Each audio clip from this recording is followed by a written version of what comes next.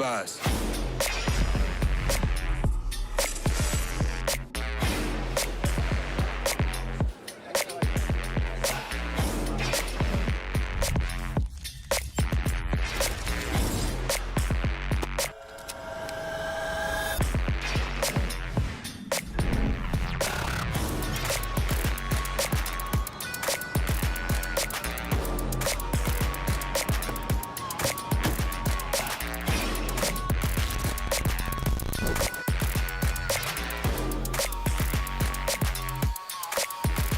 First.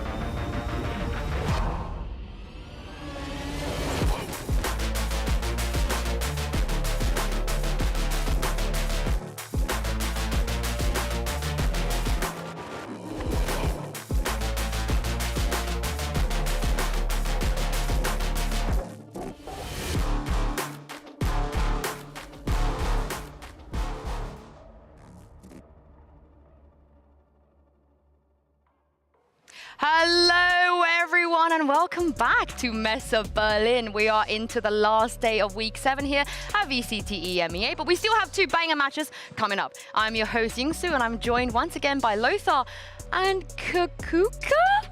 I would like to be Cougar, but not even close. No, I think I'm very happy, Uli, that we got you finally. Thank you. We've been trying quite hard to bring you onto our program. I'm glad It's to a be here. doppelganger, man. Identical, you know? Practice your Spanish. This is your opportunity. Well, I actually asked you yesterday what was mañana. Mañana means tomorrow. I knew that. Vale. Vale. Vale. Okay. Cougar I told know me we well. got it. We got it. Yeah. I know one word, but I cannot say it. No, that one not. Gonna Not be here. in big trouble. Okay? Yeah, I've been listening to Cougar talk a lot, so I feel I'm picking up on her mannerisms. But Uli, it's great to have you here. Now, you were casting the games as well this week. Yeah, I will. Yesterday, we saw 2 matches, Na'Vi versus Fa. I thought maybe Fa would have a chance. Me too. I was thinking that maybe on Lotus being his main map, they could have a chance to win it. But seems that we see his worst version, and also we saw that Na'Vi is already swapping his composition one more time.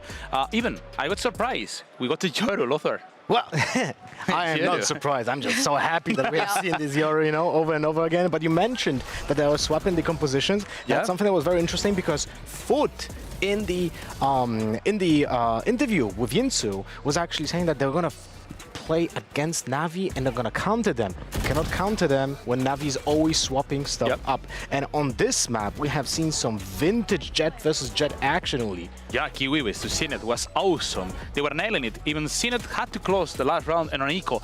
It was so really amazing to see how they performed, both of Turkish players. Let's see how is it going for the next days because they almost, well, both of them are in. Yeah, I know Lothar has his like fixation with Yoru. It's like his favorite thing. Do you have an agent that you love as well? I have to say it. I'm in love with Omen. I've been playing him from the alpha. Oh man. Omen is the best one. Omen. Who's your favorite Omen player? You got one?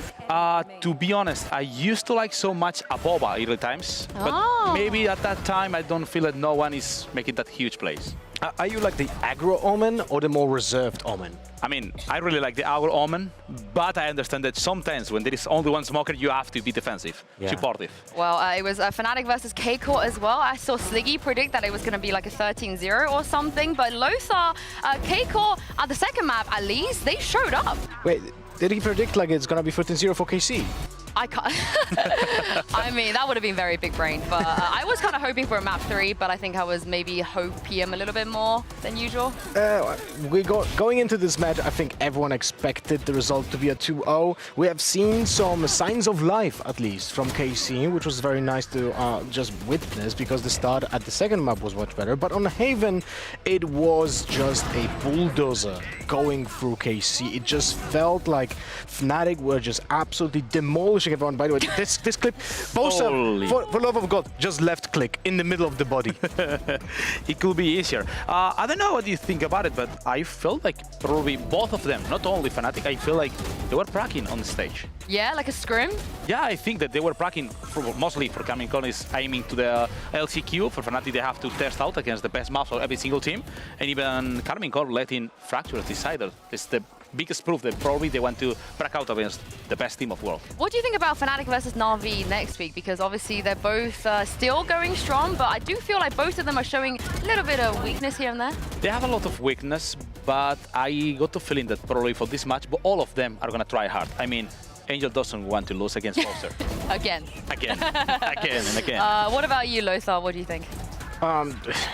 Same thing as well, actually. When it comes to this matchup, we have seen so many times. I feel like it's a bit of an honor, you know, like honor thing. You want to win this just because of the massive history that we have between those two teams. So it should be a very good spectacle, even though both teams already are qualified. Yeah, well, let's bring it back here. Uli, you know I can't help myself. You're the best Spanish caster. You know, you have a lot of report out there with the Spain audience, and you have a lot of insight as well into the Spanish team. So while we have you here, I'm going to cheekily ask you to tell us a little bit about Koi and why do you think that they're struggling a little bit? Because they are playing later, and if they lose that game, they're out. And yeah, I think it would be nice to break this down. I would like to say that there is only one thing that is missing on Koi. I would like to, but there is too many things I would like to swap on Koi, too many things I would like them to improve. So let's make a breakdown. Because first of all, okay, Lothar, let's talk about the Beatles. The map pool. How many maps are they playing? How many times are they making a video? Just thinking about the other team. What do you think about it? First and foremost, you can see that every single map is listed here. Like we know that Icebox was swapped out for Bind, but we have seen Koi play every single map, and I don't think that's a good sign, Uli. No, it doesn't. Seems like something. I don't know. If we are thinking on a tier 1 team, probably we have to say, okay, that's great. But do you have to feel that there is a home ground? Something you can expect that, okay, this is his main map for sure. I have no doubts. That would be their first impression with Ascent, because they played it so many times. But the thing is, I can't consider it a home ground because of the way that they just ban everything. And they just open to interpretation to what the opponents want to do against them this time, because they just open for attack, to be attacked. So normally, we will think that maybe if you're able to play every single map, this is something good. But what in this scenario is making this going bad? Well, predictability, patterns, because you're going to have to resort to a playbook that has to be memorized by everyone because you have such a big flexibility. That's something that, when you consider Fnatic a very flexible team, they have a permaban because they don't want to learn additionally a one map on top of everything else that they're going to perfect. Koi seems to want to be in the same spot, but they resort to smaller playbook on every single map. Okay, so let's get both of them. Predictability and also Aston as his home ground. Okay, let's take a look. This is going to be one of the replays that are going to see. We are seeing Koi playing against Navi. And let's take a look. Okay, there is the point zero, the knife, also Paranoia, the Prowler. And also we can see on the minimap they were dropping us in smoke. And now Koi is making a fast rotation into A. Is this the first time that you have seen this? No, this is actually something that we're going to see from Koi almost every time they play on Ascent. They go during the first cycle towards B main, use that jet smoke, use that dagger as you mentioned, and then they just slowly rotate for the second cycle to attack through. The second cycle is when you get the utility back after using it the first time. Okay. Can we pause this? Can we pause this? They did the same round against Giants? Just the same? No, I don't think the Giants is going to prepare that. No? I mean, are they making a rotation? Yeah, this is crazy. When you look at the minimap, every single one. Every single one of those players is rotating towards A because they have seen this type of opening from Koi on B main over and over again. So whenever that smoke and the dagger is appearing and they are not cascading on that, that means that in 40 seconds, they're going to be hitting A. So we have two information. First of all, they always attack on A and Ascent, at least against Navi and also against Giants. We know that if they drop in the point zero and also the Prowler, probably they're making a rotation. So this is predictable. And also, if we're heading into the second cycle, you know that probably is not gonna hit on B if they're always making this rotation. Yes, it's going to win the round just because they can stack. But there is not only the only thing, the only pattern. Because if we're talking about Asen, what do you think about the Shadows turret? Always in the same spot. So Shadows has a predictable move that he almost always on attack on the full buy does. And that is gonna be a aggressive turret for B main that he plays off contact. Yeah. And if we can roll the clip and show it, he's gonna do it multiple times. If I remember correctly, you actually said it. He did it like 7 times. Yeah, he did it 7 times on this map against BBL. Always the same turret, always playing on contact. Okay, so if we're going into Fnatic match, there is a flash, there is an open angle from Derke. They also knows that he has to win this priority. And he's abusing or something is always repeating and always doing from shaders. Yeah, and you can see how Fnatic just makes like a play that is actually just a counter to the opponent. Flash from that KO, opens up Derke, and they just roll through. And so we also talk about it. Let's say something good about Go, because not everything is the worst. There is some kinds of things that they're going good. The worst problem is when they have to improvise. Let's go on the next clip. Let's talk about Lotus. First up against Fnatic. Okay, first of all, they were doing a great job. They're getting mid pressure. Okay, Fnatic, I know you told it on the analyst deck. They never are pressing mid. But on this time, they're just getting this control. In case they're going into C, they can make a split the draw with a paranoia on contact of the turret. They make the pressure, they see that it's not coming, alarm bot, and make the rotation into A. At this time, they're going to stack 4 guys. They're betting for B playing on A with advantage. But at that time, having the tower priority, the only thing we're missing is maybe that stairs, they're not playing anyone there. But anyways, they start to hesitate because they have no clue, no information. They lost every single thing on the map. And at that time, we can see that Fnatic is going to bait them out. Yeah, it's an initial good read by Koi, but as you mentioned now, when Fnatic freezes, they kind of lose the ground because they don't have the stairs control, so they over-rotate now towards B, which anticipates the push from Baby Doll, which is something that Fnatic do. But that, something that you mentioned here, Sky did a flash. The Sky flash. He's making the flash, but it's not popping. He cannot even make the flash pop out. He's splitting from Breach. So, first of all, Breach is splitting from the team. You have not a stun so to help you out and get the conquer. And also you're getting on a bait when you cannot even flash, spot them, or deny them. What do you think about it? Well, for the viewers, if you can see the minimap, the flash was popping on this spot on the broken wall on Rabble. And the thing is, they were already out in this angle over here. That means if the flash pops, they're gonna be blinded themselves, so they cannot cascade on that utility, which makes Fnatic actually have an accidental trap against them because they trap themselves in that small position. So the mid-game calling was like not the best. So we can see that at the first time they're doing a plan, everything is working, but at the time that they're making a mid-round call, they're struggling. So now we talk about maps, we talk about repetitions. Let's talk about his aim pool. What do you think about it? This is like super flexible, by the way. Yeah, they can play everything. There's so many things happening here. It's actually kind of unreal. But I know that you had an interview with Calder with some insight. Yeah, Calder was telling to me on a Spanish interview that they're having some struggles with the roles because they have not experience. But he was saying that they have not duelists. You cannot say, like, you have Stux or Trex and Wolfen in this team. You cannot say you have no duelists. What did he mean? I mean, probably he was telling to us that he's lacking of experience on the stage against tier 1. But if they're lacking from a duelist, Lothar, do you want to be the duelist? One more polish in the league will be nice. Well, we had 2 already. Now we have 1 though, so that's unfortunate. But also they also say that Shadows probably is not having that huge experience on the Sentinel. He's nailing it. He's doing a good job, but probably more about information or something that is not thing that we can see or relate on the game. Only they can notice. Probably they're having some struggles, but I'm gonna ask you something. Do you think if we're not having any of these guys playing on duelists and we are getting maybe Derke, let's talk about one of the best duelists, is gonna change anything? So I don't think it's gonna change anything because Derke is, I mean, don't take me wrong, he is insane. He's the best. Yes, but he has the entire support system behind him. Yeah. All the utility is always in a spot that supports him getting those frags. We have seen that yesterday when those retakes were happening, everything was in line with him, the flashes, the recon arrows. Here, the support system is not organized and structured in a way that it can support a duelist in the first place. So talking about that, I have to say it.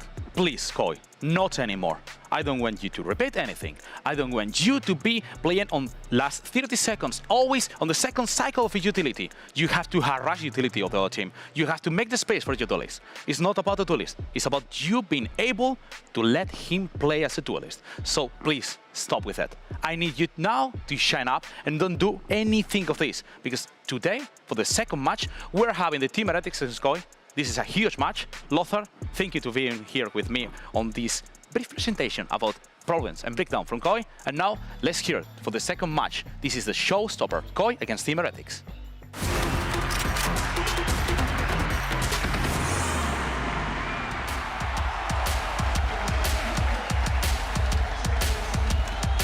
Koi y Heretics son dos equipos que tienen mucha rivalidad. Al final los fundadores nos conocemos desde hace muchos años y esto ha hecho que tengamos una rivalidad muy fuerte, principalmente porque creo que somos dos de las grandes fanbase que hay en España y probablemente en Europa, ¿no? Gref es muy competitivo, yo también, y al final esto hace que siempre queramos ganar. ¡Se acabó la bufa de Sky! ¡Se acabó! Nuestro enfrentamiento es el choque directo entre precisamente eso, la afición, la competitividad, la rivalidad. Da igual cuáles sean las circunstancias, ambos clubes viven con una emoción especial. Sí, si en la LEC lo llaman el clásico español, en la VCT estoy seguro que también. Al final, en la LEC no hay más equipos españoles, aquí sí, pero yo creo que son los dos equipos de España con claramente más rivalidad, así que espero que esto dure muchos años para que al final sea un clásico de verdad, ¿no? Hayan pasado tantos años que verdaderamente sea un clásico.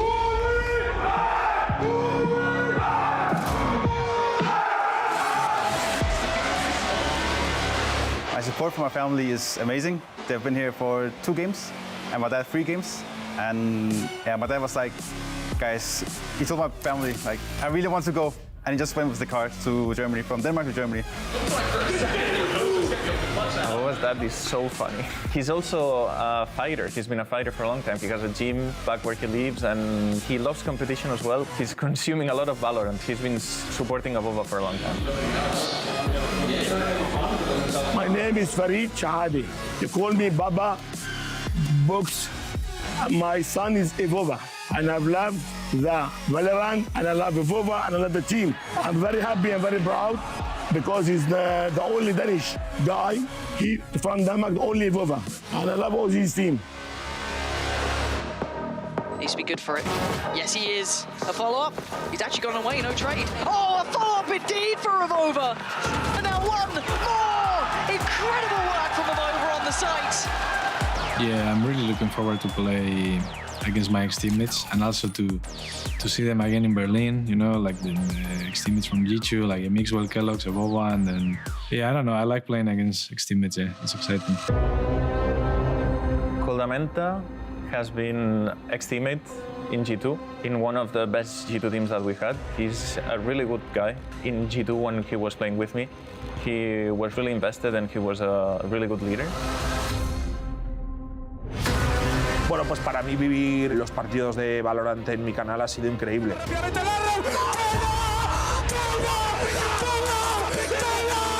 Hemos perdido muchos, pero a mí me encanta porque me hace muy feliz realmente retransmitir esports. Yo ahora representar a mi propio club y hacerlo en mi propio canal con mi comunidad es algo que me hace muy feliz. ¡Coi pipas! Pero en el chat ya se esconde. ¡Coi pipas! La pasión por seguir a un equipo nunca se debe perder independientemente de los resultados. Koi y Heretics son dos equipos que tienen mucha rivalidad. Pero eso no quita que este partido lo vaya a vivir con una emoción increíble. Mira padre, mira el francesito. ¡Vamos! Va a ser un partido que no nos engañemos. Los dos, sean cuales sean las circunstancias, vamos a querer ganar.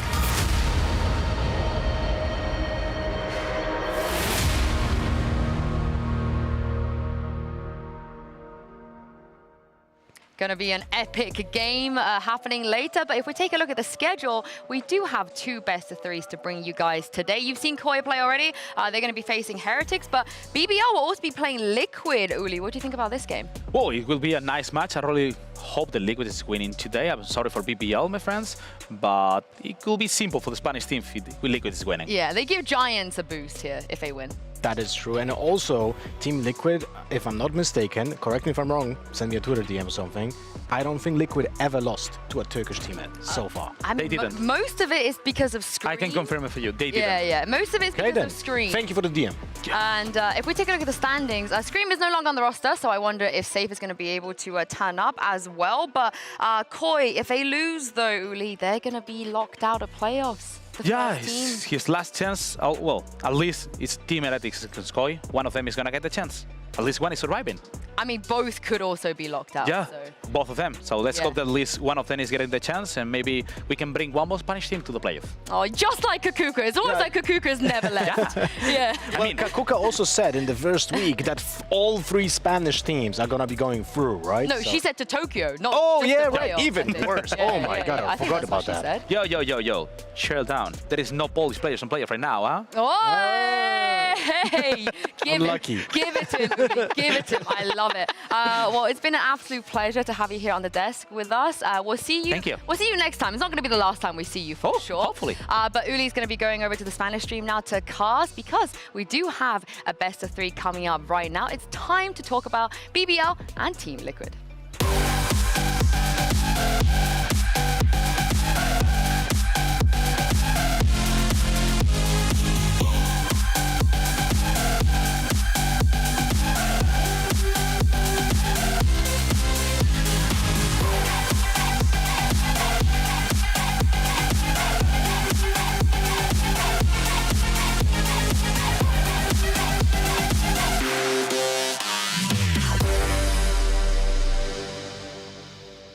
Welcome back, everybody. We've done a little abracadabra change. Uli has gone to cast a Spanish stream, and we're joined by the head coach of Team Vitality, Salah. Welcome.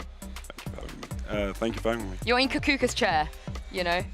I feel a great love for triangles. Oh, it feels like Kukuka's with us today, even though that Uli and Salah are going to be here. But let's talk about Team Liquid versus BBL. We'll start with Team Liquid. Lothar, even though they had a sub last week, it seemed like the vibes were still quite high. The mental was still good for them. It didn't even look like they were playing with a sub. I felt like even though it was a little bit different team, maybe they changed overarching like feelings and atmosphere in the team because it was always a little bit more tense in the past weeks. And when they played with Hami, it seems like everyone was just happy about like how they played the game. And also they changed, I feel like, a lot of stuff in the way they played to accommodate Hami into the team. What did you think, Salah? I think generally when a team gets to play, when you remove Safe, they're, one of the best players in the league, you remove a lot of the pressure and expectations that come with being, having one of the best players and being one of the best teams. So I think when that pressure is removed, when you don't have to worry as much about the result, it is a lot easier to play with confidence. It's a lot easier to do things that maybe, you would second guess when there is that pressure and expectations. So I think it's very, it's very normal that they have that much fun. They can play so confidently. They can maybe take peeks and do things that they normally wouldn't do. Yeah, but almost like an experimentation they wouldn't have with Safe. But having said that, guys, check this out. This is Team Liquid having a very, very nice time last week on stage.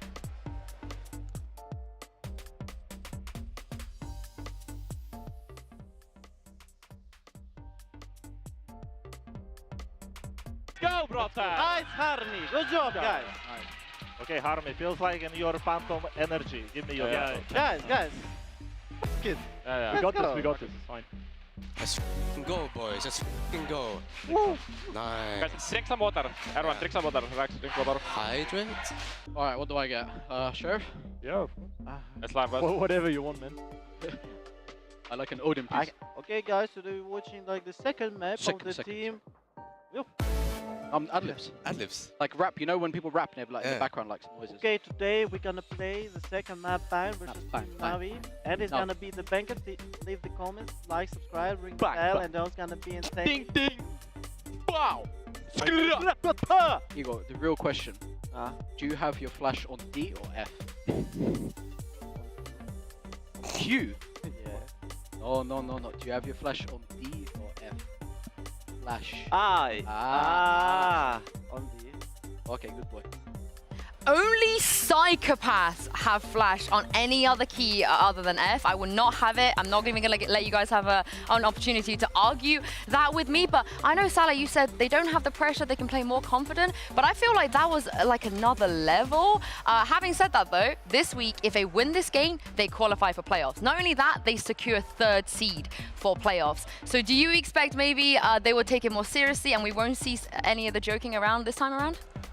Yeah, I think there is going to be more pressure. I think there is going to be much more urgency in the game. I think going up against BBL, they're two teams that, you know, need to win this game to guarantee playoffs or to go to playoffs, and I think that's going to play a part. I think when you're playing against Na'Vi as Liquid with a sub, you have zero pressure. You are playing with a sub, you're playing against one of the best teams in the world. Go have fun. When you're playing against BBL, and maybe you should even be the favorites, and you need to win this game to, you know, qualify to playoffs, I think, yeah, the pressure is going to be there much more. I think they should hesitate a little bit more on the plays they're going to make. If they don't, amazing, right? But I think naturally that is going to come, that they're going to be more, I'd say, hesitant with the moves they make. I actually have a question, since you already played against Liquid. Was that like, can you tell us anything on the broadcast? How did you prepare against that team when you played? What can BBL do to prepare against Liquid when they play against them? I think it's going to be a tale of two different teams. I think BBL is going to need to have the momentum a lot. BBL is going to win generally when they can get a string of 4, 5, 6 rounds in a row, when they can have that momentum, when they can, you know, especially when Kushner can just be free and take the peaks and do the things he wants to do. And for Liquid, it's almost the opposite. They want to play much more on, I'd say, like the 3rd interval of the game, the 30 seconds left, 20 seconds left. They want to dice up the game a lot more, and they want to make it almost slow, and they want to methodically take out the map. So I think for Liquid, they need to, the onus is on them to stop BBL from doing whatever they want, stop BBL from playing their game, and from BBL, it's about forcing whatever they want to do. We'll see if that's going to happen. But first, let's take a look at BBL and see how they're settling in Berlin. Berlin'e yerleşeli 6 hafta oldu. Çok farklı bir deneyim değil. Yerleştik, oyun oynuyoruz, çalışıyoruz. Yani burada yaşamaya başladık. Burada yaşamaya başladığımız için de bir alışma süreci oldu ama çok uzun sürmedi. Kolay bir deneyim değil, yalan söyleyeyim, çünkü dünyanın bir öteki ucuna gidiyorsunuz. Orada yerleşik hayatınız değişiyor. Onun dışında başka bir ülkenin kuralları, başka bir kültür vesaire vesaire. Yani çok zor değil aslında. Çok fazla Türk de var zaten. Çok garip gelen herhangi bir şey olmadı bana. Bir tık yemek konusunda alışmaya çalıştık, ona da alıştık. Onun için hiçbir şey farklı değil bence. Berlin'e 6 ay geçti, 6 yıl, 6 ay. 6 hafta güzel bir deneyim. Güzel ya buralar, makarnalı bir yere benziyor. Takıl. Vallahi güzel bir deneyimdi bizim için. Mükemmel, rahat hissediyorum kendimi. Evimde gibiyim. Türkiye'de en çok ev yemeği özledim ya. Gerçekten yemek konusunda bayağı sıkıntı çekiyoruz. Aslında maçların zorluğu hakkında konuşmaya fazla gerek yok zaten. İlk 3, ilk 4 gidiyor Masters Champions'a. Yani oralara çıkmanın sürece herhangi bir fikstür, işte o zordu, bu zordu falan bir şeylere bahane bulmaya gerek yok. Yani hiçbir şey fark etmiyor yani. Sonuçta herkesle oynuyorsun aynı. Başlangıç ile şu an Çin'in arasındaki fark, bence oyunumuz hala solid. Başında da soliddi zaten. Sadece mapleri kapatamıyorduk. Fanatik Karma Corp maçlarında mapleri kapatamamak bize pahalıya mal oldu. Vitality maçından sonra, yani Vitality maçının zaten haftasında çok iyi çalıştık. Hani Prag'lar falan çok iyi geçiyordu. Hani bir şeyleri artık daha iyi yapıyorduk, daha iyi oynuyorduk. Bir şeyleri çözmüştük, artık bir takım olmaya başladık daha çok, hani oyun içinde en azından. Ya birazcık geç kendimize geldik açıkçası 0-4'te. Ama hala takımın mental ve şeyi iyi böyle. Bence sürpriz yok ya. Dümdüz kazanacağımızı düşünüyorum ben 3 maçı da. Yani şu an iyi gidiyoruz. Dümdüz 3 maçı da büyük ihtimal kazanacağız. Herkes Soçi jetine hazır olsun. Tokyo'ya hazırız. Öncelikle hedefimiz playoff. Playoff'lardan sonra Tokyo'ya çok daha hazır olacağız. Valla playoff'lar için kendimize %100 şans veriyorum. Hiçbir olasılığı değerlendirmemize gerek yok. %100 playoff'tayız. Tek bir roundu değiştirmek isteseydim Fanatic Split 10'a 8 değiştirirdim. Chronicle'ın 1 vs 2 attı. Galiba Navi maçındaki 11-10, pardon 10-10 iken A'da bir şey olmuş, hatırlayamadım şu an. Knife 4 kişi yapmıştı, işaretlemişti galiba. O roundu elimizle verdik. O roundu değiştirmek isterdim. Bizi her zaman destekleyin. Biz elimizden gelenin en iyisini yapıyoruz. Biz de kaybettiğimizde çok üzülüyoruz. Siz de üzülüyorsunuz. Kazandığımızda zaten beraber seviniyoruz, beraber mutlu oluyoruz. Sadece desteklerinizi her zaman bekliyoruz. Merak etmeyin, sizin için savaşacağız.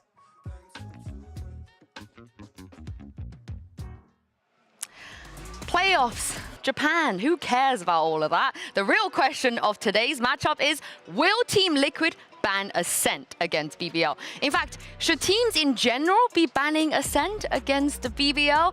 BBL, they don't really have the greatest map pool, and out of the 7 maps that they won, 3 have been on Ascent, and one of them was Icebox, which is not even in the competitive circuit anymore.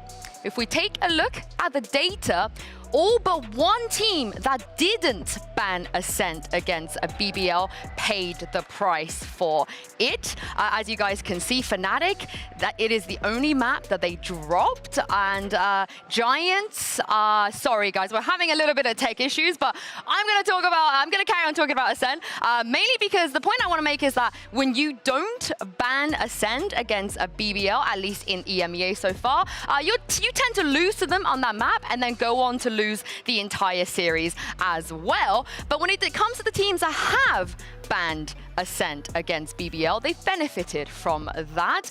These are the teams that did end up banning it. Giants, Cougar, and Heretics. I know Heretics didn't win that map, but they have their own struggles, and I don't want to get into that just now. We're going to get into that a little bit later. But if you give BBL the opportunity, if you let them have Ascent, 10 out of 10 times they will pick it. They'll pick it first, and you will have to play it against them. And let's be honest, why wouldn't they not pick it? They beat DRX on that map. For me though, for today, I don't know if that is a risk that Team Liquid should be taking. They have other options, and why go to BBL's best map just for the sake of maybe losing to them? Salah knows all about that. I'm very, very sorry, but it's enough from me, you know? Who cares what I think? Let's see if Team Liquid did go down that road today, and have a look at the map vetoes and see where both teams decided to go. Right, okay, we're gonna head into the map vetoes. I don't think they should be banning Ascent, but what do you guys think? I wouldn't mind banning Ascent against actual BBL when it comes to that. I think when you're a team and, you know, the map pool you have, I think Ascent has always been a map that everyone can play and everyone almost can half play. So because it's such a simple design, right? So everyone, I think every single team in the league can play Ascent, and it's just about how confident you are in it generally. I think it's going to be about, you know, feel the map. They haven't banned Ascent. Salah, do you regret not doing that against BBL, considering what happened? I mean, in hindsight, yes, maybe, you know, you take out Ascent, it's an easier game, but I feel, again, when it's Ascent, it's a map that has been out since the start of the game and everyone's really confident on it. It's hard to be able to... Would you look at that? Sorry. Would you look at that? Who thought that this is But gonna no, happen? you didn't tell me. Did you regret it? Half yes, half no, I'd say. Do you think Liquid are going to regret it? Potentially. I think it's really going to come down to margin. This is really going to be... It's going to come down to who forces their playstyle, who forces their agenda almost on the map. What do you think, Lothar? Was it a mistake to leave it open? Yeah, I think so. I think this map pool right now has a very high chance going to the 3rd map, and I feel like for Team Liquid, even the Decider and Ascent would have been a better choice, you know, leaving. But in this case, they're just gonna give BBL the momentum, you know, which is something that I don't like when you play against Turkish teams. Yeah, I mean, BBL, for me, I feel like Ascent, I'm kind of expecting them to win that, but Split, let's talk about that first. I feel like that is probably somewhere that Lothar, we don't really expect them to do well, especially against Liquid. Well, the thing is that against Liquid on this map, you're gonna struggle against the attack side because I feel like Liquid is a little bit more structured than BBL. In general, though, I feel BBL is also advancing towards a actual strategical team because we've seen them on Haven have actual retakes, copied and pasted from other teams, but they do have a better understanding of how to retake on maps, and on Split it's going to be instrumental on like B side when you have like a problem holding it first against a team like Liquid because of the splits from mid. Salah, what do you think? I think from what I've watched the BBL this season on Split, they've struggled a lot on defense, and then if they get the momentum on attack, they've made the games close. I remember against Fnatic and KC, they had, you know, almost mediocre / leaning on bad defense sides, and then on attack they get these string of rounds and they make it close. I remember especially against Fnatic. I think for BBL, with the comp that they play and they should play today, it's on defense, it's going to be a lot about lobby control, I think side control, and also how they can almost shut down the reactions from that. So for example, if they are to, and BBL like to do this, pressure the lobbies and fight a lot in the lobbies early, can they react to whatever Liquid do in reaction to that? I think that's going to be really, really important. What I will also say is, I know that we spoke about how Safe wasn't here last week. He is here this week. If I know Safe, the way that I think that he's going to think, he's going to be hungry to get back on that stage, probably want to make a point as well. How much of this does come down to Safe performing, do you think? I think it is going to come down a lot to Safe performing. I think it's going to come down to everyone on Liquid performing, but Safe especially. I think as soon as Kushner can get a lot of space as the duelist and win his matchup and be able to just run around and do his thing, that's when BBL are going to be most dangerous. That's when they can just absolutely, annihilate you in some way. So I think if Safe can shut him down, if Safe can win that matchup, then that's a massive win condition for Liquid. It's very also important to know that if Safe performs, that kind of enables Nats to perform as well, because Nats relies on the pressure that the other teammates are doing on the map, specifically on the attack side, because that opens up the opportunities for him to get the timings, to get like the control of the map while lurking, or at least getting the audio cues of the rotations and transferring that to the rest of the team. But that will not happen if Liquid struggles to make successful pressure on sites. I want to bring up Aslan and Brave as well, because I feel like they've been absolutely online for BBL in the last few games. And for me, Salah instrumental in their results. They're probably the reason why they were able to win those games. I think those two are what I would say are the difference makers. They are the people who, if you put them in a clutch situation, they will win the clutch. They will, win that massive round that they need to win. If you leave them, if you leave Aslan on site to anchor and you give him enough space, he will get a free K and he will change around that should have gone the other way, for example. And Brave is the same. I think Brave is this elusive player who's just going to run around and cause problems. And if he gets that, I mean, we'll see if he can do that. It's time to see them on stage here. Playoffs is on the line. Here's Liquid and BBL.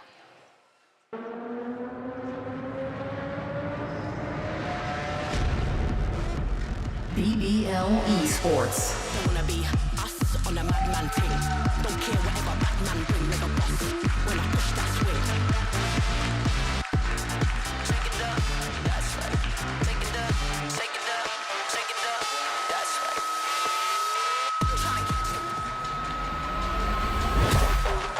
Team Liquid.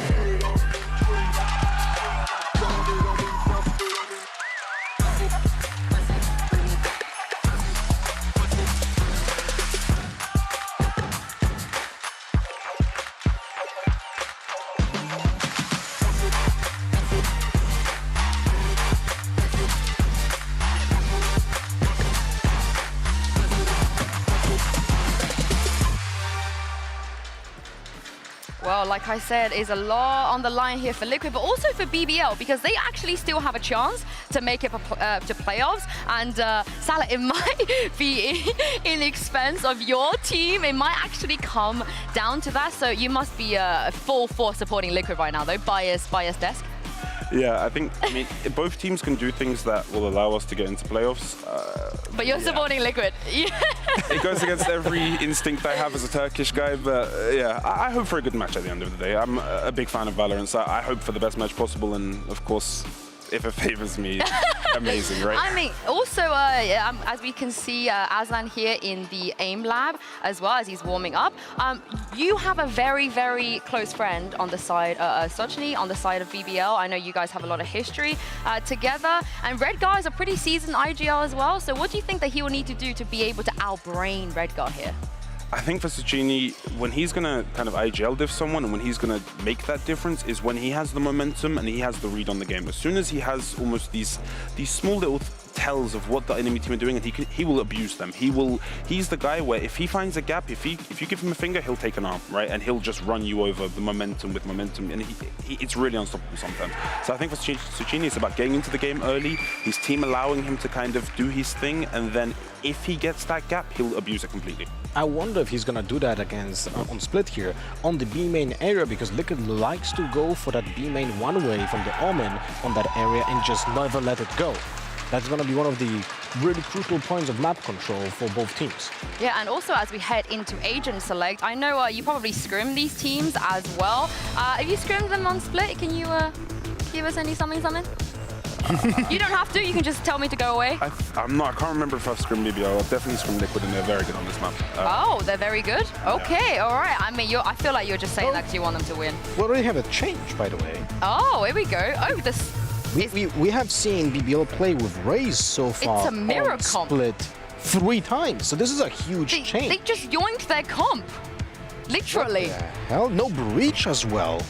I'm actually very surprised because a Breach on Split is such a fantastic agent, and they change it for Turco's Sky, and that's very surprising for me. I mean, Salah, what do you make of this? The fact that BBL have decided to change comp and play literally Liquid's comp as well? I mean, to be honest, I think this kind of signals confidence issues on this map for them, because Breach has always been kind of the Turkish bread and butter festival, but I know it's been Sacchini's bread and butter, especially on Split. It's something even we did together back when, you know, we were on the same team. So this tells me that either they have a massive idea with this comp change, or they've, you know, been struggling and they've lost the games they have on Split, and they've decided, okay, we need to change something, and this is the change they've made. It's a worrying change for you? Yeah, I would say so. I mean, they were losing 0-3 so far on Split, so maybe that's the reason, but as Salah just said, I don't like this change. I feel like if you mirror comp, that means that you have a better understanding of the game plan than your opponent, and I don't think that's gonna happen. Team Liquid are gonna have a better experience. Something I would add as well is BBL is a team that is extremely explosive, and I think Breach very much so favors that explosiveness and favors that just being able to run a team over. Sky and Sage do not do that. So I think that's a really interesting change. And also Breach would allow that B control early, because you're able to counter that one way and plow through it because of the early stun. It also falls in line with how you can counter the second or third cycle push from Liquid because of the recurring stun. Well, we'll see if this is going to be a good or a bad change in just a moment, because it's time to get into game. Oh my god, they gave Ender a C. Sorry, it's Des and Ender. Oh, I sat down on this myself, just for the record. No one forced me to do this. I was just trying to be a good friend, and then I'm sorry, man. And then Yusu's had my life. Yeah. On the last game I'm doing for the stage, she's come out here and had my life. I appreciate the vote of confidence towards the short guys. Thank you very much. Yeah. In for a very, very fun game, though. I think when you're looking at this mid-table now in the playoff spots, 3rd to 6th, there's what, 1 game between all these teams? Yeah, I mean, it's look, so tight right now. The fact is, a win here out of BBL would leave us with 4 teams, 4-4 in the standings, moving into the final week of play, which would just be absolutely ridiculous. BBL need to drag TL down here with a win in order to make that one happen. But you heard some doubts coming out of the desk in terms of the comp switch up here from BBL, a map they have not found much success on. Yeah. But they are going to have to throw the kitchen sink at TL if they want to knock them down. Yeah, Lothar was really nervous about the lack of that breach coming in, meaning that you don't have the high pace. You know, talking about the Sky and the Sage, we also heard the whole desk talking about it and saying it does slow things down a little bit. That's not really the BBL style, the run them over before they can react sort of style that we've seen out of a few teams this week so far. So we'll see if this turns out to be a Liquid map, or if BBL have got some surprises for us. Yeah, Liquid just watching the dog take them in with a little smoke to cross, actually walling off vents, take full control over Heaven, really delaying the drop down into the site, as now Redgar has stepped up outside of the smoke. They're working through it. 1 tripwire on site they have to worry about, but the site's been completely given up. They didn't even bother clearing out the back site, which is a bit wild there. Yeah, and it's forced the Sky and the Sage to rotate all the way back in through spawn 2, and that means 3 are stacking up together. You've really got the Jet looking to go a bit solo though in towards Heaven here. That feels a little bit risky as soon as you got through the Sage wall that obviously has been popped up as well. A good bit of time being wasted by the side of Liquid so far, and BBL still looking for their in, but you can see the collapse being set up to rush in towards backside and find a couple of kills nice and fast, and BBL has sprung that trap. The main player's also smoked off, so they got to work forward, take a little bit of a risk. Redgar and Safe find a couple of shots. That brings it down into a 2-on-2. Redgar, aware of a player on site, takes care of Raptor.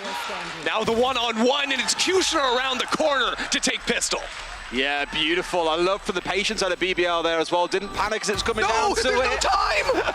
Oh no! That's a kicker, because you know what it leads to in round 2, but I will again say, I thought it was super well played by BBL. Just maybe waited a few seconds too long to pull off the team crunch that we saw come through. Oh, misery right there. Liquid winning it out at the end. I couldn't even hear the ticks with the clock on that one. And you can hear the fans though. Yeah. They are out in a force here today. Absolutely, out here making a lot of noise. They want to see Liquid pushing their way through and securing in that playoff spot. Anyway, let's see how this next round plays out. I think we all know what to expect coming in. Give it is there's all the pistol round essentially for BBL. TL got a little bit of a buy coming in here. A few Bulldogs on side. Should be able to run BBL over. Yeah, BBL just with B main control, but I think in general they're going to want to find a lot of early fights enabling Kushner. That's the big switch up mirroring this TL composition is it's not Aslan on the Raze anymore, it's Kushner on the Jet. So when you actually look at how much utility you have to try and get a retake off, it's really not there. You've got Sky Flashes, maybe a Paranoia if it's still alive, but there's no real stall utility to force someone off a plant with a Raze grenade or really a breach fault line, anything like this to actually make that happen. So on the defense side for both these teams, they're going to need to find early fights. Well, they raced her in the previous round and broke a few kneecaps, and all they could have done here is just hold back that little bit further and let BBL be the ones to swing into them, and BBL have responded in kind, giving them exactly what they're looking for. 3 quick kills coming out from the side of Liquid. I like the BBL looking for the close range fights, but just simply could not find a single kill, and the B side has been given over to Liquid. The tough thing about trying to play well the way BBL have in the past with this composition is they don't really have the tools to set up early aggressive fights. It's more about looking for a contact play with the Jet. Maybe you can have an Omen Paranoia. That's the switch for them, as they still have some kind of line control in that regard. But yeah, flawless round for Team Liquid. 3 Bulldogs, they're sending in the next one. Yompi's gonna be able to upgrade into a rifle too, so TL looking to play to win and to just keep this carrying round after round. Absolutely that. I think, as you say, play to win seems to be the go-to game plan. Keep it rolling for 3 in a row. Obviously BBL get their power up round here, all rolling out on rifles, so at least a good bit of resistance being shown. And thinking back to how that round 1 went, it's a very different story when it's pistols coming up against rifles, but they've already shown they can compete. This could prove to be a really interesting round. Hey, you know, Team Liquid's A-take was a bit odd because they didn't really have to use a lot of utility, and maybe that changes when they move ahead, but just a dog and a Cypher Cage to get them full control over Heaven. With a very deep Sage Wall as well. Safe just flying up into mid, but here you have lost complete control over mid. Kushner's rotated on over to try and swing into this, but he's into a one-way, so he has to dash immediately out. It was the timing on that utility sync as well. We've had a couple of games of this week, so a couple of rounds even, where teams have fallen short just by a second or two, but it was beautiful coordination from Liquid. This pivot from Liquid is great. They force the rotates over. They hear them with their forward position. They hear everyone running through spawn. So they know this A side's gonna be really weak. There is a tripwire they're gonna have to blitz past, probably waiting for that smoke to come in CT that just got sent out from Redgar. So it is just Brave all the way backside on A. Throws himself a smoke to try and play around. And he finds the first kill. He has a chance here. That's what he needs. If he can stall for us a little bit of time before his team can join him. The problem is all 3 are the other side of the map. Oh, spike up in Heaven, so Safe had to updraft dash to recover that one. He's gonna be able to get down to sight, but now he can't go for the open plant. Has to plant a little safer, deeper back in sight, so no chance for a late wraparound into Heaven from Nats. He's gonna have to fight from the ground. Absolutely, and BBL once again in the retake of the A site. Funneling 2 players, once again, back in through spawn side 2. The one trying to post up in towards Heaven means that they have got a bit of a crossfire on the go, but Liquid in position and ready. They see the leg, that's all they need. A little bit of leg, it feeds them all the info they need. 2 quick kills. And it's down to Sushnil by himself, who really, I think, will probably have to save the rifle this round. You better run there. It's just, I'll be honest, retaking with this comp sucks. It's no fun. You just have to win your fights. There, Turco didn't even have any flashes left. I think he used one up in Heaven to clear out earlier. So by the time they actually work down onto the site, it's, yeah, walking into 2 players, holding the line together without any utility to force them off the angle. It is real tough for them. So the fact that they lost Aslan up in B Heaven, blew up the round instantly. That's sort of your second line of defense when you're playing with the tripwires over in vents and then the Sage to do a delayed wall in B Heaven if Liquid aren't acting quickly enough. You gotta be pouncing quick there for BBL. Absolutely. Well, once more, you can't help but ignore the fans. They know with 3 rounds of the map, Liquid are already off to a flying start here on their map pick a split. Let's go, Liquid. Oh, you want to get involved in the action, do you? Yeah, throw me out there. Okay. We'll have some fun. We cast from an audience. Yeah, you just do any excuse to yell, I suppose. Fair play. No, we don't need much invitation. That's exactly what we've got to do for the next couple of hours. Okay, I mean, BBL are going to try something up through mid here. I'm expecting to see maybe Turco send a flash out behind the smoke. What? Hold on a second. That flash goes past the smoke, but they're not really peeking on through it. Kushner holding the tighter angle back in vents. But they are going to end up working back over to A. So already the lurk smokes of the Cypher have been thrown out through those at the start of the round, I assume. That's usually the play. And yeah, they can just follow along with the dog. This time, dog sending it down onto the site, looking out for any awkward shorty corners or judge corners, things like that. It seems on the lighter buy rounds, really, Sushni is playing off of this A site completely. It's very clean so far from Liquid. You just saw the dispersal, so much utility all in one go here. They don't even know as well about the Omen tucked in towards the right-hand side. Yeah, he actually TP'd up ugly into watching. Raptors. He wants to play off that, so Cougar out for the pinch with Nats and Soulcast. That is just gross. Insane, a flawless round. Obviously, BBL have nothing to go there, but the combination of Sky plus Omen Flash, peeking from Raptors into heaven off of ramp 2. I think it's you can see how well drilled Liquid are on this map as well. These plays have looked tight so far. It doesn't matter if it was the push up mid playing off the Sky Flash, the full executing towards A, or that crunching towards heaven. It just did not matter. Liquid were ready and prepared, and BBL simply were not. All right, so lifeline for BBL. Kushner has the operator. How does he activate himself to find an early fight, take an early pick? He's been playing Vents 2 rounds in a row. They didn't know he was stationed in Vents, but an early flash makes it very hard for him to actually peek into that. Finding angles to operate when you're up in mid is really, really tough when you don't have a breach for the early stall power to force them back off the angles. You can see when they've been working mid, Save's just instantly been using that dash to quickly clear the space and make it so that it's too tough for Kushner to just hold one angle. That jet can be pushed up onto the box, onto the wood too, so now you have a jet op that's in spawn. Floating back over to B heaven, it's not the easiest thing in the world. Not playing off those longer angles right now, no. Absolutely being forced into slightly less comfortable ones for an op-wielder, but one they're going to have to play around regardless. I think Team Liquid, with the stationing of Redgar and B main, knows there should be a Sage Wall here, so they might wait to actually time their fake into B heaven.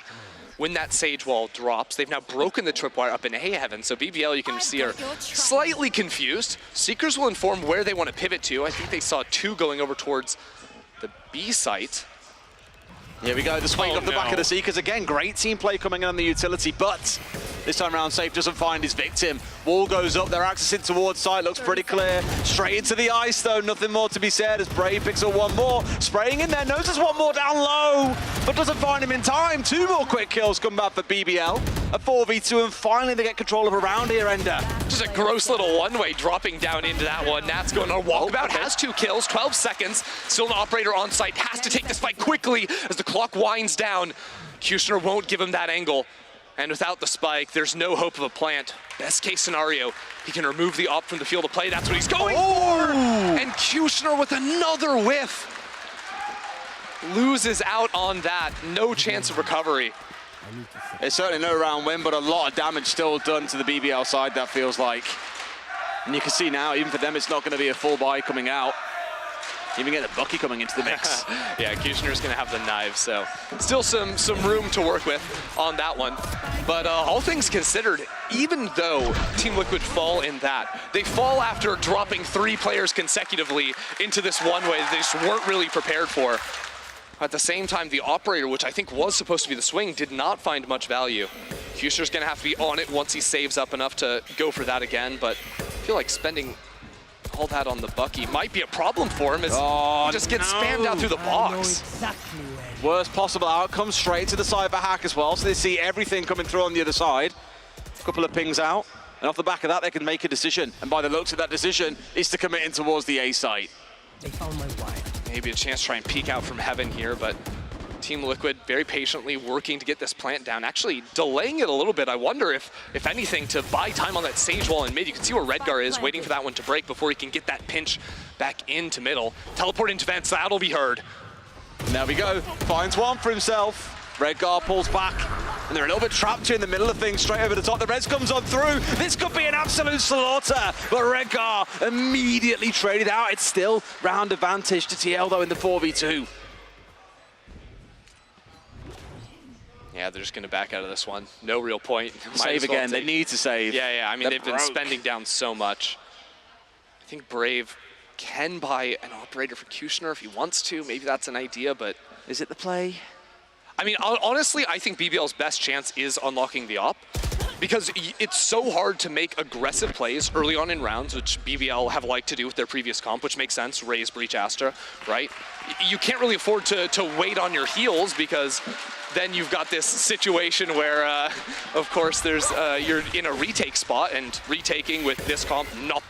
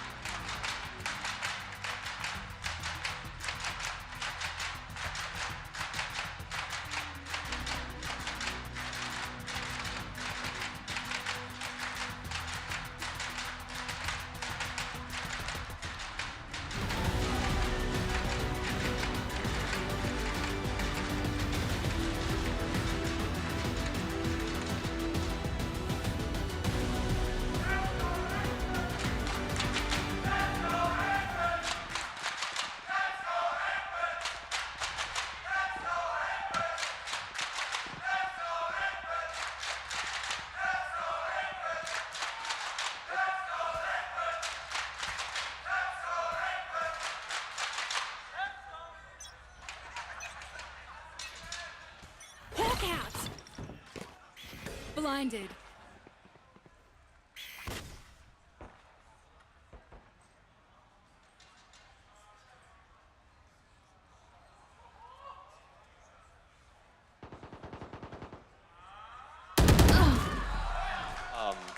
A disaster. But a quick 1-for-1 trade. Yumpy just finds 2 kills in middle as well. Paranoid gets sent out, but no real hope to play behind that with Brave. I think he went up on the zip line to take a fight, but Liquid just weren't pushed up fast enough for that to end up mattering. He's really the last line of defense because BBL find themselves stuck behind the Cypher trip. Did he try to jump that? I don't know. But regardless. Either that or panic jump when he got caught by it. Sure, there you go.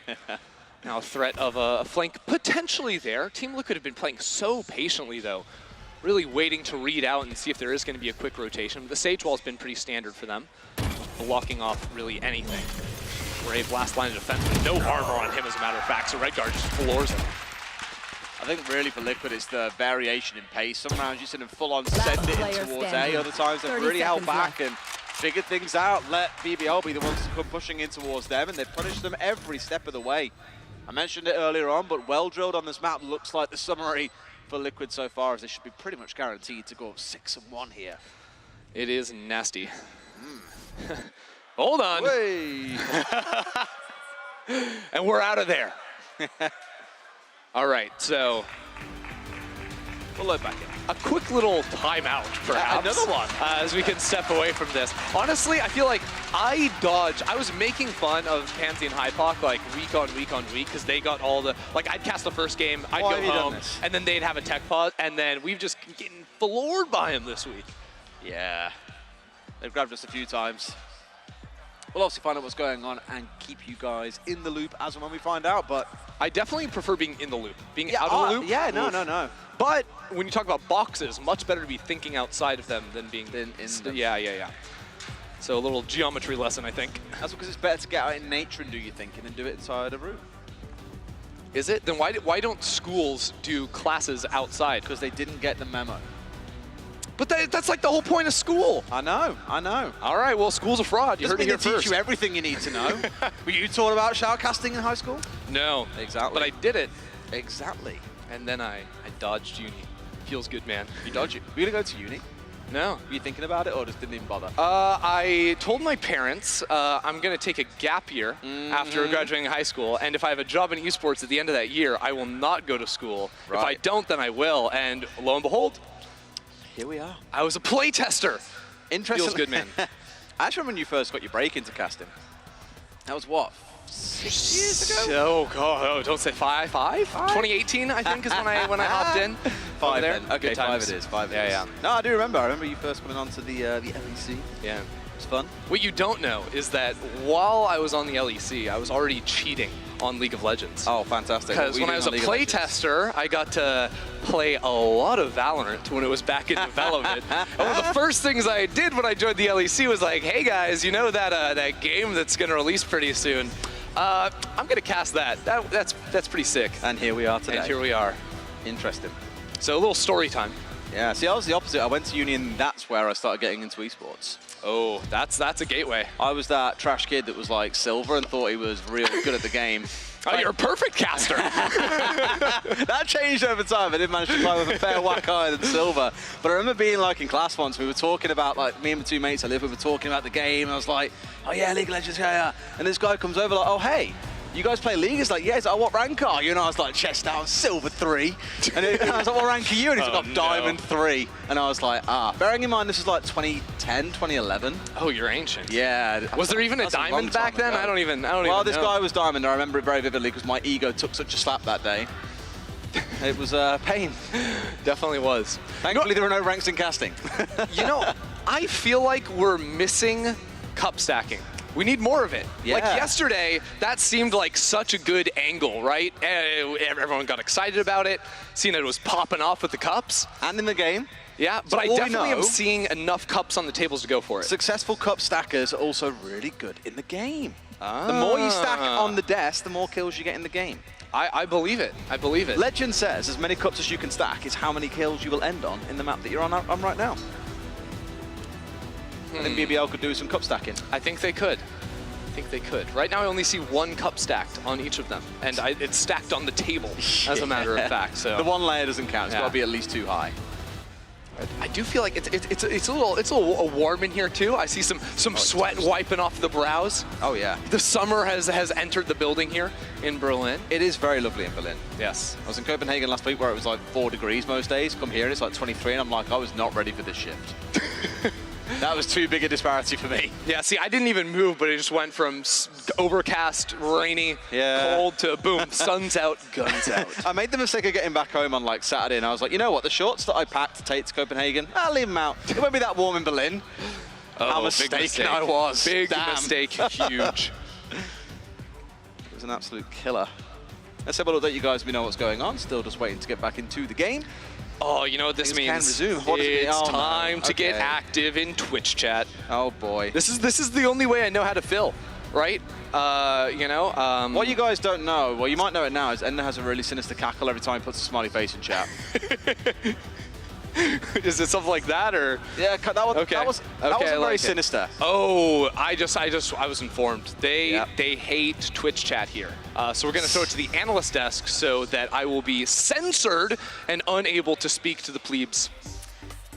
Well, thank God for that. And honestly, I'm joking. I could listen to you talk all day. Don't take that personally. But another man I can listen to talk all day is Salah. Now, we watched the first 6 rounds here, and there was one round where Liquid did lose. And when that happened, you turned to me. You were like, "Why? What the hell? Why are they going B? What's going on?" So talk me through why you were surprised there. For me, at least, it seemed like the whole round they were trying to set up for this A split. You know, they play this 1-3-1. They have the mid guys kind of working and trying to get as much space as possible, and then they have the ones almost playing as pins and almost waiting to be activated and waiting for Liquid to be able to come back onto A or to be able to B. And to me, it seemed like they were just presencing. The presence was towards an A split. Everything they did was towards the A split. They didn't really have much B presence. They didn't really know what was going on in B heaven or B lobby. So for me, it seemed like an A split, and it seemed like they hit a panic button that they were in vents and they heard rotations coming from CT and they panicked almost and said, just go B, go B, go B. And of course, when that happens, they don't have time to set up. They don't know what's going on and they just run into a brick wall right.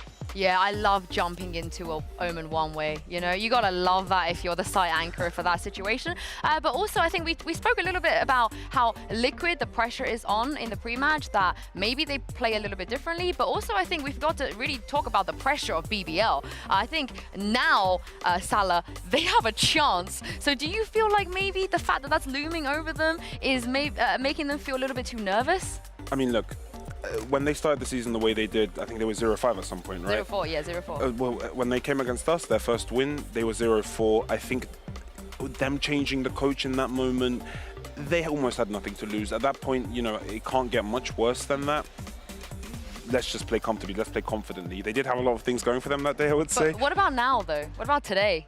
Now they're in a position where they get to decide whether they're in playoffs or not. And I think when you have that pressure, when it's on you 100%, that's when everything changes. And I've felt that myself recently, right? So, you know, when it is up to you and when it's, you know, we win, we go to playoffs, everything changes, I think, mentally. And also, I think for these players, they've never really been here before, right? Because last year, they never really had this chance. And actually, last year, when they had nothing to lose, they started playing really well. And everyone's like, what's going on? But I do want to talk about that BBL game versus you. We do have some highlights as well to, I'm very sorry, to draw some PTSD out of you. But do you really, do you feel like maybe you were on the receiving end, like you said, of a more fearless, loose BBL? Okay, look, I'm gonna, just to be honest, I think that day they had a lot going for them. I think it was Eid, which is national holiday for Muslims, but for Turkish people especially. They had their parents there, they had new coach buff, so I think they had a lot going for them. And I think they were a little bit fearless, but I think they played a great game as well. So I think with all of those things combined, yeah, we were on the receiving end of something. Yeah, and they had nothing to lose. And they had nothing to lose, yeah. And also, do you feel like if they were able to play the way they played against you guys, they would have a chance, at least to come back against Team Liquid? Oh, 100%. I think, you know, especially with Suchini and the way he is, I know that as soon as they get that momentum, they will try and use it as much as possible, right? But I genuinely think it's going to be about the players being able to stay calm, being able to, even if they're down, realize, okay, it's okay, we can still get back into this game, we can still grind out rounds. And I think that is something that BBL has almost historically struggled with, being able to grind out rounds. I think if there was ever a moment to kind of figure out, it's now, right? Being able to just, no matter what, round by round, all of the things that can happen, doesn't matter. We can still win the game. I think that's going to be the key thing. I also feel like they've just historically really struggled with consistency. You know, 1 week we can get a BBL, then I'm like, holy moly, I'm a BB leaver, they're going to playoffs. And then the next week I feel like, oh, something is going on. And when you have a situation like you said, they can actually realistically qualify for playoffs. You would hope that the good version of BBL turns up. But how much of a task is that for Liquid? Because surely you're Liquid right now, you're 5-1 up, you're sitting pretty comfortably. I know Ascent is still kind of in the background somewhat, but winning Split for Liquid, is that almost a guaranteed a win for you? I wouldn't say it's guaranteed because, again, I've seen BBL have these insane attack halves on Split, right? So it's never guaranteed, but I do think right now it is leaning towards that way. I think Liquid look much more comfortable in their comp, they look much more comfortable in their play style, they're on attack, so, you know, right now they're doing great, I'd say, especially in the mirror matchup. I think Liquid, as long as they don't get overconfident, as long as they don't start slacking, they'll be fine. They should win the map. And I think then Ascent is going to be very interesting. I think I do want to see how BBL react when I almost want to say they've been Team A a lot and they've been able to kind of get 1-0 advantage kind of thing. I want to see what happens when they're 0-1 because I think that can be very interesting momentum-wise as well. They might be 1-0 again. I know we're only 6 rounds in, so I don't want to like jump. I don't want to curse any teams. But speaking of Split, we have Lothar standing by to break a few more things down. Thank you, Yinsu. We didn't have a lot of chances to talk about like how Team Liquid approaches Split in the pre-map segment, so there's a perfect opportunity to talk about that now. So I took the 3 times we have seen Liquid play Split already, and this is the first 10 seconds of the attack side. So typically, and Sola also spoke about that, they do a 1-3-1 formation. That means that you're gonna have 1 player in the lobby of B, 3 players working mid for the early control, and then 1 player controlling A. The player that controls A is Cypher. So Nat is actually, his role is very instrumental to the team. We're gonna separate him from the rest of the team here. As you can see, he is always on this side of the map. It doesn't matter if the team wants to go B or A, he's always in this spot. And you can see that his camera, we're gonna zoom in, this is like always the same camera that controls the ramp, something that Nats loves to do, and we didn't see BBL do much about it. So they leave this area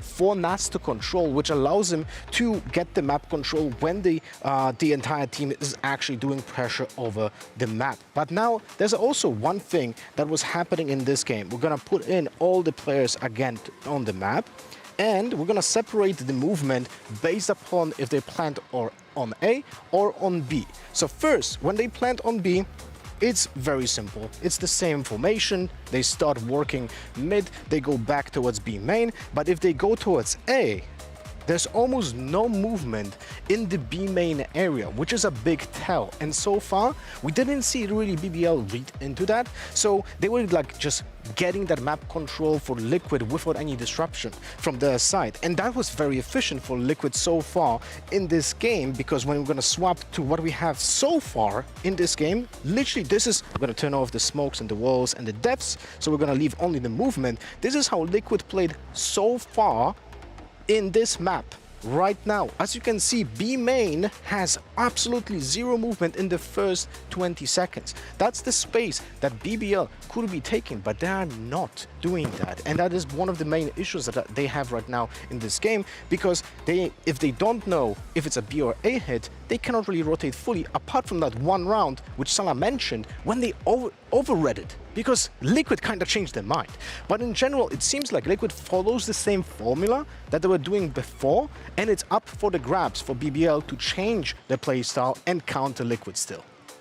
Salah, can BBL do that though? How big of a task do you think that is?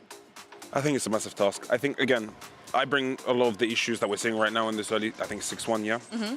To the comp change and to the, you know, when you're going into a mirror matchup, as, you know, I think you said on the desk, it's going to be a lot about who's more comfortable in the comp and who is just utilizing it better. And right now, Liquid are utilizing it much better. Right now, you know, BBL look very... Something I'm noticing about BBL is they're making a lot of almost overstacks. So there'll be a round where they start free on A, and then Kushi will instantly rotate if there is no pressure anywhere else, or if there is no pressure on A, sorry.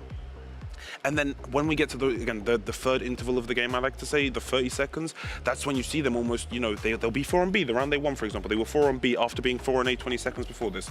They're running around a lot and they're moving around a lot. And when that happens, an IGL like Redgar will pick you apart and he will find that out and almost abuse it, right? So I want to see a little bit more calmness. I want to see them play the map a little bit more and play the comp a little bit more. Because right now it's... Yeah, I also wonder if this tech pause is going to give the players also, obviously they can't talk to each other, but they can sit there and think about what's going on. And we've heard other IGLs, I think both in the past, talking about how sometimes he feels like he doesn't want to overthink things because you do have a lot of time and he's like, oh, is this the right call? Is this the wrong call? What do I do? What do you make of that?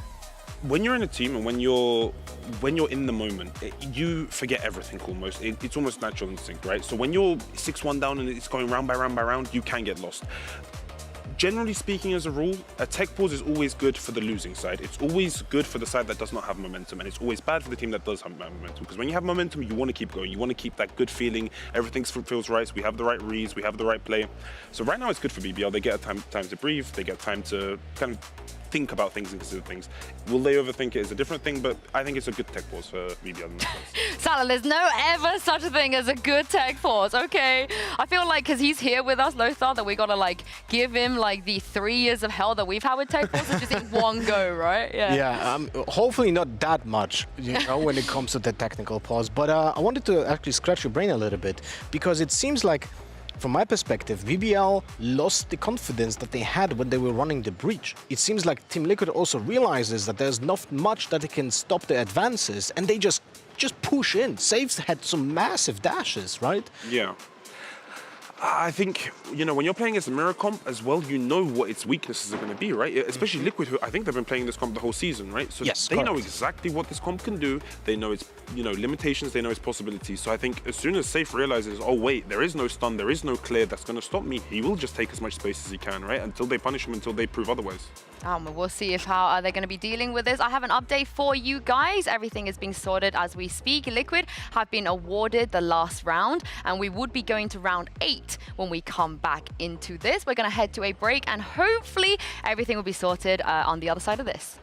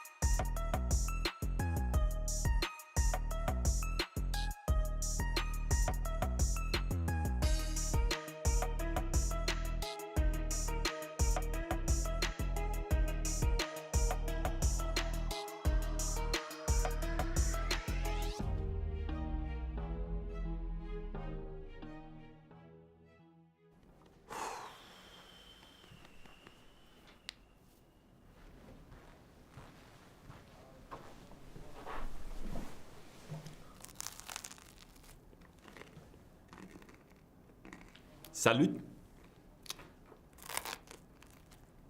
Am I late? No, it's fine, don't worry. Okay, so let's start. Could you please introduce yourself? Oui. So, my name is Jean-Pierre, also known as Champi, and I'm currently playing for Team Liquid. I was born in a small village in north of France, close to the border of Belgium. I grew up playing piano, and I was always a big fan of classical music. I never really liked heavy music because it gets me very hyped up.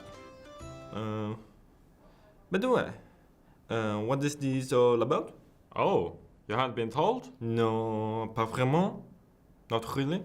Oh, so how did you get there? In VALORANT, I mean. Ooh, VALORANT. So, when I was a child, I grew up with Nivera. You know Nivera? He plays in Carmine Core right now. But we used to play a lot of CSGO together. And I was looking at his brother doing one tap, pew, pew, pew, pew, pew, pew, pew. You know, one tap? Pew, pew, pew. But yeah, I was super happy to see Scream join Team Liquid. When VALORANT was released, I saw him play and was like, genius.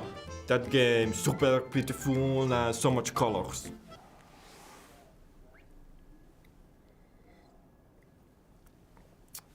So I said to myself, ouais, pourquoi pas? Why not? And just after 2 weeks, I signed with Team Liquid. And I will never forget what Scream said to me on my first day with the team. He says to me, qu'est-ce que tu manges? And from that point, I knew that Team Liquid, VALORANT is my home. So interesting. I heard you are a big fan of tennis. Do you have any tennis players in your team? Ooh, yes. Monsieur Nats, incredible player, incredible talent. But honestly, my favorite player is Gamofi. Incredibly talented and probably the best we ever seen in Roland Garros. Okay, never mind. Let's get back to VALORANT. What's your favorite agent and why is it Euro? Bonne question. I love Chamber because he's a cool agent and French, of course. Vincent is a very passive agent which suits my playstyle, you know. It's a shame he got nerfed and a lot of people hate him, but for me, he just misunderstood. Riot, please bring back Chamber. And I hope the community will change their mind about him. And I trust them because they've been so good to me. At the end of the day, the community is the reason why I'm here, and I'm really thankful for the energy they give to me. Am I finished now? Yeah, definitely I am finished.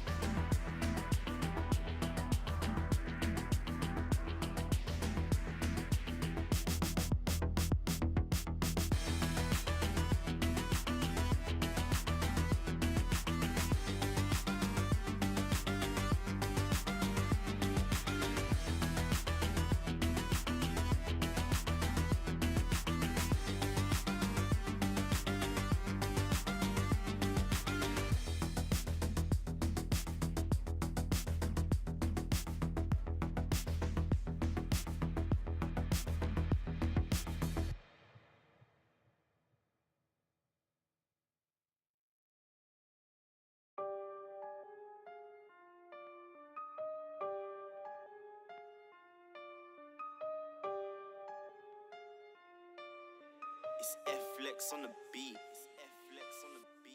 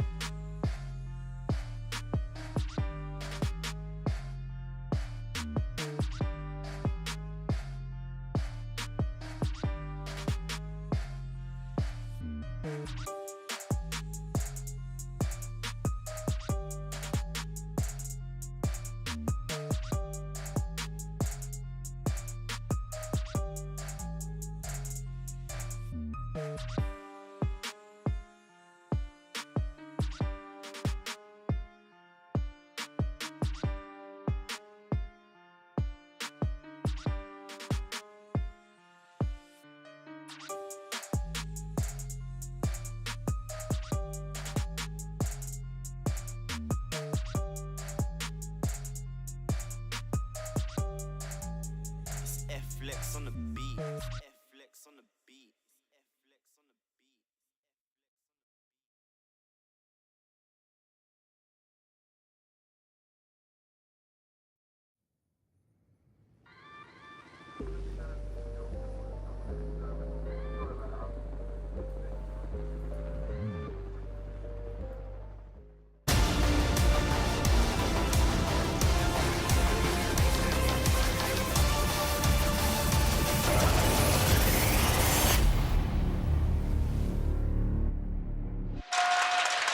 We're back! Hey guys! How's Welcome it going? back to the show. I think Took we're us all a hot second. We're all a couple of years older, but we are back and ready to play. Yes, and we have some important context to give you. So we are going to be loading into round 8 here.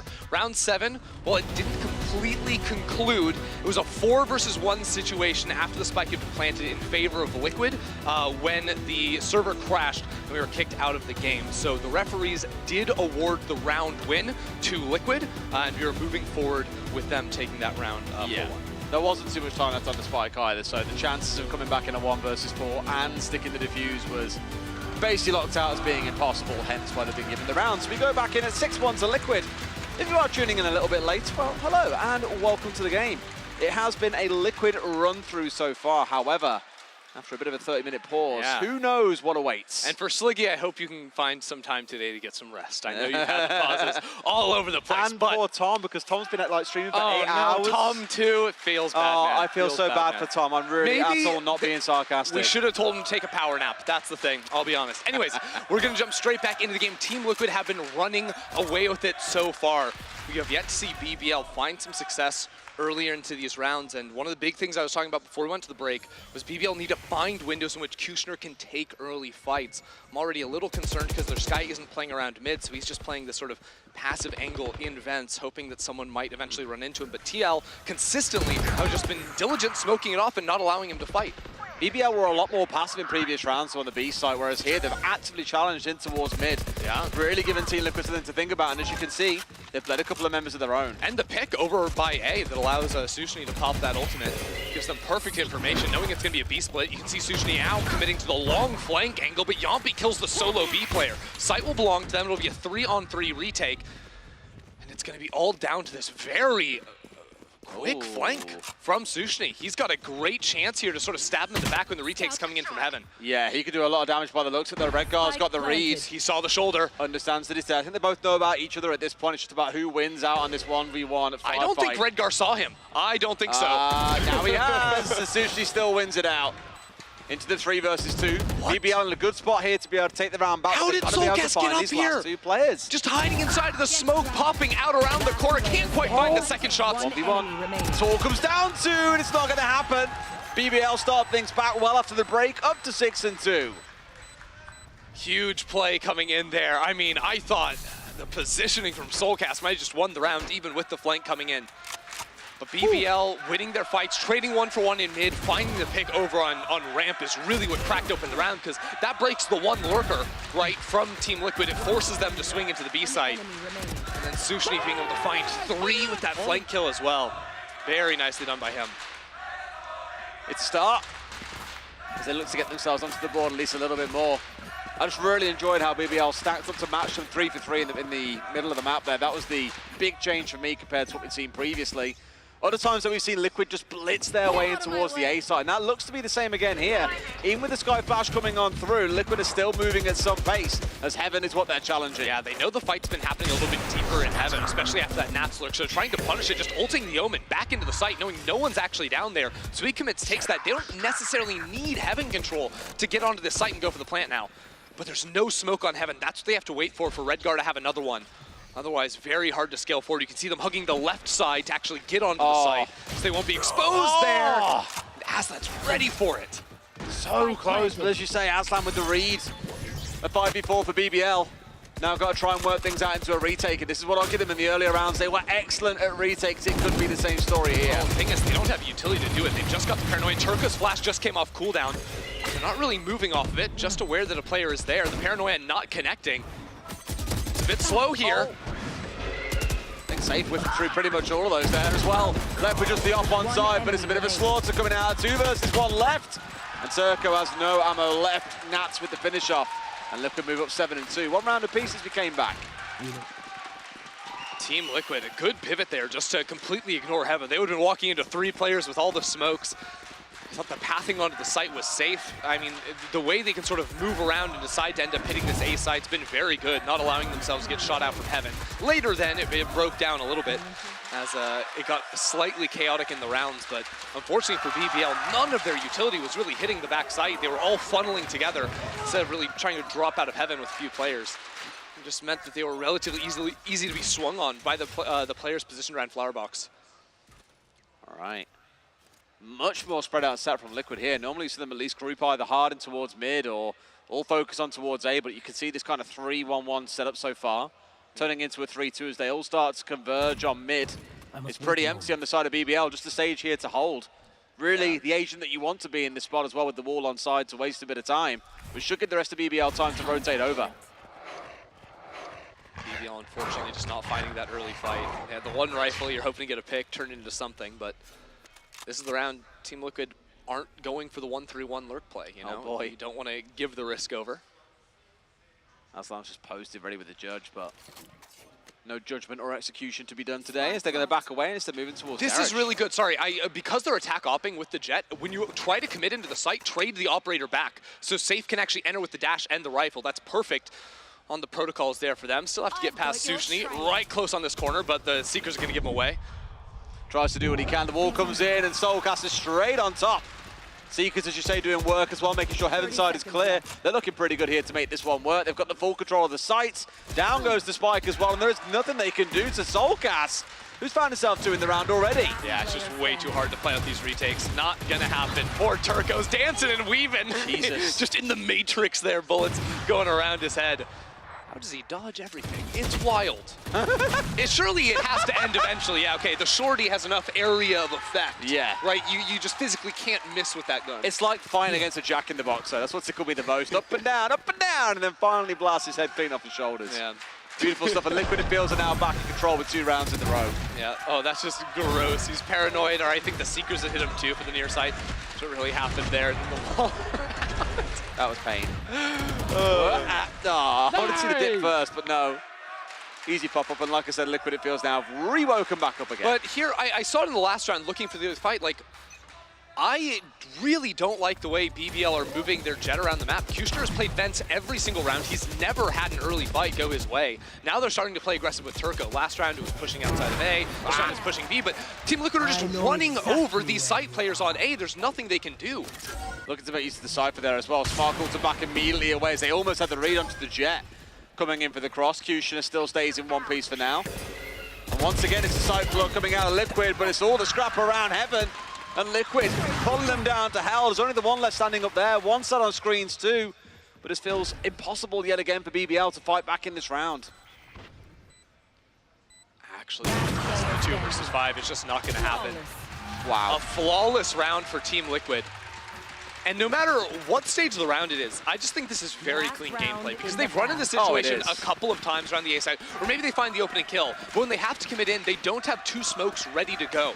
Right, Redgar is lurking up through mid. I believe he's using his first smoke around vent, so he only has the one. Previously, they took safe pathing, smoked off screens, and then avoided Heaven by pathing close to the left side. This time they smoke Heaven, and the same time they're scaling up, they send a Sky Flash back into screens so they have time to work onto the site and get the plant down.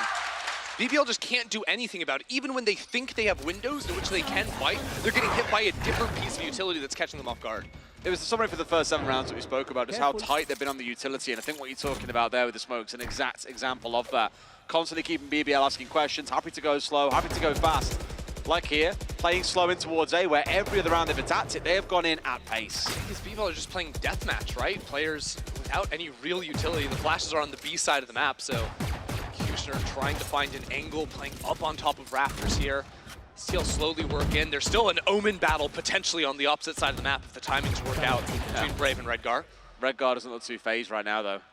Just ignoring this left side of the map and just watching out for any lurks. No one's yet coming. This is a unique attempt on the A site, though, because they're waiting, you heard Salah talk about on the desk for like the second cycle of utility before committing. Usually they were just instantly moving off of it. but now they're waiting to sort of creep in, expecting BBL to anticipate a rotation. Yeah. And you see BBL are not confident in their positions on site, so now they're looking to move through Heaven, break down the tripwire. Hey, the love it. Or the swing could be coming back into B, but they're still not fully committed over to this area. They have the idea, but they've got the absolute readiness. Even paranoid in towards Heaven as well, so no one can push them. Wall goes up 2. This is looking like Liquid can make this happen. They've got 25 seconds to get on the site here. B-main's trouble though. 2 players here, they're crushing them. BBL had control of the area. That's why the late pivot can be a problem. And now, with little time on the clock, it's not going to go down. The spike impossible to be planted. BBL with the control over B-main, the pivot from Turco and Brave, secure a third. It was the patience as well. Didn't all panic when they saw the push coming in towards A. When you had the smoke get dropped down in Heaven and the flash come through straight after, that'll be a flag for most teams that we're going to see another A hit coming in. But instead, only the Sage rotates over towards A. They leave the 2 on towards B. And the pincer, the sandwich, it's beautiful. Yeah, sort of watching each other's backs there. Brave has the more aggressive angle onto site, while Turco can hold the cover, hold that late B main player coming on in. Team Liquid trying to mix things up, thinking themselves a little bit into a tougher situation in that round, hoping that they'd been able to pull enough rotates over towards the A site, but because they didn't have any early scouting or information over B main, they were unlucky with those fights. You know, all it takes is Redgar to win his outside of B main, and all of a sudden that round is way more doable. But once the one B main player falls, and they've also gotten a pick on site, the round becomes almost impossible for TL to salvage. I think this is our 4th map in 3 days that's had a 9-3 first half. We've had a lot of them, haven't we? We've had a lot of them. I think the only one we've had was a 6-6 back on Wednesday. Otherwise, my memory's not that good. Mine normally is terrible, but I remember stats like that. It has been pretty one-sided throughout the week. We've seen some maps proceed to just be absolutely dominant from the side that's ahead. Other times we've seen real big swings back. We had some really exciting games yesterday, for example, between Foot and Na'Vi. You kind of get the feeling Liquid here are just a little bit too sharp on this map, though, for BBL. Yeah, they've been looking solid on a map that BBL switched up a lot. Don't forget, BBL was playing Astra, Breach, Raze. Cougar, I believe, was on the Sage previously. Yeah. Now he's onto the Jet for them. So they went for the mirror comp. It hasn't paid off for them too much just yet. But like I was saying, retakes, I think were always going to be a big problem for them. Now on attack, they can maybe focus themselves a little bit more. But all things considered, this is a very important match for them. Again, in terms of the standings, a win here from BBL over Team Liquid would put 4 teams tied at 4 wins, 4 losses. That would be our 3rd through 6th place in the league, heading in to a final week of matches to try and make it to that top 6 and move ahead. There's still very much all to play for next week, which is exciting. You don't want a league to be fully clear, cut and done before you even got in towards the final few games. So absolutely lots to look forward to when we come around to that next week. A win for Liquid here, I believe, would lock them in as number 3. So big stuff for them to get back on track with things after bringing Safe back in. Was ill in their match against Na'Vi, where they went really close, even though it was a 2-0 for them. Team Liquid are going to be a big threat come the postseason, assuming everything can continue moving smoothly for them here. And we'll start with putting together a pistol round to lock BBL out of this map. All right, second half coming up, BBL. We spoke earlier on about their aggression sometimes, but there were questions on the desk about the comp and whether or not it could go aggressive. Well, at least one player can go aggressive. It's a wraparound, but Yampi's seen him. This could so be a freebie. Funky, faking it down, sees the legs, and gets the kill. That was a wacky round, but now up in B Heaven. The paranoia coming through, the double swing. Redgar only finds 1, shocking. They weren't able to get more off of that. It'll all come down to Safe. What can he do, though? Absolutely nothing. BBL is saying, pulling out the kind of speed, the aggression. Didn't expect it to happen with this comp, with no breach on side, for example, but they've just shown they can do it no matter what they're playing. Yeah, that was something else right there with Cougar just going solo up and over the wall. Soulcast will find the 1, but clock dwindling away here. Hard to see a situation where he actually has enough time to get these kills and win the round. Right sort of idea, expecting a swing from Garage, but Sushni just being so passive here. No reason to expose anything they know as soon as he drops down, while he's forcing himself into a very unfavorable position. As done with the close, Liquid blitzed off their feet in that first round. Yeah, I am reminded of the first pistol round just a little bit, where BBL looked to have it, you know, win out in the retake, and then the defuse 0.8 seconds when it explodes. I guess it's all crazy. It would have been a very different story this game, right? You win that one, it's probably 7-5 at the half, way more doable. So important they're able to win this one right here. Although I think that was a bit of a pistol gambit. They send Cougar absolutely flying around the corner there. What are they doing, trying to steer? Little Monka steer moment. All right, well, pace was the name of the game for BBL.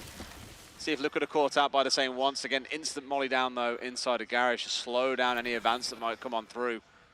Interesting that they've got Kushner playing on the flank by himself almost this time as well. Yeah, sort of watching into mid. But interesting little look at sort of the protocols for how they're going to work into B main, especially when like ops get online for Team Liquid later on. Not too uncommon. You see the Omen sort of teleport the cross to break the line that they're going to be watching. The Sage slow as well means that if anyone peeks, you're going to be spamming them through the wall if they ever try to DP you as well. But now they know of at least one player here on the site. They're really sort of entrenched into B now, under the 1 minute mark. And they're rotating off. Up through mid, maybe a cut in towards 7, or instead down through ropes and on towards A. They've got options to work with and a lot of time to do it. Yeah, they hadn't really taken much space previously, so they're still going to have to be diligent, working out like safe here over in the slants. He comes out around the corner, and he gets one, and gets out.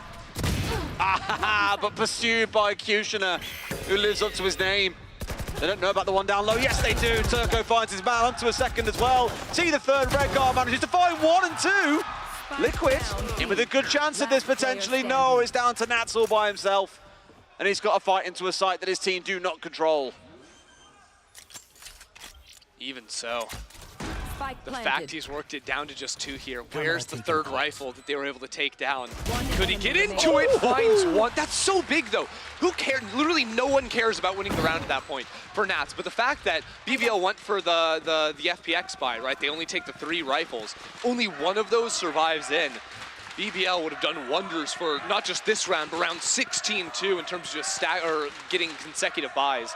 Now they have to full buy in here on those players, going down very low, light armor to try and carry it through on the 3 players. But that is very nicely played from Redguard to get his 2 and Nats as well. You see this being a real war of a round coming up here. Bit of a swing round a TL win. You can see them starting to feel a little bit too far out of sight for the side of BBL. BBL win, they're 3 sides away from striking distance. Yeah, BBL should be able to buy again, though, with some knives online and 3 rifles. So not the hugest thing. Still, of course, going up to 10, definitely risky. Funky little wall there just to stop them from getting the wide swing on Raptor, so you don't have to worry about the high-low. Now just blocking off safe. I can't imagine Ghost of the Updraft. Soulcast coming around the corner here as they pop on down. Red Scar still finds the one on the trade and not quite through the smoke. BBL coming out big on the spray to the smoke. Safe finds 1 for himself, but has still got 3 more to bring down here. And Kushner will give him nothing. Only Nats left standing. I've got to give it to BBL, Kushner especially. He has no fear charging in these rounds. A great take there. Nats once again finds himself in the unenviable position of a 1v3, and as his shoulders shown around the corner, gets knocked down to 30 and has to run away. So well done to BBL now, twice. Of course, the previous round, maybe not quite so successful, working through mid, but there you have it again with that take up towards heaven.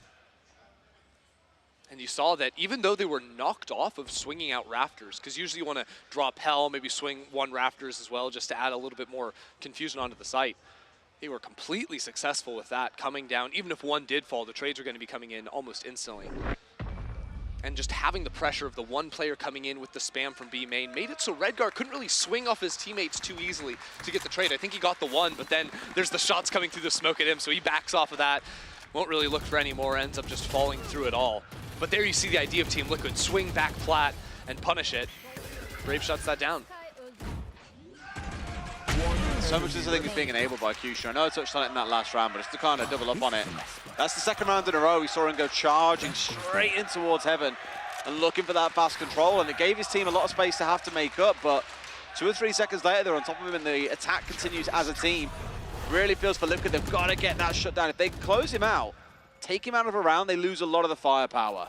Just a smoke like this coming out from Team Liquid means that if BBL were to work into B, worrying about that position deep in garage, maybe using a dog or something to clear it. But again, working up to mid, a very early Sage wall actually from Soulcast with a Bucky on top of it, looking to peek his head over the corner, and he's good for the 1 and the chip. No! What is that from Soulcast? The man is an absolute monster. 3 kills with the Bucky, holding his ground there for more. Well, damn. That's a way to shut down the aggression. I absolutely love the play coming out of Soulcast.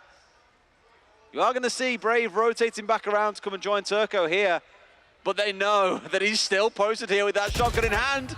Will not find the fourth as Turco finally gets the shutdown, but the damage has been done. Seeker's going to be sent away to show 3 players hovering towards the B site, and BBL would have loved to commit into B and maybe hold on to positions of those rifles. But the second they work into this site, you can see the recovery mission from Safe and Redgar. They're going to be able to pick those up, maybe call in Yampi as well. And then you've got a 4-on-2, a chance for Nats. The one rifle coming in here. Inside of his cages, sees the wire. Beautiful. It's just free. Absolutely free. Somehow managed to get himself on backside here, Brave. But he won't be there for much longer. TL move up to 10. Soulcast making me feel things with the Bucky there up in B heaven. Just gross. Because you can see behind the wall, when he's crouched, there's not really the angle there. But when he steps forward and uncrouches, just seeing the heads, that's an easy one pump on those players. Even some chip, the paranoia setup too. That's been consistent when they're fighting up through heaven. There's a paranoia and often Redgar actually just jumping up the zip line too. So they've got answers to deal with these mail pushes, and BBL are gonna have to figure out a way to shut that down. Oh, shout out to Jacob for the wonderful replay showing us everything there, but more's going on here. Straight away into a 1 versus 1.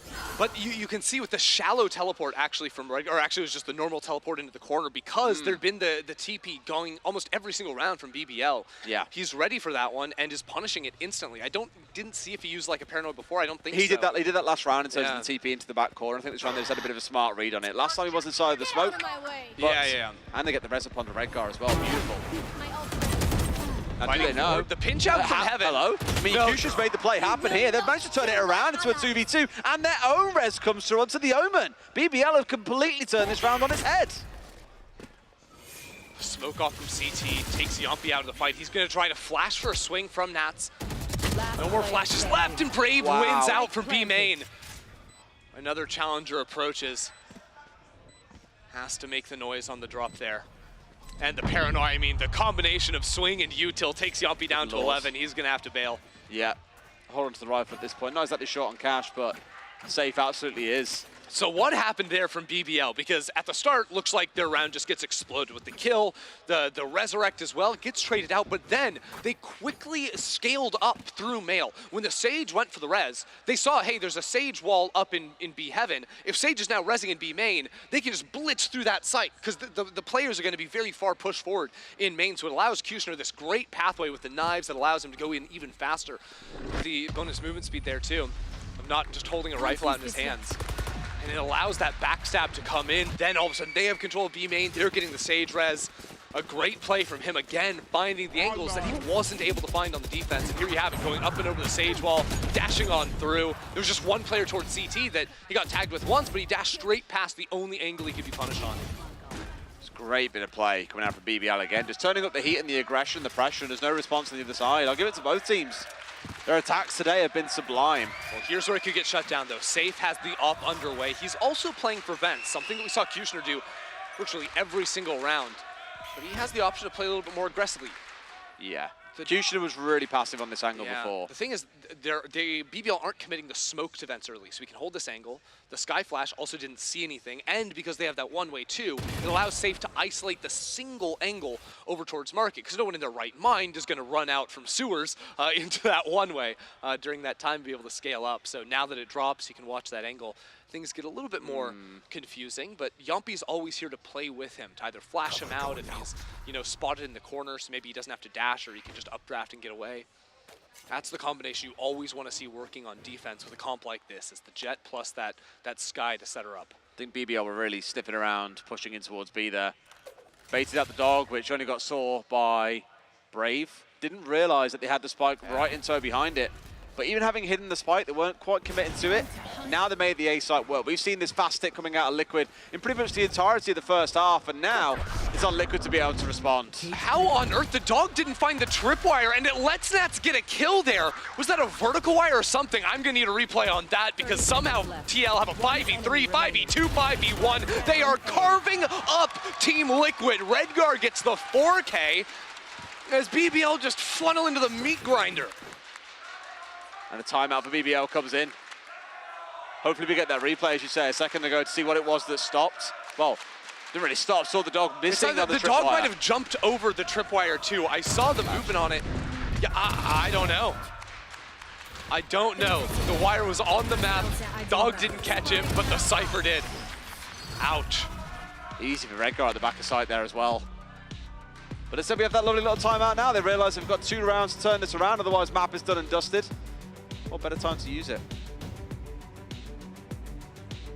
BBL have been fairly patient, I think, in a lot of these rounds, counter to what we've come to expect from them a little bit, trying to maybe break the timings of Team Liquid. They've been feeling it out, right? They've been figuring out, is this the right play? But there hasn't been a lot of, I don't think, attention given to mid super early, like just allowing Safe to hold that op angle. They don't even necessarily know that he was holding that, so that could become a problem here. It's not something they're going to be discussing here in the timeout, but they are sort of late round committing all 5 players down on the ground without much control previous in the round. Think a lot about how sometimes you like to play this map when you are playing a little bit slower. Maybe you have your Cypher trying to scale on up. Yeah, so it hugs the left side. That, I assume that's just a... I actually have no idea. Is the wire too high for the dog? And then what happened was Turco saw the dog too late, tried to jump, but it was already past it? Perhaps, I don't know. That's one to look back at later. Yeah. For now we move. BBL split up again, with the Spike starting out towards the west, along with the Omen, the other 3 all hanging out towards Sewers and A. Just getting that feel for what the play should be, and something tells me mid is not the play, not coming up against Safe with that op. And the thing is, all you have to do is smoke that angle off and you're gonna be fine. Problem is they just smoked male. Now they're aware, okay, the operator is in vents, but that's gonna make them so much more hesitant to scale on forward. If they wanna push in, they're gonna need to supplement it with a sky flash off the bat. So you have it, Turco, a shallow flash, not actually catching all the way into vents. They're still worried potentially about the operator, even though Safe has already rotated and moved over towards B. But he's smoking it off again as well, just in case he's still posted there. But he has long moved away. Very reminiscent of one of our early rounds, actually, back in the first half, when we saw the op forced to rotate back through spawn. He was posted in heaven. Not an ideal angle, and he misses the shot that he so sorely needed to bring down Kushner, who has been a bit of a demon so far, into this 1v1 coming up yet again, but site controllers to BBL. Yampi still control of B main here. Has 2 flashes to pop out of the smoke when the team is ready up in heaven. Counter flash from Turco, but they can't really do anything off of it. Smoke should be dropping relatively soon, and that's when TL are going to try to flood back into the site. They're still concerned about Brave. They know there's an Omen behind them from the paranoia thrown earlier. And here they go around the corner. Soulcast takes down Turco. The flank a little bit too late, but Kushner finds the one that gives them a chance still. Kushner's been an absolute beast, but finally they're pulling the flank as well. Brave comes in at the back of it. Redgar gets one, but Kushner simply will not be stopped at the back of sight here. Charges in! It's a shotgun to the face! BBL take another round, and this one's really heating up. Okay, Kushner, show me what you got. Nutty there with the short. He just runs out of bullets going for the kills and then dashes straight in there. I think refreshing that off the couple of kills he'd gotten previously. And honestly, I didn't think this play was going to work. TL got the kill, and it was because the initial attack was slightly disjointed. Brave, in order to supplement the take in heaven, sent a paranoia up there so he wasn't spaced properly with his Cypher. Hello. It meant that it was a free kill, 1 versus 1. Or 1 versus 2 walking into B main with that Cypher, but the fact that BBL and its Kushner from backside is just winning out, even at a numbers disadvantage, cannot be understated in BBL's start of a comeback. Can play in the front line, can play in the back line. Kushner apparently can do everything in this game. Been a real delight to watch him playing Jet here, as he's done so much work on it across arguably both halves. It was Safe, probably more so in the first, but here Kushner's really warmed in.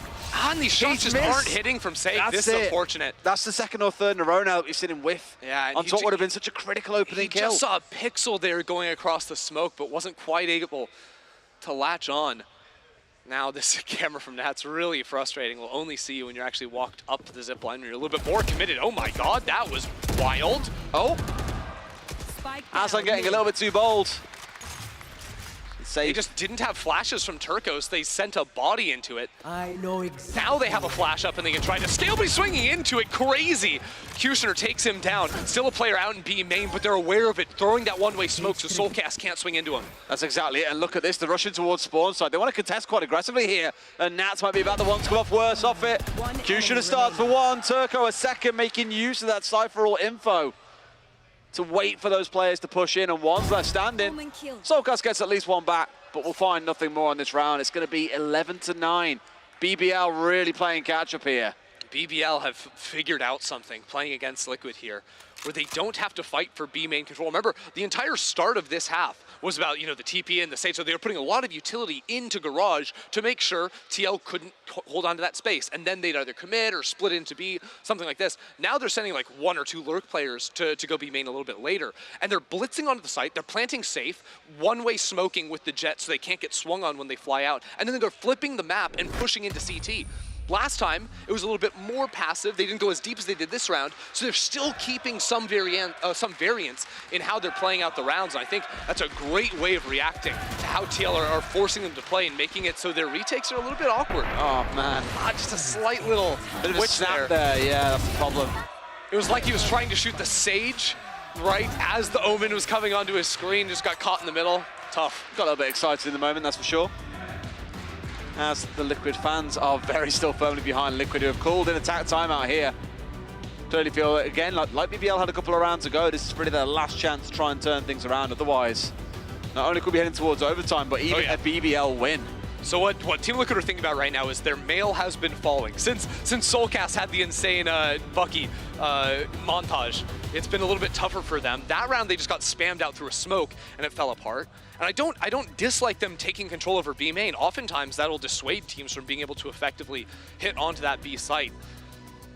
But maybe playing a little bit more of a passive setup where instead of like swinging out like we saw, I think it was Safe go for something a little bit crazier in the previous round. They can play one player deeper towards Raptors, maybe jump swinging, have that Omen Paranoia ready to go from Hell. You can pop up into the team off of contact on the jump swing. Because you're not playing, you know, your classic Breach Raze, which has such good control around mid, because the second you see a player, you pop the stun, then you have the paint shell on top of it. You have to fight your way through a little bit more. It's why BBL, I think, struggled so much on defense. The fights were not going their way, and now we see Team Liquid with those early fights also struggling in a similar manner.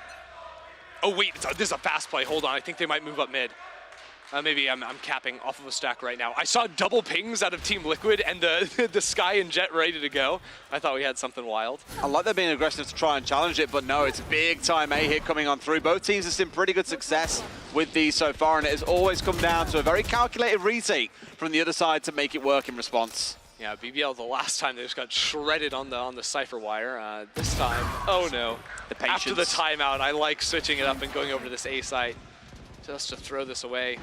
Something else Team Liquid are gonna have to consider, because ain't no way TL's getting back on this side. Oh man, that's the battle, the double flank coming in here potentially.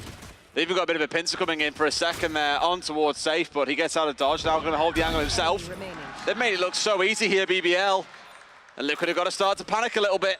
That all 4 teams on 4-4 is starting to feel very real. Damn. After the 9-3, now BBL just farming up the rounds on attack. This is where Team Liquid are going to have a better answer, though, you'd have to imagine. Actually, okay, no, the money hadn't reset down below. I was like, wait a second, how are they broke again? That can't be possible, but Safe has the operator once more.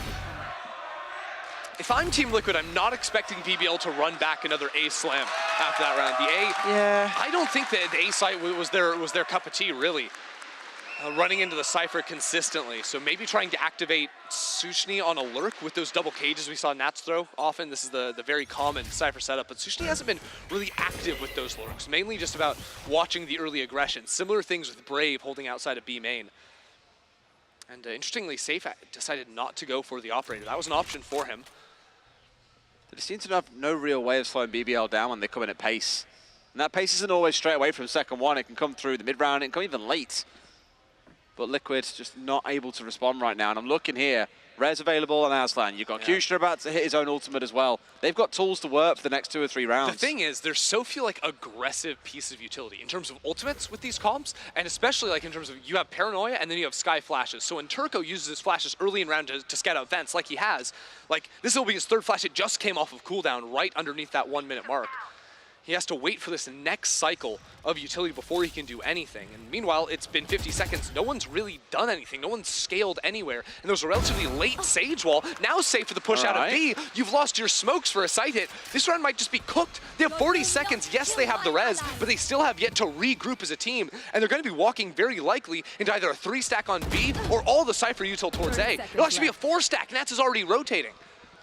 This might just be the play they need.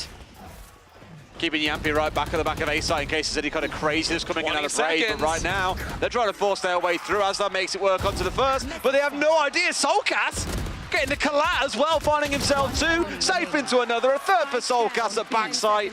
This turns out to be the place to be at the back of the B site as they are cleaning house. And Liquid move up to match point. BBL just falling apart in the board of attrition right there. Didn't really acquire much space. Team Liquid was safe, creeping up in B, finds that kill, snaps it down. Then there's the double kill from Soulcast through a smoke that just ruins it. Team Liquid very aware of this default. It's the oldest default in the book. Your smokes watches B main, your Cypher throws the trips over, or the smoke cages over towards A. Well, you work up mid as 3. The problem for BBL is they're not working up mid. If they want to commit these sky flashes up, they need to walk behind them, take some kind of space they can pivot off the location. Now they're going back to a fast move over onto ramps. The fights aren't quite there for them. There's actually going to be 2 players coming at them from vents. Well, Kishu can just sit and wait very happily. There's no concerns about the knives being out right in front of his face, waiting for the bush to come up through vents. You're going to see that too that you mentioned here a second ago, Ender, but you've also got the Omen up towards the north side looking to push at the same time. This could all spin on the dime of what Kushner can achieve. Trying to peek out on Raptors there. A really big kill for Aslan. They didn't have a smoke up there. Now the flash notes there's a player back towards screens.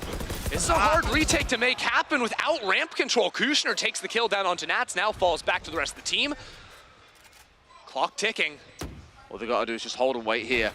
2 more coming in through screens. The read comes in as the flash is there, but it's a classic BBL crossfire being set up. 3 players just ready and waiting. The one in heaven might yet do a little bit of work. No! Kushner bunny rabbits around the corner, puts him in the dirt. Yampi might find 2, but BBL put it up to 11. They're 1 round away from sending us through to overtime. BBL right on the brink here. It's got to be an A hit. It's where they've seen the most success so far. They've been contested. Right, you'd think, but like, is it too readable? There's so many things going into their minds here. Games. And of course here, if they do it again, Team Liquid are going to be ready for that swing up into heaven. That is not a swing that I believe was supported by any piece of utility. That was just Aslan giga-chatting it around the corner to take that fight and winning it out on his own. Then Kushner a little bit later too. Damn. The second Liquid timeout in 2 rounds. Yeah. Team Liquid gonna have to find some answers there because BBL, similar to how we saw Team Liquid making up for when they're using sort of the deeper smoke up towards heaven, finding ways of still getting the plant off. They taking the safe pathing into sight. They have Aslan swinging up to take that fight. If anyone was gonna peek over and try to kill the planter, Aslan's gonna be there. That's the theory. So now Team Liquid, do they have money for an op? Do they send an op over into the area to deal with it? They do have op cash. Oh, but their money's actually scuffed. So the thing is, they have enough for 3 rifles and an operator, but Safe also has knives. So they feel like the operator is higher value than giving Redgar a full rifle and having Safe use knives, which I think is correct. And then in the case of a retake, things might get a little bit different. Of course, it's hard because Redgar's been popping. Sure. He's had some massive rounds so far. Well, look, it's going to be a fast A-hit once more. The op's going to be posted up in mid, which maybe they can deal with the late lurk from Sushni, but so much relies on Nats playing deep onside off of his trips to shut this down. And the ult out to scout him too. They're going to know Nats is here. It's really, really smart read so far, but with the smokes coming out towards A, they're playing it pretty slow so far. No one's got in a hard push, and now we see the play coming on through. Splash is coming in as well as BBL storm on forward. Kushner once again has no fear. This man charging all the way forward, Safe with the knives out, looking to see what he can find. Just 1 down so far, makes it a 3. That's what Liquid need. Only 2 left standing. Safe. Benoit Blanc up from heaven, but now Sushni comes in. The stab in the back, Safe versus Sushni could decide the round. Spike still not planted, and with the pop-up, there's still a res back on site. Team Liquid with numbers advantage, with the neural theft to spot out these players as they come out from Raptors. The operator finds Sushni. Safe, man. It's a 4K for Safe, and Aslan is trapped behind his wall. They're gonna be ready for him. Safe facing an ace. If you need to see a way to win out a map, well, that's definitely the most inventive and creative of the lot. It was close, but Liquid hold on. Unbelievable. BBL putting up one hell of a fight there at the end, trying to hit it with another A take, which looked good at the start. They did everything to find Nats. If they could kill Nats, the site theoretically belongs to them. But then they were introduced to a man named Safe, and that site became anything but. His knives and the operator. We were like, hey, well, hold on, maybe Redgar should have a rifle. No. That combination, and he does it entirely on his own. That's it. They put their chips in the right place, and it all came up the right color for them. Beautiful round overall, a lot of it down to Safe. I mean, what I'm slightly worried about here is for the second map going into it, it's BBL favored. That was a real close map, given it was Liquid's pick. Are we going to see a 3-mapper for the first time? Close map. I don't think we've cast a 3-mapper yet. Look, we've got a bind at the end of the way, potentially, if we get there. The desk talked so much about Ascent and how BBL feel good on that, but it's going to be another jet battle, I think, over on Ascent. Very excited to see how that one shapes down. Well, we've got a break to head to. When we come back, map 2 won't be too far away. See you in a few.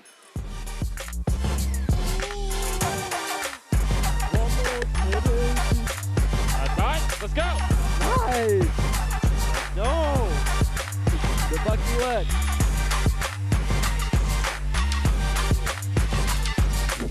Nice!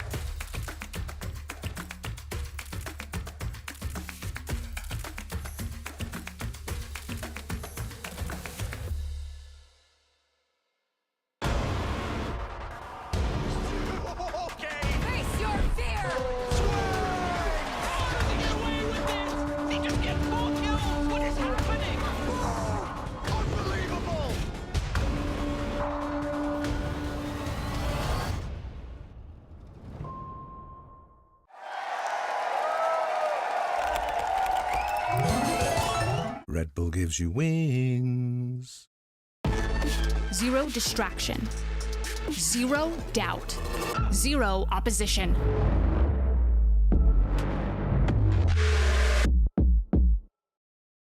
Usually when I see a target, I won't miss. I try to find weaknesses wherever they are and just game by game try to pick up on anything I can. So this training course is a way for me to really showcase and demonstrate all the questions you guys have been asking, how to get better aim, and it really enables me to answer a lot more and kind of expand on the first video I made like so long ago about VALORANT fundamentals.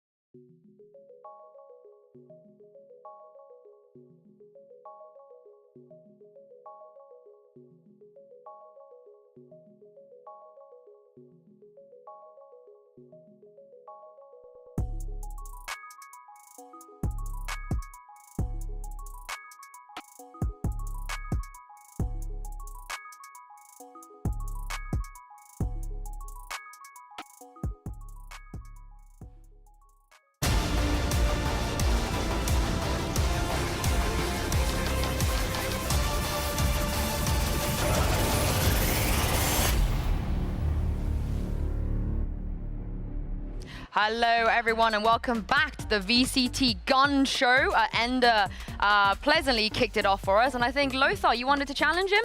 Yeah, maybe a little bit. Yeah, go on. Yeah, do your thing. Oh, she actually did it. Salah, I know I'm not going to pressure you. You can't take off the hoodie, you know, you're contractually obligated to wear it. But if you did, though, if you could flex, you do better than Ender, right? For sure. I'd hope so. Oh, yeah, for sure. I believe in you. But let's talk about the game we just saw. I'm going to roll my sleeves down. You're going to put your jacket on? Yeah, I'm putting my jacket on. Let's talk about the game that we just saw, because for a while, it was pretty like, Liquid, they might close this out pretty easily. But after the tech pause, Salah, you spoke a little bit about it. There's two ways for BBL to take that. Either roll over or, you know, get hyped up and get back into the game. And they did do that. In my experience, especially being like the coach of a Turkish team, the emotions are by far the most important thing in that team, in any Turkish team. And I think for them, it's always a two-way thing. It can either be very negative or extremely positive. When generally in that kind of culture, in, you know, Turkish culture and in that kind of team culture, when one guy is excited, everybody is excited, everybody is going, everybody is almost, you know, on the edge of their seats. If one guy is down, everyone is down. So I think obviously it had kind of an effect on them a little bit. I think as soon as, you know, they win the pistol, they get that momentum, that's when everyone kind of, you know... woke up. You know what's funny? I think exactly the same about three cultures in VALORANT, and maybe in Esports. That's Turkish scene, Spanish scene, and Polish scene. All of them share kind of the same passion, where you can see when the lineup is made from the same nationality there. Yeah, and Kute, he was trying his best to get them back into that game, and my God, he really, really, really tried. But the issue is, despite him coming online and doing everything he was doing, Lothar, they just couldn't close it out. They had opportunities. Well, they had opportunities, but I feel like something that failed is just trying to be mindful about nats, about the Cypher setups. And we have seen so far, by the way, Liquid, every single time they play on split, nats is always on A side. He literally never played on B side. And it seems like they kind of were ignoring that fact. Some of the dashes from Kushner on side were effective, were singling out nats, but then the trap still did the job against on the other teammates. And that's something that they failed again over and over, you know? Yeah, I'm not sure if we have the Kute clips, but it doesn't matter, we can move on. I will say that when it comes to Kute and Safe as well, these two players are some of the best players in their role in this entire region. And Salah, they have to step up, they just don't have a choice. Yeah, I think they're the prongs of their team. It's always going to be this way. I think both of the teams are going to play heavily around the players. They're going to be almost the difference makers every single time. So I think it's quite natural that when one's going, their team's going to go. If one's not going, their team's not going to go. Why do you think that BBL weren't able to just actually close it out? I think they didn't give themselves a big buffer with the defense. I think 3 rounds is not enough. And if you recall, I said it before the game that, you know, they've had these kinds of halves against other teams and then almost pulled it back on defense. So it was a very similar story to what it's been the whole season. I think they didn't give themselves a big enough buffer. If they had maybe got 1 or 2 more rounds, then we're talking about a possibility. I think also the rounds that they did lose were the rounds where they get stopped once, it was over almost. I think there's one round that I remember where they go very late, and in my opinion, when BBL do go late, it's when they suffer the most. They're generally going to be the best at going mid-game / early game. And the other rounds were, if they get stopped, if they don't get instantly inside and instantly win the round, they're going to lose the round. I mean, you look at these stats as well. Safe and Kuta, they're literally toe-to-toe when it comes to, this is according to top 5 ACS, damage per round, and first blood percentage as well. But I also got to say, Lothar, for the rest of the team, is it's not just about these guys. The rest of the team, they also had to step up. We were a little bit confused about BBL's comp change, but if you compare the way that Aslan normally plays Sage to the way the Soulcast normally plays Sage, there is a bit of a difference, and I think we even had a kind of a crazy Dom clip in this game as well. Yeah, Dom actually did something that I really like when I see Sage doing, is that he clips like the amount of angles that can be that he can be exposed to when creating that wall. So he creates new angles on the map for himself, and in general he was doing that over and over again. But this wall is actually being done on A side by both players, but you can see that Soulcast leaves a gap on it, which he can safely run away from, while we have seen the BBL Sage unfortunately not do that, and she was stuck in that one moment. But this wall here on Haven, that's exactly what I mentioned here. He's like trying to make the angles positive for himself more. Yeah, and these Salah are Aslan's wars as well, but maybe the Sage wasn't kind of the difference maker when it came down to it, but there's a stylistic difference. Of course, I think Aslan is generally going to be much more aggressive, just naturally. I think Soulcast is a much more supportive player. I think he's going to generally do what is required of him within the structure. Aslan is almost like a off the leash, right? He's going to take random peaks, he's going to take the fights that he wants to take, and generally the walls are going to be much more in the moment, they're going to be less planned, and they're going to be less team-centric. I think, you see him just doing the very basic walls most of the time, but when he's doing that wall out of A main, it's a lot for him to be able to take fights and for him to be able to, just run around and do his thing. It's funny because what you describe is something that I would consider on other maps that we have seen in the past, but on this particular split, he was way more reserved. He was actually, Soulcast was the aggressive Sage in many times because he was giving himself those angles that he could have peeked from. Well, we're going to be moving on to Ascent. I feel like the map that shall not be named, especially when you go up against BBL. Lothar and Salah, I'm going to invite you to the telestrator and kind of set us up for what we can expect, because for me, I felt like Liquid, they should have banned it. I don't think we would have, we shouldn't be in this position right now. So what do you guys feel about this? I think they wanted to give me a heart attack personally. I think it was something against me. If I can have you stand on the left, that would be fantastic. We brought in here the Ascent from Team Liquid. So far have been played in the tournament, and I'm very, very happy, Salah, that I have you with me here because you will be able to bring a little bit of that coaching experience and tell the viewers maybe how would you approach this defense from Team Liquid as an attacker. So first, I'm gonna single out on this map how Safe moves in the first 10 seconds, and he is actually playing in the mid area a lot of times. So why is that?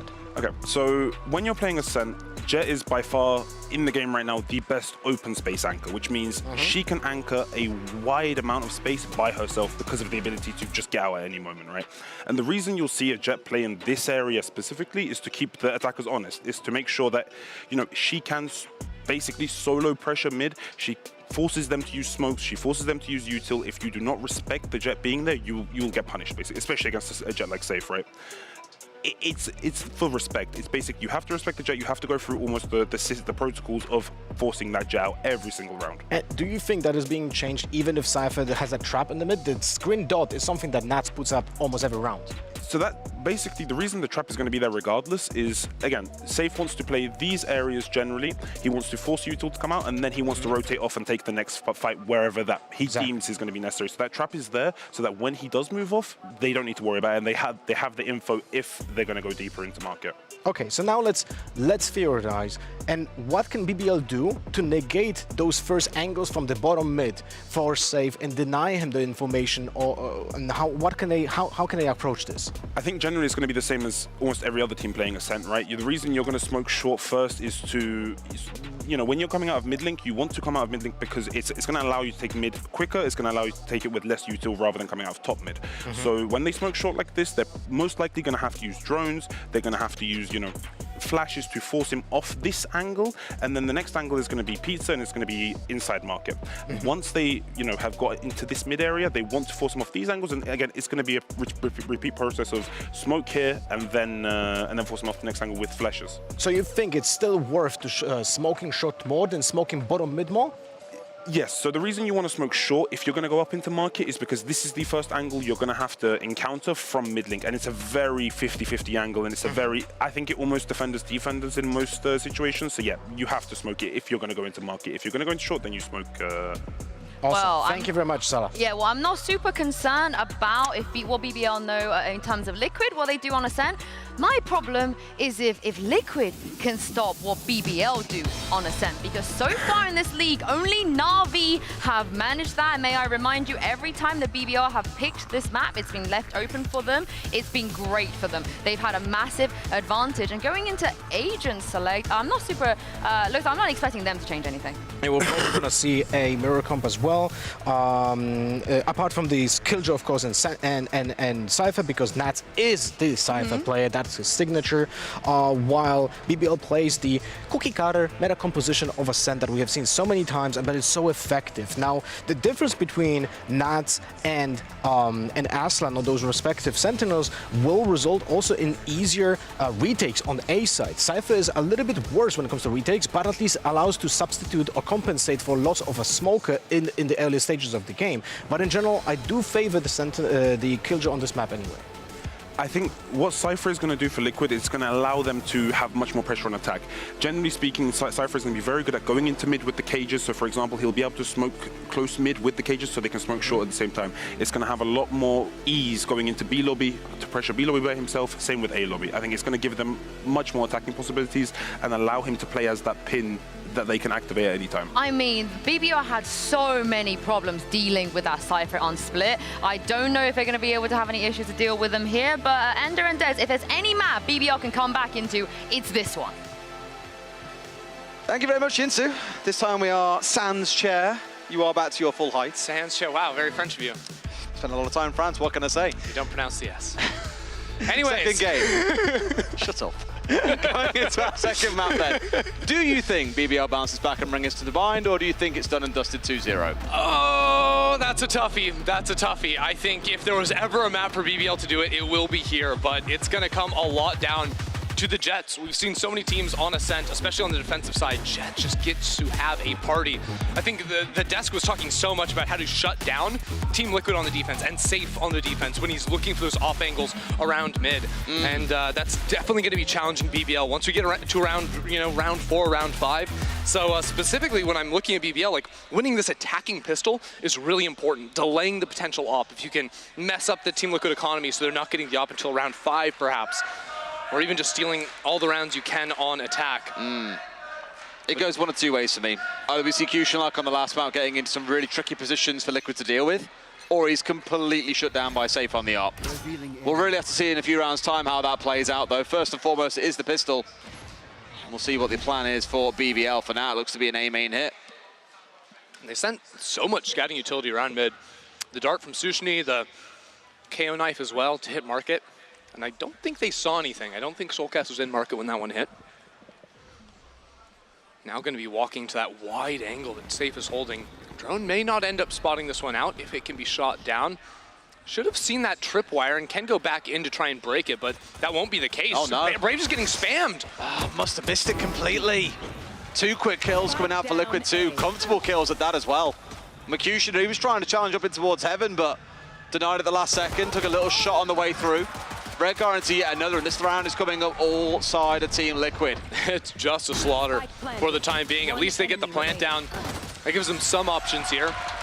BBL have forced sometimes on the attacking side of this map after they get a plant, but the fact they only get 1 kill, the 200 extra, I don't know how well that's going to end up looking for them. Trying to get those knives up maybe as fast as possible for Safe as well. Giving the orb over to his side. It was very comfortable, right? I think if they'd seen the tripwire earlier on, maybe there's a different conversation to be had there, but missing it out. Oh yeah, here it is. Fatal error. They are going to be going for the force. Okay. And the last time they played this map, it was a similar story, losing the pistol and then looking for a force. They do a lot, or at least that series, they showed a lot of B splits, or just full-on market takes where they're trying to flood into the B side from that high ground. And they're going to be potentially trying something similar here as they do force in. It's even the Glass Guardian for Aslan to be the one to take the fights at range. He's playing tiles, so might end up looking for a little swing there. And I think we saw it was Kiwi yesterday having an absolute day with the Guardian. One thing to note, though, is that Safe did still go for a Marshal here when there's 4 players on the enemy team with light armor. So that is not a one-shot to the body. And that gun loses so much value when there's even light armor coming into play. So BBL in a good position when fighting up against Safe to try and return a kill. That's why he's kind of spamming through the smoke, hoping to find something. Nothing yet given in BBL. Once again, playing out this slightly slower style of play. Respecting the longer angles, taking things step by step. But once again, it's this A main hit coming on through. Now, same trip is in place as last time round. Hopefully there's a read this time here. We'll know that there's 3 players pushing in. This might force BBL into moving a little bit quicker, at least you'd hope. Well, it also delays They the still smokes hold. coming in so they can get their own counter smokes defensively. While the utility was not being able to be popped. There it is. Soulcast even gets the nade off in time, so now Kushner delayed from the rest of his team. There's another teleport in from Brave, though. That's huge as they try to get in, trading 1 for 1 for the time being. Now up in heaven is Kushner going absolutely crazy from behind the smoke. BBL is stealing this round. Like I said, he can just be so chaotic at times, gets right up in your grill and makes you sweat a little bit. Kushner, really the controller of the map, it feels, for the most part. Nothing really for them to be done, and that force comes out huge. That was just wild.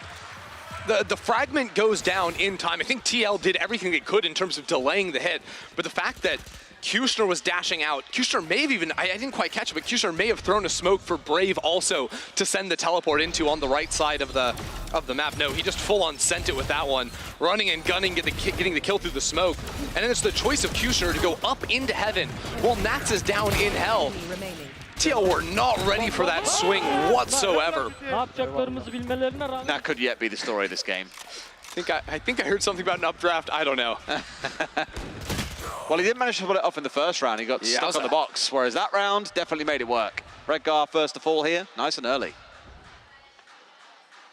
Going for a bit of a gamble play on that. If no one's there, maybe he's just trying to snatch up an orb or buy that one for Soulcast with a bit stronger of a ulti at play. Too easy. Yeah, BBL very, very ready for the pushes.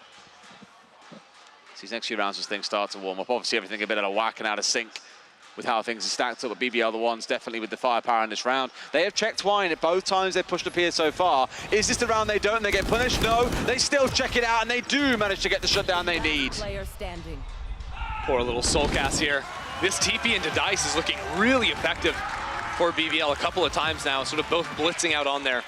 I think there's some things Team Liquid can try to do with darts through smokes they can play into, or even playing behind that box on the close right. We'll see how they adapt their hold on the side, because if they're just playing back Dice and keep getting teleported on like this, they just get pinched from right to left.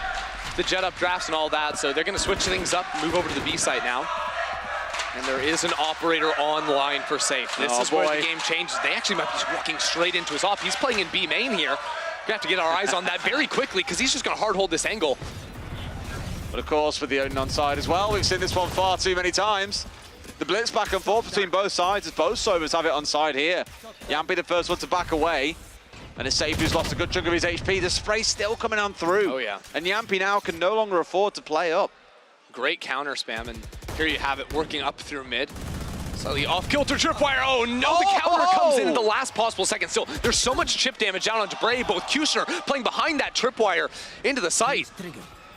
He's just opened it up completely. Nats popping out from the smoke may have had a chance, but as soon as he falls, the round ends for Team Liquid. Yeah, BBL just running away with things at the start of the series. Very much the inverse of what we saw on Split. It was TL who started out super strong. Either way, attackers are having the run of things today so far. Going to completely concede the other side of the map here. Hold on to the 2 rifles they've got on side, because this next round is going to hurt for Team Liquid. Worst part is, no chance of getting that op back. Nope. It's and that's gone. the big swing there. So Redgar will find the one. Doesn't matter too much at the end of the day. Guardian down. When you got 5.5 in the bank. Yeah, you're going to be making the upgrades no matter what. You are not fussed. But there we saw with the early utility used, I think it was just the knife was enough. Maybe there was a drone involved at the start as well, but the knife from Turco that forces Safe off the angle without the dash. He doesn't really want to play up there. And then there's also the counter spam. I think Sushni having this Odin on attack made the setup that Yampi was going for really tough, because realistically there, Yampi has the spam a little bit early on, but can also just go for the spray down the second Safe runs into any sort of contact. Then it's really hard to sort of dash on that jet, chase her down, punish her for having the operator. Had the choice to take the op, but opted not to, even with the knives up as well. Kushner dropping it away later in the round. There's the knife that ends up catching with the, even though the dart is supposed to come in on the opposite side, those players are running back to the hills. And then Kushner with that work up through mid. This is something that is definitely in BBL's playbook. Oh, here we go. They love to work up there. I mean, they know they're coming out here with a lot of the gun advantage, and they're going to push that one to the absolute max. No Odin to return fire on the other side, but they know they can make this work. Two players still looking in towards mid as well, expecting a flank to come in, and it's a good idea, as we do have both Nats and Redgar looking to push their way forward here and try and contest once the things really start to heat up over towards sites itself. I like the Sheriff just having it there as that secondary. You're always going to see Sova's playing this B side, this wall thin as paper. You're going to see Sheriffs, Odins, Ares just to go for that spam. So off of the orb being taken, some punishment in terms of the chip, and that can be meaningful when you're on a bit of this, pistols plus 2 rifles. With Sushni and Kushner relatively chunked out, means that on Sushni that's just a 1-2 tap in a lot of situations. Kushner under the threshold for the Sheriff to be a one-shot heady, so. There they are. Oh, and now with the dash out, hold on. The positioning of Soulcast has not been given up. So if they were to work into them, that could have been brutal. Won't end up being the case, and the single rifle from TL not paying off now. It's just Soulcast with one. Trying to find the pinch around, and he gets it. That's it. He's pushing real deep there as well on the acknowledgement. They've rotated away. The call came in, the tree was being pushed. And that's when they make the play. It's a backstab on one side, it's Nats on the other. And TL pulled it off here. 3 left alive still and completely shut down. What was a big boom round for BBL? Oh, it's a disaster for BBL. What is that? Playing right behind his cage. Nat's an absolute rat right there. Able to find 2 kills. And then as soon as they're rotating off of B, they must have been making noise because the push out from Soulcast just kills him in the back when they're trying to spam through mid. There you have it. They're running through mid because they worked so much time over towards the B site, and then literally 4 of those kills, maybe 5, but at least 4 they weren't fights. It was BBL getting shot in the back of the head or shot through a smoke off the tripwire. Unfair. But it was great from Liquid, who read the BBL had been pretty slow in the early round and not taking too much ground, and they just kind of slowly encircled them, took more of that space back, and that's what enabled that backstab to come through in such good time. Great play from Team Liquid overall. Now BBL, same spot once again as last round, where a little bit caught up on B main, but are looking to force through, not being challenged this time round by 2 players. It's tough though. The drone was used very early and broken with the forward positioning, so they have to be a little bit more diligent clearing things out. Dropping the ultimate now, and usually you'll see teams maybe try to get a player in backside, maybe even 2, but no, they're not going to end up going for that one. I was about to say, they've got to smoke it, and they've just smoked it out as well, which makes things a little bit easier for them. Straight towards Jail on the backside as the rest of the team flood in. That's a huge kill onto Nats, trapped behind the smoke there. Now Team Liquid, what do? They've got 2 players CT, 2 players going for the long flank back around, and there's no Killjoy turret to actually watch that. By killing Aslan, that's opened up this round for the 2 players to come into B main. If they get there, Kushner's in a miserable spot. He has to call up his teammates to play with him. Those 2 players in main have the potential to punish him. Oh, this won't Market. Then switched Paranoid on towards Market. Managed to catch out the player, thought for a second. Kushner still stands though. Looking to challenge and hold the bat for now, which leans out towards Spawn side. Things are looking a little bit rough. Soulcast finding 1. A 3 versus 3. 2 coming down lane here. First kill goes over to Yampi, but the Odin spray down is gnarly. Sushni finds 3 on the round. It goes to BBL. Absolute slaughter. Looked for a second like Liquid might have something coming off with the flank on the backstab there, but the read was there. Kushner was just ready. I don't think that paranoia actually connected onto him, so he was ready for the fight. And sadly BBL, or at least sadly for Liquid, BBL, they hold on. Yeah, the fact that Kushner was able to get off of that door position and down into logs gave it a much better chance. Had a crossfire set up for a moment, even after he lost the teammate, still was able to find the 1. Respect to BBL in that round. Dealing with the early push from Safe, shutting it down, Killjoy turret and drone spotting that one out, and then a clean side take with the Killjoy ultimate. Maybe things get a little bit more challenging when they don't have that online. For sure. I really thought for a second when we first saw it coming out, we got down to like 1 second left and there was no smoke on towards Spawn, and I thought, man, surely this is where the push comes through, that it's flood back in, look to hold you at long range, but nope. It did come out at the very last second, and really that's what opened things up for BBL. The more rounds you can take away on the attacking side of here makes it a lot tougher for TL to run away with this, because it's on the defense, I think, where Jets truly get to have a lot of time of their lives whenever that operator comes online. We see it again now in this round, coming through for Safe. And a couple of times now he's tried to post up in B main. I mean, to his credit, BBL have been forcing into B main in a lot of these rounds, but he hasn't been able to find quite the value. Now looking for something down near bottom mid, but BBL just over and over are running with these B slams. I don't think the Liquid fans have stopped. Doesn't matter the score or how the rounds are going. They're persistent, all right? Yeah, very persistent. In the face of great difficulty. Maybe the timeout's going to have an impact on how the round plays out. But this is how has he gotten under their nose like this? Yeah, the camera's on, but he's on the backside and he's got away with it as well. Safe not in a spot to be able to capitalize. Immediately double smoked out, steps his head through, gets brave and re-disappears as Nats rounds his way up the stairs and gets one back too. Liquid have recovered for a bit of a surprise, stab in the back before they get away with this. Red Guard with a judge, No teleports way. back into heaven. No. Oh no! Turco shuts him down. Wasn't able to find a close range fight. Now Safe has the option to pop the knives to try and retake, but he's down to 65 health. May not be the case. Forces the swing with the fragment, so it's now a 2 versus 2. This round is winnable for TL. Oh, the choice. Do they save the op? Do they go for the fights here? I think Safe is going to have to save. Yep. Far too valuable to not be holding on to at this point. That was a wacky little round there because both teams had some pivots, right? First one from Team Liquid is they're switching Nats over onto the B site, have some trips that have the cam. Then you also have Kushner trying to contact his way out, sort of crouching his way underneath the door right there.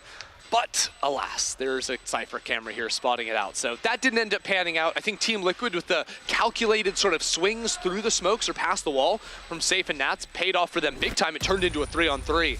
But once BBL have been entrenched on this B site, they have not really given much room for Team Liquid on the retakes. Even as good utility comes through from the fragment to flood your guy out of that position, it's been solid. Kushner so cheeky to get his way inside the site early on.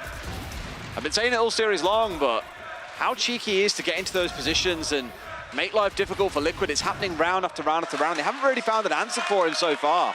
A little dance in the seat there. You'll love to see it. Vibing out.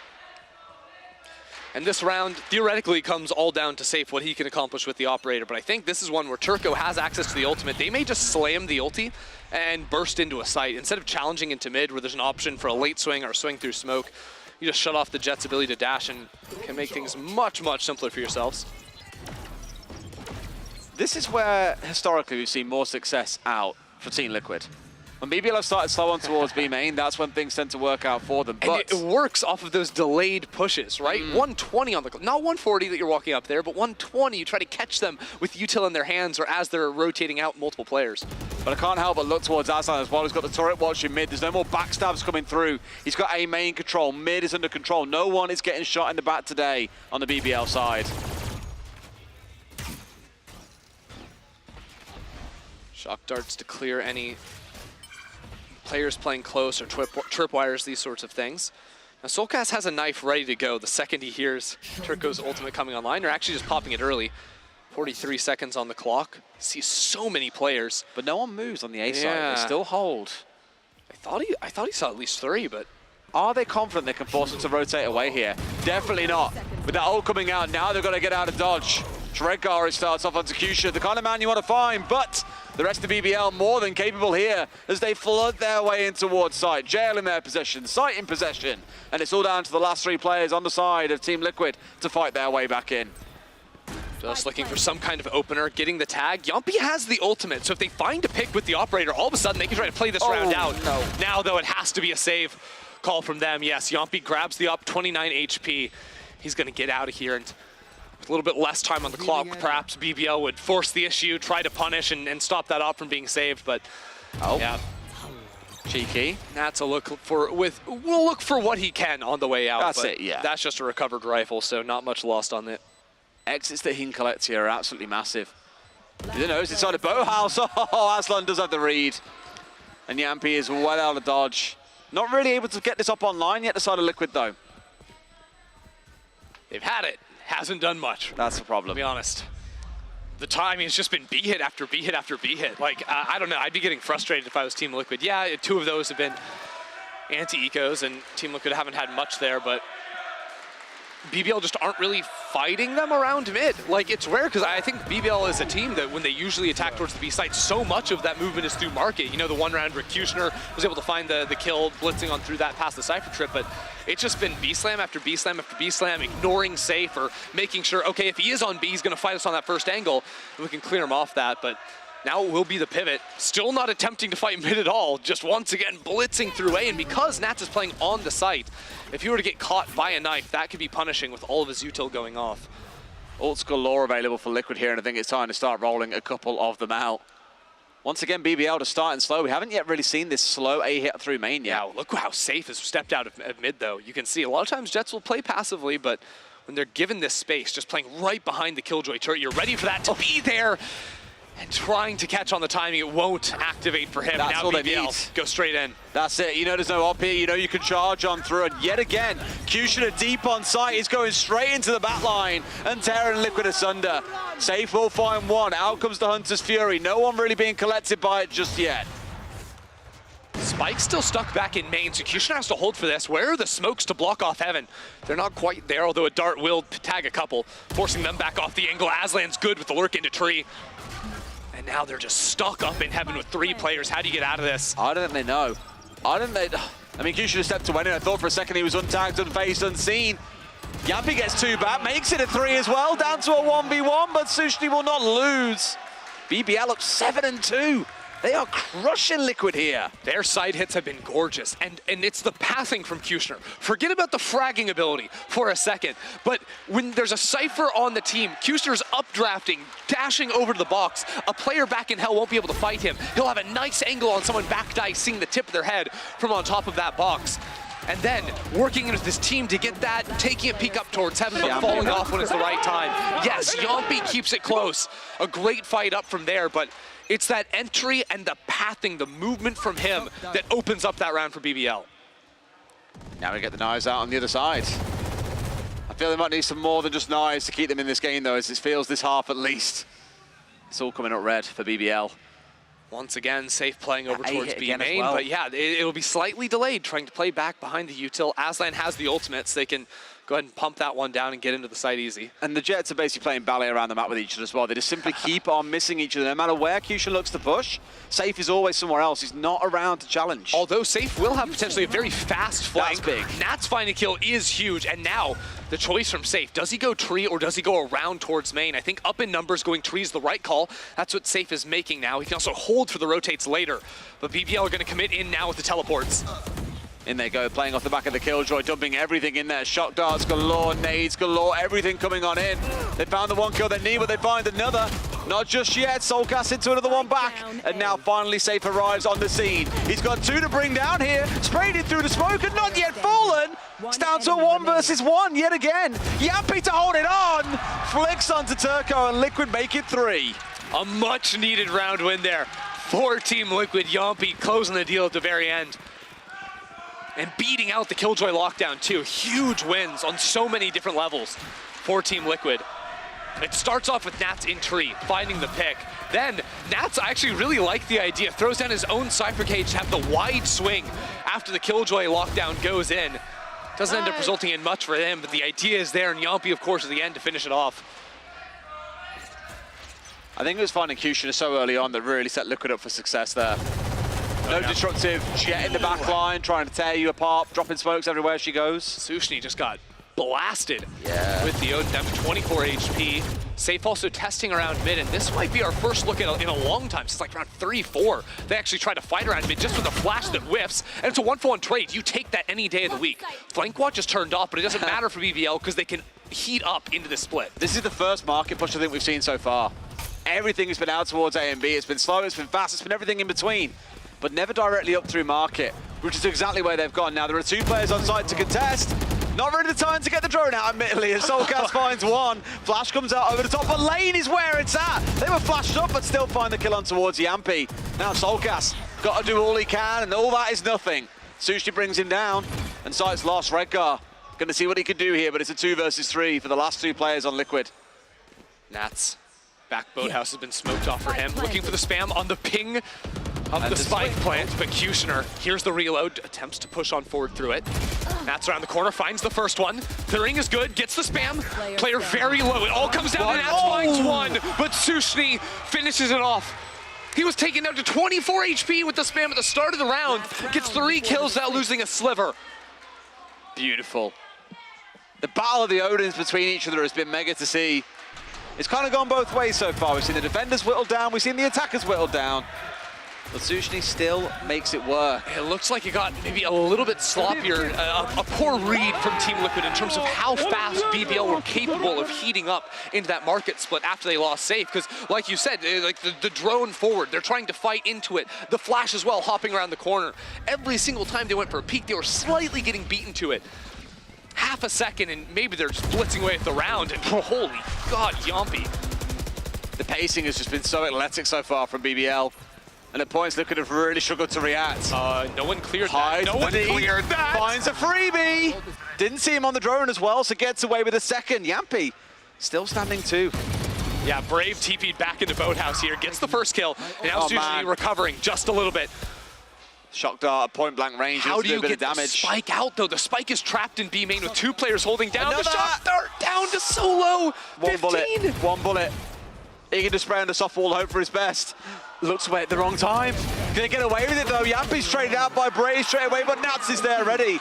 Liquid make it forward. Not going to have another cursed 9-3 half ender. But hold on again, because remember the last eco TL had 4 kills in the back of people's heads. There, I counted at least 2, maybe even a third. The first one through a smoke, then the drone doesn't quite clear close right, gets broken before it even has the chance to, and it all gets spun around. Just look at that. No time lucky. It turns into a rifle. Then even here, Brave caught in a reload. Tough escaping, even when it turns down into a 1 versus 1 at the end.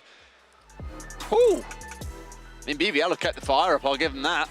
That attacking pace really did keep Liquid on the back foot for the vast majority of that half, and we commented on it a couple of times when it was the B main hits. That's where we saw the most success from Liquid on the defensive side. That is when BBL largely slowed down, didn't try and split their way in through market. We only saw the market hit once. Had far more success on the A side. But there is nothing wrong with coming out 8-4 at this point. Liquid going to be scratching their heads a little bit here. And coming up with a plan to turn this one around. Yeah, BBL still trying to upset the guaranteed 3rd block for Team Liquid off of a win here. And trying to send us into pandemonium next week. Tying up 4 teams between 3 and 6. I'm gonna have to get through Bind first in the 3rd half, which would be great. I mean, with how this is gone, definitely a chance for them as they move over onto the defensive side of things. I think all in all, this is the round I was talking about, where it's just shots in the back of the head. Just tough. Team Liquid playing around those those tight little angles. Nats ratting out in his own smoke. But all things considered, BBL, it wasn't like it was the same pace every single time. Sometimes they had the faster hits, even though it was largely just the full committals into sight. There was some variance in how they were actually working into it. The pathing, I think, so many times from the Jet, from Kushner, allowed them to get into the sites for free. Brave teleporting in as well, sort of double diving past a lot of the stall utility that was being thrown out their way. Showed to be very effective, especially with the sort of entrenched players TL were leaving in hell and back behind Dice on the A site. So now as they work onto the defense themselves, the same challenge that we asked Safe is when the op gets online for Kushner, how can he punish Team Liquid, especially when they work through mid? How do Team Liquid flush them out with utility? I love how during the analyst desk as well between Mats, we were looking at the top 5 ACS in the league so far. And well, these two were number 2 and number 3. Safe and Kushner are both right up there under, you can guess it, Durka, obviously. Makes sense. Yes. So you are looking at 2 of the, the best players that we've, pretty much all these players are amazing, but 2 of the best players that we have in the competition so far going head to head. I do feel, at least when it comes down to the playstyle, Kushner has been coming out on top there on the attacking side, but now the side swap, everything can change. Oh, Kushner looking to get aggro right off the rip. A little dive bomb attack with the flash over top tiles. No one here though. As soon as Nats hears that, he falls back into spawn. There can be a speed up into this A site. But very quickly, Kushner has abandoned that position, is here to fight out from the door. Thought for a second he might find someone cheeky around the edge of that smoke. Not yet spraying the door. They've got to work their way up top. There's a flank option for Sushni. Look at how far he's come around. Yeah, Nats is ready for it. I mean, Nats wrote the book on this. He knows exactly what's coming. Gets baited in by that trap wall. Guess what's coming next? A big push in towards Heaven side, gets 2 kills quickly for Team Liquid here. Yampi brings down Aslan as well. Coming down to one more and Safe while he cleans house. For all I said about him versus Kushner, big round for Safe. All right, that's a really interesting round coming through from Team Liquid because it's really hard to flip the map on Ascent. By that, I mean, as the attackers, when you've taken the site, push in and take the enemy spawn. You're on the wrong side of the map, hence the flipping. But it's done because Nats gets the information off of the Shark attack over towards Siles at the start, because that usually involves a B main push too. So a lot of players, 2, 3, maybe even 4 players leaning towards that side of the map. That means they can quickly accelerate into the A site and then try to push up into Heaven and catch the players on their rotate in. A bit of that too is because it's the pistol round and you can afford to get a little bit more frisky with it. But I like the idea and I like swinging off of the information of that protocol. They know that Saif's in here and he could be in a bit of trouble. Obviously, who's going to match him? If not Kushner, then who? Went out aggressive as well. Wasn't scared about a potential swing coming in to help out Saif. And this time's round, Kushner comes out on top. It's a nice idea with the flash as the smoke times out, but so easy to turn away from the KO flash. Aslan pushed on forward, but actually just loses the battle to a frenzy of all things. It's one hell of a shot. Now Nats, because of the double cages he's thrown, there is concern from Brave. Did that guy just push into our spawn, wrap around behind onto tree? Oh no, Redguard getting a little bit too much done with the frenzy now. Little do they know here, the site is completely cleared out and they can push on through once again. Nats making sure they're safe in the backline. No ugly backstabs coming on through. So I imagine you'll see him hover here off towards Wine. As there are 2 players coming up behind him. Once again, Sushi's coming up, but he is joined by Kushner. And they know. Yeah, they're very well aware. Nats is more than ready.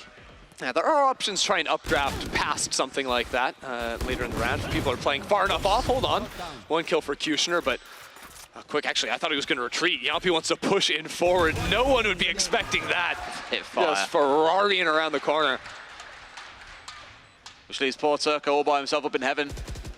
Didn't really capitalize off the movement of the last 2 players getting into a firefight there because we didn't need to see the defenders commit everything, or the attackers, sorry, commit everything to it. Liquid make it 2 in a row. It's a good start to the half. Now, one thing BBL have done these 2 rounds has started this conditioning of, hey, Team Liquid, we're not afraid to flank you necessarily. And part of that is, yeah, it's a bit of a throwaway on the pistol and then on the eco, of course. But that's something they're going to have to keep in mind. And I think that one weakness, perhaps, of the Cypher on this map, one potential weakness there is that you don't have perfect flank watch versus the Jet. Right, like Killjoy turret is going to be able to catch the Jet basically every single time, whereas Kushner has options to updraft past that on the flank. So it requires Nats to play a little bit closer to his utility and make sure he's guarding that one. I love that we have a 3rd round of the half. Odin straight out the gate, just being like rolling down. Surely going to be enough to force Team Liquid away from trying to push in towards B here. So instead, they're all holding a bit of a town hall inside of mid and maybe trying to eye up a push through mid. That cage is really annoying because Kushner was trying to jump peek, and if he's, jumping consistently, there's no real threat of any player moving past that opening and into bench, but the second the smoke is there, that becomes a possibility for him. So actually fully giving up Safe middle control is BBL. Being watched by 2 players here. Not yet committed to a path. But here we go. Over comes the drone. They didn't spawn him again! They don't see Brave again. Say's still going to win it out regardless, though, and find the headshot onto that one.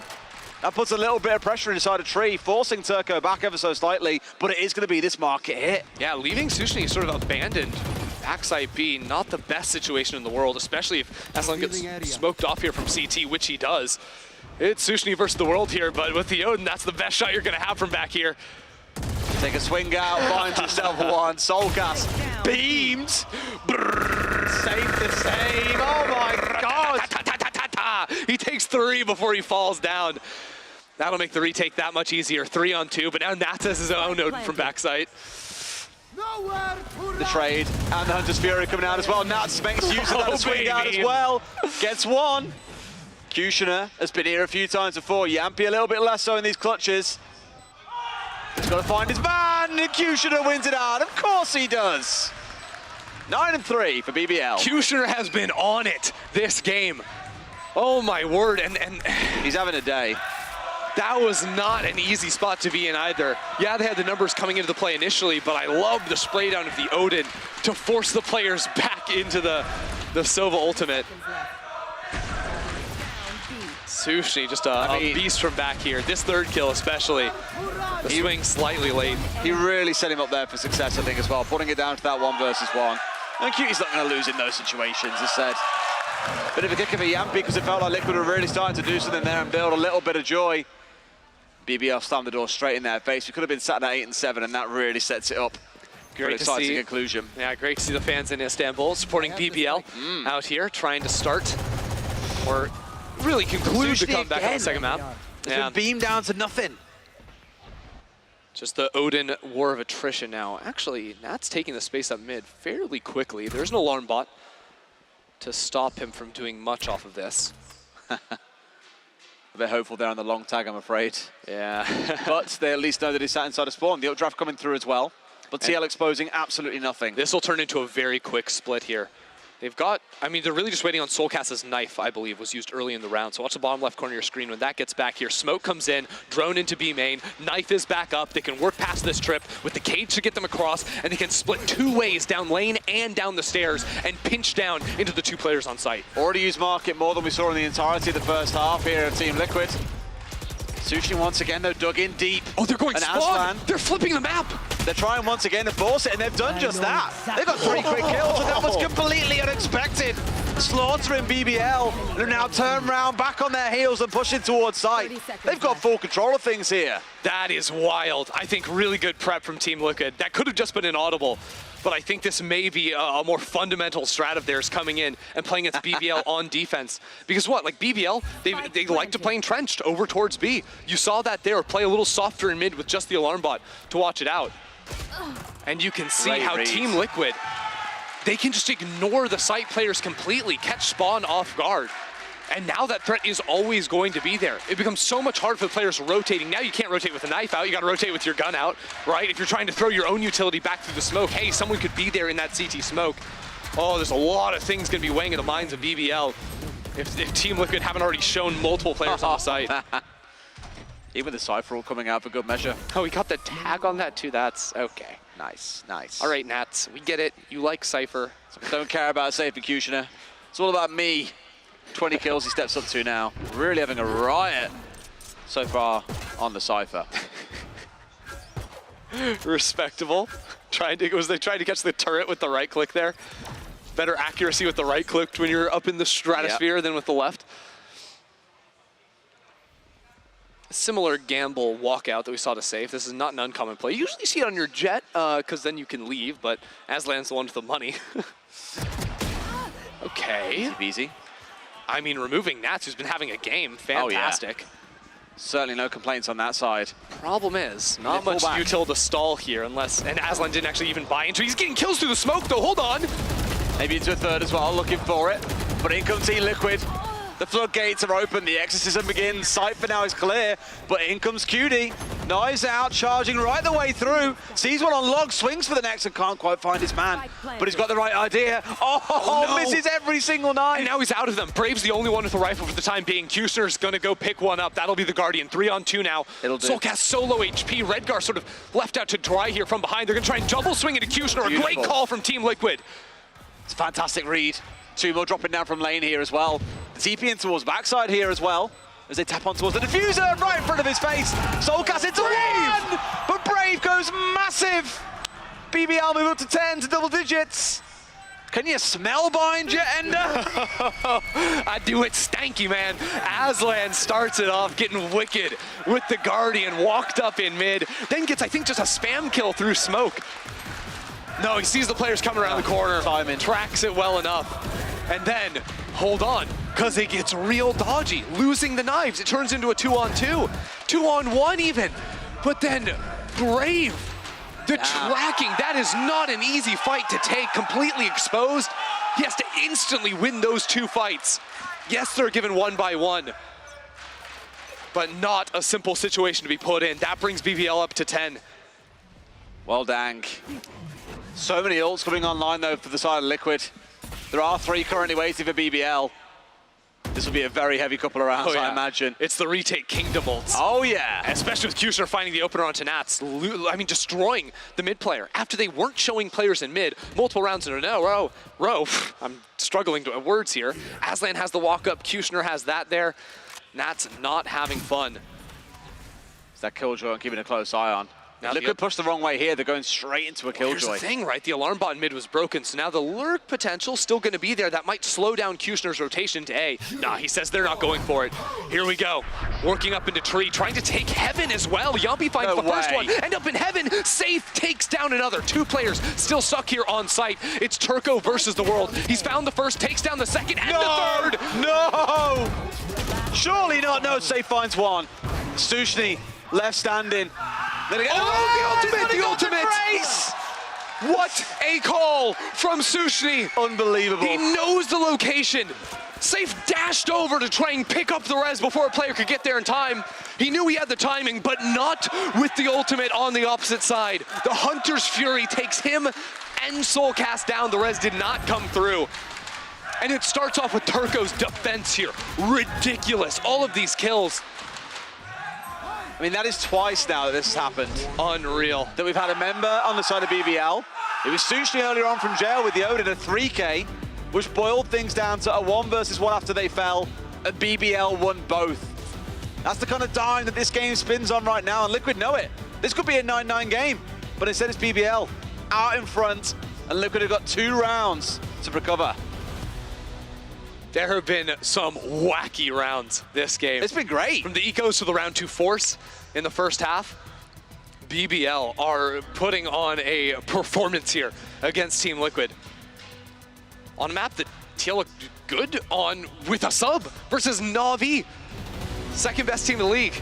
And they are up 11-7. The map that the analysts have said, hey, Team Liquid, you gotta be trolling to leave it up. I don't care if you're comfortable, I don't care if you're confident on it. BBL, this is their home. This is where they win their maps. Made in Turkey. All right. Let's see if that timeout does anything. We've seen some relatively uninspiring post-timeout rounds. Not really having too much of an impact so far. BBL has still got that Killjoy to play behind, let's not forget as well. I mentioned it in the previous round that if we did see an A hit coming in, it might get pulled out, but no, it was kept in back pocket, and now they've got that to play with alongside the KO ult. Yeah, the thing is, Yumpy does have the Hunter's Fury, so likely that ends up turning into a tradable unless Turco can stop Yumpy from being able to cast that with his own ultimate. Shutting that one down. Kushner over and up and out. And the spam on the safe. Okay. I see you. I see Pop you. off, King. Do you think? Got tagged out by the cam as well. That's once again just hoping that no one tries to push in through B main. He's got the right idea, which means really for now at least mid is safe. Red Guard watching out towards A main, 3 of them trying to work their way up through mid. Yeah, I think he was trying to show some potential lurk threat. If he could get past that opening, it makes it much harder to actually just hold the B main angle. But he had to run away from that Odin, and that loses them everything. Now play up mid, counter ult from Turco, popped very early, so now that's not a concern for TL on the retake, and it's only 2 players that committed to that area. The paranoia comes into tree to allow them to get in here. Safe previously has pushed up towards Heaven, this time not going to be the case, but they're kind of stuck behind this one way, and the double swarms. The swarms come out fairly early, the clock ticking. And they missed the cross here as well. Maybe they did, but oh my god, it's a shooting range for BBL as they completely clean house. Huge. Without barely having to break a sweat. 1 round away from sending us through to bind. 3 players there ready to go on site. TL, a lot of times you see a Killjoy ult on the opposite side, you assume they're going to be playing retake on the A site and you get in there a little bit simpler. No, that was not the case this time around. Players come funneling in. You can see Safe trying to go up and over some of the Killjoy swarms on the ground, but Team Liquid, because they spent so much time working mid, you know, Nats trying to play some presence over towards B, then them faking in. Yeah, they pulled out that KO ultimate, but the clock was against them going into the Killjoy util, now trying to switch up the pace and blitz into A. His hard force is available. Aslan is on site, ready and waiting. Here they go, trying to step in. Updraft coming over as well. There's one more drops down. There goes Aslan, ult offline. And there's 4 ults, well 3 now currently still active to play for on the side of Liquid. Pop them now, whatever, boys. Use them or lose them. 2 have already fallen down, making a 3rd. Liquid absolutely bunch on their way in towards sight. It's a Goober stomp to close out as well. BBL crushing Liquid here on Ascent. They just took everything at the end there. I mean, BBL, wow, masters of Ascent, will send us to Bind to close things out. And the play there, while everyone on Liquid was distracted with the sole player on site, the rotates came in so quickly. There were two players swinging out from heaven. Turco and Kushner just taking names while Team Liquid were looking at the ground. Didn't have time to bring out any of the ults they'd saved. They did 4 on site going into the round, but used 1. Knives is all that came out. Absolute slaughter. Beautiful game. I'm really excited for Bind. I know you guys are saying the last couple of weeks. I wasn't here last week or the week before. Well, also, now there's so little footage on Bind just yet that you can't even make a full read. There's such a freshness to it, absolutely. Yeah. Oh. Even though you'd say like these teams, obviously players have played in the past, but so many switches and so much excitement to try and see if whether or not Team Liquid can lock third or if we're gonna have the 4-4 tie all across the board. The series really deserved it, I think, knowing what's on the line. I can't wait to see how it goes down. Let's go to a break. When we come back, the desk, and then Bind awaits. See you soon.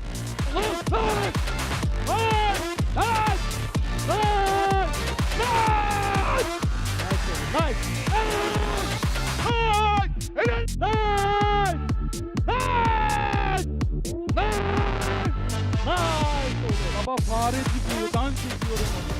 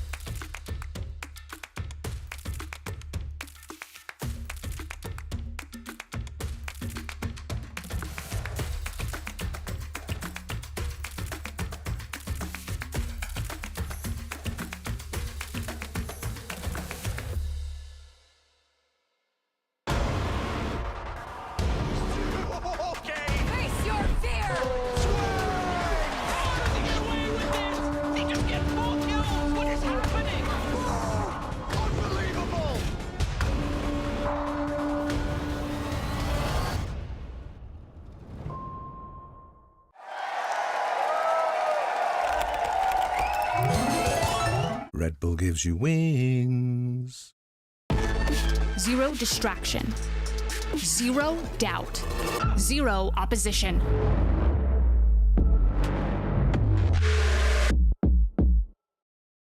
Usually when I see a target, I won't miss. I try to find weaknesses wherever they are and just game by game try to pick up on anything I can.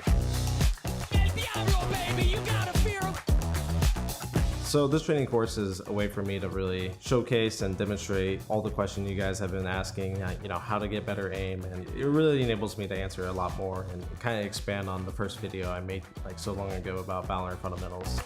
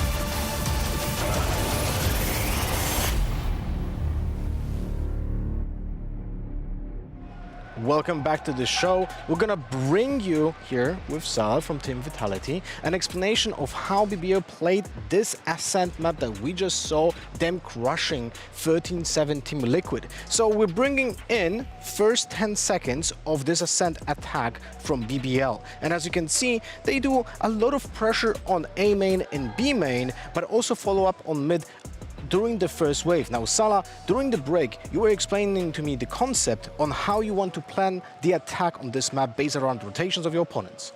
Yeah, so I think what BBL and Sachini specifically does very well is they kind of have an understanding of where people are going to be at certain intervals on the map. They know, for example, when you're looking more towards the first interval, the first wave, that it's going to be a 2-1-2, and when they go to the lobbies, they kind of want to bleed dry any util they can get if they're not going to instantly rush, right? So they know, if we go A lobby, it's going to be 2 people here, one's going to be in market and one's going to be, two's going to be in B, right? They understand this. And when they go more towards the second interval, for example, they understand that the rotations are generally going to happen between that 140 to 1 minute mark. And it's almost as if they always know what the correct timing is to abuse those rotations and to always catch those rotations just off guard. So, and that happens because they are able to read into the opposing utility that was being used during the first interval, right? Exactly. During the 40 seconds that they play into the A lobby, into the B lobby, they see the response of the opponents. Yeah. If the certain utility is being used, if they get even a 1-for-1 frag, that opens up space and also let's say, amplifies the rotations from the defenders to make it earlier. So what is very important now, the second cycle, we're gonna increase the entire duration here, or actually we're gonna isolate the second cycle. So from mark of 0.40 second to 1 minute 20 is when the second cycle of the round happens. And now we can see how they are already swarming over the sites. So what I would point out is generally these lines here, and there was on the first interval as well, they're rotating through spawn and they're rotating through mid. And then these individual lines are generally going to be one. So we saw a lot of Heretics, for example, he would be by himself while his team would be in lobby. Aslan also does almost the same role. And I think generally what's happening is if they're pressuring in A lobby, they are either going to wait there and wait for this solo lurk to come in and maybe take effect, second contact or first contact, or they're going to try and bleed dry util, force the market rotation to come into short, like this, for example, and then go to the other side where they can catch that rotation while he's still in this area. And they actually did that very well on their own defense, and we have seen how they punished Nats in the B link because of that actually happening and them reading into that. That showcases how their own attack helps them during their defense phase. Exactly. All right, I think that was pretty helpful for the viewers. Hopefully you enjoyed that. I'm gonna go back to the desk. Well, lads, I said before that if you want to have a chance against BBL and if you don't want to take a risk, you gotta ban Ascent. In the pre-show, I even said, hey, Liquid, you gotta do it. I'm expecting you to do it. You guys didn't do it. I'm not going to bring it up again. Liquid didn't do it. They lose on Ascent. When are teams going to start to take this seriously and just ban this map against them? Because Lothar, it's just not worth it because they always do this to everyone. What's funny is that this Ascent map is being considered a Turkish map for the past 3 years, isn't it, Salah? Inception of time, I think. I would say almost that's one of also the reasons why they're so good on it. It feels like every single player from BBL feels so comfortable in every single fight they take. When they're going into B site, for example, and they're all fighting in different areas, right? They're taking their one-on-one fights. They always win the one-on-one fights. They always feel so comfortable compared to, when it was us or when it was Liquid, we look uncomfortable. And Fnatic. Even Same. Fnatic as well.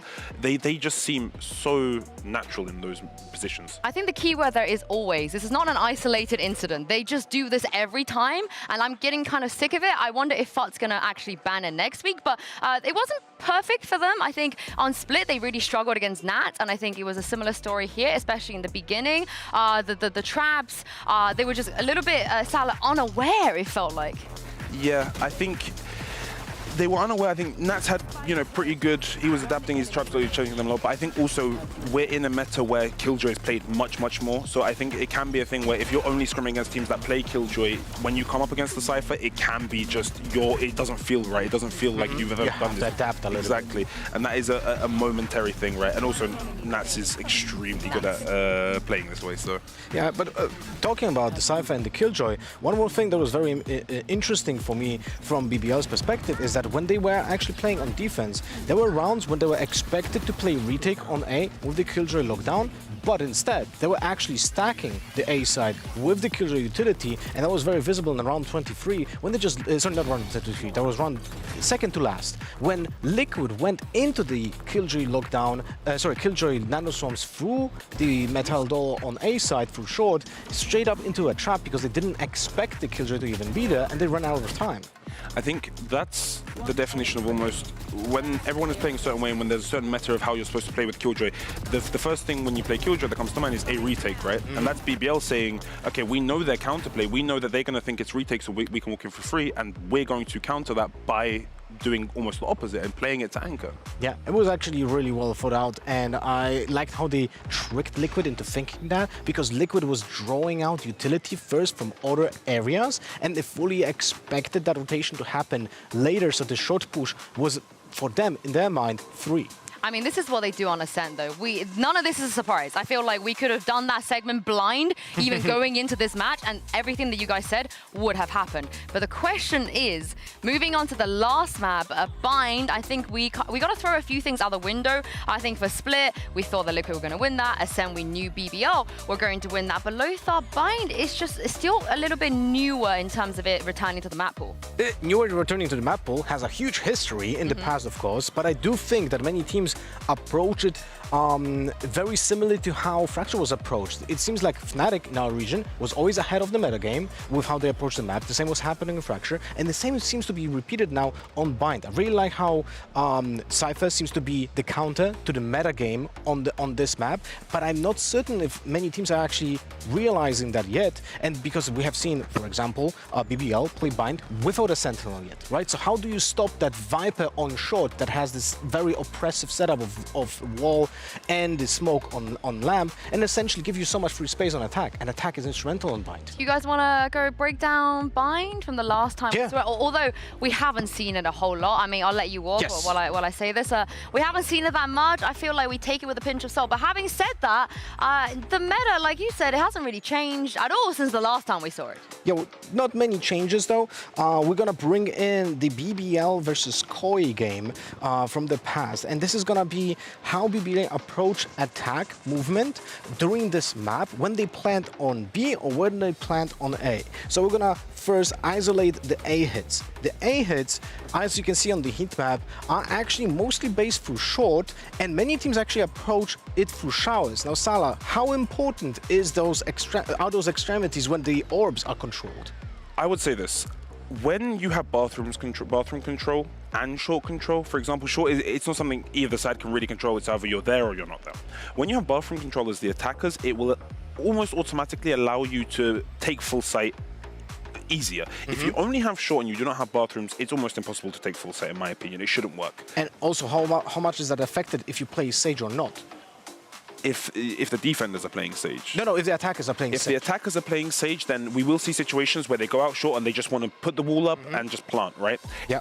But this can be, there's counterplay to this. You know, I think even against us, for example, Fnatic, they would just destroy that wall instantly. They would throw a lot of good counter util, and it becomes impossible almost to plant. And now you're in a situation where you're very clumped up here. Exactly, because you don't have the shower control. Exactly. Right? And when you do have that showers control, it allows you to alleviate anything from backside. It makes it basically so that it's very hard for the defenders to play backside, and they have to play more in this area or even full retake. All right, so that's very helpful. And now we're gonna go to B side, and this is actually super interesting because when they go to B side, they actually don't control almost any part of the other side of the map. Now, signaling those tells that you don't really do any kind of pressure at all on the other side of the map is something that teams are basing rotations on? Yes and no. I would say when you pressure showers, generally speaking, for example, if the opposite team is starting 3B, when you pressure showers, generally you should force a rotation. And bind rotations are so long that if you're making that rotation, you're almost running a risk of overstacking or overcommitting, right? So, but Bind, at the same time, it's not a map where, first of all, if you're playing the Sage, you're not going to have double initiators, so you're not going to have an abundance of info. Even with Sky, it's not similar to, it's not the same as, I'd say, Sova and KO, right? Yeah. So that's one thing. I think a second thing is, just the way the map is designed and the map is laid out, it's almost very hard to have a lot of good mid-round info, the same way as you can on Ascent and other maps. So it's not as detrimental to not have any pressure here when you're hitting B, because there's a lot of times defenders will be in these kinds of positions and won't know what is here, and what is on the other side, for example. You can deny this info, so it works a little bit more just being on one side, and even, you know, you see that he's playing short, for example, he can play that and just instantly run to B because, again, the defenders are going to get in situations where they don't know if they're coming for a B here. And actually, follow-up question to that, because now with the teleport change that is now closer to showers, right, it allows you to have a faster rotation when you cancel the B hit. But now I see many teams actually use the teleport from A to B, which kind of buffs the rotation from long to showers. Is that something that teams like plan around when they only TP through A to B through here, if there's a commitment to site? I would say, generally speaking, if you're seeing a team TP from short to B as attackers, then it's a panic. It's almost, we don't think we can get A, so we're going to go B. If they're doing it as defenders, it's generally speaking to deny hooker control completely from the attackers. I would say it like that. So it's going to be a plan thing, but most of the time you're going to see it as a reactionary thing. It's very rare that you can almost base a game plan off of the teleporters. It's going to be a lot of reactionary thing. It's going to be, you know, if you're playing defenders and you want to TP, it's going to be because you want to shut down anyone inside or just outside of hooker, for example. That's generally how it's going to go. Okay, cool. Thank you very much. Hope you guys enjoyed that. We're gonna go back to the desk now. I enjoy it every single time, Lothar and Salah. Can we keep him? Like, do you want to throw a couple games so you don't make playoffs? We keep you? Well, if BBL win this game, then... Come on, BBL, let's go. Not that I was already supporting them. But when it does come to Bind, I want to talk about the comms that they both ran last, because we do see some variations, but it's not like crazy differences. I think the major difference I want to talk about, first of all, is the Jet versus Raze. Of course, Kute's Jet versus Harmy's Raze. I don't know if Save's going to play that again. And also Brim versus Omen, so Aslan and Redgar's choices. So let's start with Jet versus Raze. You have a preference? What do you think works better here? I think, of course, you're going to want to have the Raze in a lot of situations. I think Jet is going to make it a lot easier to get out of the chokes on attack than Raze. You know, Raze can double satchel, but the Jet's, you know, dash into smoke is going to be much more consistent as a almost, you know, spear of attack. On defense, though, Raze is going to 100% be better, right? The util that she has is so consistent, it's so powerful, and it's so almost oppressive in a way that it is a difference maker. I think as a Jet on defense on Bind, there's not a lot of areas you're going to get, like Ascent mid, for example, you're going to get 100% value. I think you can, a very good Raze like Kushi will be able to get value, but it's a lot harder than Raze. Remember that Raze got nerfed in with the boom bot, so she doesn't take that space effectively on Hookah because the lineup from market doesn't exist. You have to advance forward to be open to that potential teleport push as well. But at the same time, she got a little bit buffed because of the teleport on showers, because now the teleport of showers is perfect to put a nade from garden on B to help with the shower control for the defenders when there's a push towards showers. But I do agree with you completely. Like, I feel like Jet is a buff for the attackers plan, the Raze definitely for defense, but she is still capable of using the smokes from someone else on the team. So if you pair it with, for example, a Cypher cages to just kind of satchel into those areas that are helped with the other smokes, she kind of supplements the attack well. I would say as well, Raze actually does have a very, you know, singular thing on attack that no one else can do, especially the duelist roles, which is the nade is perfect for anti, you know, bunkering. If people want to hide behind truck, hide behind triple on A, or hide behind sight on B, Raze makes that impossible. And a character that forces the enemy team to play in a way that they don't want to play, or play in a way that isn't optimal, is always going to be good, right? I will say though, contextually, because I think Kute probably will always favor the Jet on a comfort pick, but Safe on the other hand, we haven't seen him play on Bind yet this season. Would you like him to go on the Raze or Jet? I think I want to see him on the Raze. I think him as a Raze, I played against it. It's very good. I think his Jet and Raze are very good, but for me, I want to see Safe on the Raze and I want to see him aggressive. I don't want to see... Sometimes he can be a very conservative duelist, which is a great thing because, you know, he can be disciplined, he won't overheat as much as other duelists, but I do want to see him play the Raze and be in their face on the attack and defense. I want to see Raze being utilized more because she represents also more synergy. We have seen in the compositions Viper and Fade being used. That amount of util that can supplement the damage from the pain shots that you said, like, you know, it's 55 damage with the first explosion. But if there's a snakebite being put in the same spot, suddenly that 55 becomes 110. And you can literally just get 3 frags because of that. But not only that, there's also Brimstone, right? It represents so much zoning ability whenever you have the Brimstone molly set up. The ultimate from Brimstone also represents so much space for the attack. It's paired up perfectly with Raze. Even with that Boombot nerf, I would hugely favor the Raze on both sides. I mean, the interesting thing is that Liquid play Omen Raze and BBL play Brim Jet. Yeah. So, yeah, does that change anything for you guys? I think Brim versus Omen is interesting because I think Omen generally is going to be very good at almost defaulting and taking space with the one-ways, with you know, the different things, especially the TPs as well, are actually quite useful on this map. Make a lot of that stuff, exactly. Force rotations. So he's going to be very good in the build-up rounds. I think Brim is going to be extremely good at the bursting, you know, free smokes down, molly down, Stim Beacon, we're going to run. Stim Beacon, I think Bind is one of the only maps where Stim Beacon gets a lot of value from it. So I think it's going to be a difference in styles. I think, generally speaking, Liquid are going to play quite slow with this Omen. They're going to want to take space. Red Guard's going to try and TP into some interesting areas, and that's how they're going to play. And I think Brimstone is going to be more. This is, you know, I feel like Bind catches the intent of the game designers from Valorant perfectly, because you can clearly see how the game plan changes if you have Omen or Brim.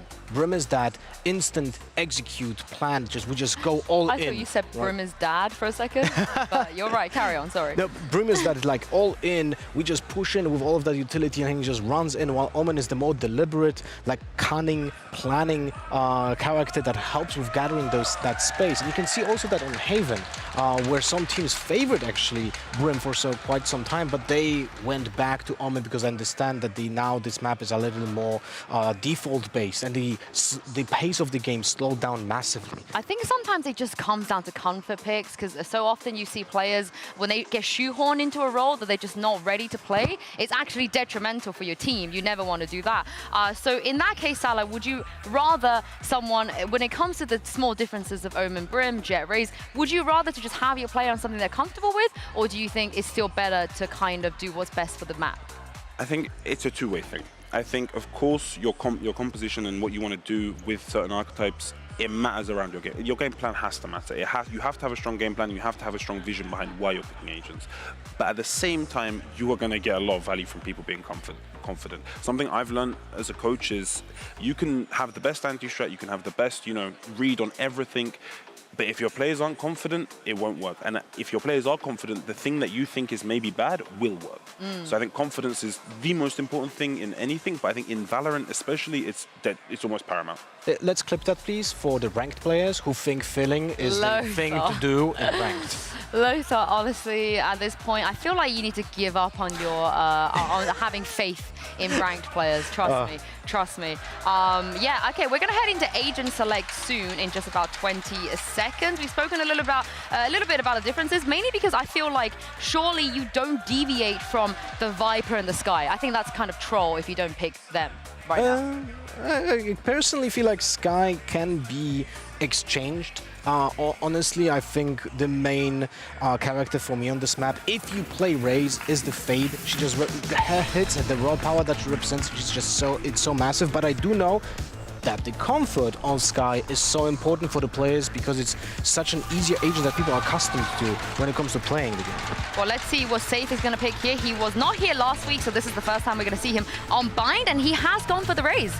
Okay, well, save on Raze. We have the Sky on both, Fade on both. So we have the Sky, apart from the controller, we have exactly the same comps, which is something that we have seen from both teams in the past. And of course the duels.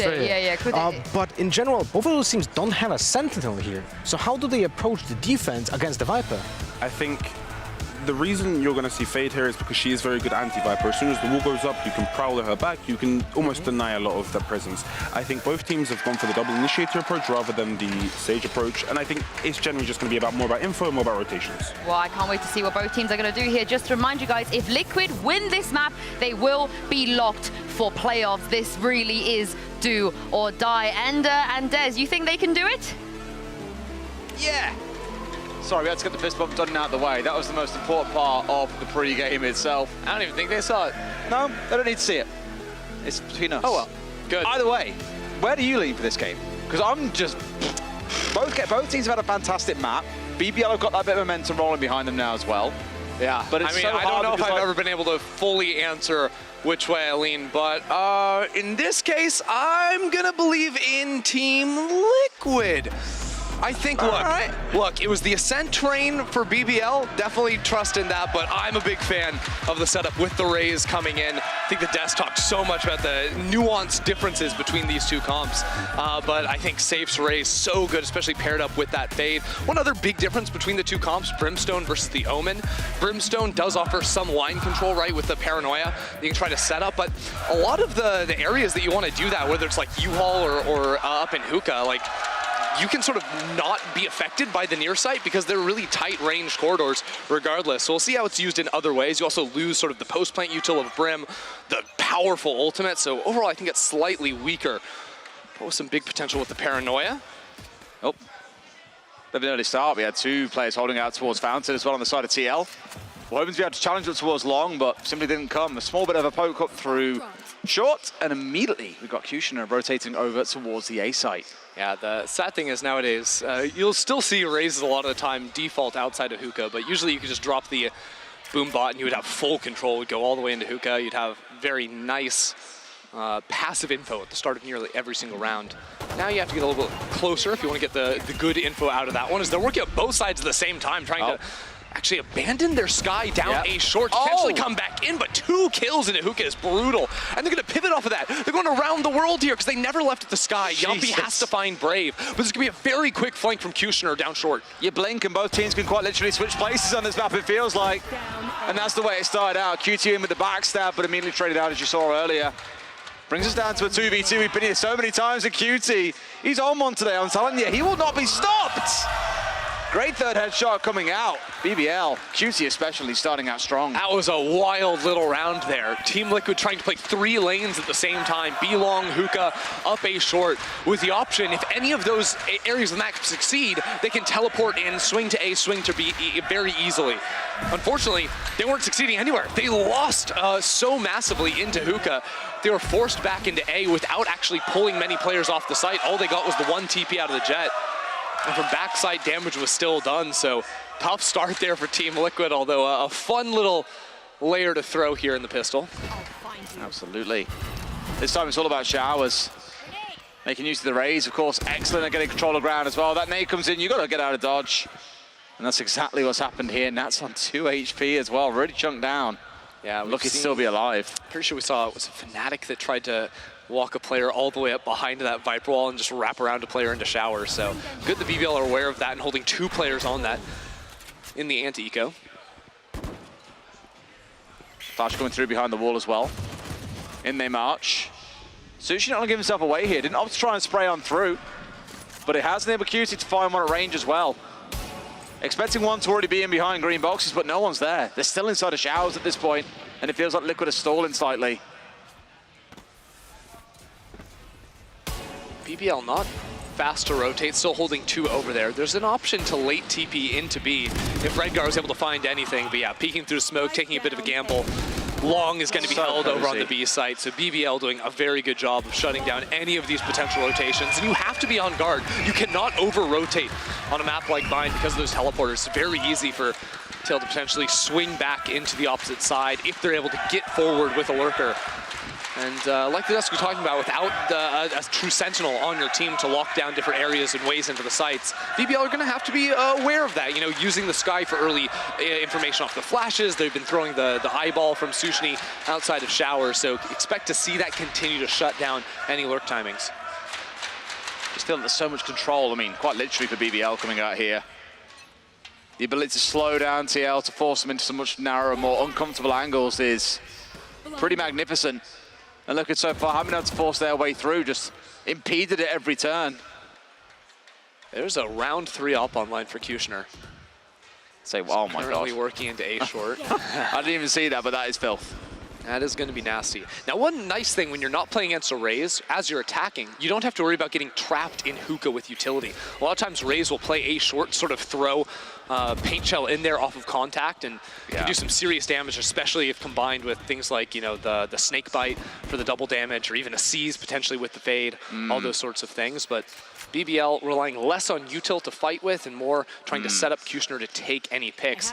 Somehow, though, Team Liquid have just waltzed around. No matter where Kushner shows up, they're already on the way of leaving. I love the wall coming out from BBL, by the way. The Viper wall through the TP. Going off in towards Showers. We actually saw Fnatic use this really well last week for a pinch. As soon as a Showers push came in, 2 burst through the B-long teleporter. 2 on the back, 2 on the front. There was very little that could be done by the other side here, not even having to make use of that, though.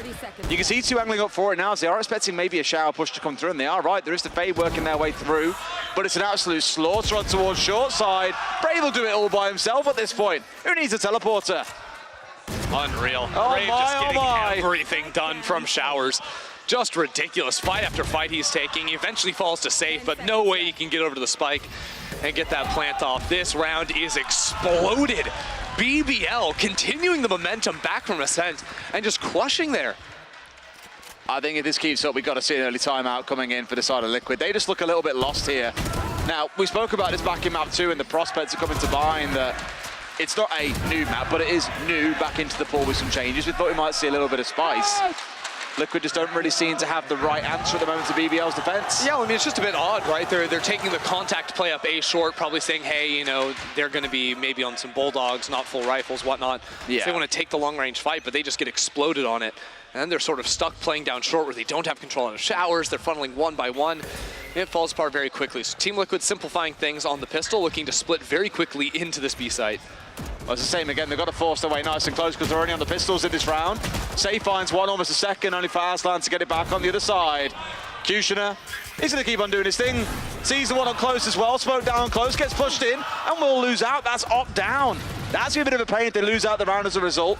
But it's a 2 versus 2. Redgar, Op in hand, does nothing with it. 2v1 for Brave and Sushni against Yampi. Yampi's been marked. If they were to take more control of site, they'd know he walked into elbow, just hoping he can get a fight. But because they've retaken back site, Yampi now in the worst possible position in this 1 versus 2. He almost has to keep going forward. Otherwise, he's going to run into 2 players holding hands with one another. And now they know his location with the flash.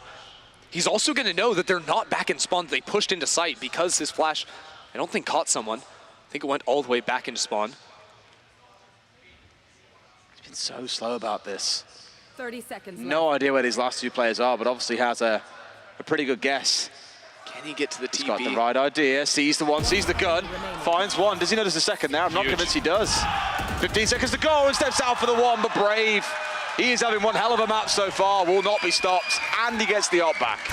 I mean, all things considered, Team Liquid doing some damage there on this side take. Right, they cruise on through, and this shows you some of the power that you can have with the Omen on the hit, right? With the Paranoia coming in, going down long onto site, catches 2 players, I think, with it.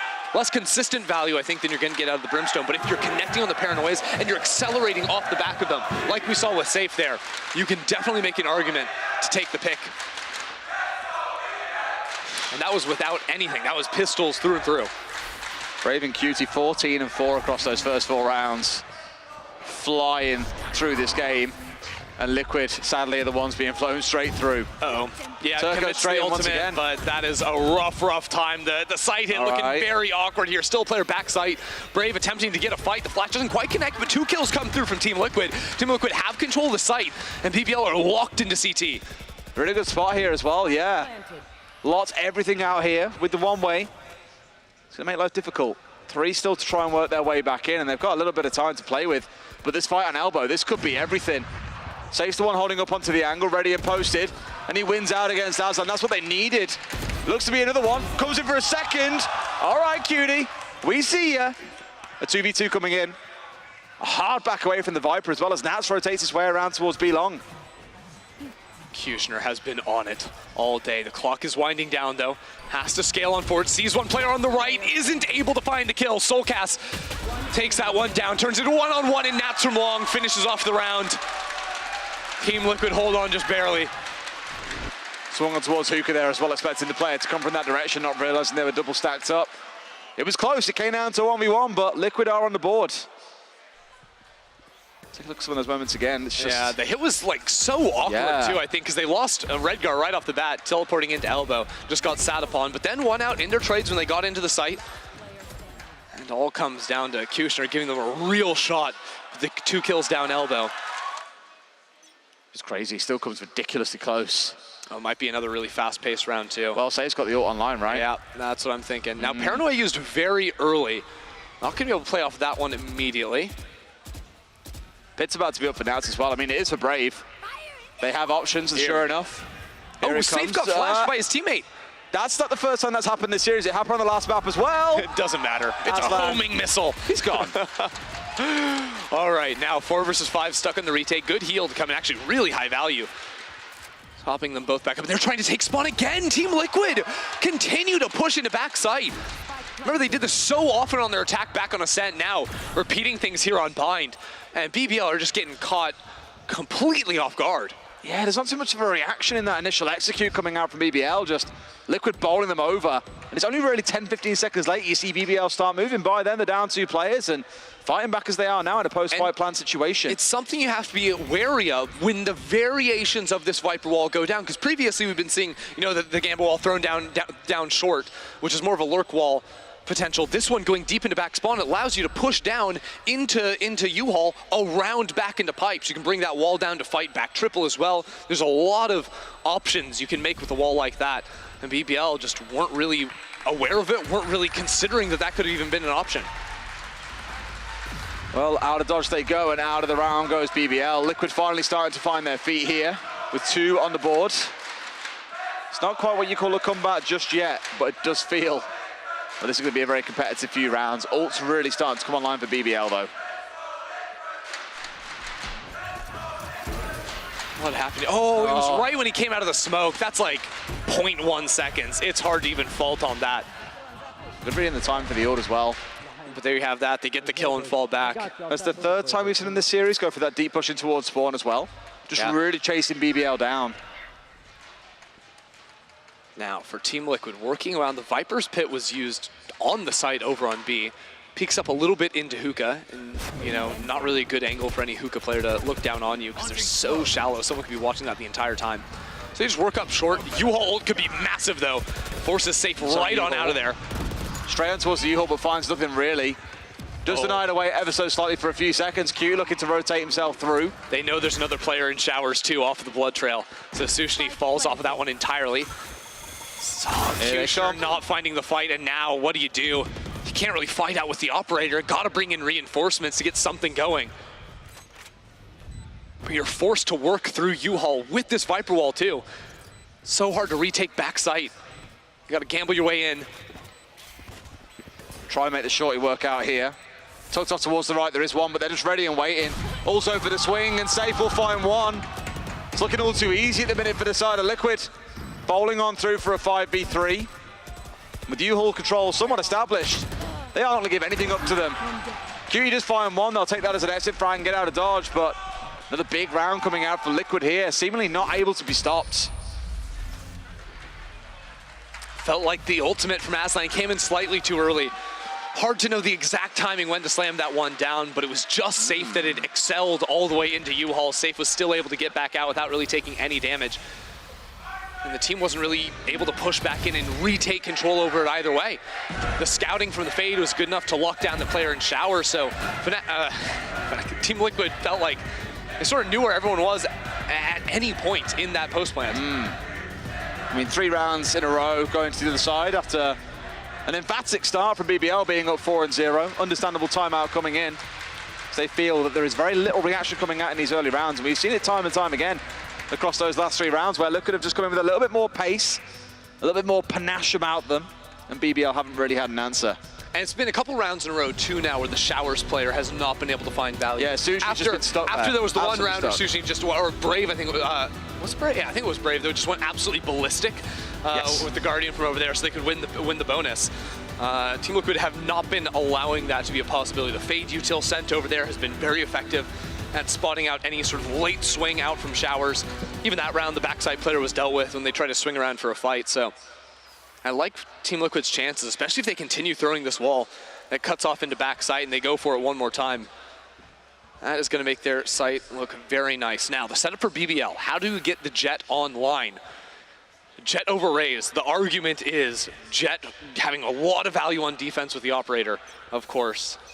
The Raze can dash in deeper, can do so much, but she can't hold those angles like the Jet can. Now Team Liquid moving over towards the B site. And Kushner's been dodged once again. Team Liquid have never walked into his op. This is so unfortunate. The frustration of having it on side and it not being useful. We actually saw this a lot on the previous map as well. A lot of dancing around back and forth between the two. BBL have just sent so much scouting util over towards A. The Sky Flash down short, Fade Dog into shower. So they're going to know there's not a lurk on the cards, at least not for a while. They've got themselves about 15, 20 seconds bought just off of those pieces of utility. That makes them feel comfortable continuing this 3-stack towards B, where there is now the op posted down long. Let's keep on rotating into these smokes. The longest ones in the game as well, so you have to wait out that extra few seconds. Hookah control established here with 2 more pushing up through B long. You can see the plan coming out from Liquid, but QT, he's ready and waiting. Over comes the fade, and in comes the flashes. Everything's stacking over, and QT is forced to get out of dodge, and Liquid flood in. Find themselves a couple of quick kills here. 3 left on side for BBL. Out here tries to make something happen with the shorty, but it's not enough. That's op offline as well as Yampy picks him up a 4v2. And things are going exactly the same as before. Liquid just far too overwhelming in these hits, far too coordinated. Brutal. Even finding the pick before the one-way goes down. I mean, Team Liquid's utility is just swarming into the site. I don't think there's a safe place. Because I saw a snake bite going into Cubby. The paranoia hits from Octagon down to Wood, to actually behind green box, to backside, to if you're playing inside tube. On that left side from the attacker's POV. There's also a Sky Flash, I think, heading backside. I wasn't even paying attention to the paint shells if that was even involved whatsoever. Yep. So if BBL are going to hold on to this B site, they have to fight forward earlier into the round, I think, because the util has just been too good. They have to control hookah, control long, something like this, because everyone's flashed. No one can do anything. The only player that times out is hiding inside tube, and then he's an operator with a shorty. Like, it's just not going to happen. Well, he even had to dash away there, because he was out in the open to begin with, but the Sky Flash came over and forced him away. This reminds me a lot of what we saw in the first 2 rounds of Map 1. Back when we were on Split, TL were just so well drilled with their utility. There was no room to react on the side of BBL, and it's starting to feel the same here again. Seeger's coming out here through the smoke, may well find a target, having to step away is QT. He will find safe on that spray through the smoke, but just look at this. Just 4 smokes across a wall, everything locking it down. Spike is now isolated though. Kushner out in the open, finds a kill. That's 3 on the round. 2 players alive from Liquid have to go heroic, and Nats finds 2. 1-on-1, 1-on-2 rather, is Brave still alive from Pipes. Will secure the round for BBL. Absurdity coming on in there, but it's Kushner that finds the critical kills around that Viper's pit and strands the spike, stealing that round away. And that comes after a really nice hit again. I think Team Liquid are looking so solid on the initial attacks. Their utility, that's ludicrous. the way they're playing, yes, it's Kushner that clutches up Brave too, but it's the same way you would play with a Raze and a Breach in your composition. Swapping in the Omen for the line control. Instead of a fault line, you have the Paranoia, right? You know, a lot of times you'd see the Breach default your stuns over towards Sours, and then every once in a while, 3 or 4 rounds, Sage would instantly, a Raze would try to satchel in off of that. They've been defaulting on the A hits, the Paranoia on that same line. That round, Safe was able to make it pounce. Cutie getting 2 kills through smoke as well, which is probably the stroke of luck they were looking for, obviously informed, but still fortunate to find it. For a second there, I thought Cutie was going to expect to be bounced into, but immediately TL turn tail and head backwards. Instead of working their way out long here, they could obviously do a fast rotate over through the TP if they want. You can see, though, that BBL are aware they need to fight more forward, right? With Kushner playing deep inside Hookah, Brave potentially able to jump up and fight with his teammate, or double up down long. Now opening themselves up to a potential fight, but yeah, Ultimate coming online. Scouting out, sees a player on site. Still unaware of what's going on. Again. Just spams through the smoke, that's ridiculous! It was Cutie last time, this time it's Safe. In they come. Kushner and Hookah rolling over the top, but Cutie still ignored. They had no idea he was still there inside of Hookah. It's a 2v2 coming back in, a 2v2 to close things out, all out on top. It's Turco, left alive all by himself as Yampy and Redcar. They bear down on him. And Liquid win yet again. Even with that spot from Kushner, it is not enough to stop the tidal wave of Liquid rolling into that B site. That was gnarly. From Safe finding the opening kill through the smoke to having the ultimate online to trade that kill onto Kushner. Without that ultimate, Kushner is clutching up the round. I don't care what you think. He is winning that from that position. It is so hard for Liquid to play it out, but being able to return fire with the showstopper locks it up there for Liquid. Just insane. Yeah. Here you have that paranoia set up with the Sky Flash too. Again, there's no Rays going in this time around, but Kushner can't finish up the kill. Lucky right click and hoping for the best, but nothing to be found. Liquid now storming inside the site, and that really is the kind of place where in previous maps, Cutie's walking away with 2 if not 3 kills. Doesn't happen this time around. In come Liquid storming in. Oh my God. Falls in the back. Oh my God, it's a firing squad. All 4 lined up, flashed out and blasted out of here by Liquid. Sure, Suchi's out on the flank, but it feels like too little too late when there's 5 left standing. I need a replay on how it looked like they were concussed on my POV. How did Yampi make that happen? Everyone on BBL just like, look, they're just X's, 4 X's on top of each other. Back sight. Like, what is that? I don't know. Like, it is evident that TL have spent so much time in server practicing these executes. The utility flood is perfect, right? And it's not just the, oh, my initiator is going in. No, Nats has the mollies to force people out from behind triple, whatnot. This firing squad, look, yeah, you are right, concussed. And just coming around the corner. Yeah. I mean, just calming the swings out from behind the jet one way and around the truck at the same time. So even if one falls, you're going to be farming the rest. Jesus. It's like I've said a few times, so well drilled, Liquid. But due to BBL's good start, 4-0 early on, this is actually far closer. This is the quick accelerate, though, what I'm talking about. Moving off the paranoia this time around. And there's good counter you saw on the opposite side to slow things down, but still Team Liquid, all you got to do is work on out from this. The Seekers to trail down and show you where the players are on site. I think the position of Kushner will be critical here. They're not going to be ready. He's burning down inside the molly. They're not clearing him out. He lives on 1. He lives on 1 HP. Still keeps himself alive. If he wins this round out, it's something big. But Liquid once again are on the site. It's a 3v3. Down goes one more.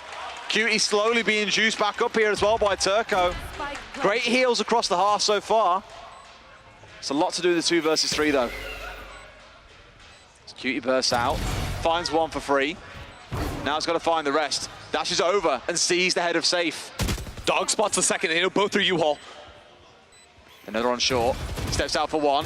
Goes for the fight, but no. Safe gets both and makes it 4. Liquid, they were down 4-0, but they pulled a bastard with 7-5. 7-1 across those last 8 rounds. Mega comeback.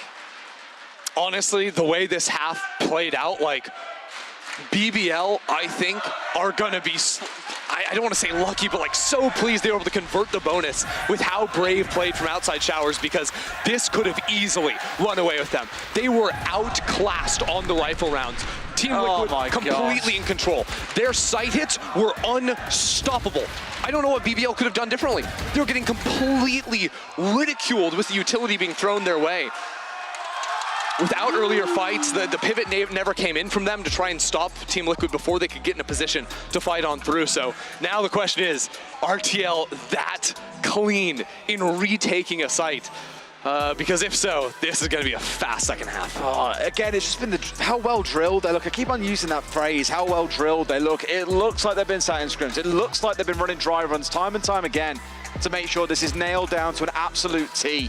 And BBL just look completely overwhelmed for the first 10-15 seconds, and sure, they come out clutch every now and then. They win out the big gunfights, as we said. Cutie and Brave at one point, what, 14-4 between them? That felt very quiet after round 5. Yeah, I mean, the fact is, it wasn't even like Kushner was playing poorly. Like, when he had the operator, Liquid were always playing opposite to him. They were never running into him, which is just absolutely nuts. It's like a magnet putting the poles against each other, and him and Safe just seem to avoid each other the whole map long. Oh, yeah. The whole series long. It made it really tough. It made it really, really tough for them. And now we run into the situation where you have to change your perspective with how these 2 comps played. We went from seeing a lot of mirror comps today to now some big change-ups. Big one, Jet versus Raze.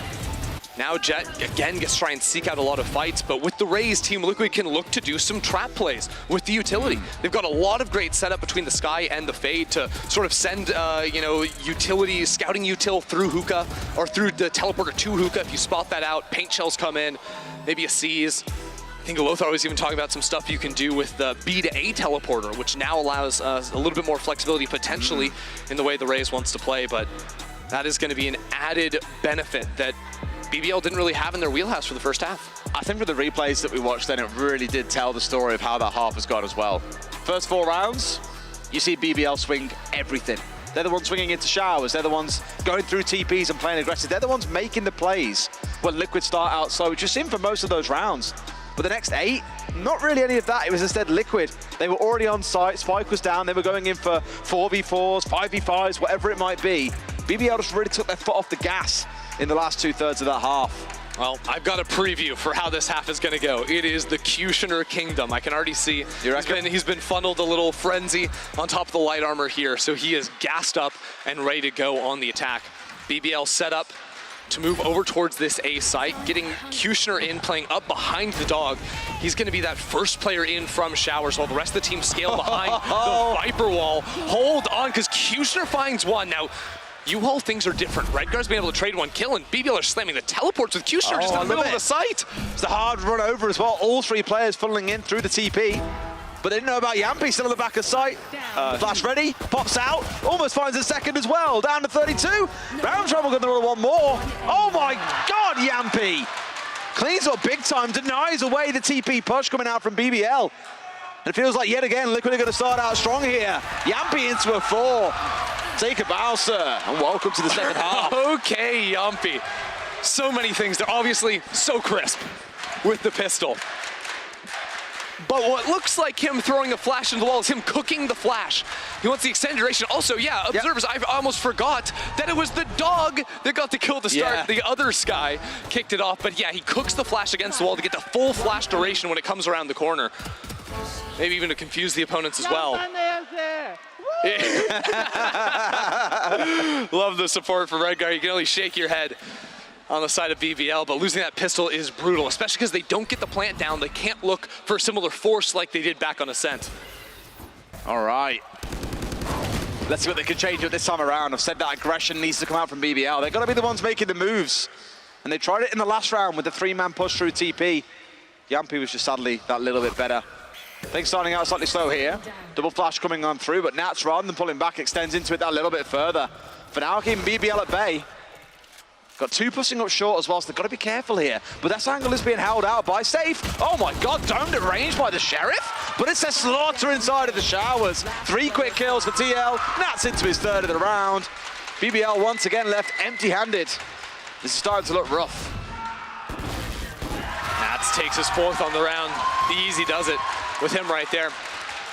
Slightly different Viper wall to one that we've been seeing, but actually cutting off A short and showers there. A little bit tighter on the showers too, so you could see his wall plus the molly meant it's impossible to run on through. I mean, they're all hitting themselves with the decay damage as they funnel in, so it's very simple with the Spectres. Yumpy's gone feral! Now you know why we see him on the Sky. He loves the dog. Do you imagine every time he goes into using the dog, he's like that? Oh, I hope so. Just flooding comms. They're trying to, you know, communicate when Save is going. No, he's just... He finished saying, "Those guys, I was using dog, by the way." Just in case you were in any doubt. Yeah, there you have it. Nutty stuff. You can see Team Liquid fighting pretty far forward here. BBL's defense was much more entrenched on the sites, but holding this double angle with Yampy on the jump peak. Kushner hoping he does it again, but I think that it was spotted by Yampy, so he's really mixing up the timings on it. Look at how scared BBL are.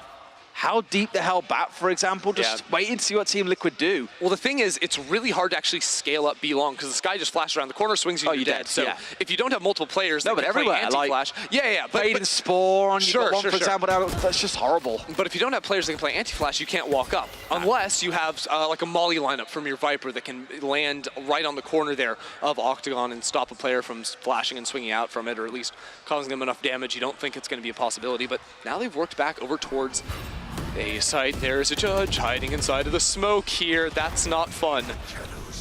Puts the dog down, and now looking to try and put down a couple of players on the push in. It's Cutie straight up and over. We're used to seeing that a few times over. Redguard is still here. One inside of smoke with him, but cannot win out that 1 versus 1.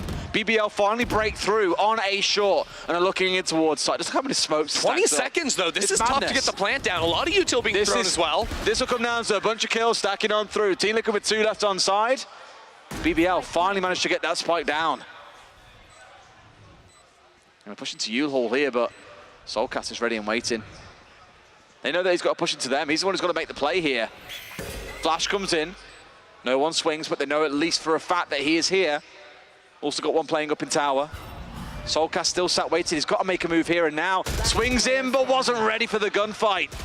Turco collects his man, and BBL are back on the board.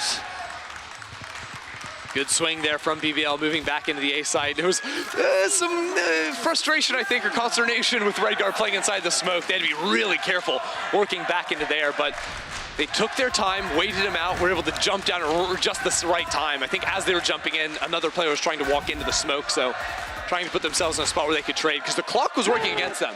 If Redguard bought another 5-10 seconds, that round easily could have been stalled out just by the plant denial from the Molly on Nats, rather. And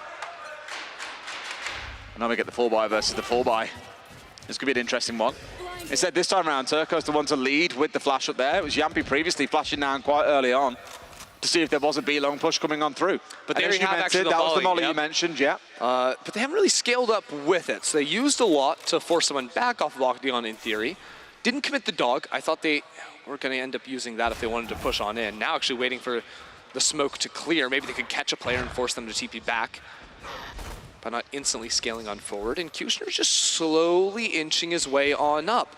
Flash tells them there's no one playing on wood. Yampy, man, he's pulled so far back. He's still got the flash in hand as well. So he's ready and waiting. Seeker's on side, dog in arm as well. He's got everything that he needs here to really disrupt the BBL push.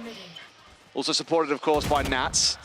I mean, if you see Jet, very unlikely Jet's on lurk duty on this map, so they're going to expect it, and they've got so much stall. 40 seconds, they're going to pop the Seekers, try and hunt down the players on site, but Nats has the Molly's just ready to go on through. They're not going to make it through this wall. They can't do much about it as well because of the wall. The Seekers are at immediate close range. The combo with the paint shells too is so much damage. The positioning of Soulcast. Oh, Soulcast, this could be the slaughter, but no! Cutie finds him first. They've got Redgar in here as well. He finds nothing, but now Nats gets a spray down too. Immediate double TP out and does manage to escape. But sight has been conceded. It's going to be a Liquid retake. There's a pinch down here. A flank teleport from Yampy coming down short. Kushner finds the kill. Now Yampy. Can he have his moment? Takes down Kushner. Nats from heaven takes another, takes two. No one's looking at him. Turn around.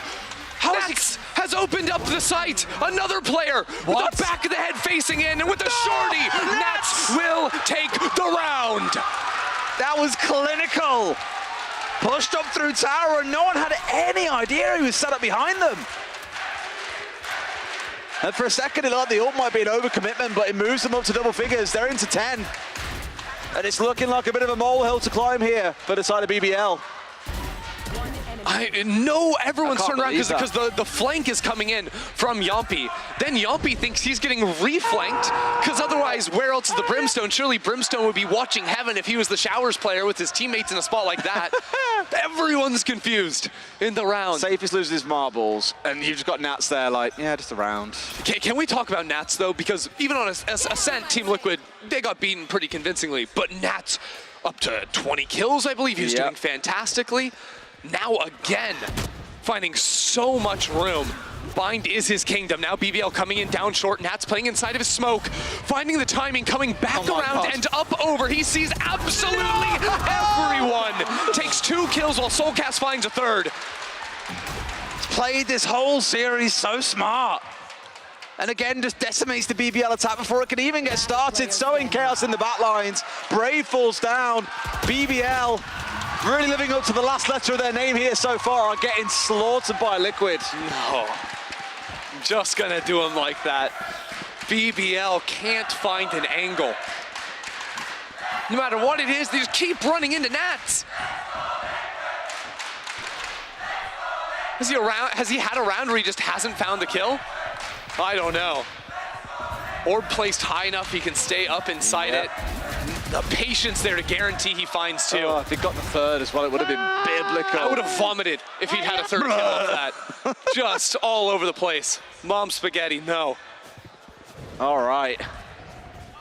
BBL looking a bit short. They've got the Viper's Pit to play behind.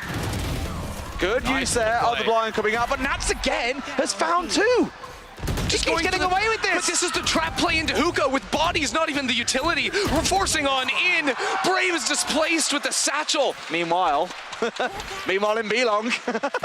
Oh no. Managed to get the orb, but with 2 players left standing, and they know exactly where he's coming from. Even this round feels done and dusted. Finds the one, 26 HP and safe gets the close.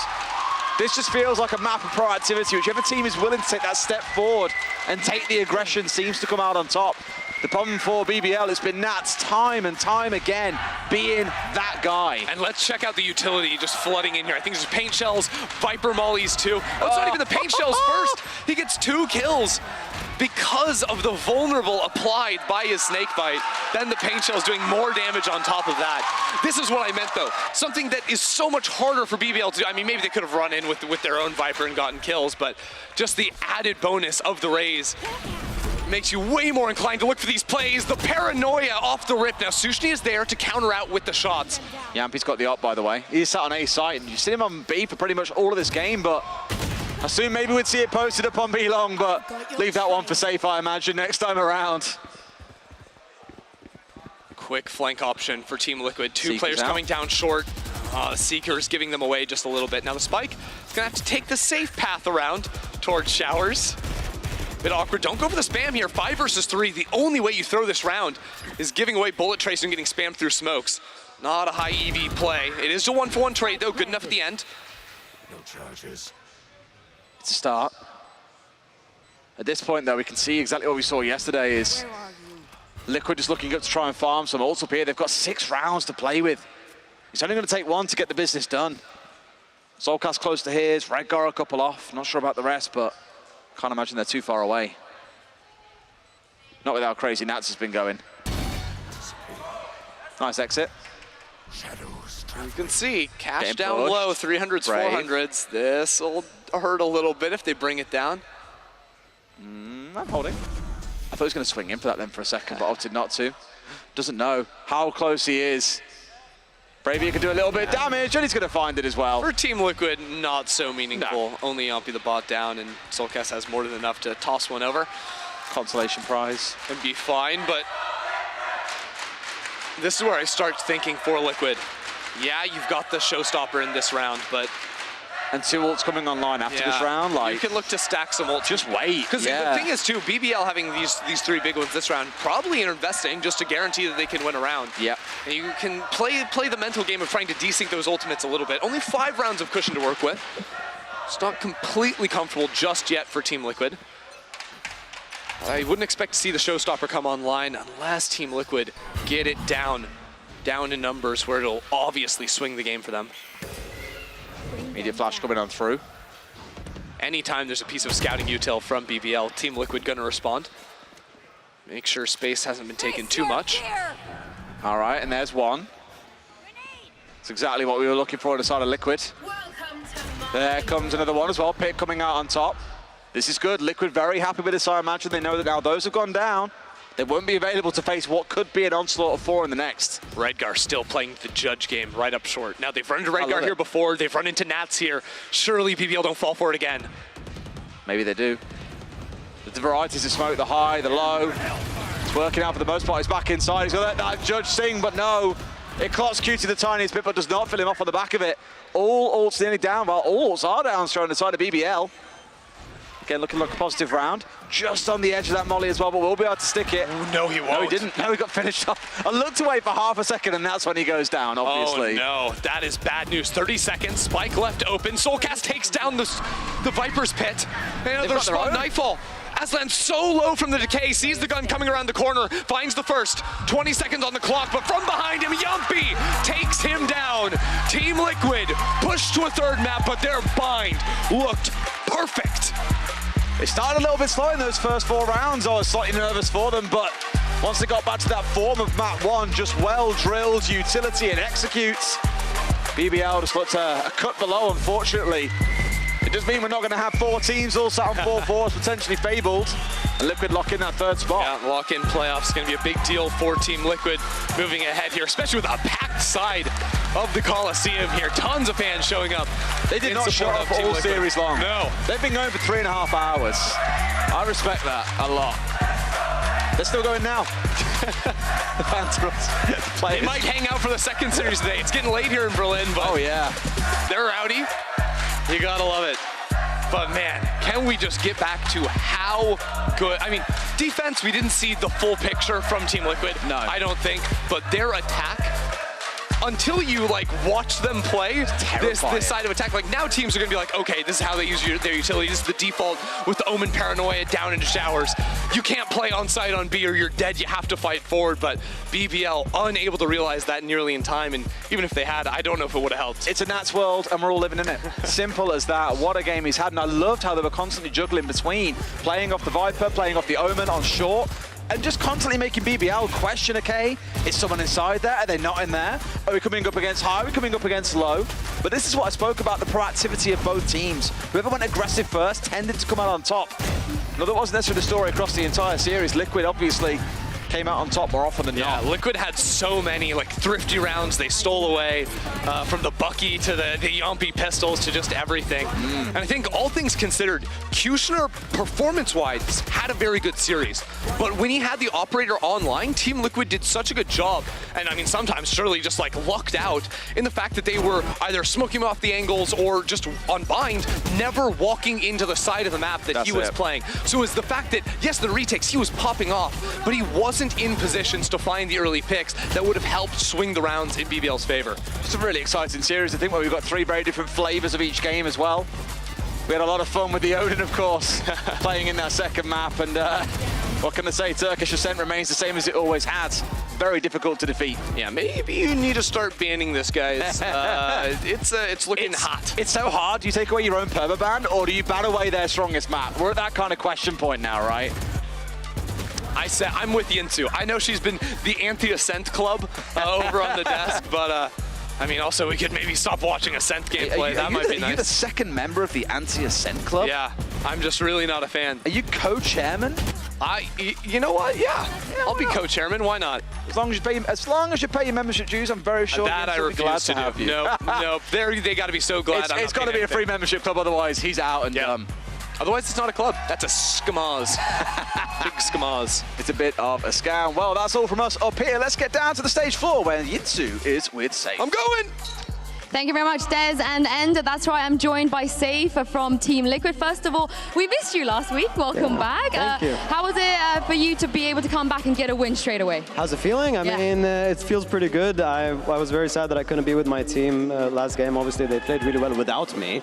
But I mean, to be honest, I'm happy to be here. And honestly, it's good that I'm fully recovered rather than coming 50-50 and you don't know what you're going to get. So. Well, I'm glad to hear that you're feeling better. Now, congratulations, you made playoffs. Now, if we tossed our mind back to lock-in, when you guys made your debut as a team, it was a little bit shaky. There was a lot of criticism as well. You've come such a long way since then to be able to lock playoffs today, right?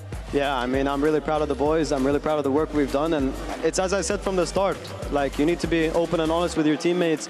You need to be treating it like a relationship almost, you know? And I'm super happy that we've done the work we've done. We've been open with each other. We've been honest. And this is where it got us. So let's hope it takes us further. What about your personal performance? How proud are you to be able to lock in playoffs and also be playing consistently this whole season? It's hard. I feel like people expect a lot now.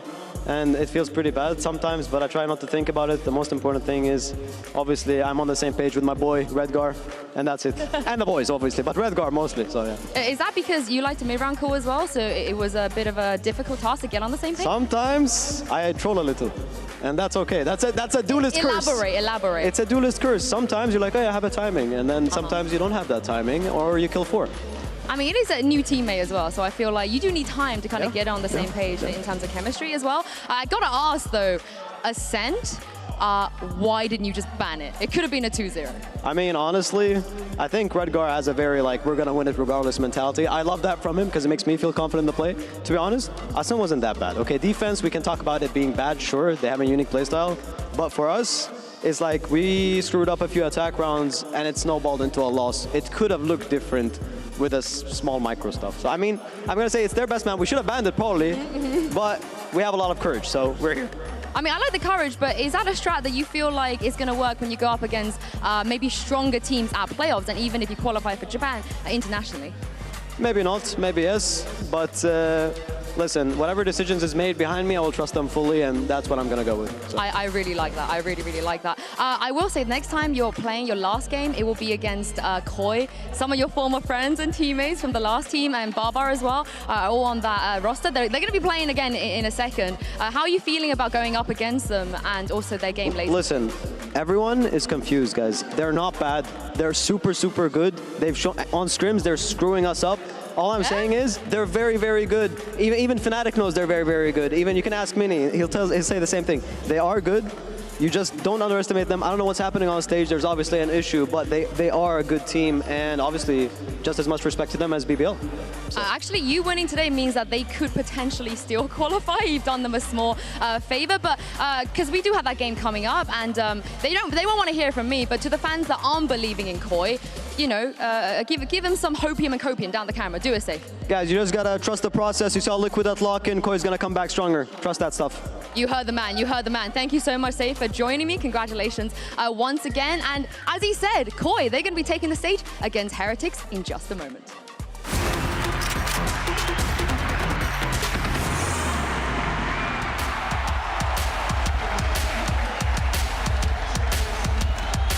Koi y Heretics son dos equipos que tienen mucha rivalidad. Al final los fundadores nos conocemos desde hace muchos años y esto ha hecho que tengamos una rivalidad muy fuerte, principalmente porque creo que somos dos de las grandes fanbase que hay en España y probablemente en Europa, ¿no? Gref es muy competitivo, yo también, y al final esto hace que siempre queramos ganar. ¡Se acabó la bufa de Sky! ¡Se acabó! Nuestro enfrentamiento es el choque directo entre precisamente eso, la afición, la competitividad, la rivalidad. Da igual cuáles sean las circunstancias, ambos clubes viven con una emoción especial. Sí, si en la LEC lo llaman el clásico español, en la VCT estoy seguro que también. Al final, en la LEC no hay más equipos españoles, aquí sí, pero yo creo que son los dos equipos de España con claramente más rivalidad, así que espero que esto dure muchos años para que al final sea un clásico de verdad, ¿no? Hayan pasado tantos años que verdaderamente sea un clásico.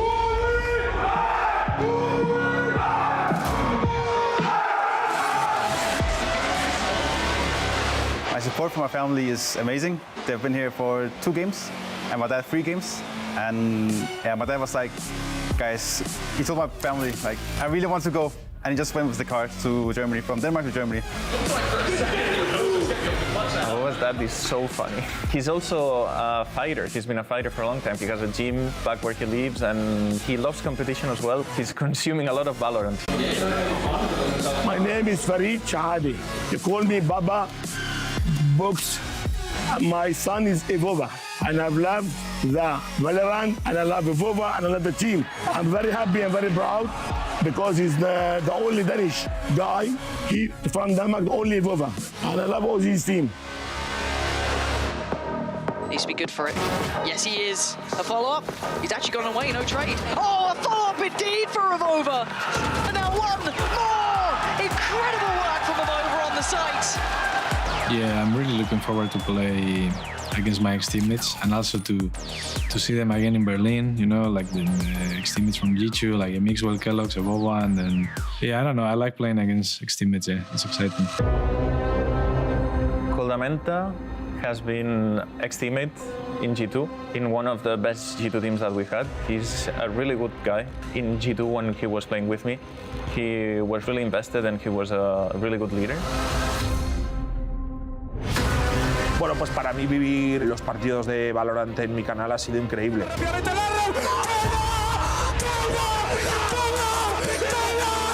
Hemos perdido muchos, pero a mí me encanta porque me hace muy feliz realmente retransmitir esports. Yo ahora representar a mi propio club y hacerlo en mi propio canal con mi comunidad es algo que me hace muy feliz. ¡Coi pipas! Pero en el chat ya se esconde. ¡Coi pipas! La pasión por seguir a un equipo nunca se debe perder independientemente de los resultados. Cougar y Heretics son dos equipos que tienen mucha rivalidad. Pero eso no quita que este partido lo vaya a vivir con una emoción increíble. ¡Mira padre, mira padre! ¡Mira el francesito! ¡Vamos! Va a ser un partido que no nos engañemos. Los dos, sean cuales sean las circunstancias, vamos a querer ganar.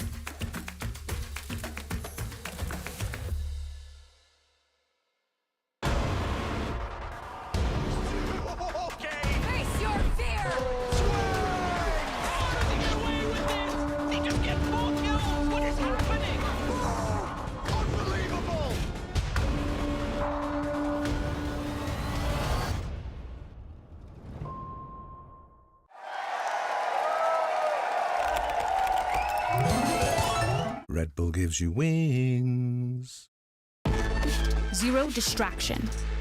Zero doubt. Zero opposition.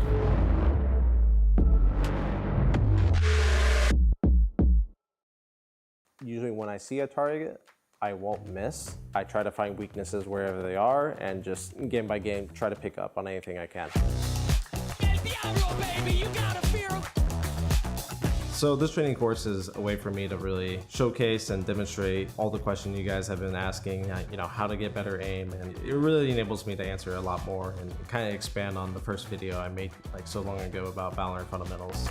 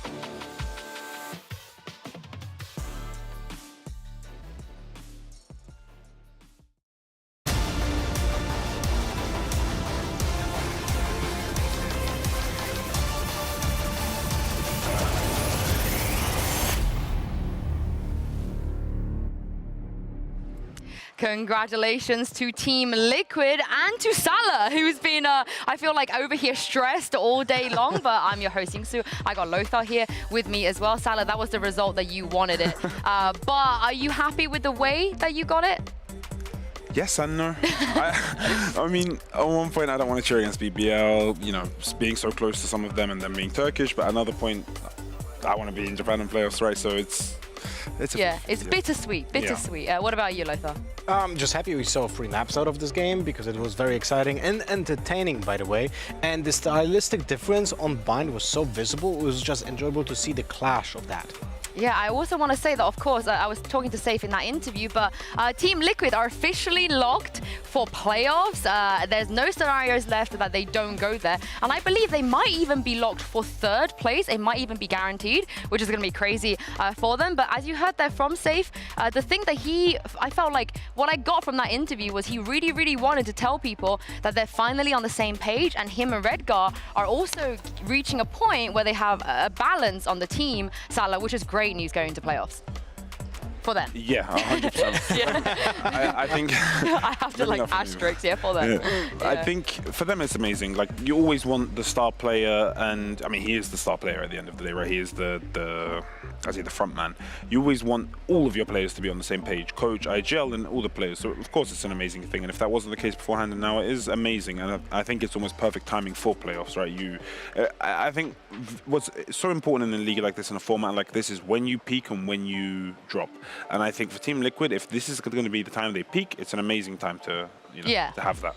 I'm just happy to see that Safe is such a colorful character in our scene, you know, and it kind of can be perceived as cocky and might have been in game as well, that for the team. But if they found that, let's say, middle ground to communicate better, it's very visible on this map. Like specifically on Bind, the way that they coordinated everything and orchestrated the movement around the map was very visible, that it was on one page, that they were on one page. And in the past, we have seen a very big dissonance on how the team wanted to approach the rounds in the past. Yeah, and Liquid locking in. I feel like people expected to a degree that Liquid should be a team to lock in for playoffs. But if we look ahead to that stage, Lothar, where does the expectations lie?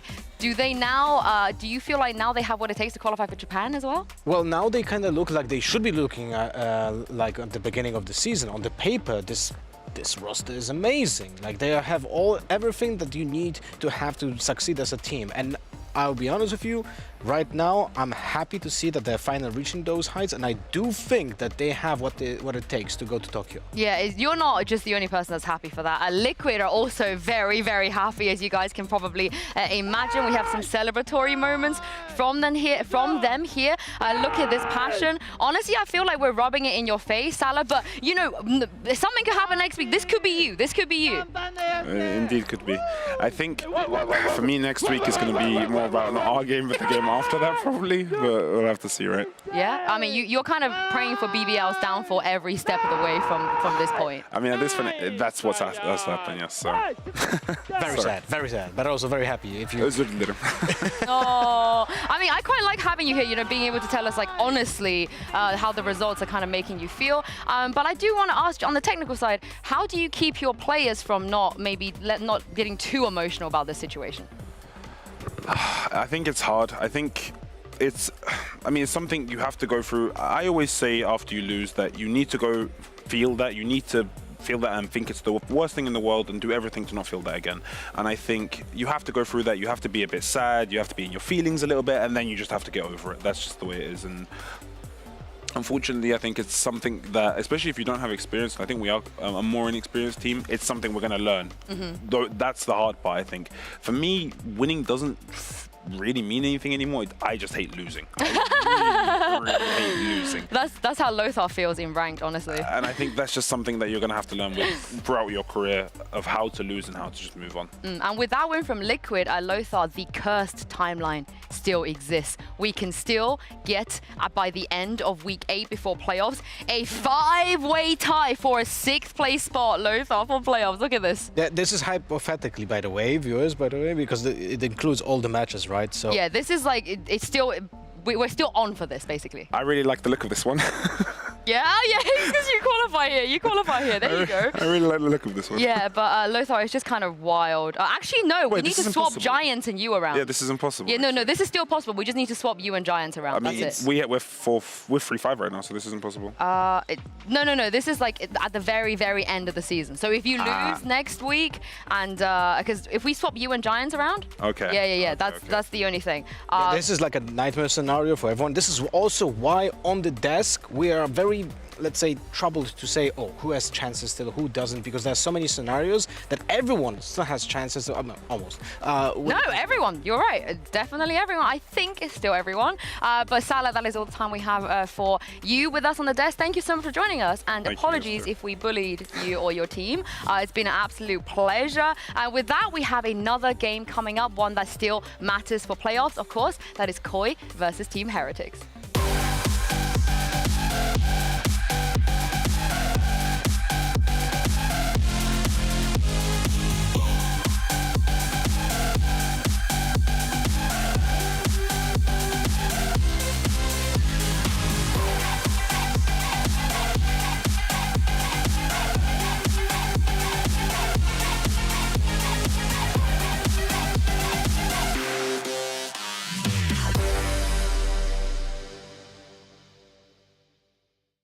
La previa básicamente es un programa en el que hablamos de todo, hablamos de actualidad, hablamos de lo que ha pasado, hacemos análisis, intentamos buscar lo que ha fallado en los partidos e intentar dejar un mensaje positivo con argumentos y a veces tirando de épica para la afición, que es lo más importante para nosotros, porque esto surgió por fans y creo que es lo más importante, ¿no? Que dejar un mensaje sobre todo para la afición.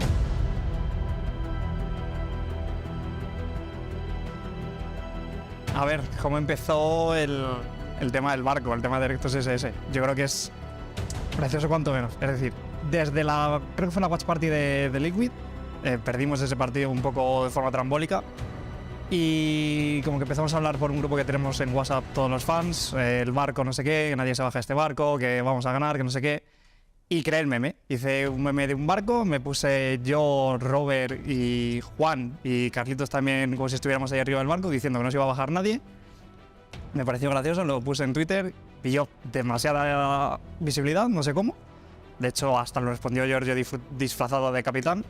Y no sé, es que es algo que no entiendo hasta dónde está llegando. No sé el por qué, solo sé que somos unos cuantos locos de la cabeza. Y ya te digo, es algo que es puro entretenimiento, lo hacemos porque sabemos que el club en parte lo necesita, dado la mala racha que llevamos, pero es algo que lo hacemos desde dentro, desde el corazón y que nos sale solo. Aparte que nos gusta entretener a la gente que también está como de nuestra parte, apoyando al club siempre.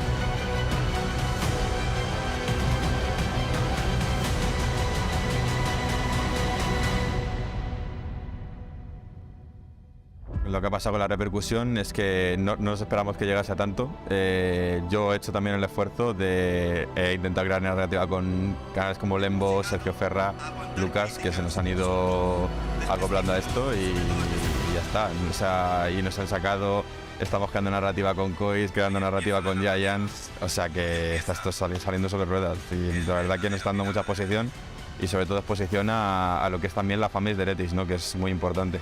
El tema de entrevistar tanto a Bu como a Nelciño, no sé, creo que ni en nuestros mejores sueños pensábamos que esto iba a ser posible. El simple hecho de traer a gente de dentro del club a algo que estamos haciendo nosotros for fun, porque somos unos locos, creo que es el sueño de todo aficionado de cualquier club, ya no solo sea solo de esports, sino también de cualquier deporte tradicional como el fútbol, el baloncesto. Es algo que te llena con más ilusión, te llena con más ganas de seguir y sabes que si lo sigues haciendo como lo estás haciendo, que es con cariño y con pasión, creo que no tiene techo. Yo no me quiero imaginar un techo con todo esto, no sé hasta dónde puede llegar, que dure todo lo que tenga que durar, lo mejor posible, pero ojalá que dure muchísimo tiempo más.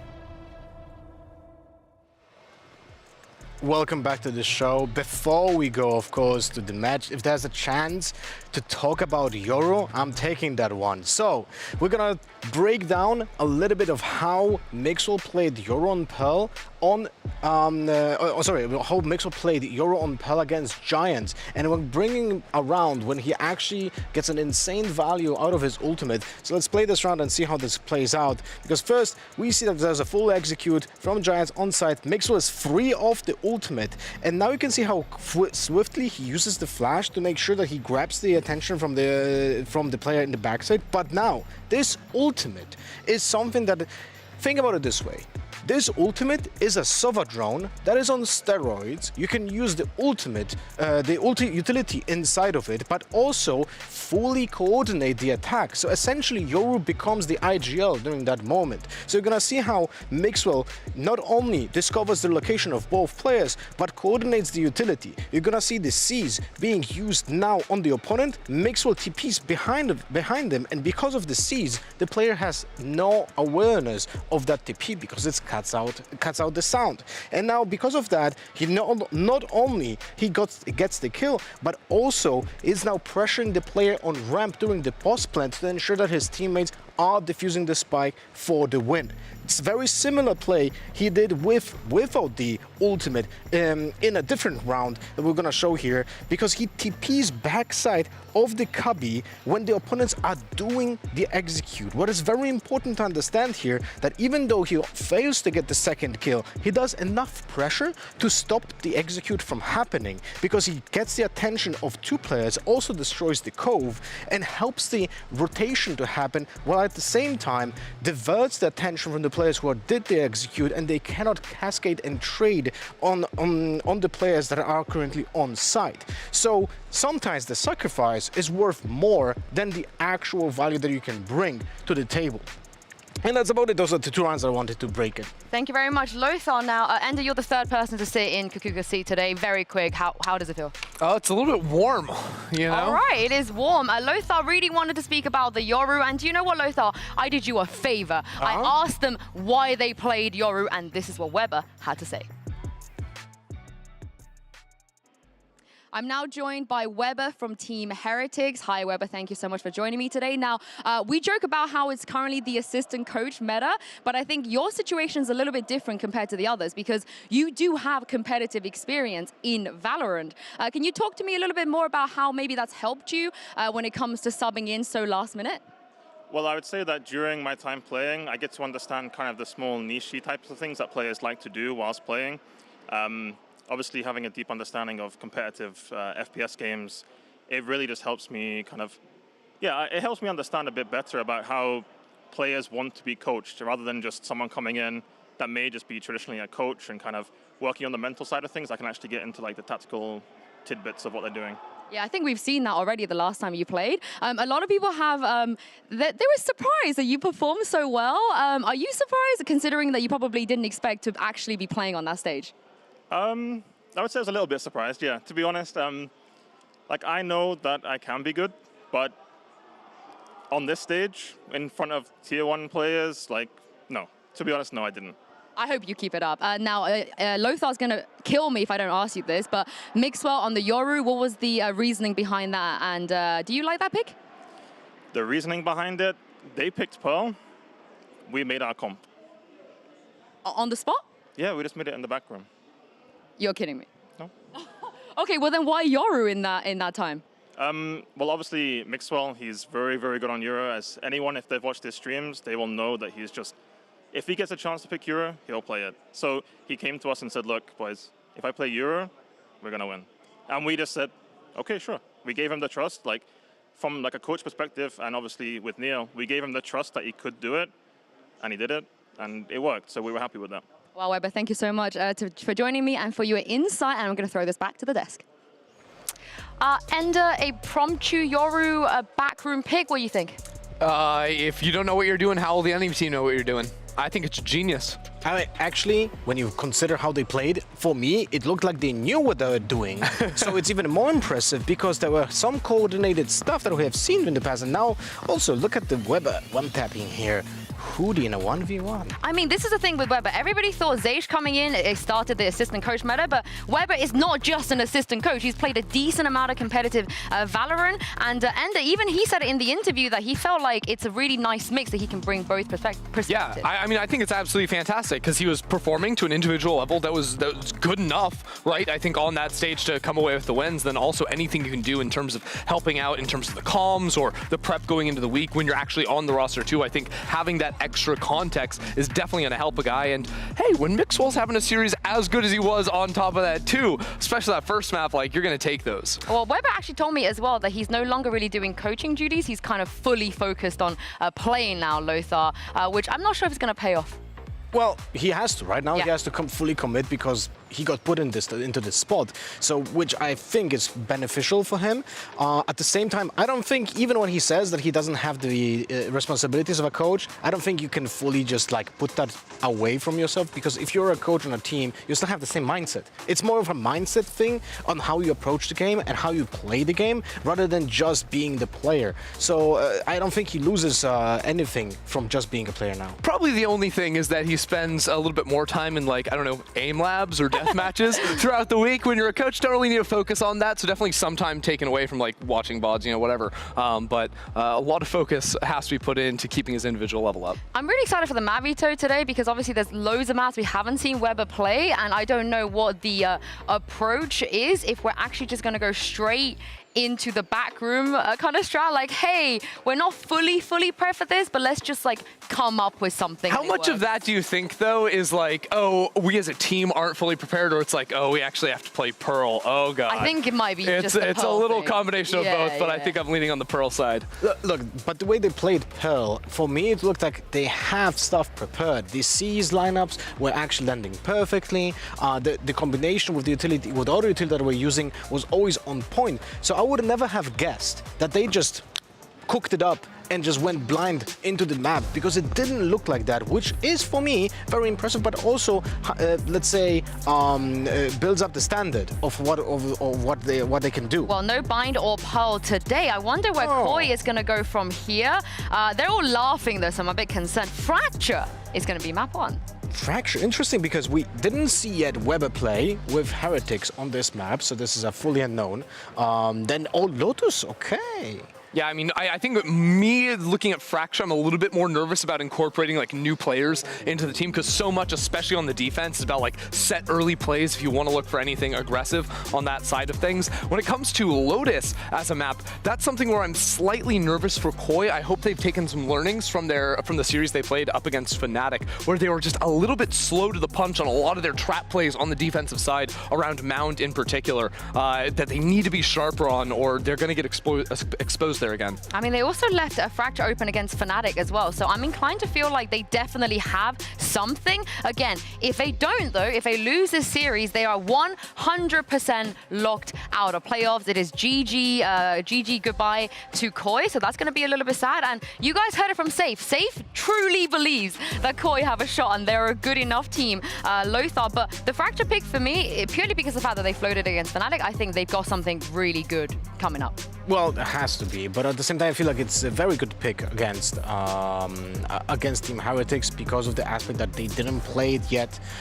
with the coach, and as Ender mentioned, I think it's a very complicated map. We've seen, actually, we made this example yesterday on broadcast, because we weren't expecting a team like Carmine Corp to actually play Fracture because of the amount of prep that we need to do for this. So I think map pool alone, I think it would slightly favor Koi, but unfortunately, even now, on the fundamental level, I feel like Team Heretics have an upper hand. I mean, this could be pretty scrappy, I feel like, Christy. Definitely, and I think that what I have seen from Koi, even in their losses throughout all of this, is every map, I feel like they have a couple of good ideas on attack and defense that they try to go into multiple times, but in the execution of it, like I'm thinking about the Fnatic series, where they're slightly slow, or, you know, the flash is ahead of the jet, or it's behind the jet, like it's actually not coming in at the right times. Like the execution on a micro level is where it sometimes ends up falling apart for them, and then they seem lost when they veer away from those main ideas they have on the map. I have nightmares from one of the executes on Bind, where Coldamenta uses a Sova arrow on B side, then we see a Sky Flash, and they wait like 4 seconds before going to the site, and the first one person on site is actually shifting in, and that's Coldamenta on Sova. Like that kind of like that kind of execution just cannot work. Yeah, and Lothar, I'm going to let you get your steps in today, walking back and forth. Of course, we are going to see Fracture, but it's not really a map that's been great for either of these teams. So what you got? So I actually prepared a little bit of an example of how Team Heretics played Fracture before, because I wanted to just ask ourselves, well, how can Weber slot into this? Because Team Heretics played this map with double duelists. This is the initial defense setup on Fracture. We had keloqz on Jett, Zeke on Raze. And now when I think about it, what does happen here with the composition? Will we see now Mixwell off the breach and Weber takes over that responsibility and we're gonna see Mixwell on a secondary duelist?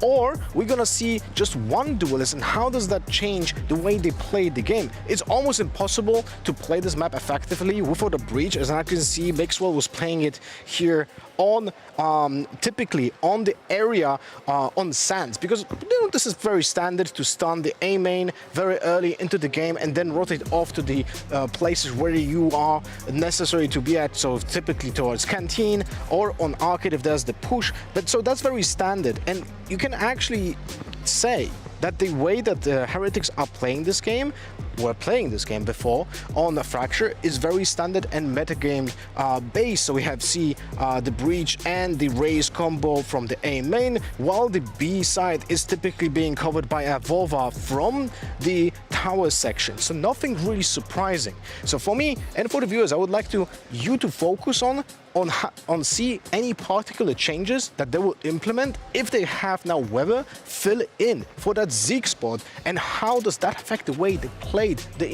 initial defense on this map? Will it be slotted in for Zeke, or will they have a massive change in playstyle? I mean, this is the interesting thing, right? It's almost like one team that has too many duelists versus, you talked about in the pre-show, Koi, when they don't even really know internally who wants to play the duelist and how that's going to work. I think we might be able to throw some Wolfen highlights out while we talk about that, because it does feel like from the outset, Ender, it's very, very easy to scapegoat Wolfen, to scapegoat the guy that has to play duelist when maybe he doesn't even really want to do it. Yeah, because from everything we hear, right, it's like no one really maybe doesn't want to play the duelist. You know, if it's the Jett, it's probably going to be him. If it's the Raze, it's a little bit more of a coin flip, whether or not that duty ends up going to like Trex or someone else on the team. But I think all things considered, you saw just like errors a lot of the time on the attacking side. I think on defense is where Wolfen looks much more at home, but there were numerous different attacks where he was going in maybe before the teammates were using the utility behind it, the flashes to come in. See that,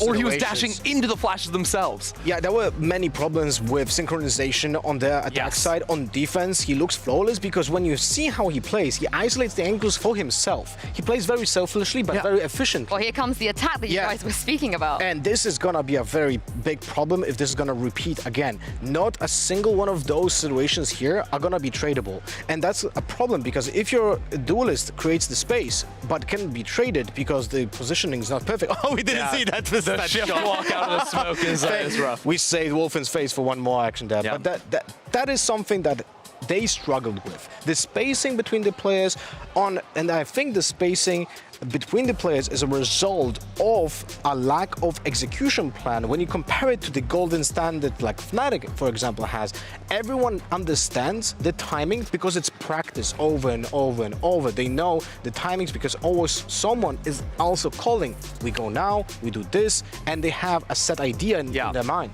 And that's what I'm wondering too, because there's situations like with the market play where it's like, how is that breaking down in comms, right? Does Wolfen think there's not a flash coming behind him? Is the initiative player saying, not actually communicating like, hey, I've got a flash for you in 2 seconds, stuff like this? Like, that needs to be crisper, because I think you're doing him justice in the sense of on defense, he looks very strong because he doesn't have to have that level of coordination. Like, he's a very talented player individually, but the coordination has been so lacking from Koi. And it's disappointing to see, because back in week 1, like, I feel like Koi Stonks went through the absolute roof with that insane overtime map on Lotus, winning that out. And since then, it has just been a slew of disappointments. I mean, it's not too late. It's not too late. Safe believes in them. I know Cougar believes in them. You're sitting in her chair, so you are by default believing in them. Of course, Everyone it is a massive Spanish derby. And who better to kick this off than this man? Ulysses, this is your moment. Take it away.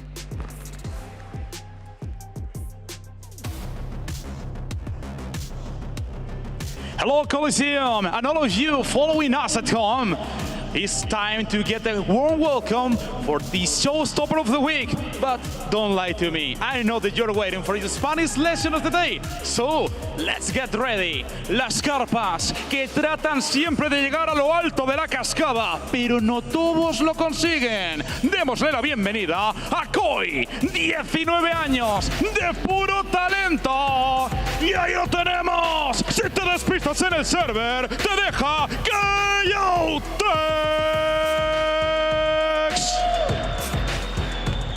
Multi-Roll Talent, uno de los polacos más temidos, Chef Starcho. Sabe más por viejo que por diablo, el capitán Goldamenta. Campeón en Berlín en 2021. Tres de sus rivales esta noche recibieron un 13-0. La bestia 6-2. Y ahí está herido, arrinconado, pero todavía más peligroso. Noche de luna llena. Wolfen. Encendemos contadores. Ponme música épica. El ganador del Slam al comeback del año es para Team Heretics. Big Dog Usadrot. Tista Wasim. Lema Yisalo Perato. Messe Berlin. Ha vuelto a su mejor versión. Hasbull está listo. ¡A Boba! Let him cook. Weber. 8 agentes diferentes. Los 4 roles disputados. Improvisa un Yoru y te padrea. Mixwell. ¡Truco! ¡O trato! ¡Buu! ¡Qué susto! ¡Don Lucas! ¡Don Ricardas! ¡Lucas Epitius! Y por último, pero no menos importante, las mentes tras los equipos, los entrenadores, Barbar y Nelciño. Todo preparado para esta fiesta, todo preparado para este derby. It's time to shine. Tenemos Koi contra Heretics. As Cougar would say, vale. Which just means okay. It's the only Spanish I know that isn't rude. Okay. But since you're sitting on Kukuka's chair, and go on, give us some Spanish, you know. Let him cook! You can do now the Wolfen. No, I'm not quite ready for that one yet. I mean, you're now, it's 2 Spanish teams. So for her, I feel like she will be saying that, like, you know, one of them going through will be enough. So, Christy, which one do you think will be the one to go through I have eventually? to choose. Yeah. What will Kukuka say? Oh, what would Kukuka say? Kukuka would start it off being like so impressed with the coach stepping in Weber. Looks really, really good. But there's something telling me that it's Koi that are taking it today. We just don't want to keep seeing them lose for this long in a row. They showed us so much back in week 1. They're going to tap back into that today and carry it through. I cannot believe this is how little you know about Kukuka. No. Yeah, that I cannot believe That didn't sound like her at all. Oh, my bad. Christy. I love Heretics. She is with Team Heretics. Right. Christy. I'm a fraud. I'm a fraud. Most obvious biasness you can go to, you failed at it. Sorry, I thought you said don't act like Kukuka. Be unique. Yeah, that's my bad. You saved that. God. Fantastic Yeah. save. It was just, I thought you were speaking Spanish. It's a whole thing. All right, do Lothar next. Lothar next. Oh my God, Yoru. Oh, I need a moment to talk about Yoru. Let me walk over to the telestrator. Let me get on my tablet and draw some circles. Yoru can teleport and he can flash and then he can go invisible with his ultimate. It's like a Sova drone with big muscles. Yeah, but you forgot to say fundamentals as well. Fundamentals. I would have said it like 4 times already. That's my mistake. I tried my best. Well, let's have a look at Agent Select here and see if either of these teams make any changes. Of course, Lothar, I want to see what Weber's going to play. Is it going to be the Raze? No, there's no way. I feel like Weber will be playing Breach. If I would have to Mixwell Raze. Mixwell on the Raze. I was hoping. Yeah, we got Weber on the Breach. I was a little bit hoping for Mixwell and Yoru here, by the way. But I can fully understand that they just literally play the same composition. They just swap Mixwell for Zeke, and Weber takes Mixwell's responsibilities. So that's not really surprising. And when it comes to now Koi, this is actually very interesting because they ditched the Sky and play Fade instead. Now that makes a lot of sense because you play Raze. Yes, and I'm a big fan of making that pivot. I also think that you can do a little bit more in terms of like forcing people directly off of angles with the Prowlers, with the Jet on the opposite side that's going to be trying to up. Sky Flash a little bit too dodgeable for my liking for that to be super reliable. But also in terms of the Cypher versus the Killjoy, I think Killjoy gives you more consistent value in terms of the lockdown of sites, the actual ultimate lockdown, of course, too.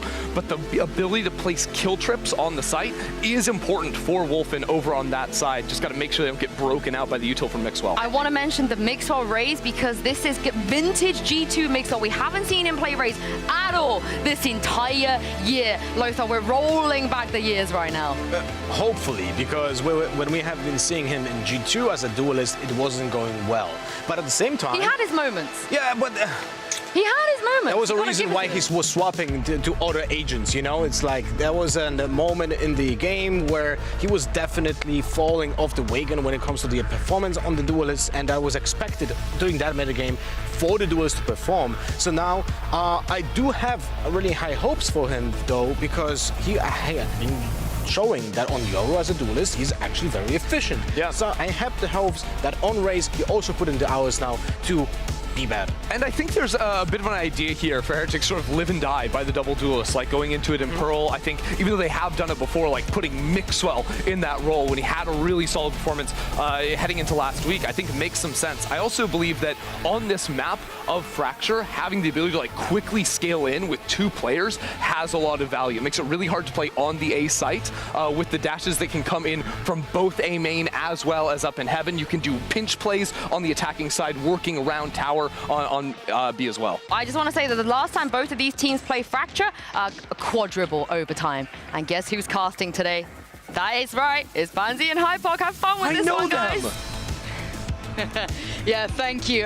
Maybe a different scenario nowadays between these two. A highly unstable game here, it feels like. If we roll our minds back to what Heretics were able to achieve, it surprised a great deal of us. Yeah, it definitely did. I think I come into this with obviously the same concerns that have been discussed heavily with Koi.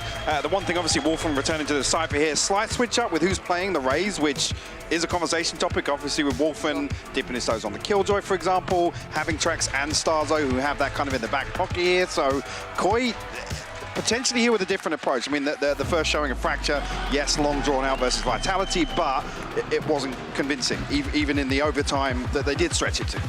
Yeah, and Heretics managing to take Liquid 15-17 was actually quite an impressive feat. So yes, even with the caveat of Weber being their role switches, this is a map that they are at least somewhat comfortable on, even though it hasn't garnered them results throughout the regular season. And I feel like actually with Weber in the role, particularly supporting Mixwell flexing onto the Yoru, this is actually Heretics maybe leaning towards actually creating some of that chaos once again, which we'd see. I mean, they were talking about innovating set pieces on the fly during that game with the Yoru, and actually speaking with Boo last week after the game, he was talking about just how much now internally, obviously the energy's changed. We saw that visibly down on stage, but also becoming like a round table discussion here. But wow, big exchange here to kick off the pistol round. Weber actually comes out on top of Coldamenta here. Brimstone down immediately. There was a trade out, and it is going to be successful for Koi. Fantastic work initially. Mixwell a little overextended here. And I almost kind of roll again back to that game that kind of threw us all into such a curious position.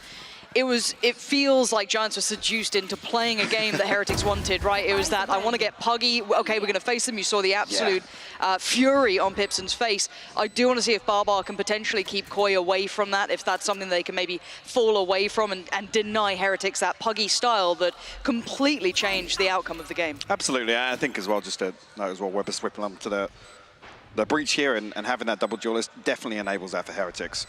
Over here. 1v2, time ticking away. I don't think anybody's really going to overextend here in main, but there's two to find. It'll be tough for Avova, needs a mistake to be made. That's not going to help matters. And neither is that. Yeah, this is now effectively impossible. So a good start here for Koi. after a very scrappy fight by Dish, almost overextending, overcommitting towards it. Overcommitment, I'd say, really on that, especially when it's the Brimstone to fall first. That it makes it so hard to hit a sight on Fracture. Again, not even sure actually of off screen where the second kill comes through from, but well, Weber tried to tank the paint shell there. It's unfortunate, but Koi come out on top of the trades. They were at least stacked up enough to punish whether or not Heretics were going to commit to that engagement. Yeah, and I think the role swap is curious for me in the aspect of I want to see how well Weber can facilitate Mixwell here. He needs to almost be selfless in play if he does want to try and get the most out of what they've got here. This buy coming out from Heretics is extremely light. I think there's only a ghost being brought into. So this should be pretty comfortable. If anyone falls, it'd be surprising. They are trying to take over A main, maybe try and get some pressure. But again, you're going to have Wolfen watching that back line pretty comfortably. I don't think he's going to have much trouble here. Wolfen will be in position to greet a couple of members of Heretics here if they decide to follow through.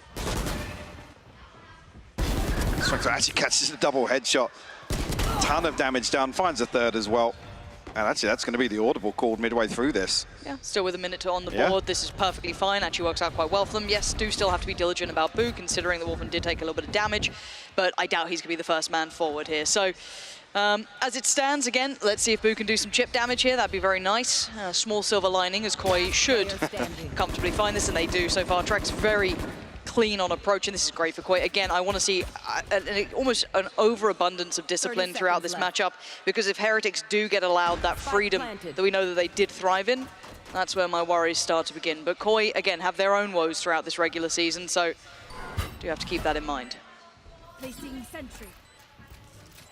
Classic in hand for Revolver, and really looking for Koi not to give away any of these weapons.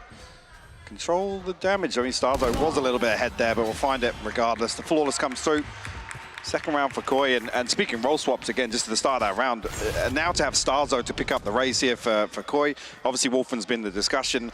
I think previously, actually, he had a phenomenal performance individually. Only criticism being on the attack there was good. Oh, you've got 2 rounds to talk about, Mike. Yeah, this is when you get a paycheck worth, right? It's lucky we've just started a discussion about something, really. Please, slow down and expand. So the thing really about Wolfen, but the only concern really being, and it being Fracture that we start off here, he was dying a lot first on the attack. And we know how crucial some of those positions can be when you set up for a lurk, and how quickly actually the flanks come through from the defenders. So that's something that maybe breaking out of that duelist mindset, committing to engagements, not just gathering or receiving that information, being able to regroup, is definitely something I've got my eye on. Considering we know Heretics going to look to play a little more fast, a little more loose, a little more reactively. Whether that's reflected on the defensive half, we'll have to wait and see, sure, but... And I actually quite like that at this point, Baba and the boys are still trying to find comfort here, be it just directly against the team they're facing, sure, but overall, I don't think this is a bad idea to potentially explore. Comfort's the key word here, and even just hearing again, the thing of urban myths, right? Yeah, Koi, they have problems on the stage. That has to come through from finding players, I guess setting players up to perform at their best, and comfort is the key component there. Wow, he's very comfortable. He nicked that off one of the I was going to say, it's very early on here, but already there's arms up, legs crossed, pillows out. Yeah, it is quite late here, though. To be honest, it is about 9:15, if you are just tuning in and you're wondering what time it is in the world. In Germany, it's quite late. Not quite sure on the issue as yet. We will find out and give you guys a heads up. Nothing seems completely on fire. Once I see headsets off, then I worry. For now, they stay on. I think I saw Kellogg's maybe messing around with his in-ears, so it could be that. But again, that's a bit of guesswork here. But hopefully, we find out what the problem is. Yeah, I think he's putting his in-ears back in now. We're still in the lobby, so that's from what we've seen this week already. We'll take that. Yeah. That might cut it down to only 10 minutes rather than 30. The in-ears are quite tricky. Yeah, it is an in-ear issue just confirmed by production, so thank you for that. Headsets. Oh, no, he's thinking about it. He's thinking about it. Here we go. Oh, we've got the remix on that. Yeah. Oh, Christ. Same. Yeah. So yeah, there's definitely lots of things here. The other thing as well, with it being week 1, the last time we saw Fracture from Koi, we are talking about a very different Koi nowadays. Yeah. That progression hasn't been there throughout the season, and even early on, where they were doing damage and going toe to toe with some of the teams, we haven't really seen that, to be honest. We've seen lots of one-sided affairs. Round score aside. He's taking it off again, so... That's not a good look. That's yeah, not. for Koi, I mean, there has been, outside of the Na'Vi game, even just the map wins they've garnered was Pearl against BBL 13-3 and Ascent against Carmichael 13-8.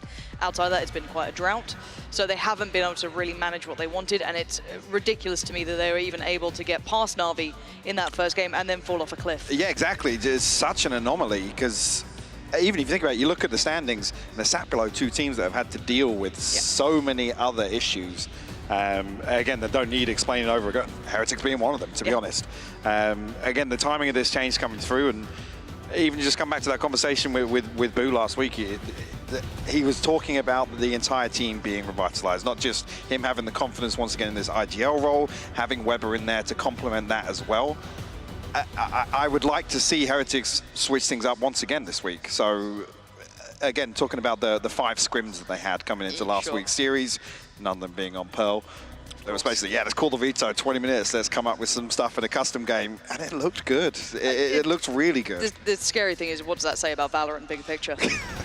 You know what I mean? Like, again, though, how many times do you see I guess, the DNA structure of the old G2 roster in that lineup who used to do that puggy style time and time again? Their bread and butter. It was, and eventually, obviously, they fell to the likes of your Fanatics, your Na'Vis under different titles at the time, even your Liquid to an extent when the more refined style came in, and it was handled. So you started to see them kind of fall off from that capability, but initially it did work, and they do have a great deal of raw power, right? So it's like, it's always been, can they make that raw power refined? Can they bring it into a way to make it work? So if Weber being this, almost micromanaging everything actually helps, then that could be a bigger conversation for them down the line, that they need a hard line, dedicated IGL who will simply micromanage like an absolute monster. For sure, because I think one of the biggest things as well, which is a conversation topic I've come back to multiple times, is actually Avova's performance last week. I think he is one that thrives in that kind of, we always use the words bravado and kind of almost an element of arrogance to some of the plays he makes, but a rock-solid anchor historically. Yeah. So to have him kind of brimming with confidence again, being active on stage, getting up on his feet last week, it's those sort of things that give you a little bit of hope to ride on, right? That were maybe we see some of these players return to some of the form that we know they're capable of. It's crazy you could say the same for Koi as well, to a degree, seeing those glimmers from Starkso and some of their games. Absolutely, a couple of bits and pieces here and there, and you're like, wow, imagine if that all aligns. Shados as well. Yeah, it is the roster of, what could be, and then it just didn't come together. Now, it can just be how the run goes. It looks like headsets are back on. Keep them on. Keep them on. Oh, he doesn't look happy. Yeah. He's not happy. Oh, he's not happy. Right, headsets off again. Something wrong with that left side. He doesn't like it. I hate to say it, but it always seems to be the player in that seat as well that has the audio issues. It is mad though, like back in one of the odd events I worked in, I think it was Barcelona, it was like a trade show.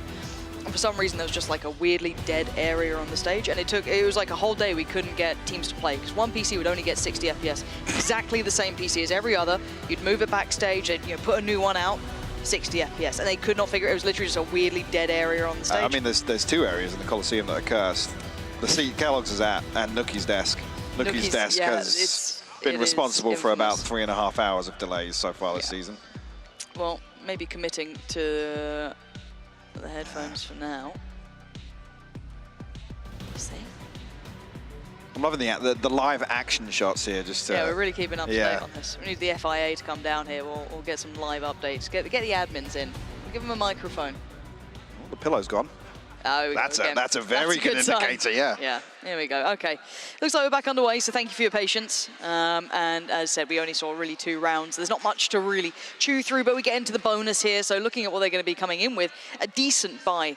Well, at least remainder of a buy for what Koi's bringing in, which will be the Bulldogs. You do have that rifle on Trex. That's quite nice. I mean, actually really good progress for Starzo towards the showstopper. I mean, even here at death and a kill would result in having that for the next. So even to come into the bonus here with the possibility of it, It's actually kind of huge, even if they retrieve this orb as well, actually. But they are walking into the Killjoy setup.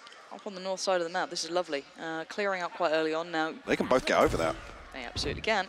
There's one. There's nobody close to hear it either. And Boo's going to note that there were players here early, and he's going to feel this pressure. So if he can do a bit of damage, okay, maybe not as much. And considering Mixwell fell at the same time, that's actually really underwhelming. Koi overwhelming on the site, so they will allow for the plant to come in.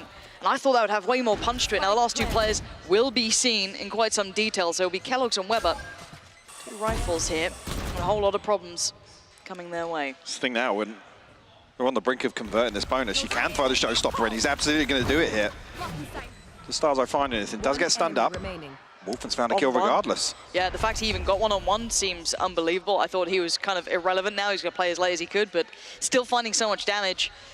Kellogg's is being given nothing here. The best he could hope for, that Wolfen would be still lazing around towards underpass, and the timing, he does actually manage to catch him, but he's going to have to dip out of this one, and I'm a little surprised here, because it felt like Heretics actually did some of the right things. Yeah, definitely. I think some hesitation maybe on this flank. I'm not sure why Kellogg's opts not to cross the wire as well. Having both duelists to come through, I think Weber trailing a little bit behind, but certainly if you have the breach behind your Raze and your Jet, there's a real opportunity to break back through Arcade there. And I think they get the indicators early enough from B main that that's what's about to happen. Yeah, Boo broke the camera early. He got pretty much spammed down. At this point, yeah. 1 HP on Wolfen. But even with that in mind, it was still a win out on the site. Yeah. It makes it even worse, actually. Still with 1 HP, he gets a second. Yeah. Well, that's going to be a frustrating one for Heretics. That could have been a great opportunity. Right place, right call. That could have really stilled the confidence and solidified it. However, proactive beginnings on either side. And a full play stack from Heretics towards A. Strange though, it's Kellogg's here to compliment of over in A main as opposed to using the paint shot. Maybe because Mixwell has got the judge positioned over towards Dish, but Boo hasn't heard anything just yet. Kellogg's will drift this direction to help him, but going to be overwhelmed fairly quickly unless Kellogg's can do absolute wonders with this rifle. He needs a lot here, Lauren. They've noted the rifle now. Which means they're just going to drift back over towards A. They didn't particularly fall away from this either. They still had Wolfen sitting quite close by, Starkso there as well, so that's going to be leaning back towards the A site. And yes, there are 3 players present, but keep in mind the weaponry. It's not ideal. And the first player's already fallen. Weber gets almost targeted here. Vova doing well. That's not pretty, but it will be the site now looking pretty safe for the taking. Mixwell can't really challenge across too much with that judge, so for now, Plant going to come in unless he flies down with some mad bravado and somehow pulls off miracles. He's going to have to come on towards Kellogg's to do something quite fantastic. Got the dash, got the blast packs, but unless they get a kill here, going to feel out of reach. That's one on the site, and Starkso's having none of it, and Kellogg's is easily in his vision. So now Boo, with the recovered Guardian, can give it an attempt, but not going to happen quite. 4 rounds, very clean so far. Got a little dicey, but I mean, at that point, they had the plant. It didn't feel like there was a bigger threat coming in, and Heretics deciding to pump the brakes. Yeah, Koi actually playing very, very reserved right now. It's a very, very well-handled anti-eco. And with the rifle there, with the judge there, able to avoid all of that threat.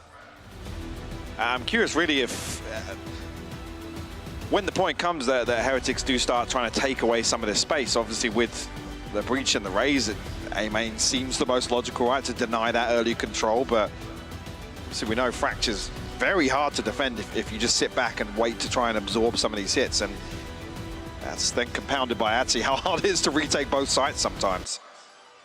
So hopefully, I mean, if Kellogg's is feeling confident, obviously we know that the tech pause was due to his audio, but we do want to see at least one of these duelists activated on the defense for Heretics. And put that in motion now, to be honest with you, it's already a 4-round deficit. I mean, another buy round here and already staring down a very large gap. Yeah, we haven't seen much from Heretics to take us out of that mindset. Why did it say split on stage? That's interesting. Spoilers? I mean, I don't think it's Player a veto. 4? No, it's not. It's Lotus and Lotus Ascent. and Ascent. Nope, just split. It's very confusing. They do have a lockdown and the orbital strike at least as well bring in, so that could be quite influential. I want to see if there's something in mind for it. It does seem as though that challenge towards A is going to be the target focus coming out from Koi. So already Stark so quick to the task, and Mixwell's got to be pretty careful here. Right there.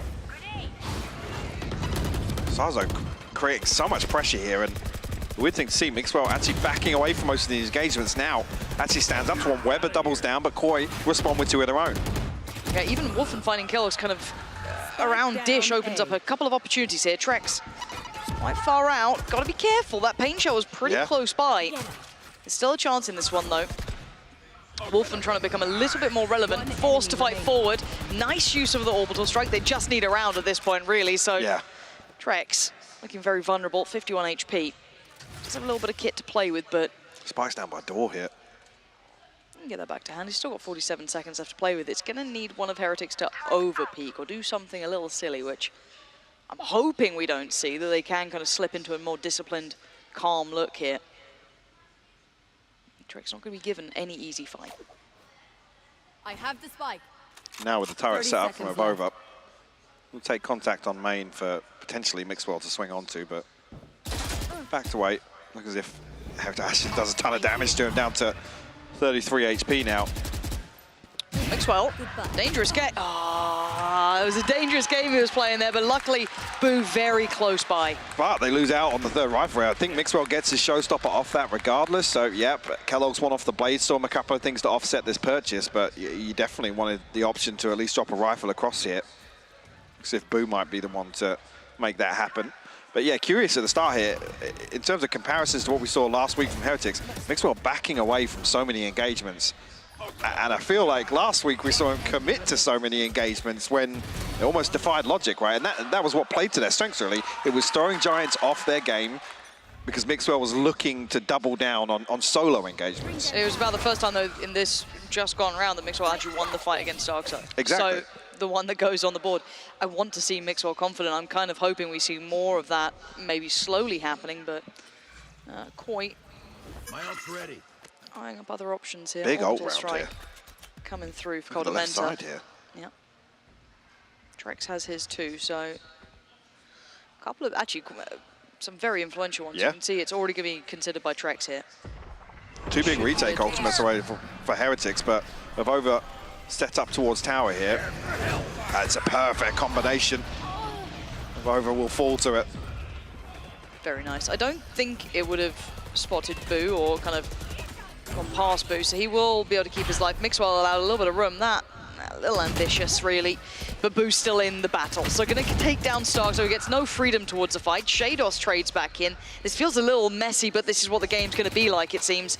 As now we look at the last three standing, Kellogg's, Weber, and Mixwell. Yeah, Boo forced into such a strange position.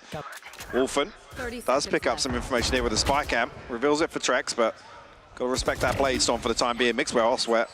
We'll find Coldamenta. Weapons followed through on this. Yeah, now it's on Shados, really. Trex needs to try and hold that cross, do something. And he's done just that. Great work from Trex. Now Shados, a 1v1 basically on the site here. He's going to have other problems, but you've got Trex holding your side, and there's nothing that Mixwell can do. He's got 1 HP for a couple more seconds now. It's built back up to 22. Not a fight he wants to take there. Nice work between Trex and Shados at the end. Very, very peculiar how that played out, though. Turned very scrappy through. I'm not sure if Boo took some damage or something. It forced him into such a strange position to have to retreat back in front of Mixwell. I mean, there's nothing Avova can do here. No, he's dead. He's very dead. Beautiful setup from Koi to isolate that kill.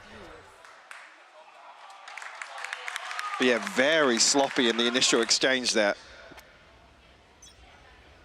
I think we're just going to be seeing shades of that throughout this matchup. Especially now with the financial situation for Heretics in this half already. Yeah, and even considering Heretics' issues of having to play with Weber and not having the full 5 and all the other problems aside, Koi aren't exactly having the best season themselves. No. So this is not going to be a pretty game of Valorant. There's no two ways to describe it. So if anything, Koi just need to keep that composure, try and close out a clean map here. A 5-1 already in a very solid way of playing. This is looking quite good so far, and the right read here. As I said, they baited out a huge rotation. Boo now reconsidering it. It's just over here with a turret and one molly.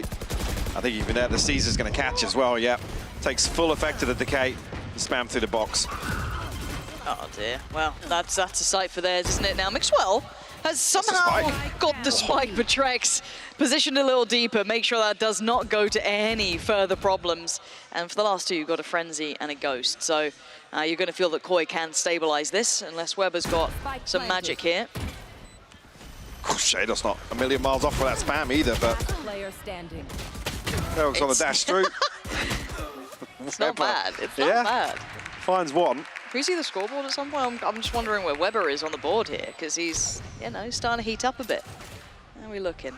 It's not as dramatic as last week. No, it's not, but it's early days. Don't worry about Weber. He'll, you know, he'll activate. Source it up a little. I feel like this game's starting to fall away from Heretics. I'm kind of maybe expecting another timeout to hit at some point here. Oh, still split behind them. Interesting. I know what it is. It's the last time Mixwell plays Raze. It was on split. Just positioned behind him on the stage. That actually would be quite impressive. Yeah, If that was not just a blatant lie. I found something. You really went to the depths I was here. digging deep. Yeah. But we do, okay, little something. We've got Kellogg's on an operator. That could be quite exciting. Mixwell going to be played in nicely here. This is all on Mixwell because, oh dear. Well, nope. No, he's not having a game. And that operator now just, it's not going to come into play. No, I've got to hold on to this, to be honest. There's no way back into this site. Spike planted. Koi just going through the motions, to be honest with you. Heretics barely even winning out gunfights. So, I guess the other thing I kind of want to discuss when it comes to Fracture, I still just don't feel like this map plays very well to the puggy style that Heretics were able to do well in. Oh, no, definitely not. This is almost the antithesis of it. That, you know, one of the hardest ways to activate on this. For sure, this is one that leans towards Boo's strengths as an IGL in terms of that push and pull, manipulating rotations, but with this sort of approach to it so far, what are they going to be able to achieve on attack is the real question. Yeah. They have to keep this within check in the first half, and it's already way past that in my eyes. Yep, and there goes the operator. Yeah, that's been pried out of their hands. And Koi, and here's the thing, I've got to kind of, once again, kind of bring it back to that factor that, remember that Heretics did draw out a messy game against Giants. Koi, credit to them here, have not entertained that at all. It has been very clear-cut. It's been quite concise, and they've kept composure here. I quite like the changes we're seeing. Wolfen looks actually quite comfortable in this role as well. He's doing very nicely. Sarxo doing nicely as well. It's actually enjoyable to watch those Like two. I said, last time we saw Koi on Fracture, Wolfen performed very well on this Cypher. Like I said, we've seen them experiment that. I guess, Agent Paul aside, we've seen him dip his toes on the Killjoy. Hasn't really, you know, blown me away, but here he's able to replicate that same week one performance. See if there's any stopping power this time. The purchase is shoddy at best. You're going to have a Guardian, Marshall, Spectre, odds and ends. Sorry, Stinger even. It's very subpar. And at this point, once again, they're out-rotating them too. Just to add insult to injury, if they continue along this path towards, you know, the A site here through Dish, they're actually going to win out. It has been a stack towards B. Element of paranoia from Heretics on the back of some contact, but finally, Weber's made his way across. I want to see when Wolfen checks the push, and it's now. Okay. The internal clock wasn't far off. Maybe a second or two, he could have actually caught that rotation and information finder. Koi are drifting back, though. Almost baiting into the fact that it's the Cypher. They feel as if they found the lurker, right? They're actually going to drift back and hit this site. It's only of Over and Kellogg's now. Marshall and a Sheriff, so a chance to do some damage, but 30 seconds left. actually, the lockdown's going to burn up a lot of time here. It's actually dealt with, it's destroyed. I'm not sure what got that in the end. Paint shell? And they're actually running back towards A. This is just ridiculous. Now they're going to leave Star, so. This is awkward, though. Mixwell's got the time. paint shell. We've got the orbital strike. There's lots to deny the partner here. Spike shut down here by Weber. This is a shocking call, if I'm honest. They've overcooked this one massively. Yeah, this is horrific. Yeah, not pleased by that at all. Heretics just had to run back and forth, and they basically won the round. Everyone note down your observations. This was very peculiar. Again, the lockdown almost indicates that this is the site we have fewer people on. We're trying to slow you down a little bit. But what, they're back and forth 2 or 3 times? That was the feature. Very, very strange. Even at that point, they're so deep in arcade. You deal with the lockdown, you've got a smoke down there next to it. Just run it. Commit to it. You know it's a lesser purchase. Worse off, you're running into a 5v3 with weapons versus... Exactly. They were on a garbage buy. Very bizarre choices. Kellogg's again here on that operator. You see value from this investment, to be honest with you. It's the second time we're seeing it. Here we go. Big opportunity here for him. This could be good. Oh, it's tragic. Kellogg's has gone down. Boo trying to back him up a little here with that smoke just to stem the bleeding somewhat.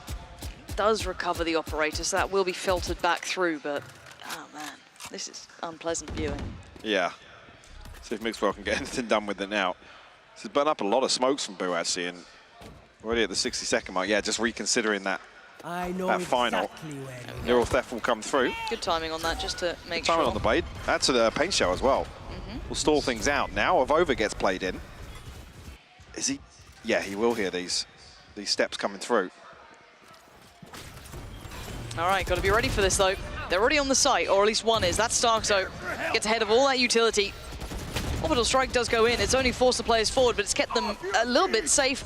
Counter ult goes back. That's going to at least hinder 2, maybe 3 players, but it is going to be Mixwell and Weber finding again. value. And keep in mind that Boo has also slipped the net. Now the spike's down, and this is just bizarre. What a strange set of events. As Trex is your last man alive. Koi making a meal out of this one. Well, it's 2 rounds now that they've completely overcooked. It's another example of 5v4 here for Koi as well. They're trying desperately to try and manipulate these rotations. Force Heretics into, I guess, testing the structure, right? The structure of these defensive formations, the early round protocols, and then trying to make these snappy decisions, but they're going back on themselves a couple of times. If you feel contact at the point at which, 45 seconds on the clock, you're drifting back towards the second site, option B, for example, at some point you have to commit to it. It's strange the lack of, or the abundance of hesitation we're seeing, even off that initial pick. At this scoreline as well, you shouldn't be hesitating like this. No, that initial pick was perfect, right? They dealt with Kellogg's, that's great. Okay, operator couldn't police that away, but that's fine, doesn't matter. Lovely timing on the ult. They noted the readjust coming out from Mixwell. Anyway, irrelevant now. Starkzo starting to heat up. This is better. A little bit more punchy, a little bit more confident. Got to be careful to not overdo it, though. It's a fine balance. As Kellogg's now gets his opportunity, the flash will keep the cross safe. Another example, they dip in, find a pick, they're able to drift away. And now this is where the issues start, though. Yeah, the mid-rounding has been awful so far. Okay, that's good. That's reached just enough to find Boo, so he has to fall away from position. Got to choose where to invest these smokes, and the support is there. Oh, Mixwell just going astray. Not going to get any real connection on that. And this is when I start getting worried. If they pause here, it's not the end of the world, but... If they wait behind this now and Koi re-hit, it's actually really, really good. It's only a trade, though, initially, and Boo's found 2. Yeah, Boo's still alive on the side. Trex just demolishes Kellogg's. Boo's still alive, finally goes down. Okay, Plant gonna come in. Over, last one alive. Your hand gestures, Michael. Oh. I don't know what I'm watching in some of these scenarios. It's a game that started about 10:30. It's descended into madness in a couple of these situations. Like I said, in this one, at least, credit Koi there. They wait behind that initial pressure, then they re-hit. They know the Heretics have burnt up a lot to try and stall out that first wave of pressure.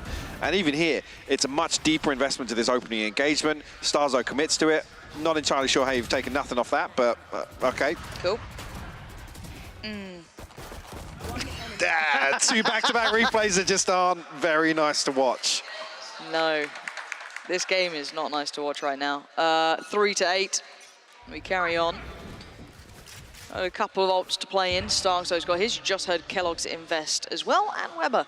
This is a good purchase coming up from Heretics. This should be the best they can do. So maybe 4 rounds would be something to work with. Often spotting no one.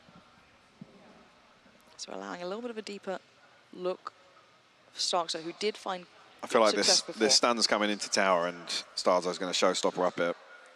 Or maybe just the nade. There's the pain shot. And here we go. both. Yeah, he's gone. I'll do it all. Perfect. Boo's gone. Sight looking a little less secure. Avova now. Bless his heart. What are you meant to do? Back to the wall. A messy spray. But Starzo doing really well at entries here. He's succeeding in an incredible situation. Kelk's being given nothing. No one's peeking towards him here. Coldamenta can't really cross out, but even at that point, what are you meant to do here? Mixwell, Weber and Kellogg's noted too. Oh man, this is getting harder and harder for them to find their way back in on. Do they have anything to really work with? A little bit. Weber's got a little bit. There it is. And trying to work off that is Kellogg's. Lovely. Not bad at all. Trying to make the best of a bad situation. And they're doing some serious damage. But it's all on Mixwell. A 1v2 and time is ticking. Just a tap on the spike. Looks for it. Gets it. Where's the final player? It's gambled wrong. It was just a gamble. And Starzo may be low, but I don't think he's low enough. Oh, it's all but over. That's going to be Koi pushing themselves forward and keeping a very strong advantage on this half. Yeah, massive lead coming out from this. And unfortunately, I think the headline here is just Heretics not winning gunfights the same way they were. They were brimming with confidence. They were stacked up as 2, 3 potentially to isolate duels last week. We haven't seen any semblance of that here on their fractured defense. No, they need to fall back into whatever it was that sparked that into them before. The overabundance, the overpeaks, playing like, you know, old G2 style. Give it a go. The worst that can happen is you lose out. You've got 3 rounds anyway. Give it a crack. Well, that's the thing. At the point where it's you're 7-1 down on the half, throw something out, see what sticks. If it did work so well for you last week, that's what I'm a little curious about. Credit to Koi, though, in a couple of these adjustments. The mid-rounding wasn't great through the midway of that half, yeah, but a couple of these decisions where they're looking to manipulate rotations did look very good. Yeah, I think we saw that there is still core problems with Koi, which we've known the entire season. They're still trying to work through that, but for now, they're doing okay. They managed to kind of carve out a very good half for themselves. And a big thing as well, we didn't see much aggression from Heretics on the defense, but Wolfen at least keeping in check that red flag, which is your Sentinel having, I think it was 5 first deaths on their attacking half or something. At least the one time we did see him die in underpass, Koi then try and react very quickly off that. They read into the fact that Heretics is going to, they think they found the lurker, we're going to come back and hit that site. It was the decision-making slightly after that then was the concern, but at least for me, that's a huge positive, especially for somebody that's been under heavy criticism, playing the Jet primarily here. That's a huge positive for me. The other thing as well, this switch out with the Raze, I think Starzo is actually embracing this kind of aggression a little better than Trex was. Trex 100%. Has primarily been playing the initiators, and I think that would definitely reflect in your duelist playstyle. Starzo's one of those players, you don't care what he's on. He's always willing to dig a little deeper to find engagements.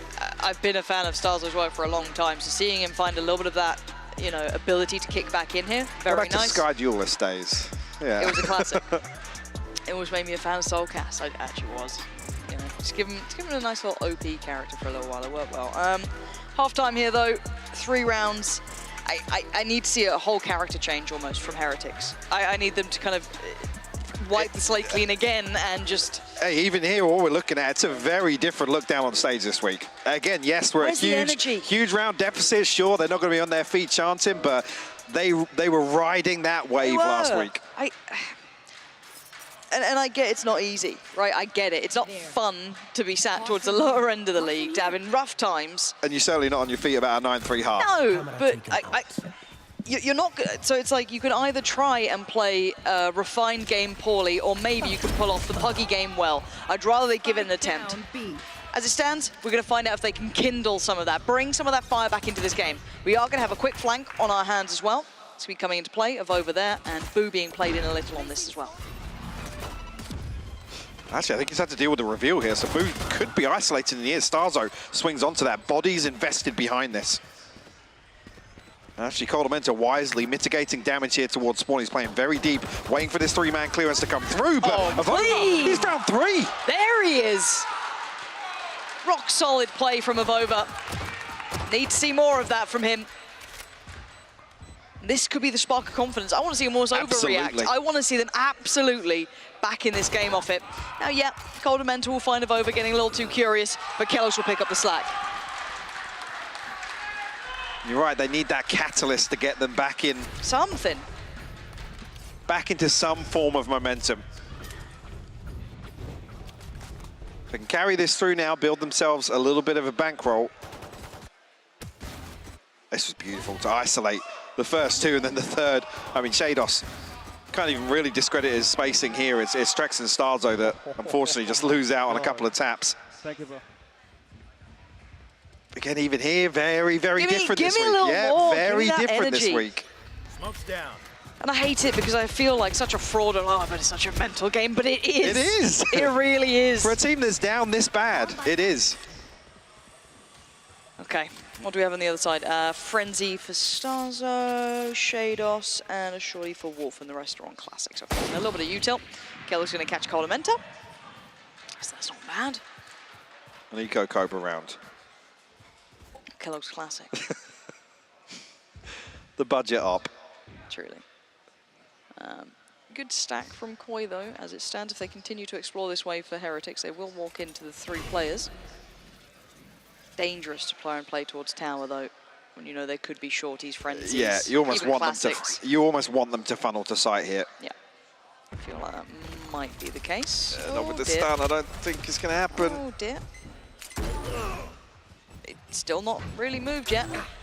It's a nuisance, but it's not the end of the world. Shados can't make anything of it. It was a valid attempt just to swing through the smoke, try and get something going, but not going to happen. Now they know of 1 in here. They may not know of 2. There's going to be Trex, and that's ridiculous. Going to find Boo. Plant in, gets a little hungry for the weapon. They should know the Wolfen's up here as well, Kellogg's. This is, oh dear, it was the Poison Chalice. They all wanted a bit of it, and they fall for it. Wow, that's big. 4 survive here. Yes, Boo falls, but Kellogg's gets the Blade Storm online. So he can potentially bolster this purchase by dropping this across to Boo. And looking very healthy, to be honest, in terms of the funds. 3 rifles here. Yes, 2 of them are Bulldogs, but come into this very, very well equipped. I'm not even sure if I caught that correctly on the Koi side. Were they? No, Starzo does complete. I think he maybe bought a rifle and dropped it on the floor, but I thought maybe he dropped a rifle across to somebody else. There we go. There's that Blade Storm. Kellogg's quickly towards that, bolstering this purchase. Starzo going to give away a little bit of intention here. And quite early work towards some of the utility that Wolfen would have committed. So not going to be too telling, but it's going to make you feel that pressure towards A. I wonder if they draw the 4th man over, or if they're happy to commit with this aggression committed towards A main control. They are committing the 4th, and the timing is really right here for Heretics. It's actually a window of opportunity here to isolate Trex. Don't want to see him commit to this first angle here. Should have some sound cues through from main, so... You see the ping on the minimap, actually. Well, considering the Horn just went over and got destroyed, they got to know it's coming, but sadly for Wolfen now, he feels less impactful to this. He has to sit back and respect it a little bit. This is a great call coming out from Heretics. Oh, no. And it's a freebie for Mixwell. There we are. Any more of that? He knows there's a rifle just down there, but it's probably guarded, and it is. You can already see it. Mixwell, though, going to just try and play his way forward. Wolfen was waiting. And now they get their opportunity to start stepping towards that site. A little overzealous there on that, but again, a 4v4 presented. Koi very cautious about their approach here. This cross is going to be watched. Lovely damage. Can't do much more, though. Starzo down to 1. And now the back line of Heretics is all here, basically. Kellogg's finally brought into effect, spotted just a pixel out of place of Starzo. And the tap on the spike should force the hand. Where is the additional player? It's just going to be Kellogg's right now, taking all of this fight. Finally, Weber makes his appearance, gets deleted, but time is over. It's gone, and Heretics, that's the round you need. That's a big one to swing and convert here. Koi, as close to broke as, yeah. That's why we see the timeout come through here. Need to get this in check if they want to convert a 9-3 half, by the way, into closing out map 1. Heretics clawing their way back into this. Blade Storm paying dividends for them. I think even here, actually, the aftershock, does it come through onto the spike? Was that from underpass? Didn't even know actually the positioning, but again, there was something there where Starzo's holding the angle and didn't feel at least comfortable about getting the half defuse. Curious what the adjustment is here for Koi, because Heretics, again, it's not as if they're kind of doubling down on this approach to some of the rounds. Kellogg's has played very passively in the first two. He's obviously got the Blade Storm, but it's not as if he's bursting onto site there. Mixwell a little overzealous, a solo mission to maybe find something else ahead of the retake coming through, but I'm curious what the response from Koi will be here. You do get a little nervous if you're Koi as well, because again, your first half was fantastic. So then you start getting a little worried when they've had the most dreamy of starts, right? You pick up the pistol, that's cool. Okay, early activation for Kellogg's, he succeeded. Brilliant. Confidence starting to build. You've had a great round from Avova, big round from Kellogg's. You're starting to feel a bit better about it. And then they even convert the bonus. By all accounts, this is the perfect start you could imagine into a half when you have only 3 rounds. Blade Storm already gone, but also 2 big ultimates available now for Heretics. The Orbital Strike and the Lockdown. Oh, Trax is lucky to still be standing as already Wolfen's fallen. And they might try and up the tempo here, but we can see what's happening. It is going to be a 3-play push over towards A. They're trying to get behind them here, but already eyes have turned. I think Weber's already looking towards this. Maybe curious why there's not been any additional pressure. The timing here. Okay. Turret's there, yeah. Thankfully, turret in place is going to ring the alarm bells. But it's a lot on Avova here. Did he get noted? He fell away just before, but he's still actually going to find one. Does get traded, so rifle goes loose. And Trex did get detained, but not able to close it out. Now Boo secures the kill. Coldamenta lands a Sheriff headshot here. 2v3 now. You've still got utility to try and make some pressure happen towards the site. They can cross on this. I mean, dare I say it, another kill. They got the Orbital Strike. They kind of need to get going, though.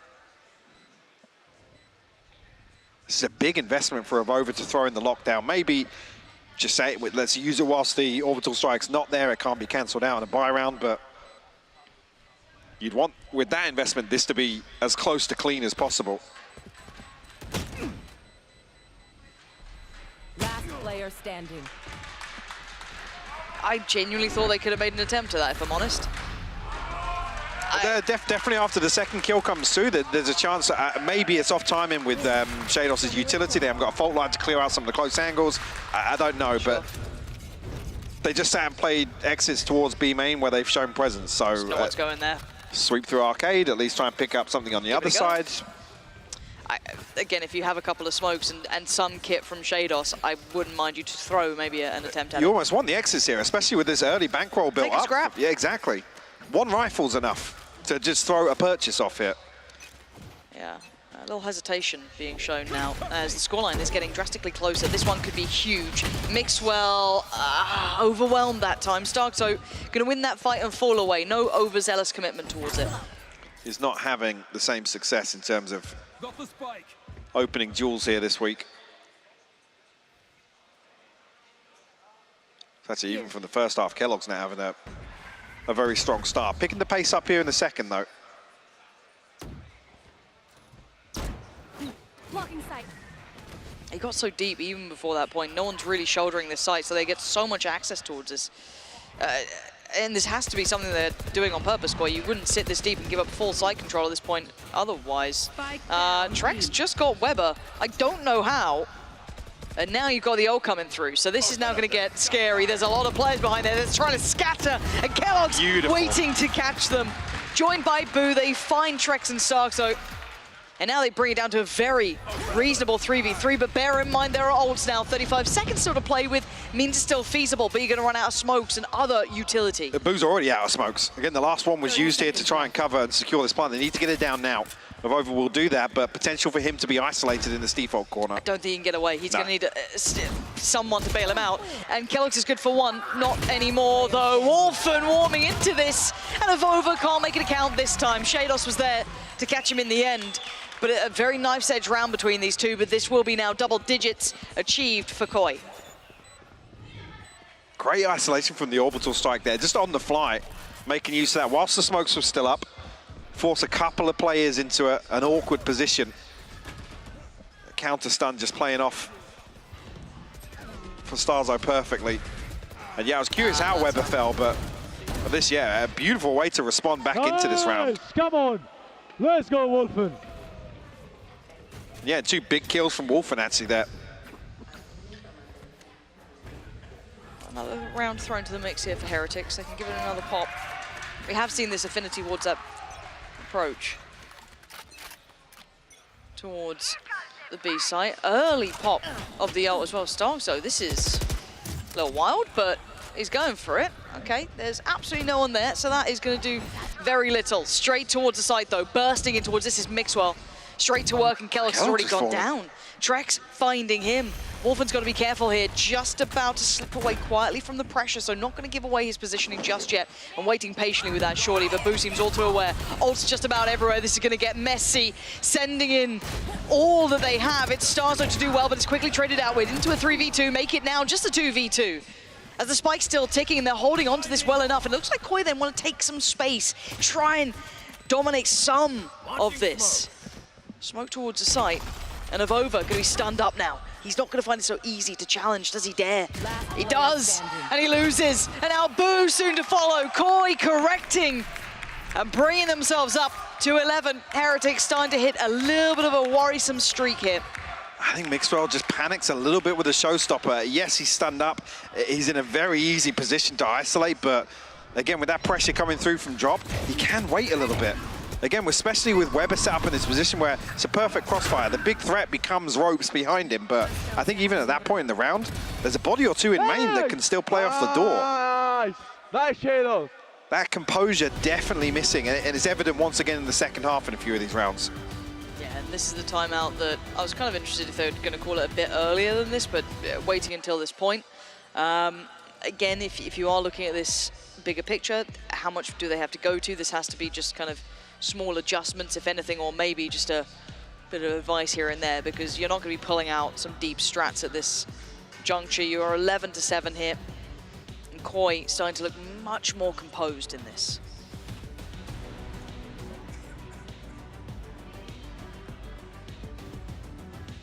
That's the first time, well, we commented obviously on the Starzo ultimate, but at least Koi now taking a leaf out of the book of the first half, I guess, in terms of aggression, being a little more proactive, forcing the hand of Heretics, not allowing them to set up and creep closer and closer, which a couple of times we've seen Wolfen preemptively rotate. We've seen a couple of other members of Koi, actually. It's been across the board, but Heretics have had opportunities to find themselves favorable engagements in terms of head count towards the site. First example, I think we've seen Koi, at least on a buy round, looking to take the initiative. Weber loves a Guardian. Maybe prioritizing obviously any investment of utility in the previous round, but must win here with what's left in the bank. Is there a swing? It's Wolfen to swing off that. All right, lovely work towards Mixwell. Beautiful little setup there. No one going to do it for a second time of asking, but that was very nice. Nice contact play off the cam with the fault line. Unfortunately, it's Mixwell once again, who another untraded first death for him. Heretics now forced to try and recover a 4v5. Avova trying to build closer and closer to that lockdown. This is precarious to go for that solo. Triple swing comes onto it, and it's Kellogg's behind to fall. And all of that for the lockdown, but now they only have 3 players to make something with it. They're still going to commit on this. Oh, man. I mean, Koi could just back up. They have a 5v3 retake now. Yes, it's do. And they're not on the site yet. Where is that spike? It's still not crossed yet. This is worrying me. Okay, now it's on the site. They will get the plant down. Took a couple extra seconds than I'd have liked, but it's fine. But yeah, this is going to have to be an over-delivery from someone like Avova, who's looking up to the challenge. Now, he does get 2. That's pretty important. We're now down to what's feasible. Weber has ult. Boo needs to be played in on this, and he's going to do the best he can, right? 2 through main. 1 coming through Canteen. Lovely work towards Cordamenta. Needs to adjust position, and he does do just that. Trex and Starzo on the other side. What can they do? Boost slipped away into the night, but can they isolate Weber? Yes, they can. No, and through the smoke. Only so much Boo could do. They tried to make something out of it. All that effort for the lockdown, but losing so much on the way to it. Button, save the day. It's like Kellogg's getting punished behind the orb retrieval there. Match point. And definitely make it feasible, especially when it's a 4v5. You get the lockdown invested. Yeah, I mean, actually, yeah, seeing how he did fall. Koi were waiting there. They almost waited too long. Avova had retrieved the orb, able to back away, and then catch Kellogg's on the retreat. So an unfortunate sequence of events there. We saw the triple swing commitment from site there. So great read from Koi, actually. Awareness that Heretics were on a little PvE. This just looks bursty, doesn't it? I feel like this is not going to have too much complexity to it. It's annoying as hell. Oh, dear Wolf, and that's very ratty. Kellogg's, bless his heart, Bladestorm on, feeling good, given space, and gets punished. Now give themselves a man advantage here in the retake once again. There. The head count advantage for them. Boo's going to have his hands full towards Canteen here. Sorry, towards Arcade. Yeah, 3 players. And his barrel shown for sure. Starzo's got to know this. Yeah, he does. It's not clean enough, though. Starzo gets put to bed early, but Boo's fallen pretty quickly. Coldamentus ults the one to find Weber. Bring it just to Avova and Mixwell. Avova had a key round earlier. Needs a bit more of that, and Mixwell hit and miss. And needs to hit more than miss. Already going to find one, but a little late on the paint shell. Allows Coldamentus the room to breathe. And now it's all Avova, and down to 2 HP. He can try and buy time, but he can't buy back any HP. So vulnerable. Koi get it through this game in the end. Got a little close, but they kept their cool. Absolutely. Looking way better in some of these rounds. We still see some of the glaring issues with Koi's approach, I guess, overall to some of these rounds. More so on the first half. I think Heretics came out swinging in the second.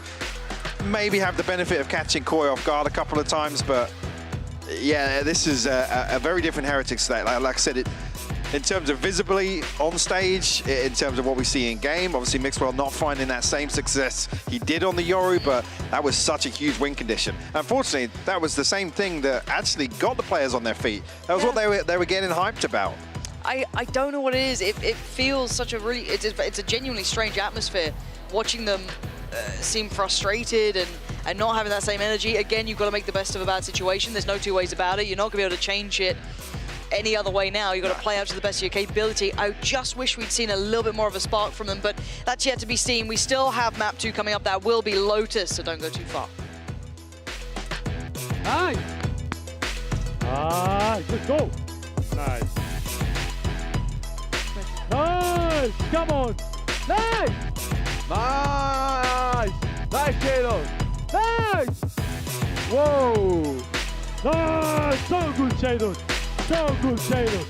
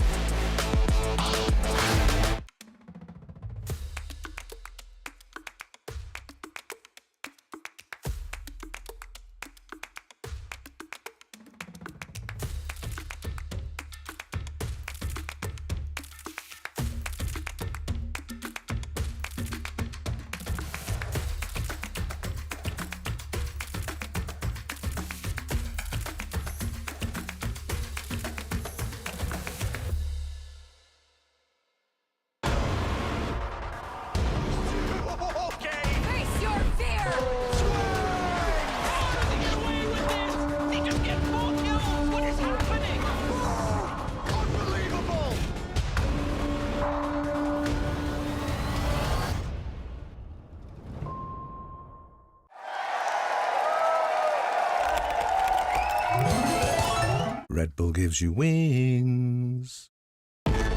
Zero distraction. Zero doubt. Zero opposition.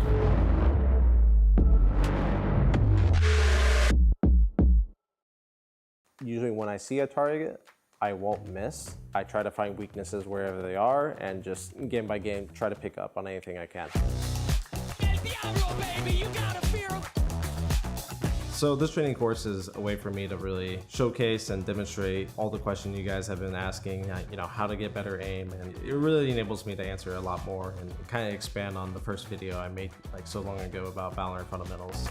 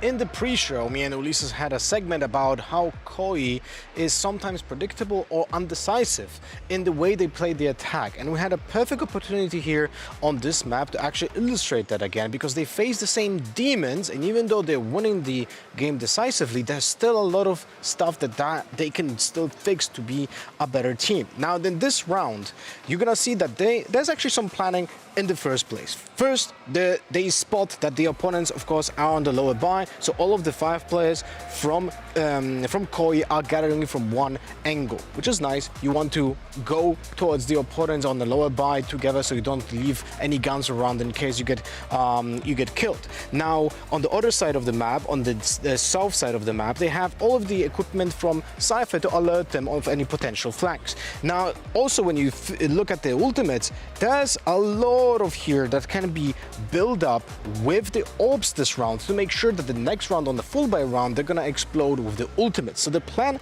we're gonna play the clip, and the plan for Koi here is to gather the orbs for either Coldamenta or for Trex. So have it ready either for this round or for the next one. So first they take the space On Arcade, you can see Trex is building up to his ultimate. They use a lot of utility to fake push into the B side, which draws the rotations. Wolfen is also alerted that the camera from the B long area was destroyed, and well, there's some possibility that they can flank. This is why he is stationed now in the underpass, but unfortunately they are separated now from the rest of the team. So we're gonna have a small danger zone for the Cypher in the future, because the team is now fully rotating towards Dish and leaves Arcade unattended with absolutely zero map control. So because of this rotation, you can see we're gonna put in the mini map to illustrate the movement in a more flexible way. You see that Raze is gonna now look towards the exit of Arcade and stay this way. That makes me think that this push towards Dish is just for the orb, so which is then given to Coldamenta, and because of this positioning from Raze, they're gonna go back towards B side. But Wolfen dies because of the lack of map control on Arcade in the first place, so this might be a small miscommunication. But now, very important, they still have the advantage. They have the ultimates ready, they have the Fade ultimate, they have also the Brimstone ultimate and Breach ultimate. So it seems like they want to commit to this side, even though this Killjoy lockdown is put in. And this is where the question mark appears, because this ultimate from Killjoy is actually in the open. It's not in the underpass, it's not hidden anywhere in spawn or canteen, so it's an easy target. But it seems like the team is already falling back. The call was to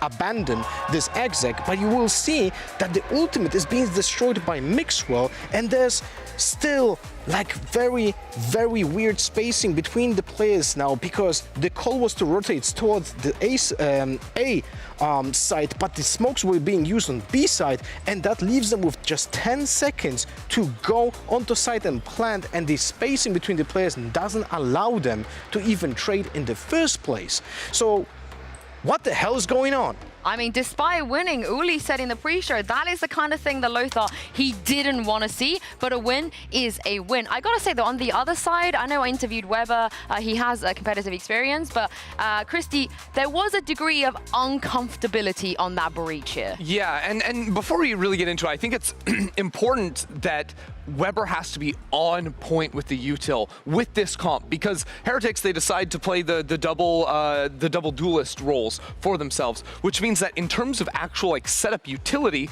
when apart from those duelists, you have a smoker and you have a sentinel, it all comes down to Weber and how he can enable those duelists in their game in order to be setting themselves up for success. But I saw throughout it, not so much mechanical errors, but decision-making errors, and him just not talking with Mixwell, looking to coordinate their utility, starting on the defensive side. And we have some rounds that we can pull up to go through that, because it seemed like there was just not that level of coordination between the players in order to pull off. And it meant that they were so lacking in terms of utility. It felt more like a death match that they were trying to play than setting up their teammates and holding hands. Yeah, we're going to take a look at the clip in a second, but it set the tone right from the pistol round as well, the way they started, Lothar. It seems like sometimes they were not even aligned in the way that they want to play the map, because the two duelists were separated from the breach, so there was no way even to like being supported. But as you can see here, the utility leaves a lot to be, you know, perfect. Yeah, and like in a round like this, he's just holding A main while Raze is sat on the site. Usually it'll be like Raze jump peeking, or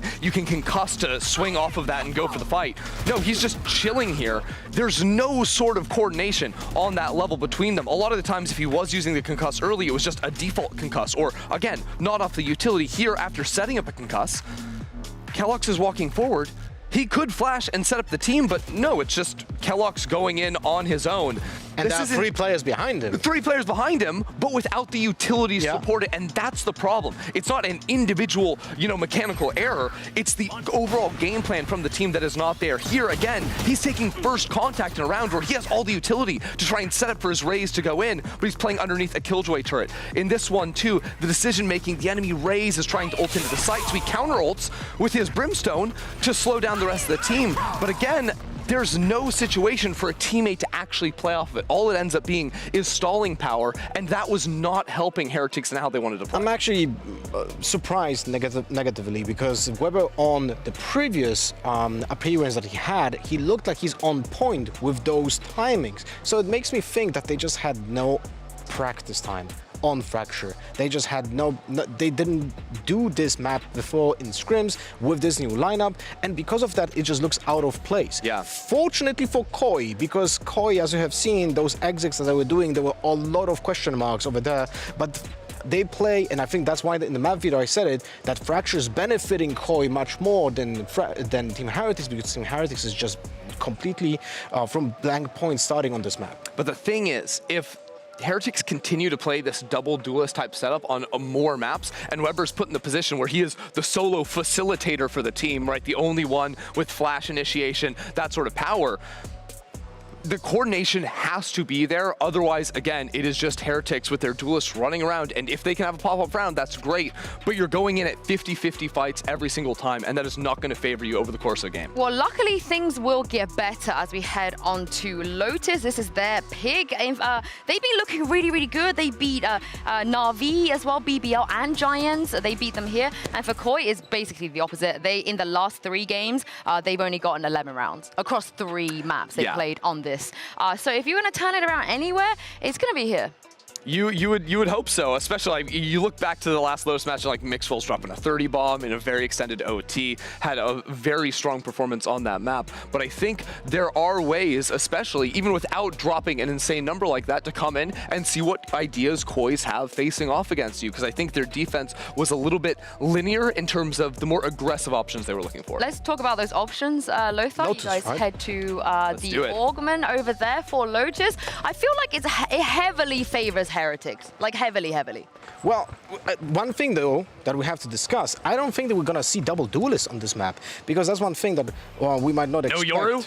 No, I mean, probably no Yoru. We'll see how that goes. So we're gonna talk about Koi here, how they approach the defense on this map, because there was some cool stuff that we have seen, but also patterns that you can counter. And I know, Chrissy, that you wanted to talk about the Omen on this map, how they played on the C area. Yeah, so there's 2 ways that they can sort of fight for mound control over on C, and the first one is a much more passive approach when the attackers aren't really throwing a lot of utility their way. And that'll be where they'll throw a one-way smoke down on this box right here, and then creep up a player to play right behind that box. And then they can have someone spotting from behind mound or spotting from around the corner there, jump peeking, being able to swing off of the contact of that player holding the tight corner. And that's when there's not a lot thrown at them early on. But there are other rounds, and against Fnatic, they called this 3 times, I believe, maybe even 4 times on the defensive side, where they set up to trap you when you overextend in this mound area. And what they'll do is Koi will take 2 players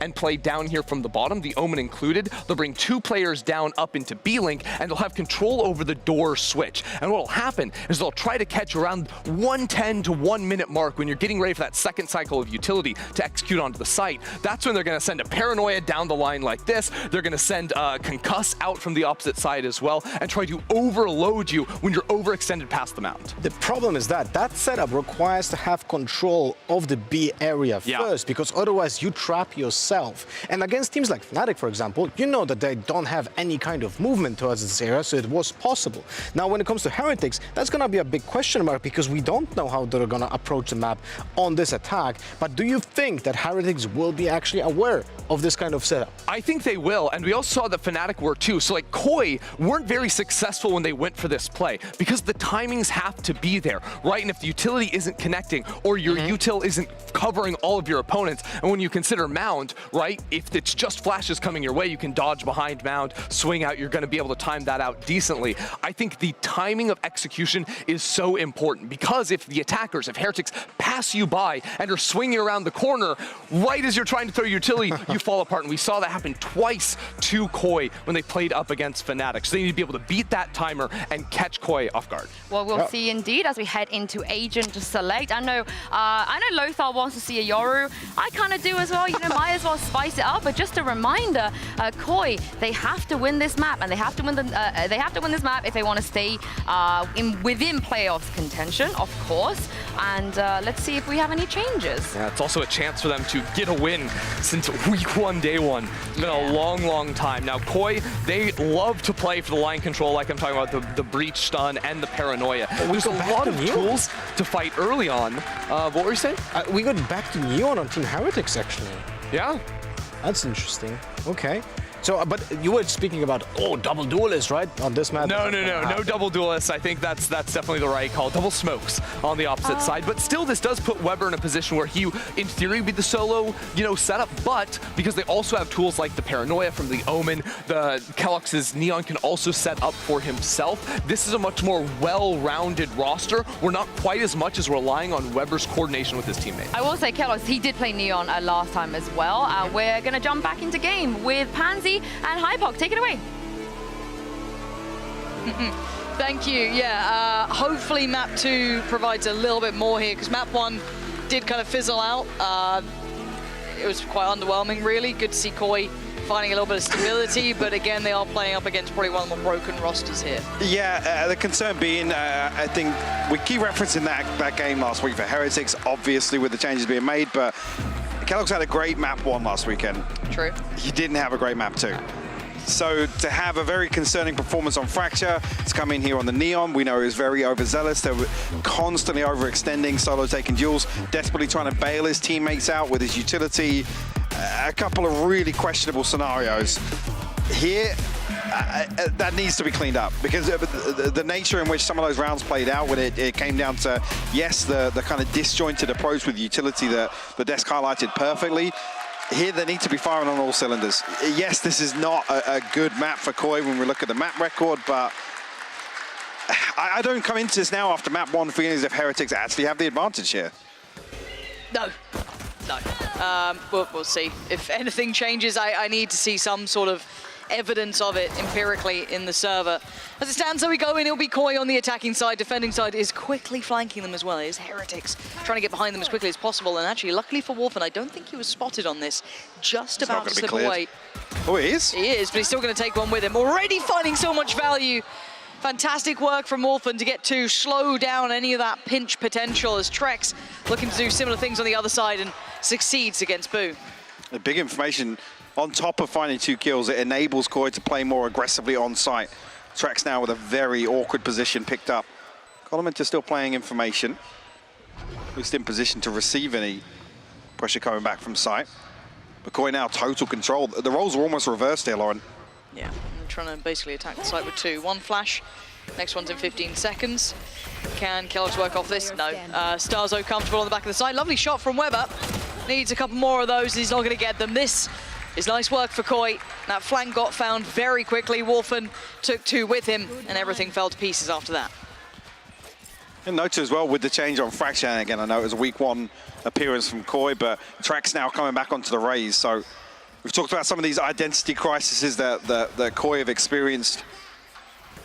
I feel as if there's any comfort for some of these players. And we'll see how Trex does perform here. Doesn't have the benefit of, obviously, a fade here. It's Starzo back on the sky. Never going to be mad about that. No, I mean, Shados also has a lot of playtime on the Breach as well, so whoever's on that Raze plays a very different role. Okay, Wow. Wolfen reads it like a book. Yeah, that flash, as it curved around, there was very few places if he didn't see him, but he was very confident in finding that, so that works out well. Yes, they do get the orb on the other side, and you're hoping that maybe Kellogg's gets played in a little. Does only have the classic, but has a bit of utility to work around, but Koi looking to keep that composure. Does Starzo get punished on this? Deciding to fall back a little bit deeper. Yeah, actually not really wanting to entertain that too much. Actually rotating towards a wide open site now. Other than Boo, but he's not going to have much of a say in this.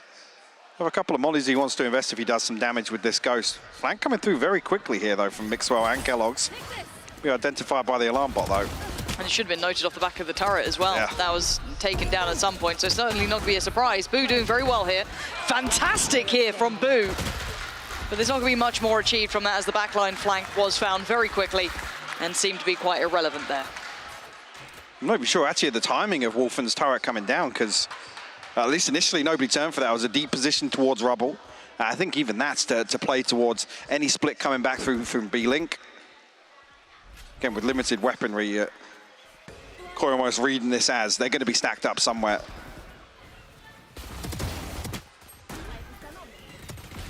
Enemy remaining. Some damage done at least. Again, we'll check in with old progress. It's Wolfen already actually with the lockdown online. A very very aggressive start here for Trex, actually. Gonna find Kellogg's off the rip. And Heretics need to back the hell away. They've lost that early man. And Sarzo, once he gets a second, he can bring Trex back up to a far better amount of HP. There we are, lovely healed up. Flash off for about 20 seconds though, so we can't quite use that yet. They might have to stall out a little bit, but still, we have to see if Heretics can hold. They do have their first attempt here, but again, utility-wise, most of it committed from Boo towards that B site, and the 2 towards A, just trying to cycle through what they've got. Again, Avova does have his smoke here, so he can limit their options towards accessing the site. Recalling my bot. That's come through at the right time, but Koi actually used that to their advantage to try and swing all the way onto site. Avova a little hesitant about where to reposition to. Lockdown invested as well. That should clear out pretty much all of site here, except for drop, but there's 2 players stacked down here. Are they staying on this, stacked? That's what I'm worried about. Yeah, Avova gets out, and he actually gets 2. How's he managed that? I don't know how he's gone 2 from that position, but maybe just a little lackadaisical in keeping it in mind. As now there's problems. And they don't read Weber's there. No, they had no idea that Weber was around, even though I'm pretty sure he just healed from that position. Maybe I'm mistaken.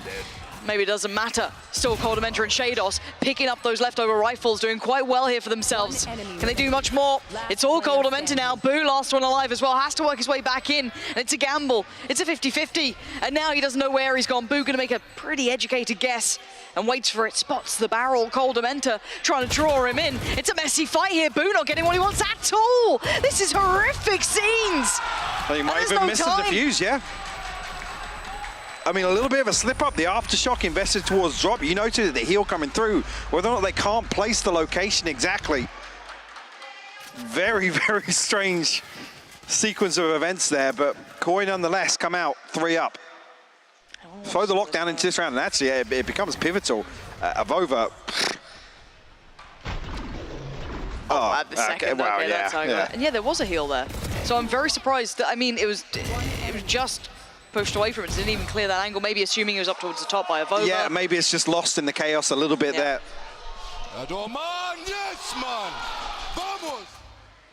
But yeah, very, very awkward engagement between Boo and Coldamenta to close that out. Heretics already starting on the back foot here. Kellogg's isolated very easily there for the opening duel as well. First test of Mixwell though, but not really equipped for it this time.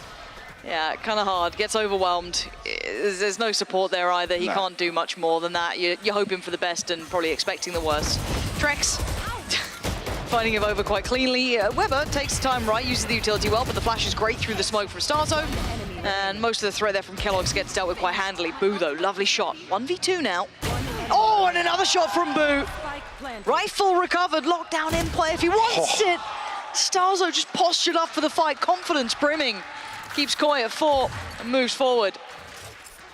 To get that lockdown available though, Heretics going to pump the brakes very early on here. So there's very few positives actually to take away from their buy round. Yeah, I mean, yeah, with the Stingers, again, they mitigate the damage coming through, or the threat at least from the Snakebite being invested in towards the Poison Orb as well. I think with the TP from Coldamenta, it is actually what prompts the Snakebite to come out from Mixwell, but he's stunned up, he's got a Stinger. There's no way really he even wins that 1v1, to be honest. I'm so glad we've got censored. Barbar mic. Yeah. No, I'm glad. Yeah. This is good. This is good. Is this the first week we've had a Barbar mic? I don't think we normally trust Barbar with the mic. He's usually muted, perma-muted. Yeah, but this is good. I mean, hey, he's winning. So unmute the mic, unleash Barbar upon us. The more the merrier. Yeah, 4-0, an early pump the brakes for Heretics here. And I think you kind of summarized it quite diligently that there aren't many positives to take away from the start for them. Very hard to calculate what they want to do going forward because they really haven't had that, okay, here's a successful thing we tried.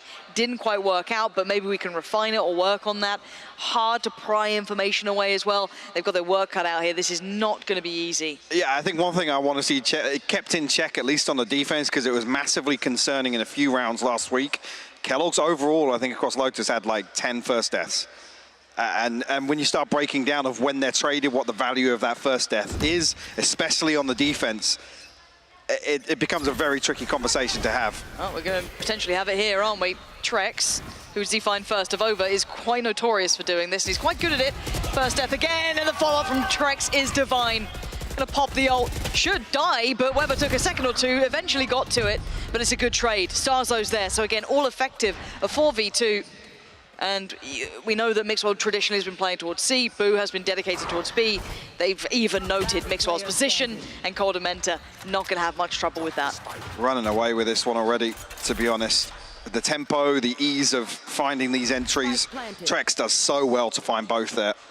I thought one would have been more than enough. Like I said, in that situation, if Kellogg's falls first, plays a Vova in, they get some semblance of control towards Rubble, absolutely. If it's a play outside Mound, you know, to enable him to at least create some pressure and you go 1-for-1 off it, I'm okay with that. Lotus is it's similar to Haven. It's all about finding that early round pressure on the defense and kind of playing the opponent into some kind of rotation, then it's a late round stack. But if it's here and it's a first death and then Avova doesn't trade it, it spirals out of control so quickly. And credit to Koi in that regard, in literally springboarding off that instantly. Can Boo even live? He's given himself a chance to. Shados just buying a couple of seconds. Everyone else is here. And that's the rifle gone. 3 standing for Koi. And going from strength to strength. This is a really nasty game for Heretics so far. A couple of the problems that are initially noted are re-emerging. They do have a couple of ults to play with, so maybe that could help them here. Because I think their defense was the better side as well last week. Well, that's not good. No, it's definitely not a good indicator. It was so red.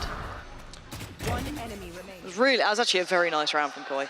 Yeah, it was, but again, Kellogg's hasn't followed all the way to the end of that fast lane. He's in no safety once that drops. Yeah. There's no safety behind the Viper's wall, like nothing.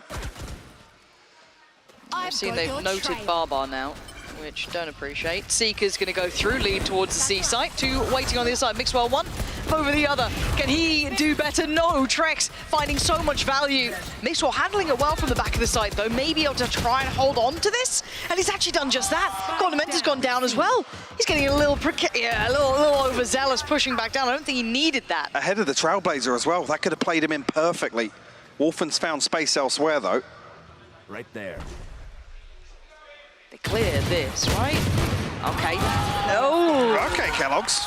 Yeah, didn't expect him to just switch to Starzo like that. I thought it was going to be a trade and then kind of back into comfort zone, but not the case. So Wolfen had to give away a little of the game here. Just gives up the angle. He seems so hyper aware of this. He's just off on the timing a little bit. Full kit to play with, though, excluding the lockdown, so he does get to creep a little closer.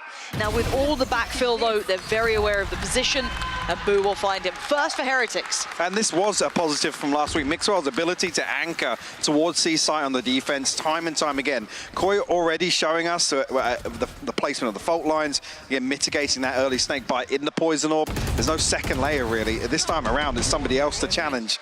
Maybe Mixwell's going to play a deeper position here, but he looked great at holding that choke point last week.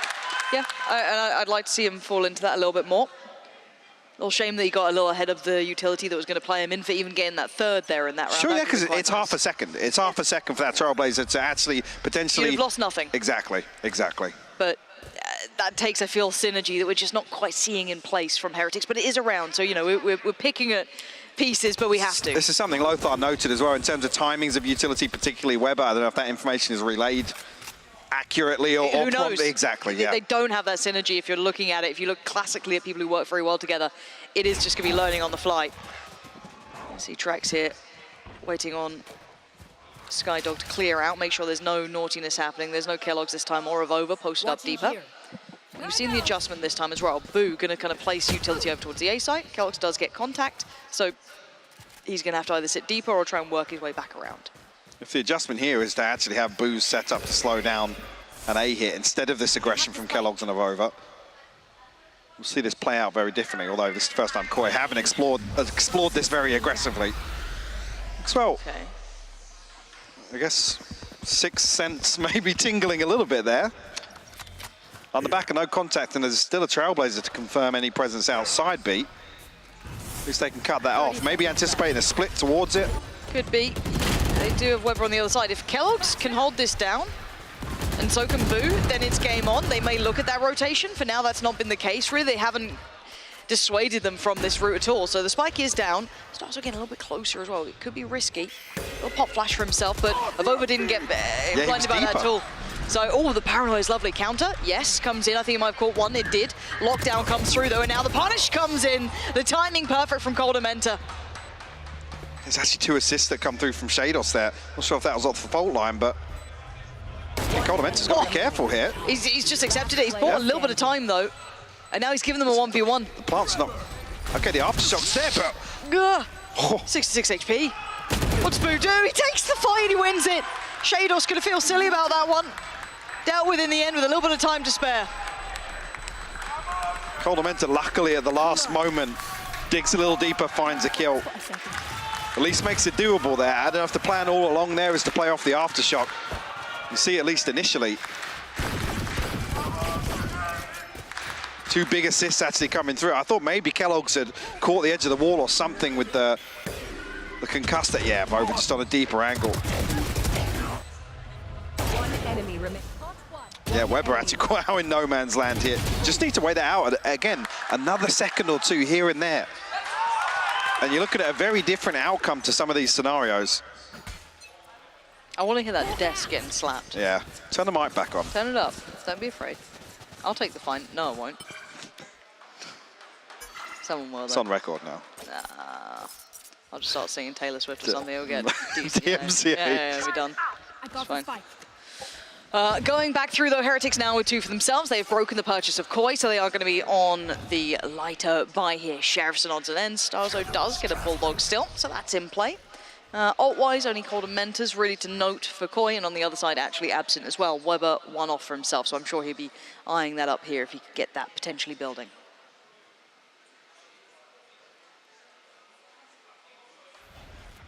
Mixwell switching things up a bit.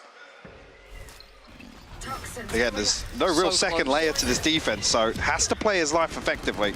And I've kind of preferred it when they played in towards tree and kind of worked off that and then given it stages to falling back. Him on his lonesome here is pretty stalling really well here, actually. I'm surprised there wasn't more pressure from Coldamenta coming through, but again, they are on Sheriff, so I guess they're working with what they got, and maybe they need that smoke again. So as it stands, there's that smoke coming into play, and there's the plant, though. Has to fall away from the site, so not a comfy post plant, but let's see if there's any damage. And that's going to be Wolford in no man's land, punished. Coldamenta almost got away with something. Oh, wow. Lovely paranoia coming in. And a 3v3 now. See, Weber finds a wallbang here. Shados trying to respond. Ooh, actually great finds one with a Sheriff. And keep in mind how low of over is this. It's still doable. Oh, lovely. Fine margin there. Yeah. Dangerous game to play, but Avova wins it. Starzo has no idea how close he was to actually making that doable in a 1v1. Yep. But 3rd on the board for Heretics. Few casualties, so they can't really build up any sort of cushion. We'll see how the ultimates lie. 3 away from the lockdown. It's the only real influential ultimate.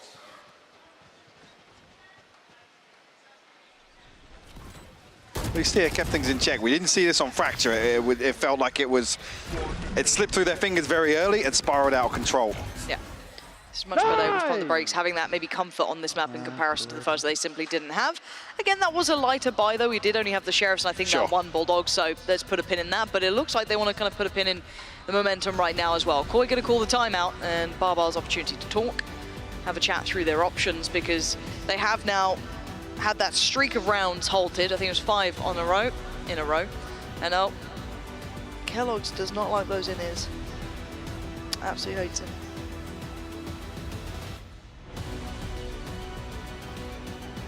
Well, he's put his headset back on at least. Yeah, thankfully. You don't want an actual tactical into a technical. It's the worst kind. An opportunity here, at least, for we talked about building 3 back in. Technically, this buy round, I mean, if it's a light shield, maybe there's a chance for some investment on the other side of Koi. We've said that, actually, yeah, looking pretty comfortable for the next. They can afford to play this one out. Trek's actually on the brink of a showstopper in that regard. Koi with a massive advantage with this ultimate cycle of when it's going to come through as well. A few opportunities to invest and try and swing around in their favor. But progress made actually by Heretics out towards Mount here. Seen them try and exploit the flank a few times. This might encourage it going on. I don't know if they're going to note that paranoia, right? They're going to hear this outside B. They will have heard these steps. They're close enough. Turret facing the wrong way, but... My ultimate is ready. Yeah, okay, Wolfen's surely seen something here.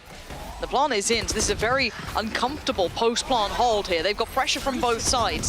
The flash going to send it, and the lockdown going to come in. It can be manageable if they win the fight, however, they're not. Shados already finds Avova, and the other two are now in problems because Starkstone's coming back around. He's checking on what's going on, and he's got the support from Shados there. Nice little pinch. And now back to business. Boo and Mixwell don't have any capability of accessing the site. No. Probably just going to have to hold on to these, look for an exit. Mixwell actually nearly over-invest towards that one, but... Yeah, Koi, very, very slow in approach there, but like I said, they would have heard that aggression outside Mound. They were close enough outside B. Last player standing. They don't pull the trigger immediately. Actually even taking the time to retrieve the orb, get the lockdown, and make sure that they have that tool available in the post plant. Really well considered by Koi. I was talking about actually the possibility of a light buy into next. It's flawless, so it actually gives them the opportunity to flip things right back and potentially bankrupt Heretics here with a round win. Nice to see some of those little adjustments, those little kind of pocket plays you can bring out, or like pocket rounds, right? Kind of almost fully scripted, fully stratted. So good, so good. Weber's unhappy. No. Off the back of the timeout, there's a lovely little call coming out, potentially from Barbar. Not sure if that might have been the conversation to lean into. Let's see if it stretches bigger picture here. I'm curious if that was reactionary based off that information from Mound, to be honest. There was a heavy setup. Again, we're talking about how close they were to ultimates, but I like it. Yeah, it would be wonderful to find out that information. As it stands, though, it looks like they're trying to explore this B option again. Hot flash goes in for Weber. That's actually very nice. He did have a little support there as well, but a quick trade out. Trex has got it under wraps, and now the plant is in place, so you look at what's remaining. Sitting pretty is Heretics, but they've got to try and find the timing to build this back in. But look at Coldamenta. Look at them taking space, Trex. This is a rotten crossfire to try and break, but they can get on the spike. Someone's got to deal with this, and there it is, going to force them away. Coldamenta going to spot the player, but it's Mixwell with both frags, and now forcing Koi to use a lot to work back in. It's Wolfen doing well. Finding Kellogg's was great. He was already weak, though. Now, Wolfen, what can you do? You got Mixwell and Avova in the smoke, already half made. He's got to make his move, and he can't make it in time. Heretics holding their ground here. It's a beautiful retake, or at least a hold here from Heretics. I mean, big investment as well. The Rolling Thunder to come through on a B site post plant on Lotus. Able to mitigate that so well. Trex actually gets ahead of this flash here. Weber does his best though, but two huge kills from Mixwell. And yeah, and actually Kellogg sticking out half defuse very early on kind of makes the difference here. Wolfen's in a terrible situation, especially with that smoke still there from Avova. There's very little he could get done in that. And an adjustment again. Okay, 3-2. I won't even say 3-2. Just kind of looking towards Mound, maybe trying to see if that pressure is coming again. We've seen that was a consistent option. We've seen Heretics drift away from doing it towards Rubble. So I think Koya may be anticipating where else are they going to look to explore. They've not found value off it. Not really found much of a player yet either, though. So they're trying to kind of indicate they're still looking towards B, but here comes the pressure, it looks like. And Trex is going to pull the trigger. He's gone straight in. It's Boo to find Coldamenta. Surprisingly, it was kind of the secondary layup. And Mixwell going to be allowed a little bit of play on this. Yeah, Boo is making mincemeat out of them, plays in Mixwell well, and Heretics make a wonderful hold of this. This is a beautiful adjustment, actually, to have the extra utility from Killjoy. Talks about Mixwell Snakebite being almost completely useless with how Koi approached this C site here. Yeah. So I love that little adjustment. And the Nanoswarms even pop preemptively ahead of the alarm bot, so great switch up from Heretics here. Yeah, almost an undoable round here for Shados of where the spike's placed. 30 seconds left. We can see what he has to walk into. There's quite a lot of players there. 1v5 now. Oh. Well, they know where you are. Kellogg's. I was going to say, if he actually slides through and goes through for the peak. Oh, again, they're getting curious. They want to try and hunt that down a little bit, getting closer and closer to Shados. Trying to buy those precious seconds, slow down so he can maybe get away and keep this. Already Avova actually looking through middle. Maybe that angle would be a little bit better, but I don't think they can make it to it in time, no. So they get to keep 5 weapons for Heretics, and actually a fantastic adjustment. I was going to say, we're on the brink here of almost coming out at an even scoreline. I'm curious if Shados holding on to that changes the financial situation at all. Obviously, Heretics sitting on some key ultimates. The Viper's Pit, the lockdown available. And Weber and Kellogg's about 3 away, but Trek's got a showstopper, but he has to just ride a stinger here. No other real gaps in utility, though. Oh, that's early. And it's worked. Avova going down quickly. This pressure not really amounting to much. They've had a lot of success towards this A site too. And now finding Avova so early, they can pump the brakes for a second if they want to. Removing that. I mean, Mixwell's not invested. Okay. What was that? He must have heard me. I was going to say, he's not invested the Viper's Pit off the rip. I was curious if it was going to be that kind of 60-second mark where he was going to do it again. A little early here, maybe based on the first blood, would have overfallen. An opportunity for Heretics to at least stabilize one area of the map here with that ultimate. Maybe play off Boo's lockdown elsewhere. Yeah, Heretics still have options. Flash gonna find Cold and Menta. So if anything, actually kind of telling a tale that may not be as true as it seems. Smoke's going in, but you've got to see a body behind this now. He's putting everything to it. He's trying to sell them the best fake he can, but he takes a TP, and it is a completely free site. Yes, there's still a little bit of utility here, but that's going to be cleared, apart from one. So slows down the roll a bit, but they have 2 players on the site, and one has the spike. They've cleared deep CT, so they know they can get a pretty safe plant on this. It's whether or not they can handle the retake. A lot of kit here for Boo to play with, at least in the form of the lockdown. I was going to say, they have to mitigate that lockdown, whether it's aggression towards spawn, which we're not seeing just yet, but... Still got a paint shell from Trex. This is... I think he can bounce that, actually. Let's see. It's going to land. That was quite underwhelming. Thought a bit more of that. Koi now just kind of stranglehold on the round. The big key aspect of that was that lockdown, and it got handled so quickly. So Koi just dig their heels in, and Weber has to fight the 1v4. This would have been magnificent. It's not to be, but it's a very fine amount of rounds. This isn't a huge lead for Koi. This is a much better half from Heretics here. Definitely. Heretics come out of this way better than at least how the first 5 rounds felt. Again, that's even really what Koi had, maybe 1 broken buy in that after that lead was established. So Heretics didn't necessarily have... I mean, he's not seeing much there, but with a showstopper at that range, you're not going to miss. Like I said, yeah, Heretics, even though they clawed their way back into this, they didn't really ever get themselves back into an advantage, right? No. Yes, they had the benefit of a couple of rounds aligning in terms of the ultimates for them, but still a big positive to come out with 5 rounds, with how that half felt. Kellogg's got to be activated in the second, though. Yeah, so a couple of... bit iffy. Yeah, yeah. Again, if I look at like some of the, if we talk about win conditions, which we don't often do, which sounds kind of mean, but for Heretics it's kind of just like, do the best you can, guys, we'll see what you get. But if we are going to be genuine about it, you do need a little activation from here on this side especially. This is one of the maps, this is, you know, if you're talking about genuine capability, if you wanted a win condition on the other half, Mixwell being a very solid anchor certainly assists to that, and he did quite well at that in my opinion. But sure, like I was saying though, last week, the things that went right for them on the defense was Mixwell's value in terms of the utility, in terms of his ability to not just anchor, but also solo hold sites against, you know, fully invested executes. So definitely a concern coming out that Heretics weren't able to replicate that here versus Koi. But still curious to see if there's any real switch up there.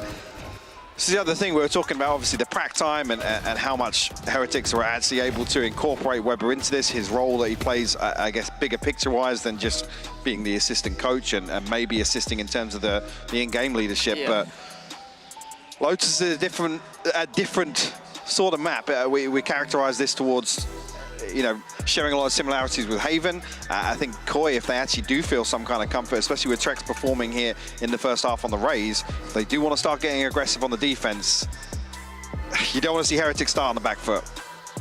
No, so a lot to be considered going to this. Barbar enjoying the music. It's just so hard to kind of lead in with some sort of expectation because, as we kind of noted at the very start, this is a very unstable compound of a matchup.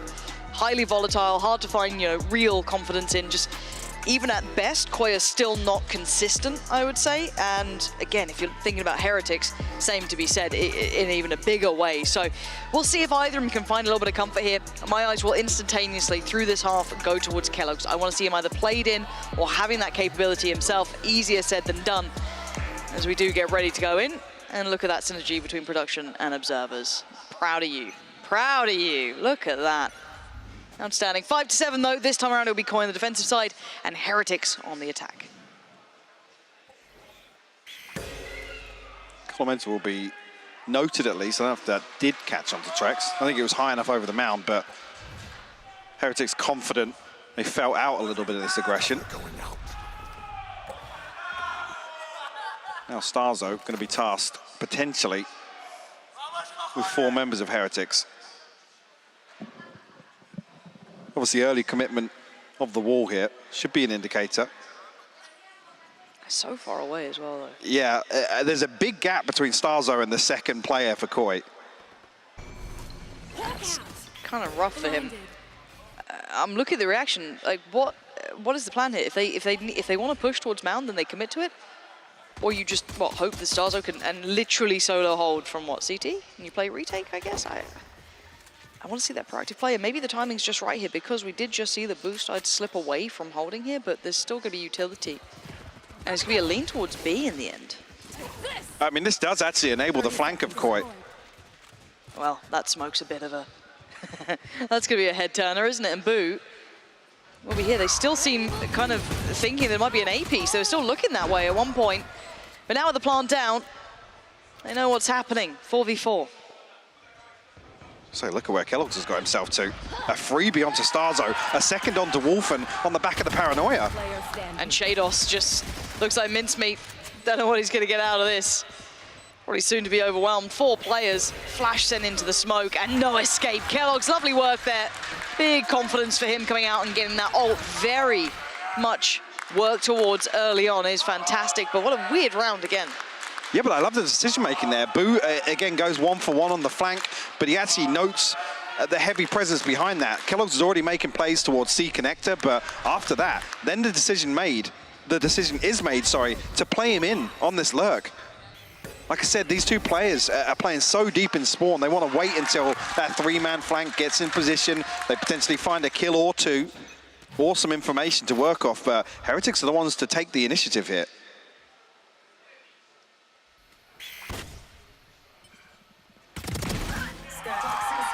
Starzo trying to go for the orb. And maybe trying to get some progress towards the Seekers here. It's only Coldamenta this time towards Mound. Koi hoping to find a close engagement outside B here. I just don't really see much opportunity. A gamble towards the C site and, well, it's not really a bit of a misread where they're going, so this should be a very comfortable plant for Heretics. I don't think there's going to be much problem. I'm curious if anyone goes further, finds deeper positioning. Obviously, they're unaware of how far away Koi actually is, just about getting round to their spawn now. I think Mix will be the first to potentially hear these steps, so that will get relayed back. Cover going By this point, this is going to be a very tough task to get back into here. They can sit much deeper. You've got the rifles there of Over and keloqz, the Bulldog as well on Weber and Boo, so there's not much here for them. I think probably just ult denial here, to be honest with you. Fall to the spike. Don't want to give too much away. Does Mixwell get rewarded for this, though? Oh, he's not alone. keloqz is by his side. And 1 and 2. Lovely. keloqz as well would love a bit of this. If we can get some more. Not going to happen. Don't want to lose that rifle. Mixwell is low HP. He knows his priorities to get that rifle and get out of there, which he is doing just fine.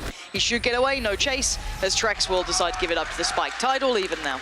You notice as well, though, keloqz looking to get some early progress. Retrieve the rifle. Is he an orb or 2 away now? Yeah, still 2 away, sorry. I thought maybe with the death there that you have to ride that through, bring it into the bonus round here.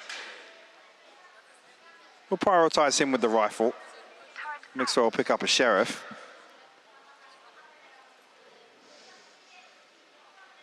Again, Coldamenta solo towards C site. So it doesn't look as if we're going to see that proactive approach to Mound.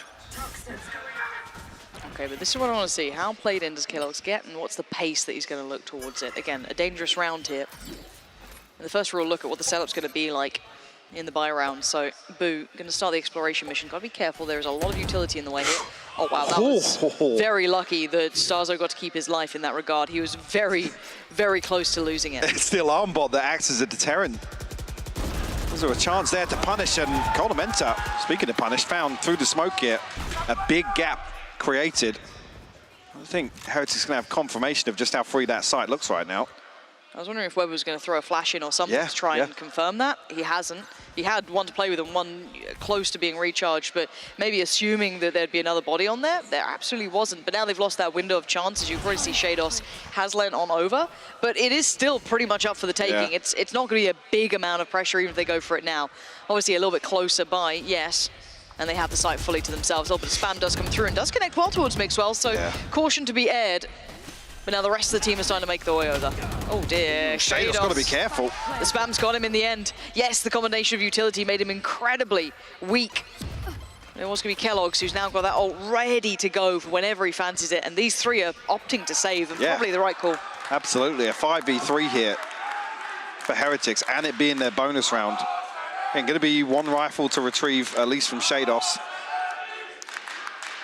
Coldamenta's picked up as well. The Heretics come out of this one grinning ear to ear, to be honest. Mixwell actually looks as if he's on the hunt. Again, got 3,400 behind this. And making no secrets about the approach either. Kellogg's on the hunt as well, though, and this could be huge. If they remove these rifles. Again, a big gap still to close, but... Don't know how close they're going to get to this. Trex has got an angle that feels like it's a win for him, so I don't think they have the chance, though. They're going to keep those three moving on forward.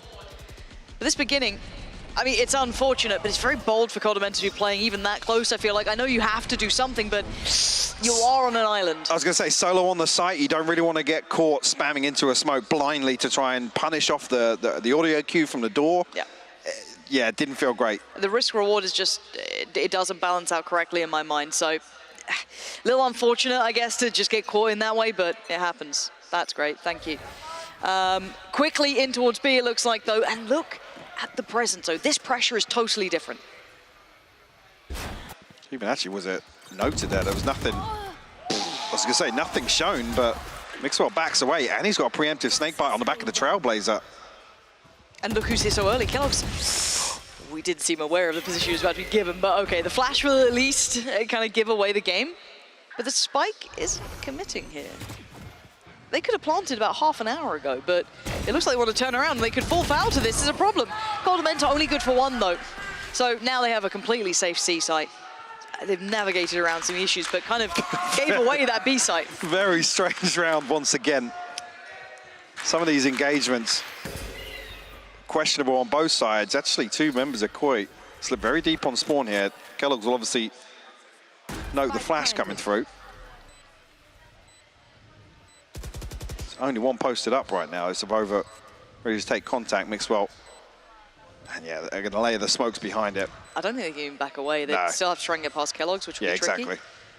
And turns the flash well enough. But you can just drift away into the other side of spawn. Yeah, and you can see backfilling that will be Mixwell as well. They want to make this hurt. They're not going to allow Koi to be comfortable with these weapons. But how far do they chase now? That's the first gone down. Do they continue forward? Yes. And now they've lost enough. I think they're going to call it on that. No, over. Willing to go for it too. I mean, they've got enough money. Yeah. Why not? And Starzo's just farming here. Nice work for his ult, at least. Banks up a little more. Webber, you go. Another one? No, not today. He's decided against it. Okay. Going through the motions here, I'm waiting to see if there's a timeout coming soon because we haven't really seen a solid response, and there it is. Koi deciding now's the time to try and find some sort of correction here because they haven't really had much of a say in any of these rounds. It has been a completely straight run so far. I mean, what, didn't Koi start the first half? Was it 4 or 5 rounds? 5. 5, yeah. So the Heretics on the brink of repeating that very same performance here in the second. Yeah, great read from Mixwell in the last. Like I said, I don't think there was an audio cue to really indicate that there was such deep presence. Before the Trailblazer, there's no flash used. I don't believe the satchels were used at all. So yeah, great read from Mixwell, again, to slow things down with the snake bite. That's when things get a little strange, though, because Heretics don't find contact elsewhere. They're then shift walking through the door. I don't know what that was. Very, very weird. Yeah, a little strange. And for Koi, not having much in this. I'm a little... Nothing in the second half, to be honest. It's been very underwhelming. Again, Heretics are actually playing quite nicely. I think that's a fair assessment, but there hasn't been much resilience. There hasn't been much to really throw against them. Heretics now also have two very impactful ults to play with. This is, could be Kellogg's Unleash when he wants it, or Boo, obviously having that lockdown is massive in this. Now on the other side, nothing quite on the horizon. I mean, Coldamenta's TP, but not really that excited. Do we see aggression again? Do they go for this kind of play towards mound? Do they try and push up towards rubble? I was going to say, this should be the round that you see it, especially towards C. Unless Coldamenta is going to back right away from this one, wait for the flank to come through, allow the lockdown to basically amount to only the plant, right? Okay, so it should be the Seekers to get them on the site. Now, when do they invest, or do they invest that lockdown? They should have enough just off the back of the Seekers and the Paranoia. Yeah, and they don't need it. Forcing deep, they don't need it. If they feel pressure, they could hold it for the post plant. If there's any sort of pressure on the retake, he's taking a lot of damage. Wants to get a little top up as well, so he does. Going to get himself back, sitting a little prettier, but it's Wolfen finding Mixwell. And now the gateway is somewhat open. They can actually start flooding this. Yeah, now actually, Boo's got to be careful if that pinch comes through from Door. Could be put under some pressure. This is lovely, good positioning, great work from Avova. 2 huge kills, and the cross being watched by Weber. Wasn't expecting Shados to kind of slip through so late, but held back by the door. Wolfen can't join in, and Shados not being given much play now. Boo's still holding that lockdown as the ace up the sleeve, but unnecessary, unneeded, as they're once again gonna have to fall away from this Heretics. About to make it to 10 now. Opening up that real chance of a third map. Definitely, it's back-to-back rounds, Ratzi. I think even it's 4 rifles and a Spectre for Koi. So what they can scrape together with the loss bonus, Starzo at 1900, Coldamenta and Trex at 500 and 700. Yeah, I think they're going to be able to get as close to a light shield purchase as possible.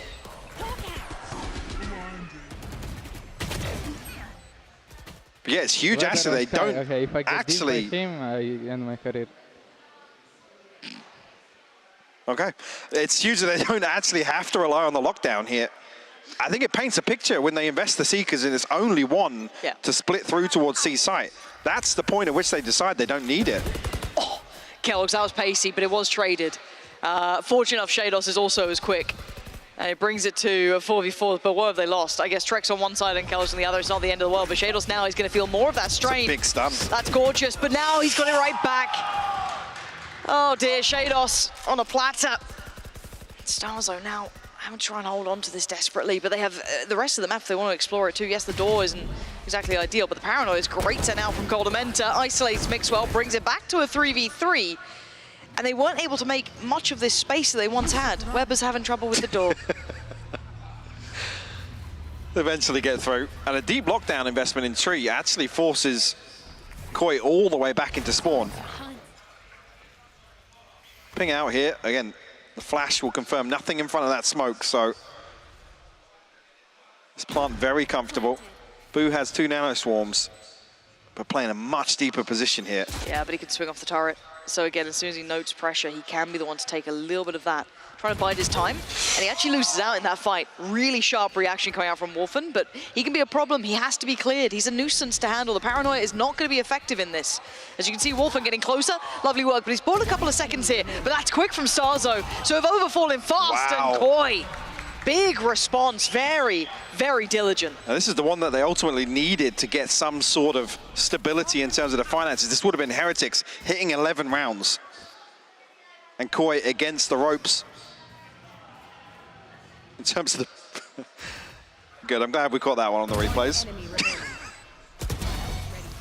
Starzo crispy on the last 2 there.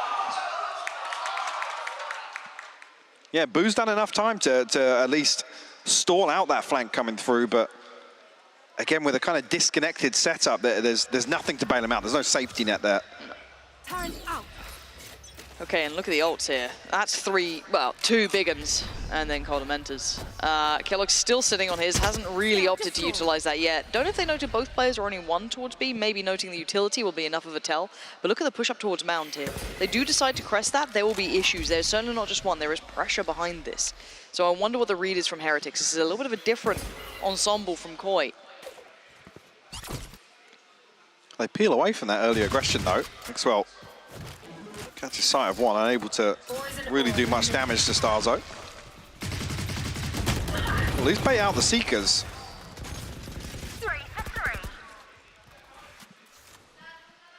But they are all here now, yeah. So I guess it was effective to an extent. He's now allowed for that additional two-man rotation to come in, leaving just one, which would be Coldimented towards C, and then you do still have Wolfen controlling on B. So if they do try and split through, there is still a lot of the setup here. Able to bypass the alarm bot at least, but the turret will catch it. And Wolfen actually looks happy to commit alongside it. Ooh. Okay. Well, that's a swing was going to come off the turret there. Yeah. Okay, Shados going to send that in. Where's the fight behind it? Nothing. There's no one fighting behind any of this utility. They're just pausing, posturing. But look where the spike's going back towards A, and Starzo's still here. Do not forget about that. And they've read this. They've got a quick rotation. It's 10 seconds. Wolfen's found Mixwell. This is going absolutely pear-shaped. And they have no idea about Starzo. Finally shows his hand, and he loses. He goes down to Avova, but they deny at least the player on the plant, but it is down to a 1v2, and it's all on Weber. Flash is ready. Has one to play, but it's Wolfen and Shados on the other side, and they're checking as best they can, but they've got to make a quick deal out of this. The lockdown for security. They are terrified of Weber. High flash. It's not going to be enough to do too much. It gives him the angle, a slow approach. Spotting his shoulder's not going to be enough by any means. Maybe overusing the lockdown, but at this point, they just won the round. Sure, you can understand if this is the one that bankrupts Heretics, but yeah, the lockdown maybe a little questionable in that situation.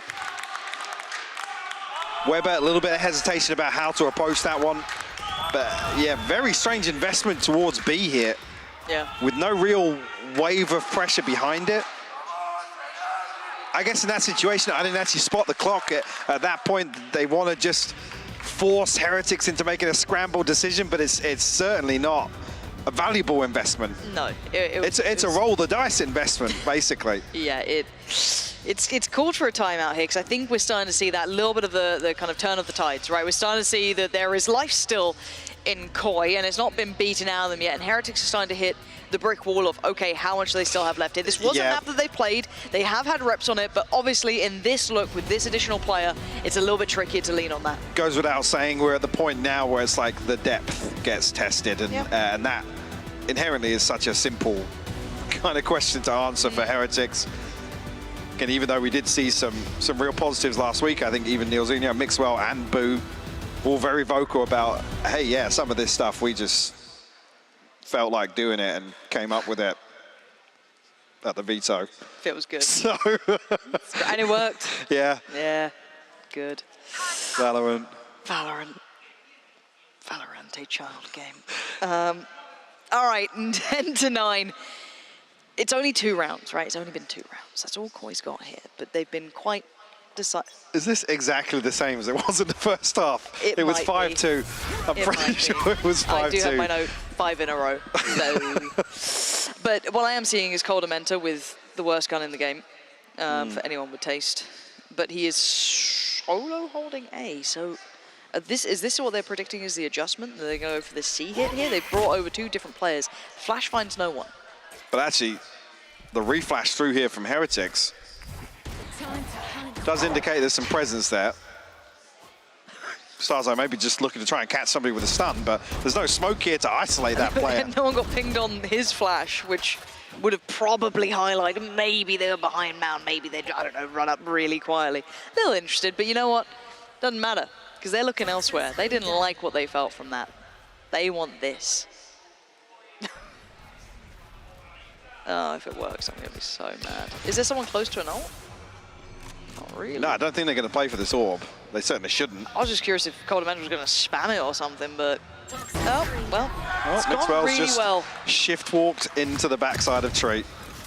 That was an unpleasant way to hold this. And Kellogg's now have to dip away from this, but the plant is going to be coming in. Don't think that gets denied by anything. Nope. Wait, Trex fell. Mixwell actually where drifted into drop here and found the kill up on How did he find that back heaven. I don't think you'd even be able to see that, but fair enough. Mixwell having around, just sliding around the map. Wolfen noted. This is not going to work out well for them. This was actually a really interesting read. It was a horrible round, if I'm honest, because it just felt bizarre. Mixwell's just finding weird fights everywhere. He's just got another one. That's 3 for him now. Kellogg's wants in on the action. Doesn't get it. It's a Mixwell round. Only Mixwell can get kills here for them. And he might get some more. He's really close to this. They are waiting for him, though. And he's read that really well. And, yeah, Wolfen's got him dead. But still, it felt very strange that they put all of that in Avova's hands. Excuse me, Codamenta's hands. And then he just got shift walked up on, killed, and then that's basically the whole round. Yeah, and it was weird at which the timing, because he one-ways for the door to open, it gets opened, it closed, then he's still looking towards, he's looking towards the wall initially. I thought actually this poison orb had gone up, but yeah, Mixwell isolating Trex there. You take those rounds when you get them, but it just feels very out of character from Heretics. I felt really, excuse me, from Koi, that felt very like out of sorts. And we're in a weird spot here as well, because Wolfen can only bring a rifle into this.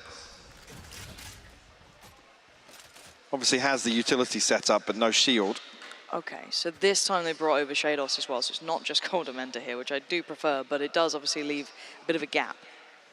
Now the only issue is we haven't seen this hold tested, right? This adjusted C take, so this puts a lot of pressure. Someone like Star, oh my God, they're going on this? On the back of the flash, that's huge! It was a trap and finally sprung. Starzo does go down to Weber and the luck gets pulled into effect. That's, Mixwell is just so sneaky, but that's rotten luck. And now we look at what's remaining, Avova and Weber. Now, he does have the spike. The Seeker has noted the player. This is, again, so topsy-turvy. It really is. 3 for 3. Say, the Wolfen, does he commit to this? Oh. Gonna catch Weber at least on the cross. No, Weber gonna find it. Avova now gonna feel the pinch on sight though. Trex is still a million miles away from this, by the way. Codamenta has 56 HP.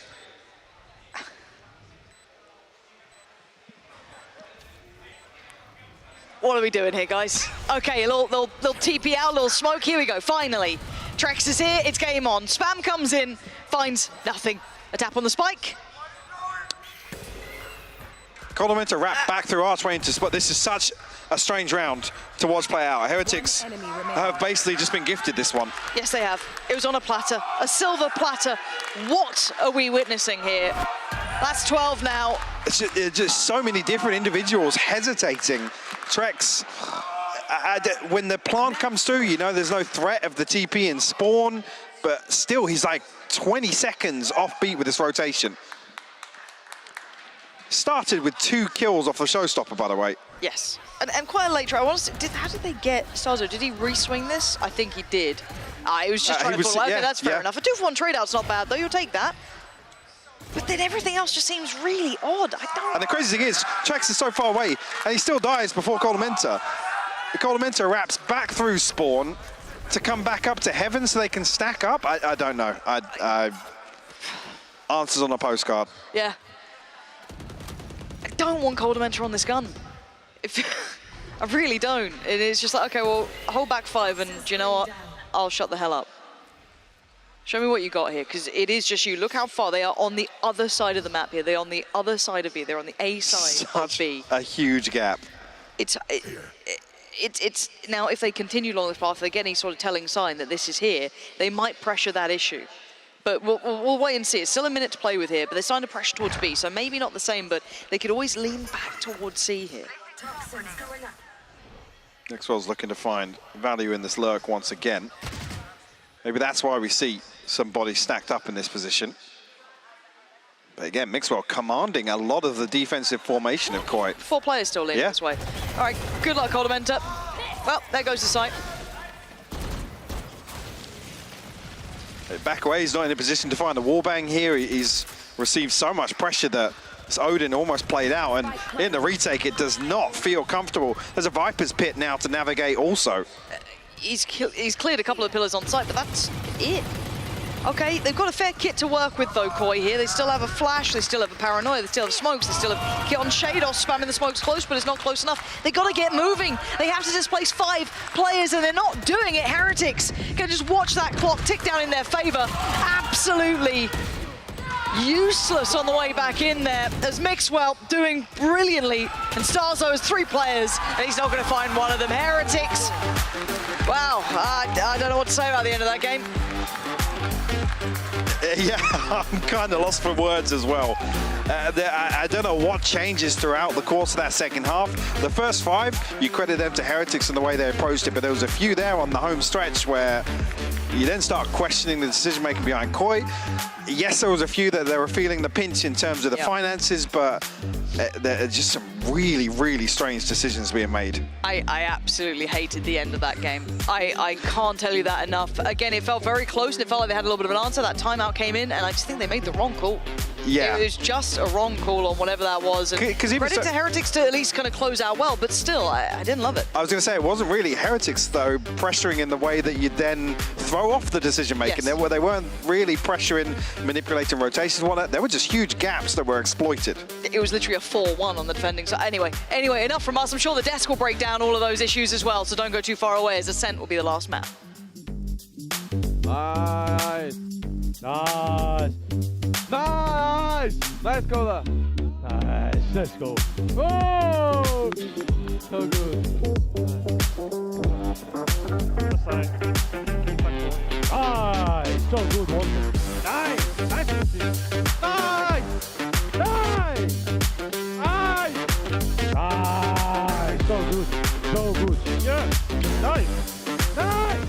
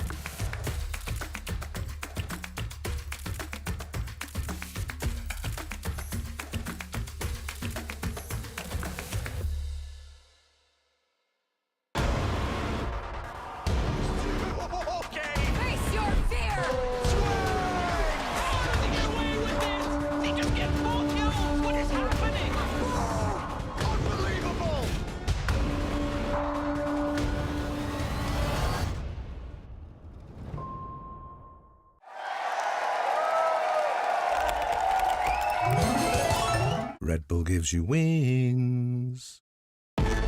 Zero distraction. Zero doubt. Zero opposition.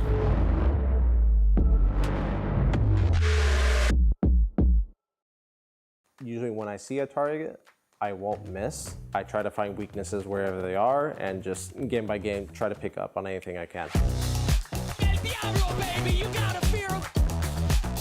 So this training course is a way for me to really showcase and demonstrate all the questions you guys have been asking, how to get better aim, and it really enables me to answer a lot more and kind of expand on the first video I made like so long ago about VALORANT fundamentals.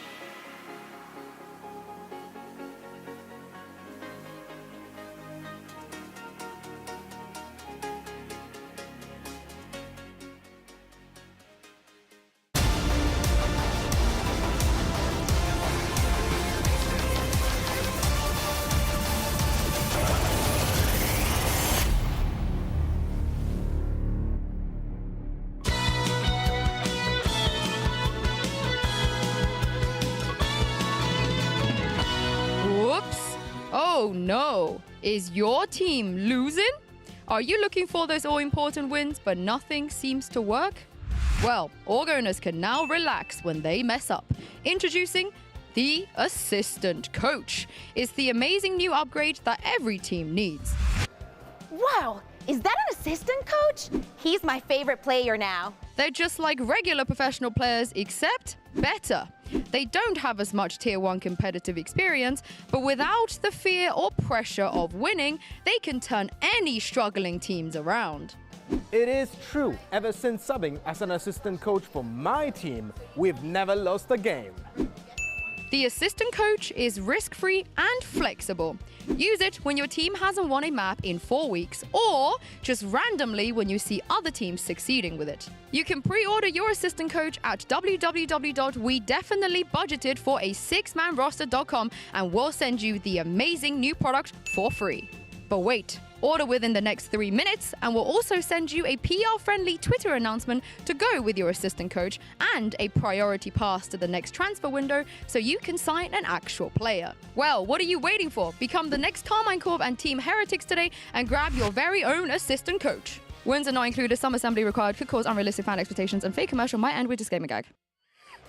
Welcome back to the VCT EMEA post-map test segment for the match between Koi and Team Heretics in VALORANT. Both teams are tied 1-1 right now, and I'm definitely not reading this from ChatGPT. Boo! You didn't commit to the bit. There was so much good analysis in there. It's so long. It's like 5 paragraphs. So one thing that we were informed of is that our next map Ascent has a lot of tricky angles. It's intricate design. Intricate design and tricky angles. Oh, so it's a twofold. Where's the tricky angle on Ascent? They're all over the place. Let me tell you. Every angle is tricky. Actually, short window. That's a tricky angle. Sure. Short window. That sounds like an oddly human response. I thought we were doing the whole robot thing. I actually had to think about that. Oh, well, in the first half, Koi started strong, taking an early lead with an excellent control of the middle area. Their aggressive Wait, that's still playstyle. ChatGPT? Yeah. It does a really good job. The aggressive playstyle caught Heretics off guard, allowing them to secure several rounds in a row. However, Heretics quickly adapted and started to play more cautiously, focusing on their defense. Wait, that was actually kind of real, though. This change in strategy paid off. Well, the second half saw a complete reversal of fortunes, with Heretics taking control of the game. That was no Their fortune offense involved was there. relentless, with well-coordinated pushes and excellent use of utility. Koi struggled to keep up, and despite some valiant efforts, they couldn't seem to get a foothold in the game. Koi, they needed a miracle to turn things around. The final rounds still going. were intense.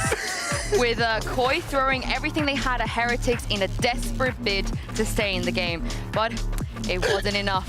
Heretics held firm. Overall, it was a thrilling game of VALORANT, with both teams showcasing their skills and fighting tooth and nail for victory. Congratulations to Heretics for their hard-fought win on Lotus, and commiserations, Koi, for a valiant effort. That is all from us here at the desk. But stay tuned for more VCT EMEA action coming to you. I don't know if you're allowed to just end the segment like that. We're still looking at replays. I think I'm allowed to do whatever I want, Christy. Fair play. I love Why that. was that like actually kind of not bad? It was all right. Look, all I'm saying is we might not have jobs for very much longer. I'm coming for your job. If you actually didn't watch the map, that sounded plausible. Like all of that actually sounded like it really happened, although there was some misinformation involved in it, and I loved it. It was way too long. I loved it. It was I thought it was perfect length. Look, if you can't tell, we've kind of lost our minds. It's 1 a.m. currently in Berlin, and that's gamer time, dude. Oh, is it? That is gamer time. Not for me. I'm 38 years old, man. You're 25, so this is peak gamer time for you. This is where you're logging into VALORANT. No, I don't really play many games anymore. I just watch a lot of VODs. Oh, this is where you're watching the VODs. I don't watch VODs at 1 a.m. No. You don't watch NA? You mean? Don't worry, no one does. Let's talk about round 10. Unfortunately, I have no analysis, so you guys are going to have to carry helping this. you out. That's important. Let me log into ChatGPT. This is actually a very good example of how Heretics were able to punish Koi's commitment to the plan, because it is in the pit on the B side, which is a terrible position to have the spike in when you're not playing on site. And as you will see, Heretics actually are punishing the positioning from Koi because they play so offside. The players from top of B, they have absolutely no way of helping the site, and then the health of the spike is already diffused while the aftershock is happening. One smoke on the spike here foils every single effort that is being done by Koi, and this is so, let's say, just vital for Team Heretics' comeback, because they were on the back foot since round 6 actually, because Koi was there's actually a small anecdote. And they came to the desk and I was like, so how was the first 6 rounds? And I gave a compliment to Koi. It's like, they played really coordinated. You mean Ender didn't watch the first 6 rounds? He was speaking with Durka. Yeah, I was getting some insider information. Come on. Yeah, I was the only one watching the first 6 rounds. But the point is, I gave a compliment to Koi. They played really coordinated for the first round. And I was like, this is so different from the previous map. And they look really well coordinated. They go through, they punish the mistakes from Heretics. And as I said that, they started going one by one. The spacing failed. I'm sorry. Yeah. Sam. It was a bit of a struggle. Now, on the other side of things, I think that Koi, one of the areas they got exploited previously versus Fnatic was like on their defensive side. And while we didn't really see them try to set up like the trap plays I was talking about, for example, in the pre-match, I felt like they weren't finding as much success as they needed to on the first pieces of util in a round, right? When you're playing solo smokes and you're playing breach plus omen, that's a lot of control to sort of like lock out your opponents, whether it's the one ways from the omen over by C or just a fault line by rubble to very quickly control that space. You have to be successful in those fights because you can't fall back onto the layers of like Viper smokes that are constantly going to give you control. So once you end up losing that space, very hard to retake. And I felt like what ended up happening a lot was they would gamble and go for those fights and then just end up losing a player, have to give up all the space on their defense, and then they're working without like any information because they don't have a forward like outpost where they can see when the enemy is coming at them, and they're getting really caught on the back foot a lot. Well, things are all tied up now. We're going to head to the final map of the day. Lothar, do you want to go and do... I feel like you've done 10,000 steps today just by going back and forth. Well, I'm old. I need some movement, Good you know, to keep those calories burned so I can drink more Red Bulls and eat more sweets in this German country that are so famous from these sweets. Oh my god, he's gone. Yeah, it's 1 a.m. I don't know what I'm talking about. Anyway. We lost Lothar. Koi, Ascent, attack. Let's see what they do.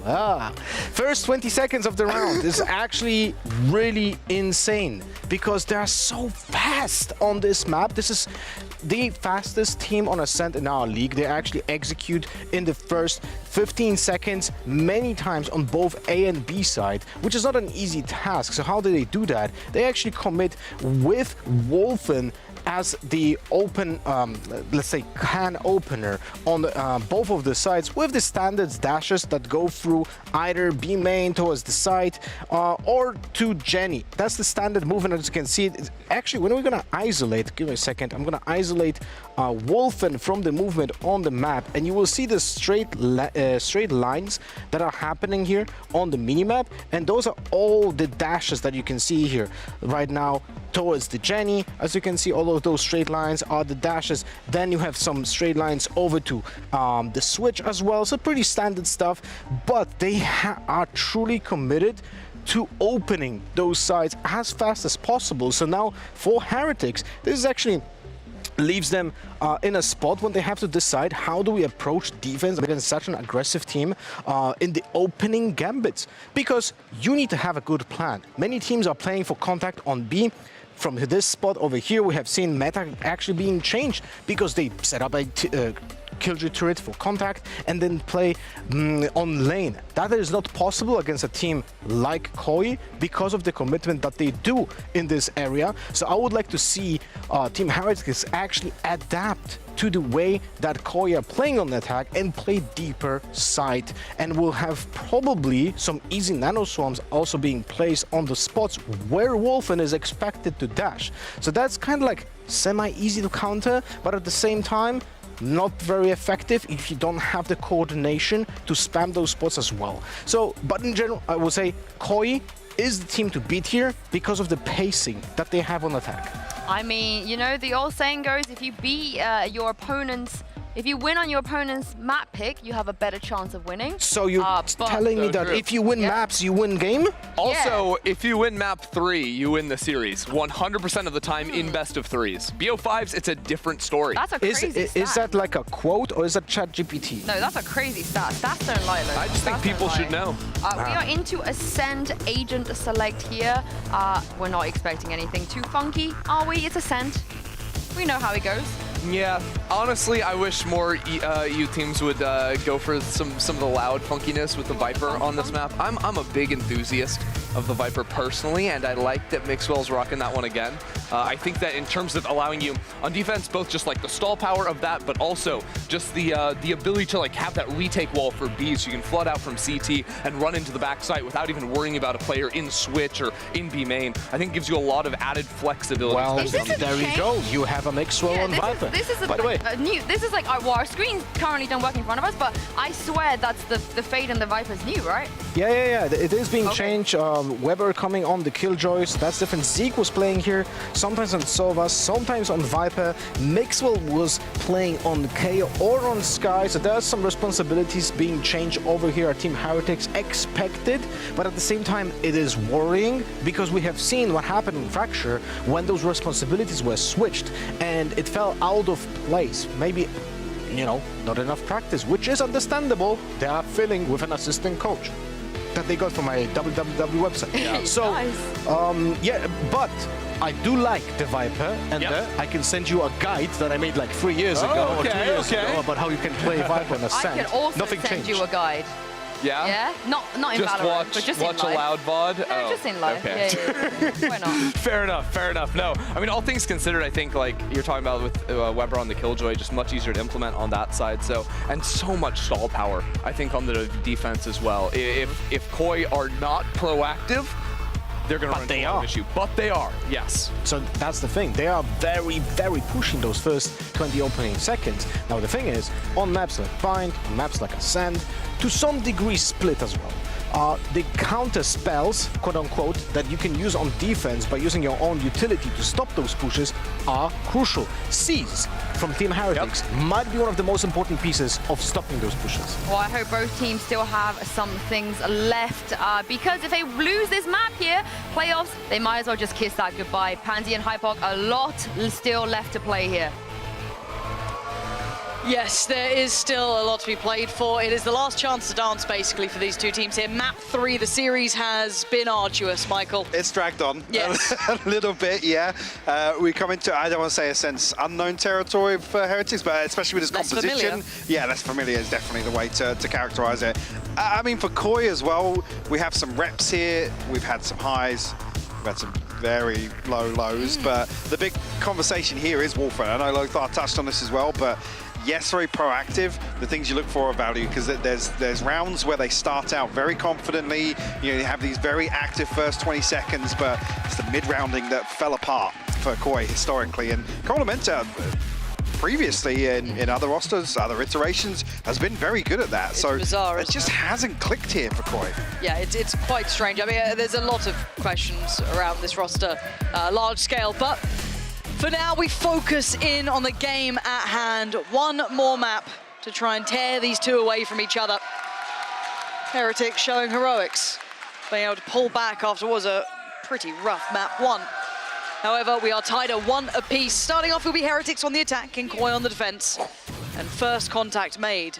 No damage on either side. Actually, a miracle that Wolfen... Trex did get a little bit of damage there. I think just from the decay. Oh, it was from the wall. Yeah, from the wall. Yeah, yeah. You see on the side of Heretics, I'm surprised that actually none of those shots connected for Wolfen. Early progress made here. Wall will cut sight. Trex, does he have an angle over the top? I think, yeah, maybe. Looking to get some damage done, but it's Weber to open things up here. Shados will fall. But you look at the position, they've got so many players in such valuable positions in a quick rotation, but they are actually finding all these kills. Shados and Koldamenta going down is ridiculous, and Kellogg's making light work of Wolfen. And Trex now. The first point of contact, by the way. He's getting wrapped on here, Weber. Yeah, lovely. It's not pretty, but it's round one. He'll take that. He's out of his chair. There we go. We're getting a bit of life in Heretics now. So they started the second half very confidently on Lotus. If they can carry that across here, find themselves some kind of cushion here early on in Ascent. Will they get active on the stage once again? I want to see it because for a team that looks so downtrodden and browbeaten all the time, it makes a difference when they're actually pumped up. It's so important, so important. And there's obviously the caveat to that, you know, composure is key, but they need this. They need a little fire in the belly, as it's been missing for some time. Any conversation we have Kellogg's in it, I'm fine. Ride that confidence 100%. wave. He has always been that momentum-based player. He's an overheater. He is an overheater. Sure. But it finds success. You kind of need it sometimes. Exactly. That bravado that made him look kind of deadly in G2 at times. Same with some of the other names on that roster. We digress, it's only round one. Now, coming back in here, there's still some upgrades. Pistols coming through, so a Shorty, Sheriff's, Frenzies. Any stack? A little. They do have this kind of intention of leaning towards that A side, which made me kind of wonder about that pistol initially, because you'd seen quite early on they had gone for a heavier, I guess, intention towards that A side. They had a couple of players even seen deep, putting a lot of strain and faith in that one old turret to be holding a lot of space down. Smoke from far away going to come in, and as we can see, it does seem as though Heretics still want to lean towards A. Very slowly, though. It's very cautious. Paying respect to this anti-eco. Wolfen's actually popped the dash at the right time here. I guess off the Viper wall. But slow doesn't always work in these rounds for me, because it gets a little late and I get a little nervous. They hadn't really cleared much of these sites too deeply, and now you're getting worries. You're getting a 3v3. Yes, they can double pump, and that's what they're going to do. Good call here from them to try and explore somewhere else, because they did walk into the trap. Again, be cautious, be careful, but do your due diligence. Make sure you're being proactive in clearing some of this, and they should get a fair plant from this now. The concern being, it's a Vandal passed across the Koldamenta. And yes, Heretics have 2 Bulldogs and the Spectre, but you really want to try and recover that. It's a nice possession. It adds some threat to the retake here, especially with Boo so disconnected from this. And they've already navigated past him, so they're putting it all on Mixwell on the site and Weber on the back. Now, yes, Boo should start building up. Now they've heard a little bit of utility invested, heard that turret going down, so door going to be shut. So, well, Boo has to show if he wants to do anything here. Right. There we go. Gets to it. Koldamenta just going to tank that. Yeah, that wasn't as poignant as I'd wanted, but Heretics do well to adjust on the fly there. Huge opportunity with Boo so disconnected there, especially with the market door coming down, that actually they just commit to playing the exits. Make sure everybody falls, especially removing the Vandal from Kellogg so easily. Okay. I'm curious where the purchase will sit here. At least the 2 Bulldogs still present. They obviously swap the Spectre out for the Vandal. We'll pass that along to Kellogg's. Was it, just Ghost? Okay, a little more. Okay, Mixwell going for a little Stinger as well. Okay. Oh dear. Well, that's an unpleasant start. Drex bullying Mixwell. He only loses a stinger. He's probably not that upset, really. The one you want to look out for is Kellogg's, it's Weber, and it's Boo. They are the ones who bring in a little bit more firepower to this. Not a great deal, but something. And the knife is going to connect, so Kellogg's will be considered. You can already see these three players really ready to go. Did he just see Shados there? Here. No, they don't have the angle through, but not sure if he heard the sound cue though. Again, occasionally you can make the jump sound off this box. Ping's come through towards stairs though, so I'm not even sure if he's heard that. Shados is getting closer. Nice work with the Prowler there to force him away a little bit further. That's not bad. Does the Dart do as much as they'd want here? Trex to find Kellogg's. Trex is having a whole lot of luck. Can't see a thing that's going on right now, so forgive us for this. As it does seem as though it's just Boo left alive, so everything going somewhat right.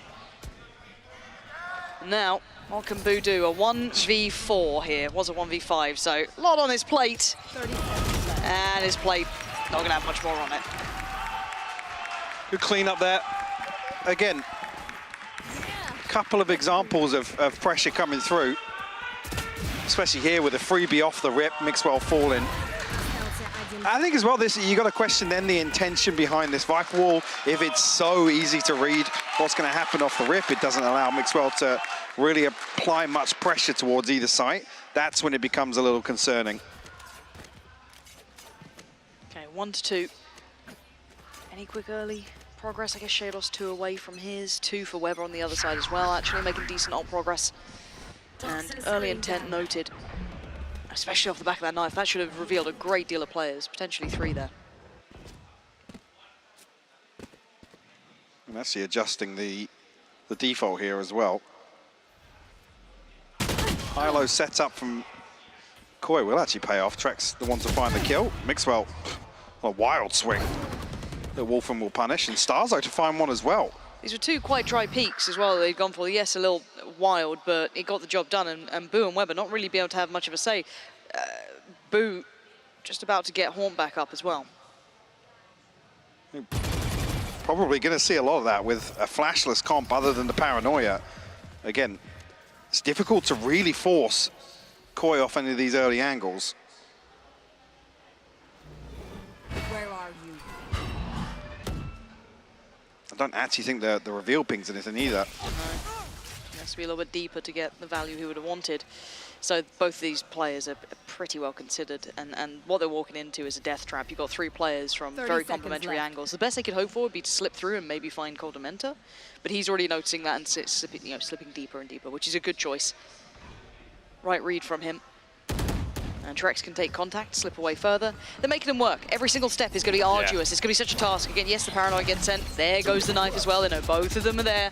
They've read this perfectly. And they shouldn't give them an easy kill here.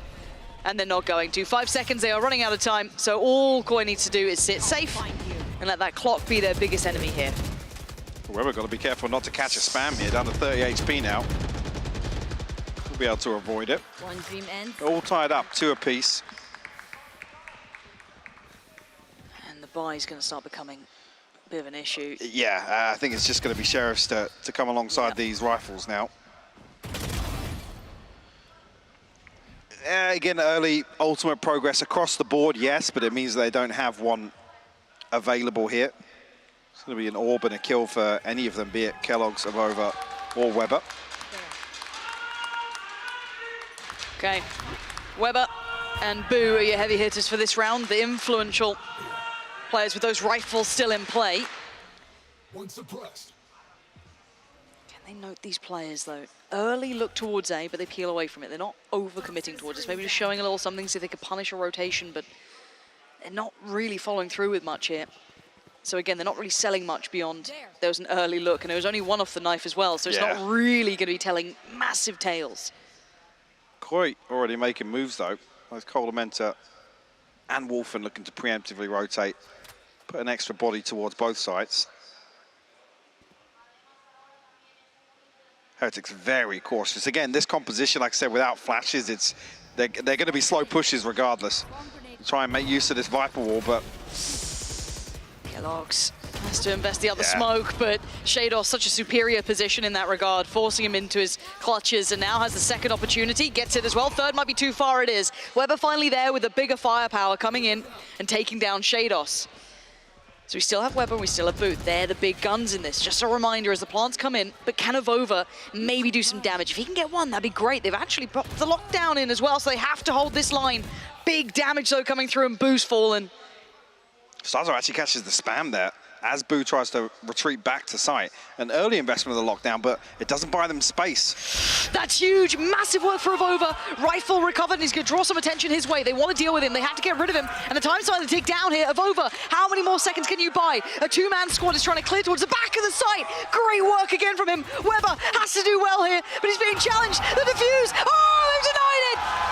Incredible work between Weber and Avova there. Weber with so much patience there, faith in Avova to come through and give him the support when it matters. Even there you can see Wolfen, he's flicking back and forth, he's desperate to find this, but unfortunately Trex, being the one to fall here, is where this completely falls apart. Avova commanding so much respect and pressure here. Unmute Barbar. Now. If my feeds are going down, I want Barbar. This is it. This is our trade-off. Ooh, that's ratty. So if there was a counter spam, follow-up, yeah, counter spam something. with a sheriff or something there. That'd be quite nice. I think even previously Weber was putting a nano swarm there, but it was from a much deeper position towards the orb, so. Brilliant. Well, at least conditioning to maybe force Coldamenta to reconsider this early spam position. Again, he does love an Odin.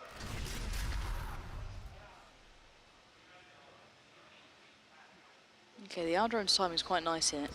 Does reveal presence. That's actually pretty big at about the 50-second marker. That's not bad at all. I say Mixwell brave to even face that drone, to be honest with you, here in the Odin early on. Okay, smoke towards CT, two on the site, a lockdown preemptively put into place. They either have to commit or they back, and they've got 37 seconds to make their minds up. Wolfen waiting, punishing Avova on the push out. Oh, it's stunning from Wolfen, taking Kellogg's out of the air. 30 seconds. And now the remaining three have limited options, losing out on Avova, losing out on Kellogg's. What do you have to try and entry in towards this site?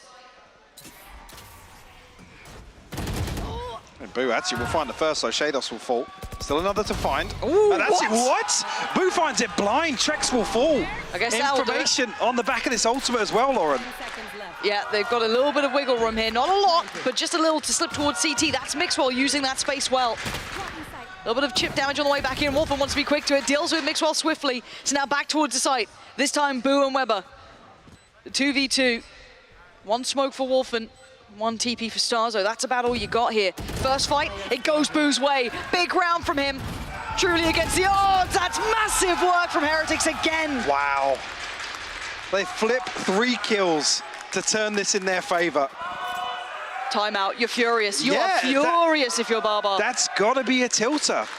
A 5v3 Wolfen gives you 2 fantastic openers to this round. Beautiful setup as well. The early lockdown, you could question it, but it forces 2 members of Heretics back into a pressure point, you could say. But Wolfen lands 2 beautiful shots. And the ultimate tilters are always, as a coach, as a player, is losing 2vx's. 2v4s, 2v5s, losing 2v3s. at 5v4s are worse with that. The hand movements are off the charts. And again, when you're kind of talking through that, those kind of post-plant positions and kind of what they got worked down by, keep in mind the Avova and Weber round as well to add into the occasion. This is going to be one that is going to absolutely rip your mental away, because by all accounts, you did everything right to get to that position, trying to play back in. You should be able to trade those kills. I mean, even you think about these last few rounds, there's early advantages created, whether it be pressure or kill onto Mixwell, for example, losing that wall, which is a massive amount of pressure in this composition particularly. I think that's there to really try and control Wolfen, right? Deny some sightlines, deny information, and allow that pressure to build. We're seeing Heretics approach this very, very slowly, and it's all on the back of really, I guess, forcing Koi deeper, or maybe waiting out that first wave of utility, forcing the hand of Coldamenta, for example, treks the other to invest some of these fact finders and actually gain no value off it. See how rattled they are after that. Round 5 and 6, the ones that could haunt them, but still able to get somewhat of a slightly deadly buy behind them. They do have the knives in play for Wolfen here. But what do we see coming out from Heretics now? They're going to collapse towards A here. And the drone will clear through short. It won't actually spot anything at all. I think Heretics feeling as if this might be the lighter stack here, but there's bodies invested as we can see. That knife's huge. Yeah, 5. 5 detected with it. But on that knife, you can see that Shados is considering they might double pump, right? They might just walk away from this. But with that TP, they know enough. And he's just going to be quick. He's going to be going on the flank. So can Koi hold this down? Paranoia's going to hit 2. We're going to see Wolfen have a little look up above. Spots at least Kellogg's, and he's going to wait that out. He's not going to take that chance. Dash into the smite. Smoke's gone up. Kellogg's going to play by the door for a second or two. A little bit of a spam on the side, but he doesn't find a target. Starzo's out of there. They've had to evacuate, but the flash, the door's gone down. The cross gets watched, and now they swing. Heretics making this one count as well. And now it's just Shados who had to try and backfill, who fell back towards B just in case. We can already see Kellogg's is on the case. And Kellogg's nice and squishy there to find the first, but a 1v3 now for Shados. Smoke goes up. Yeah, probably reconsidering this one. And this is crazy. Well, Heretics only wait about 10 seconds behind this knife to still commit. And you even said Shados, yeah, surely off 5 being pinged there. They look elsewhere on the map. Mixwell actually the one to find Shados on the retreat. Yeah, Heretics paying no respect to this anti-eco round. Viper's Pit now available. They can get themselves into a post plant once again. Be a massive tool to invest.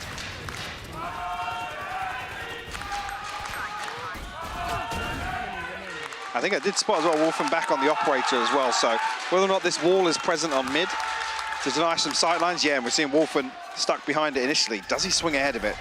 Surely not, right? I mean, he's got the dart. He's having a walkabout. He's taking mid space. I mean, this is great. Coldamenta darts behind the wall, knows there's no initial lurk behind it. So he fills out that exactly. room. It's really nice. It's worked very well. They should be able to solidify very quickly these other positions. And now with these smokes coming in, you need to see the attention turn from Trex. He's on the case, but Kellogg's is quickly towards the site. So again, what can Trex do here? That's great. Spots out the other, but Kellogg succeeds against Starzo, so now he's free on the site. Mixwell, the second layer, going to do just as well by isolating him. Maybe a little too far for Kellogg's there. Didn't need to overheat, but we know he's that player. Sometimes he needs it. But the ult's going to come in, and they pause for Thor here. Coldamenta with the spam just in the right place. Will force off, but they will be able to get the plant regardless. And a decent spread on the pit, actually. It covers the spike, and it goes into tree quite deep. Did the ult just go down as well? Yeah. It did, okay. Now, Shados and Wolfen, what you got here? These are hard angles to clear. As soon as you try and swing for that deep one, you're going to see the angle become available for Mixwell, and Wolfen's thinking about it. But he knows better than this. Oh, it's not an attempt you want to watch back, but Mixwell made really something out of that round. Honestly, very well played to him. I think they dropped the pit because then they have the numbers advantage. Don't have to rely on that. Maybe even noting or hearing a sound cue or something that both players towards heaven, the door's not destroyed. It's going to be very difficult to break back through. I think even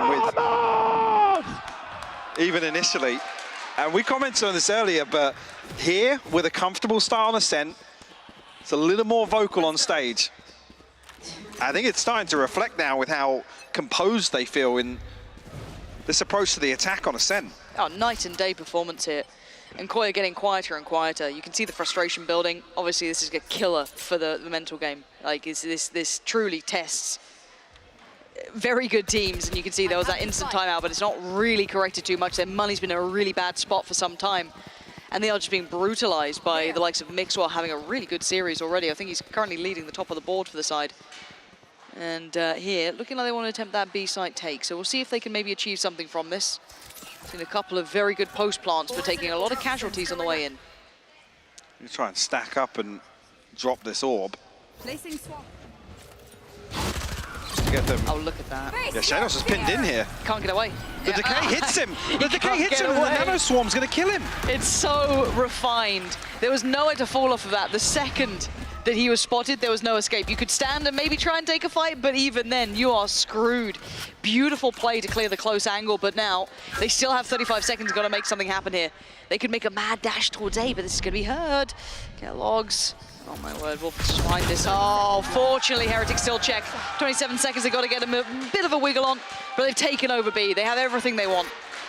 Have full control of the site as well, of over. The TP towards A. Get confirmation on the whereabouts of 1. Look at Heretics, the spread on the map is insane. Let's get that plant down though, leaving it quite late in the day. And Trex trying to do what he can. Now the flash, too close, an easy spam for Avova, kept his composure. Heretics looking really fluid as a team here. I said, noting Weber using that Nano Swarm in a couple of rounds prior, then seeing Mixwell with the snake bite. There's a couple of nice little set pieces here to try and isolate this lane player. It's got to be a tilter for Shados. Again, finding these free openers just off utility on an anti-eco makes it so much easier. Removes so much. You're losing! Fist bump all you want, you're losing. It's an iSeries classic, that. Yeah. He's rolling back for years. He's getting ready for the pub quiz later. The echoes in the NEC. The ghost of Wizzo now haunts us in his socks and sandals. Niche jokes aside, we are at 2-7. There is a buy in place for Koi. They do have the operator on Wolfen, so maybe they can bring that into a position to do some sort of damage with here, but you kind of need some rounds to play with. Get Wolfen into a deep position with the operator. Forced out here. Wolfen even going to eat the near site. So he's forced away. And identifying actually where he is early on in the round could be the green light to actually head towards A. There's only 2 members of Koi over here, and you can see Trex actually considering picking up the slack in mid towards Fountain. Should find some info off this knife at least. It's not bad. I guess I could still think it's like maybe a mid-B split.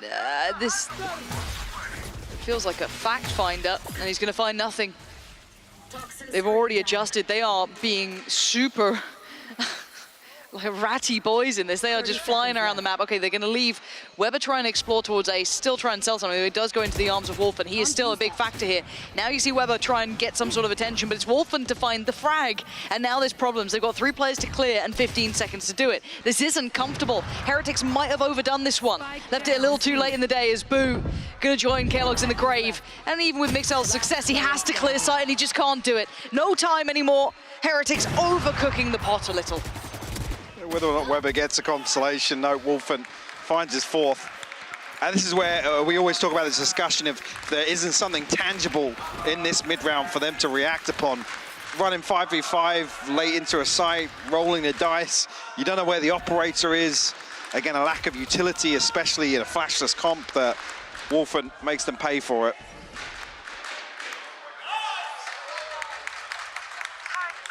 See if Koi can build upon this now.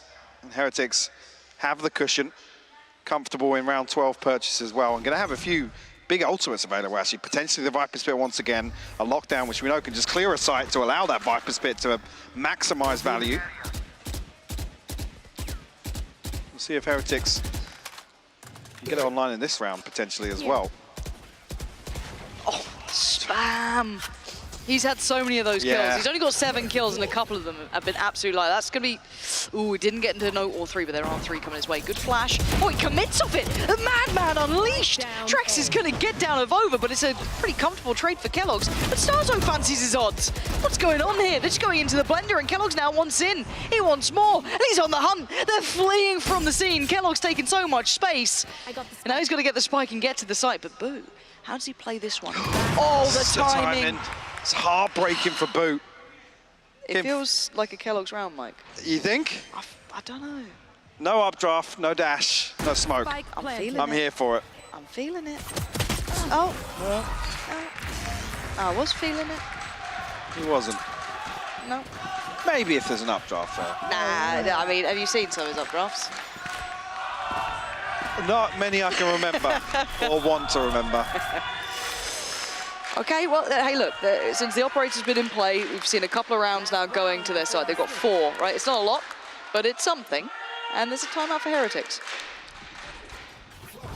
Yeah, I mean, Trex just plays this so aggressively. I mean, he's unlucky not to get the second there, which would have been the third, I believe, on the round for him. And yeah, maybe if Boo gets a deeper position there, it's doable. But alas, 7-4 now. Like I said, Heretics comfortable in this final purchase, I believe, and should be now on the brink of 2 big ultimates, it being the pit and the lockdown. It looks like a conversation mostly between Weber and Mixwell here, rather than Neil Zenio coming in to say much about it. So I wonder what they're coming up with, what they're cooking at this point. I never realised Kellogg's was left-handed for a really long time. Really? Yeah, he's got the left-handed setup. Yeah. Are you good? I'm okay. You're just doing a weird stretch. Yeah. You've been watching Sliggy stream? No, I've pinched a nerve in my shoulder. Oh no, Sliggy, you got some tips for that? Any advice? Any nice stretches, maybe? Is he a doctor as well? He just does a lot of stretching, doesn't he? Oh, okay. It's like his thing. I just remember one clip of Sliggy stretching. It's a really on the sofa. It's one of my favourites. That. I watch it most nights. It's not. Because I want to do the stretches before Oh, bed. okay. It sounded sus. It's weird. It's crazy you think that way. Filthy. I mean, I've seen the clip. I hope everyone has. 4-7. The buy's in place. We have an operator out for Kellogg's on the other side here. Where are you? Pace change here from Heretics, actually. At least to command My ultimate is ready. some presence towards A. Retrieve this orb. Now got the lockdown in the back pocket.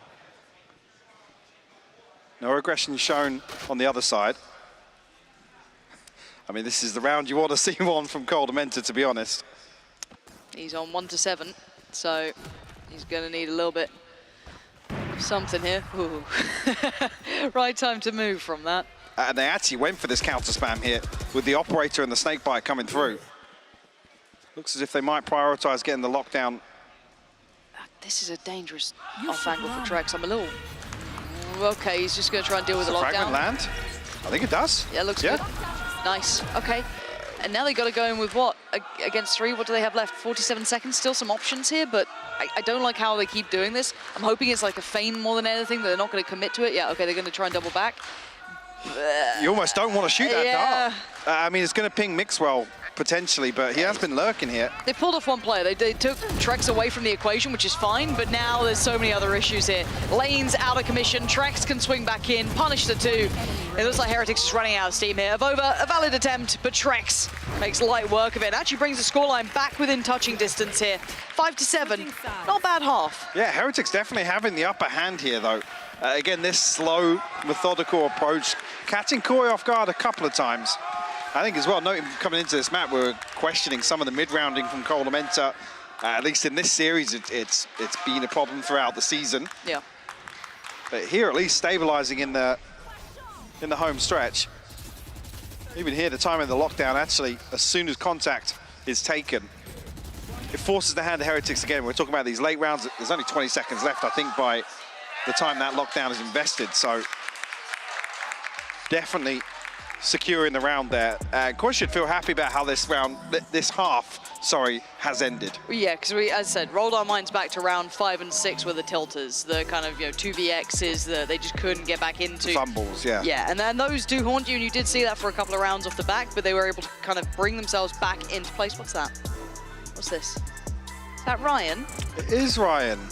Oh, it's Stevie doing it. Stevie, if you wonder why the crowd's so loud, by the way, it's because of that man on the screen, not Ryan. Not Bob. Ryan is he's a crowd pleaser. Is he? Yeah. Expand and extrapolate some information. I mean, you have to come down to the Coliseum to see it. It's electric in here, and Ryan Central's on the mic. The atmosphere is electric? Yeah, absolutely electric. What's your favourite phrase? Is it sixth man, crowd, electric? Just give me electric. Electric. It's the go-to, yeah. It's the go-to. The atmosphere in here is electric. It's 4 people. No one's excited. Not now. You guys are great. Yeah, it's still with us, which is mad. 1:30 in the morning. Do you not have homes to go to? What is this dedication? I'm proud of you guys. Wild. This feels like the world's longest halftime. I don't know what's wrong with me. I can't. This week, man, I do blame Sam. I think Sam... Something's changed about the half times. Producer Sam's done stuff. Yeah. He's changed timing and not told us. He's been messing around. I actually just got word in my ear. He has. Oh, wow. He confirmed it to you? Yep, just confirmed. Huh. Wow, Sam. Really big of you there. It's a late night. We're tired. You guys at home will get used to producer Sam. He's always up to no good. Who's on the post plant today? Oh, we've got a 1 hour special. This just in. With Sam. With Sam. Sam's So you get making all his the, appearance. behind the scenes, hot takes. Let's see how it works, how it runs, the lifeblood. And I heard it's with Weber. Big Weber. Yeah. We've actually got all of his highlights coming in from iSeries too, the multiplayer boys. 2001. Ooh. Yeah, we've got Neil Zinho coming out. We're going to really roll it back. It's going to be a vintage day. Okay, a couple more seconds. We'll get this one started up here into the second and maybe last half, unless there's a chance of OT, because we've had all the maps. We might be having all the rounds. All the OTs, all the tech timeouts. We're going to have it all. You know what I mean? It's never over till it's over. But 5-7, we have a game on our hands. Koi with a little bit of vigor coming into the last couple of rounds there in that first half. Have at least given them a chance now here into the second. But Heretics hold on to the 7, and we'll keep that lead in place. Let's see how they fare here. Wolfen almost kept in check in that first half as well, with obviously the setup from Mixwell particularly. See if you can find anything to get off the board here in the second half. Information noted at least towards Weber. I think that's enough of a deterrent that actually Koi are going to reconsider their approach. Whether or not the split comes through mid into market, or they do stack up towards short. This cross is a little precarious, but brave. Okay, the fakey boys. Oh, hello.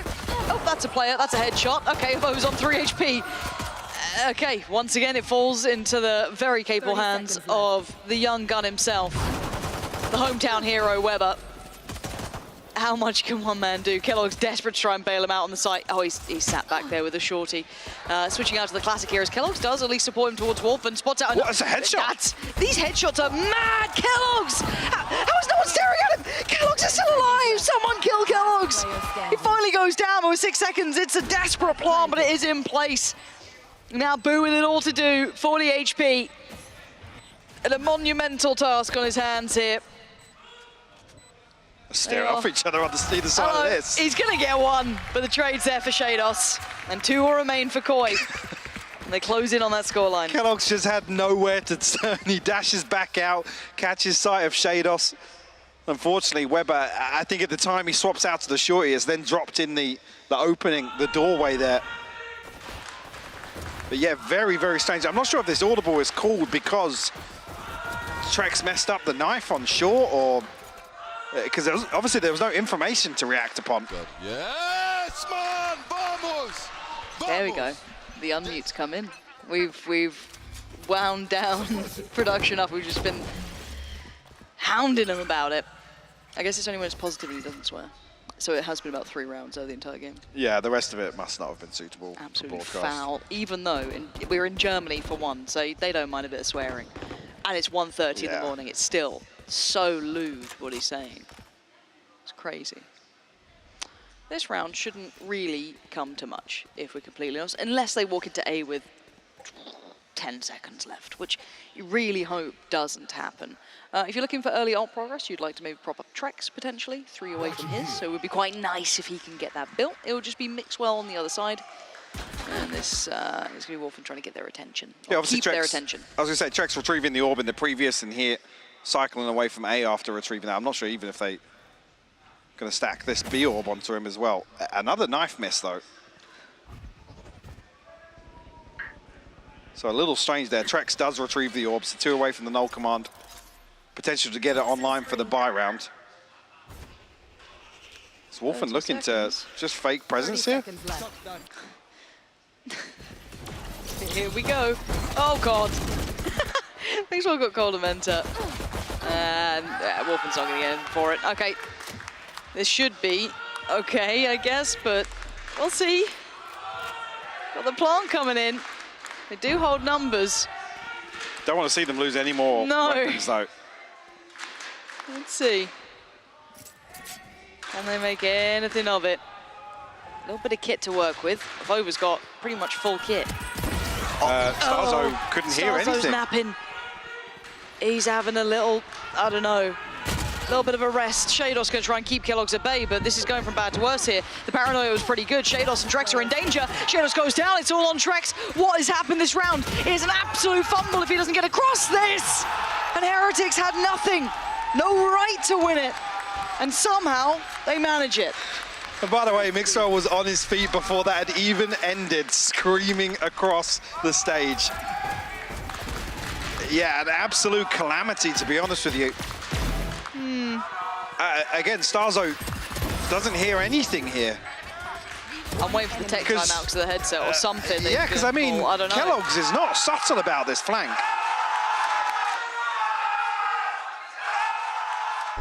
Oh, I have chills. Yes!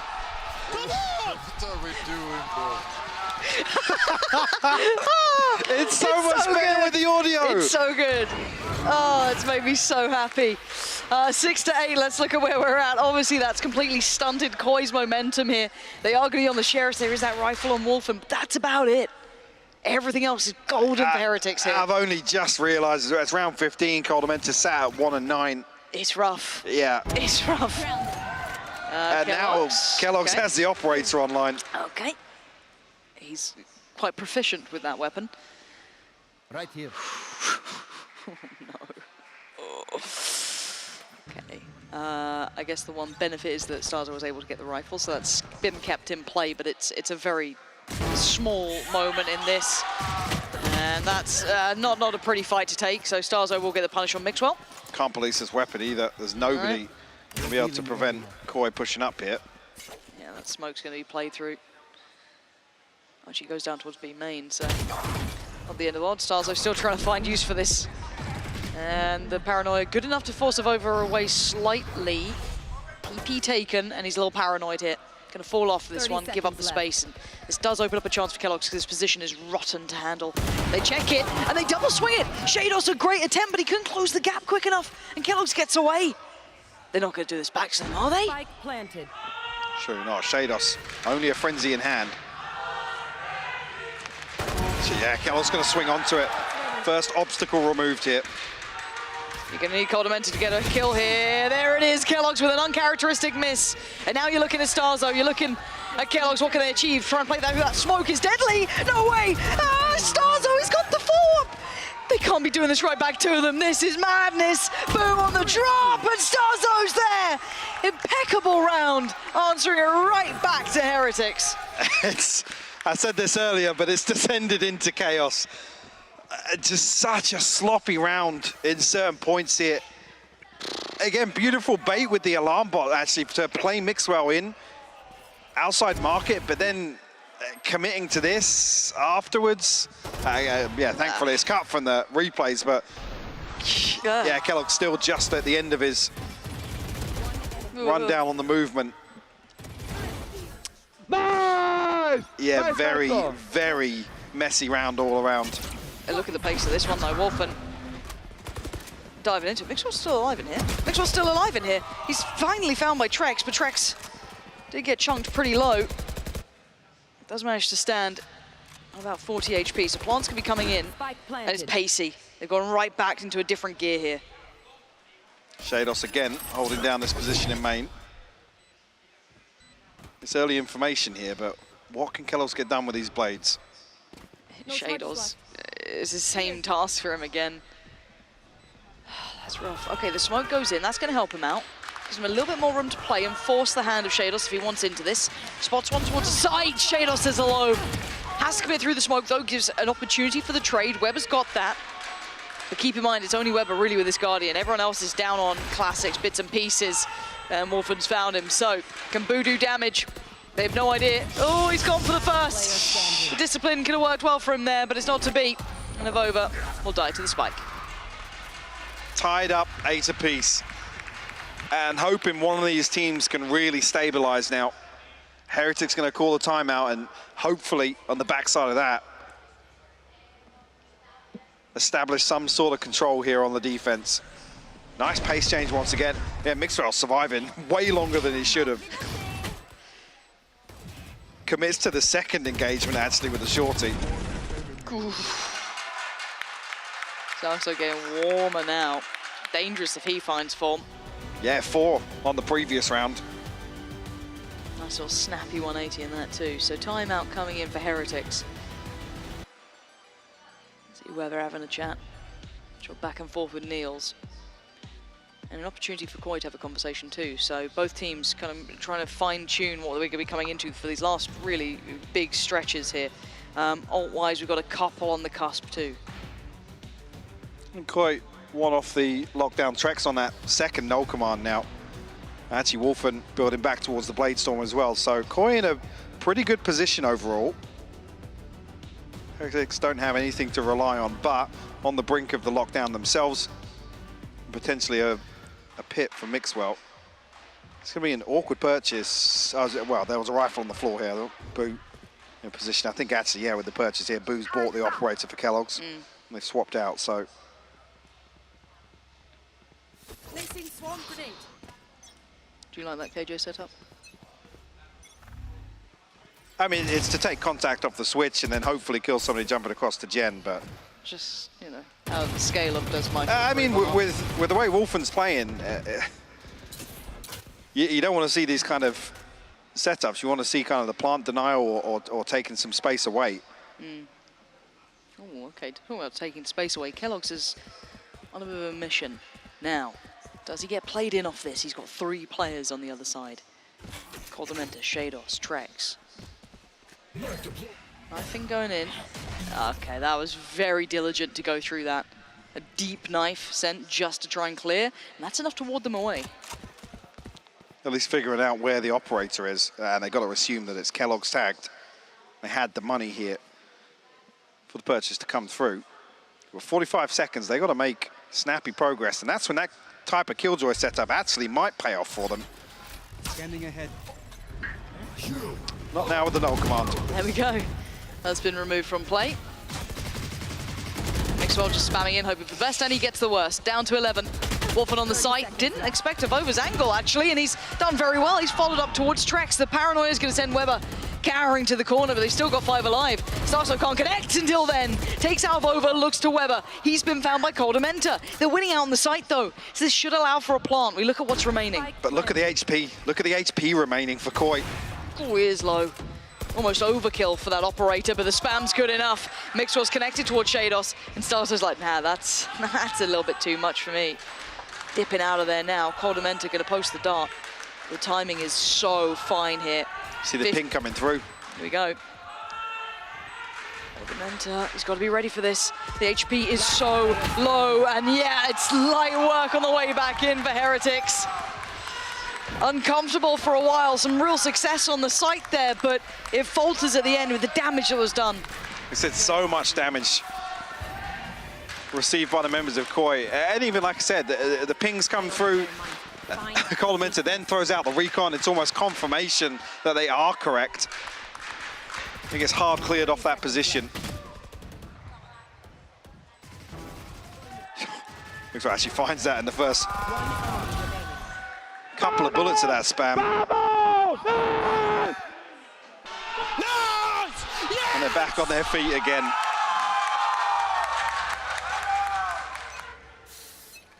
Being taken to the depths and back this game. Plenty of contact early on. Not painting the full picture, but a clear enough one that Kellogg's wants to control the angle for now. He has got the support of Boo. But they've been very, very clear about dealing with this. Jesus. I don't think that's how I'd no. Clear that, but you know what? You found him. There you go. Big gap that's consistently here towards market. I mean, Mixwell jump spotting it. We have seen him challenge early, but I think maybe deterred by that 1v2 challenge we did see earlier. And the orb, the poison orb, really designed to just slow down any progress there. And lockdown invested here from Koi. Gonna try and get in the backside of this towards market. Okay, Wolfen's... Okay, he does have the support there. He does have Starkso beside him. That's the paranoia. He could have maybe closed it. Oh my word, I thought Mixwell got away with that. He doesn't. Wolfen's found him and now Boo's on the chopping block, but he's sharp. Spike gonna go in off the back of the lockdown. That's allowed them this site access. Now the Hunter's Fury as well to boot.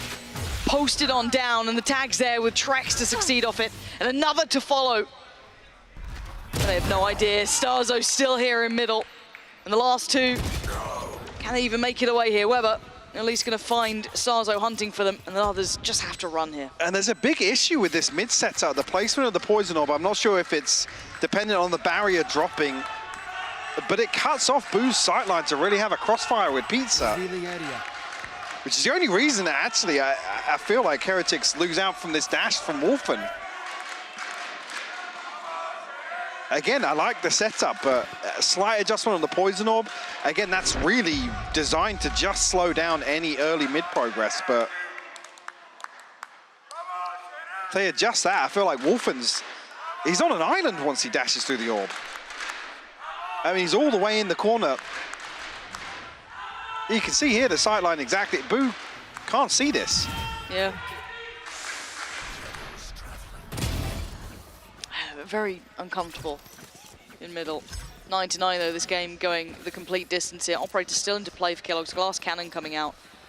On the other side, decent enough kit to Wolfen's got ult, and on the other side you can see it, Heretics have near on every single ult. We did see Kellogg's with those knives not too long ago, so harm no foul, but Evova's feeling that pressure, feeling the strain coming his way, and Mixwell wants to shut that door quickly. And the pit actually covering the entry from door and from main, even spreading a little bit here, so it makes it almost undoable for Koi to contact in, especially then with the layering of Weber's utility towards short. Does have that lockdown, so a very, very robust setup towards A. Even if they allow passage here. Don't want to see Kellogg's fall in mid here.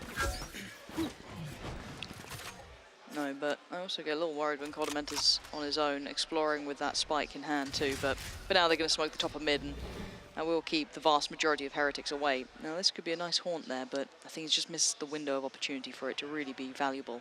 And I look back towards A, but there's a setup here from Weber, an adjusted one too. Paranoia going to come in, does not find target, and sets off the trap. Now they're in danger. How is Wolfen alive? Well, he isn't for long. A quick trade out for Boo, and the TP taken already towards the top. You can see them go. Trex finding Evova. 3v3 now. 20 seconds left. Mixwell just pokes out of the pit. Punished for it as well, so that will drop. Spike's held back. Boo doesn't realize it. He got himself in such a good position for that. And now it's all on Kellogg's. 10 seconds left. They desperately need a plant. And he's punishing them. A 1v1 out of nothing. And he's away. And he's my God. Head first. Dives in on Shados. And a huge round for Kellogg's. This is even a little early in terms of what's left on the clock here. Shados has a chance to tap the spike and commit to that peak, but heroics from Kellogg's. One of those overheat rounds where it pays off for him.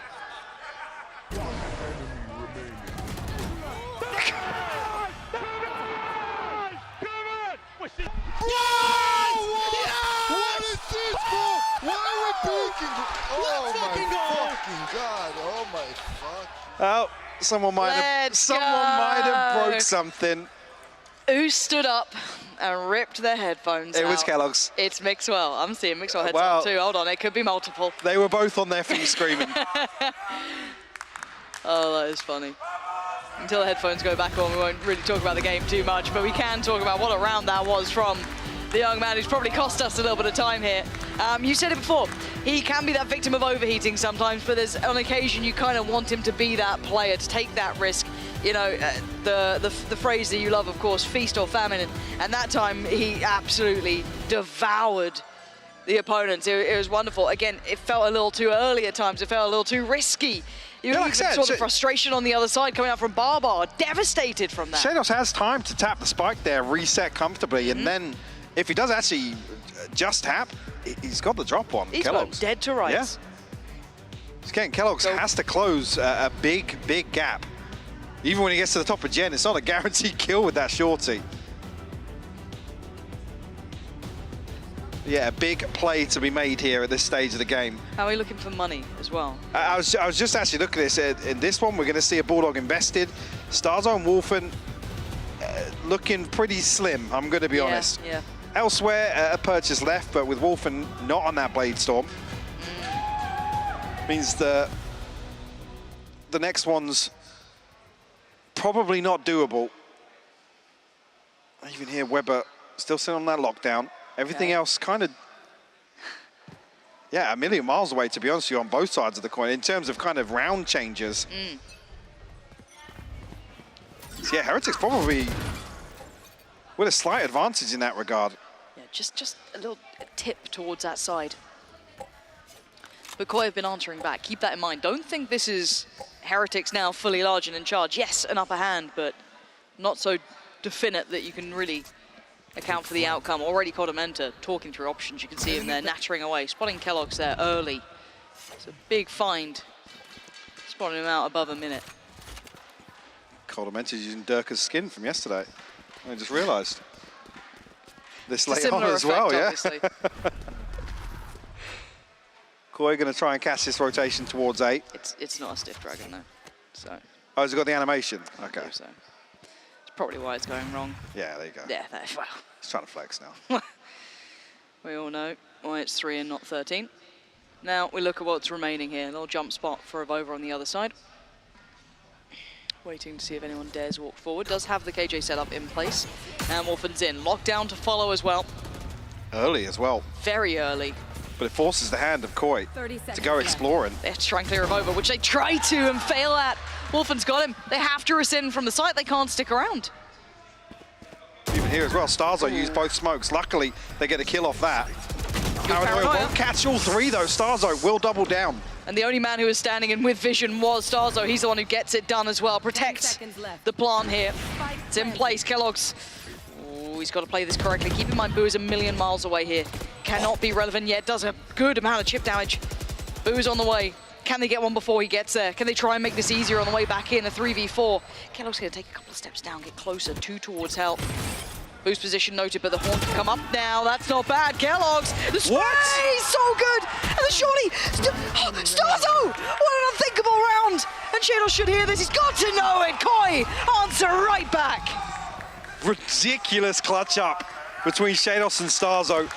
And like I said, the time in the lockdown here, Starzo actually burns both smokes. So unless he gets those 2 kills, again, the finest of margins, the Paranoia only catching on 2 of the 3 members of Koi That's here. it. Yeah. That is the difference. That's the difference that decides this round. Kellogg's nearly doing it again with a shorty. I think the information is relayed there. Low HP in hell, push that man with a shorty. No, man! Let's go. Vamos. Vamos. Oh, 10-10, what a series. And now we were talking about the kind of fragility of the economy in this and how it was kind of potential to shatter. You're seeing Heretics now suffering a little bit of that. Sheriff's, Guardian, Shorty. But we've seen stranger things already happen this game. Yeah. So let's see if they're on their toes here, Koi. Better be sharp to it. Avova has been spotted. Jeez. Yeah, Stars are lucky to not catch a little bit of damage there off the penetration from the Sheriff.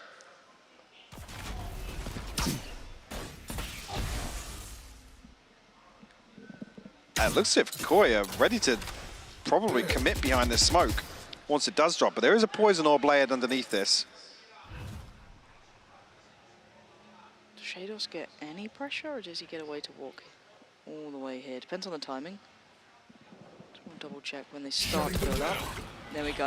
Okay, it's off this. So you can already see the attention turn. Mixwell gonna look back towards door. Can he find Wolfen?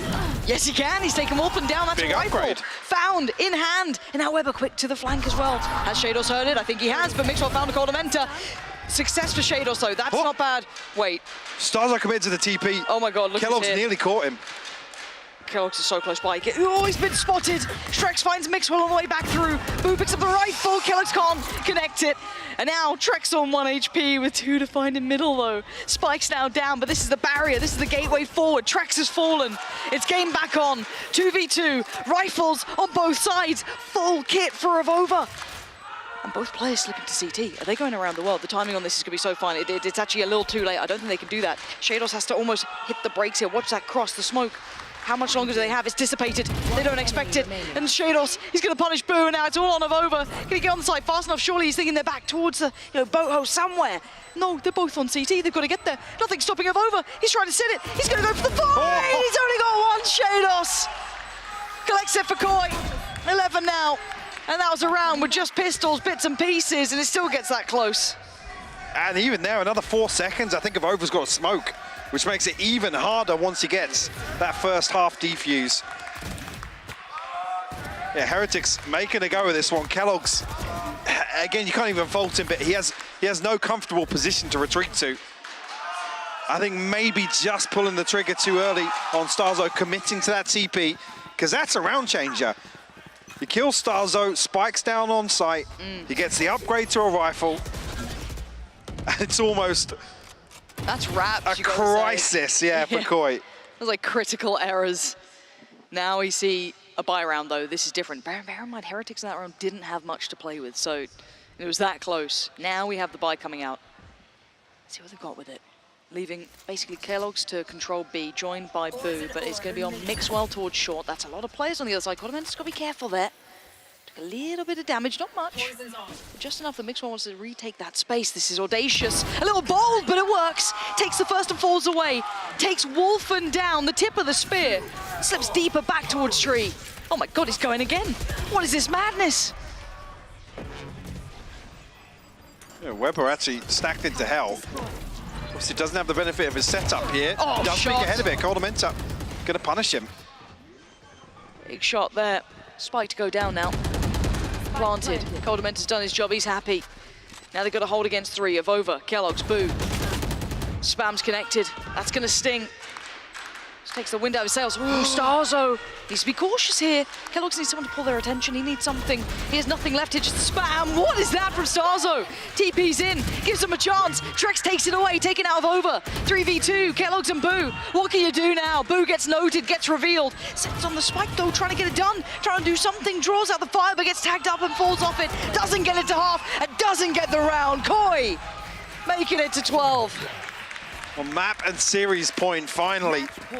Somebody's got there. And Heretics, I'm questioning how much is left here. In terms of energy and finances. Ultimates, just not there. Avova's the only one with a TP.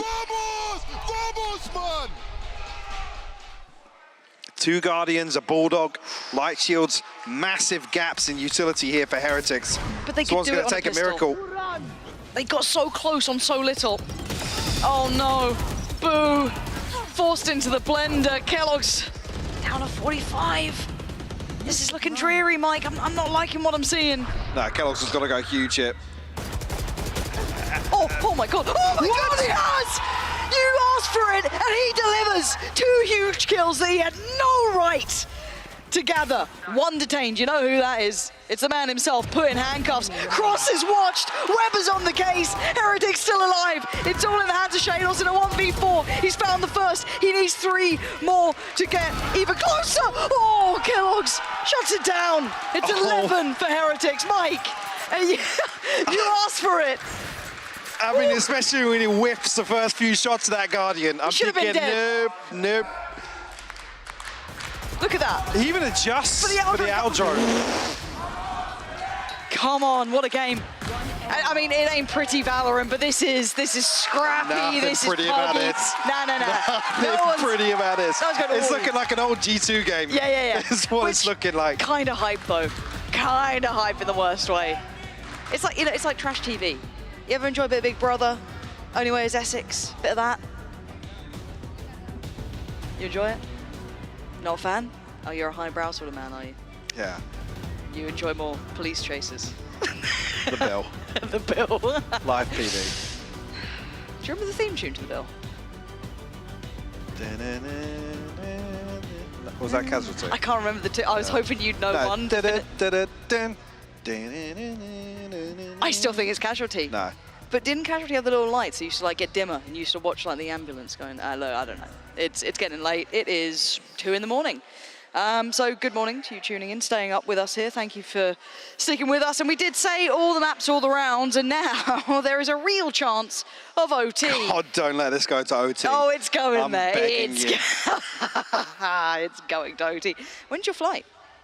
Pretty soon. Hours? All right. Pretty Hopefully soon. you've packed. Here we go. 12 to 11. Heretics with a chance here. Koi on the verge of closing out in regular time. This is what they'd want. They don't want to take it to OT. They want it now. And the ult's coming in. Already, Mixwell going to invest his. On the other side, none are available this round. A much deeper control towards the orb as well on A main here. We know last time it wasn't that much of a deterrent. But obviously, the previous example, Mixwell did get exposed. Was punished and it fell. I mean, Koi actually didn't pay a lot of respect to it. See the same or similar Killjoy setup here towards Tree. Going through the motions once again. Going to at least see the nano swarms here. Yep. So that takes away some of the strength of this setup. You can already see Mixwell looking that way. Just occasionally checking over. He's getting a little worried about that. Now, we know where this is looking like it's going to end towards. It looks like B. But Boo, great timing on this check. That is incredible. That paints you such a picture. Instantly, you've got to see rotations. Weber needs to get moving. You can leave Mixwell to this. He's fine. But the site is not fine. It's under pressure. Paranoia gets sent, and I don't think he's connected to anyone. Boo takes a look, and he just gets removed. Messy shots at Koi. Put him under the gun, and now there's problems of over. He's actually managed to get Shados. Hold on, it's not out of the woods just yet. Coldamenter's down low, Wolfen down low. Two sitting pretty as Starzo and Trex. And then the plants come in. And it's Avova, Weber, and Mixwell to work it out. I mean, they do have this semi-retake wall, but again, with the numbers advantage, look at the HP bars though. Coldamenter and Wolfen barely left breathing, Lauren. What are the first couple of steps here? They need... Oh my God! That's it! Weber finds Wolfen. Hold on, here we go. Into the site. Trex catches Mixwell. Down to 2. Weber and Avova need heroics from Weber himself here. A 1v3, and it's not going to be enough in the final round of regulation. Koi take down Heretics. I mean, it was not an easy journey to get here. A war of attrition between these two teams, but Koi come out on top here on Ascent. Showing resilience, to be honest with you. There was a stretch there where I thought Heretics definitely had them pinned in a corner in terms of that ult cycle coming through, the economical advantage, and generally just the way they were controlling the map on the defense. Wow, that was a marathon of a game. As you said, kind of echoes of your G2, sort of scrappy, messy, super explosive, some crazy clutches, but wow. Looking like a late night ranked game. Yeah, kind of true. Again, can't really take much away from Koi's performance. There was resilience shown. They were still making mistakes, yes, but they weren't series defining in my eyes. I just can't believe it got that close. We were one away from OT, and then who knows, right? Then you get a Kellogg's round, like we had a couple. Then you have a Mixwell round where he's going absolutely off the charts. I mean, I was terrified in the last round because Weber just hit, you know, a mad shot through the wall, and it worked. Brilliant. Okay, maybe it's game on. Not to be. But yeah, this series has been arduous. It feels like we've been here for a lifetime, but in reality, it started out such a different picture to what we saw it end towards here. So many like ups and downs for these two teams, just kind of highlighting some of their inconsistencies. Even though, yes, Koi do walk away with a win, I mean, Heretics pushed them to their limits. Sure, and I'd be curious to know really Heretics' approach to this week. I know, obviously, we discussed heavily that them coming into last week when Weber steps in and everything was a little bit chill, you know, an energy reset, and yeah, we're going to pick a Yoru. Map veto comes through. We might try and come up with a few little set pieces. Fast and loose. This here, I'd love to know actually what they came out of last week thinking and what they wanted to apply today versus Koi. Yeah, it'd be lovely to find that out. And I hope that they do go into depth of that consideration going forward, because honestly, you've seen some real kind of hopeful signs. Maybe not the best looks in the world, maybe not something you could work with over time, but there's so much potential in that team that we hadn't seen realized. I mean, the big hopeful sign really actually on the side of Koi is Wolfen across two different roles, and actually the Cypher, the Killjoy, and the Jet actually performing here. And we know there have been sporadic performances from him. mostly on the jet, to be honest with you, but held his own actually across the Sentinel here on Ascend. It was impactful, right? It wasn't as if he was on a feeding mission on the attack, and actually on the defense, he paid a lot of respect, waited for those adjustments to come through from Coldamenta, supported him a little bit with utility. I'm actually really impressed with Wolfen overall today. Yeah, I've had a lot of question marks around him, bigger picture, I guess, how he would kind of fit into finding comfort, how he'd look across the board. But yeah, you're absolutely right. This has been a great day for him to find those roles. Starzo slipping into some of the, I guess, adjusted roles in himself, looking quite comfortable in that regard. Yeah, sure. And there's still this, I'm concerned about where these players land. On agents, on roles, we're still seeing the switch up for the Rays. Again, today, an example on Fracture, we saw that as well. It just feels as if nobody has that comfort. And that's what we want for Koi, because we know what these guys are capable of. We know what the peaks are, right? So we want them on those roles, able to perform their best. Yeah, the future still feels so uncertain for some of these two teams. But again, the best thing and the best way to go about it is find out from the players themselves. So we're going to be hearing from Coldamenta in just a sec. Thank you very much, Pansy and Hypo. That's right, I've got Coldamenta and Ulysses with me as well for the post-match interview. First of all, Colda, what a way to end your lose streak in this fashion. Where would you rank this in your career in terms of toughness of games? Toughness of games? Yeah. Previous games? Mm-hmm. Oh, you mean this game? I mean, this game in the all-time in your career, where does it sit? Yeah, I don't know. I mean, definitely, it wasn't as tough, I guess. I think we used too many rounds in Ascend. That's how I feel. But the other maps didn't feel like that tough, I guess, compared to the previous games. But how good is it to break the streak, though? To break the lose streak? Yeah. No, that feels amazing. It's like that. So on Wednesday, I got to interview you on the Spanish stream, and you were telling to me that probably you have to swap a bit your IGLing in trying to make more rounds or trying to make more rounds on the attacking side. We see that you're attacking much better, maybe just committing much, and we are also making some changes. Is that coming right now, or is something that you got prepared? Yeah, like we got it prepared for today.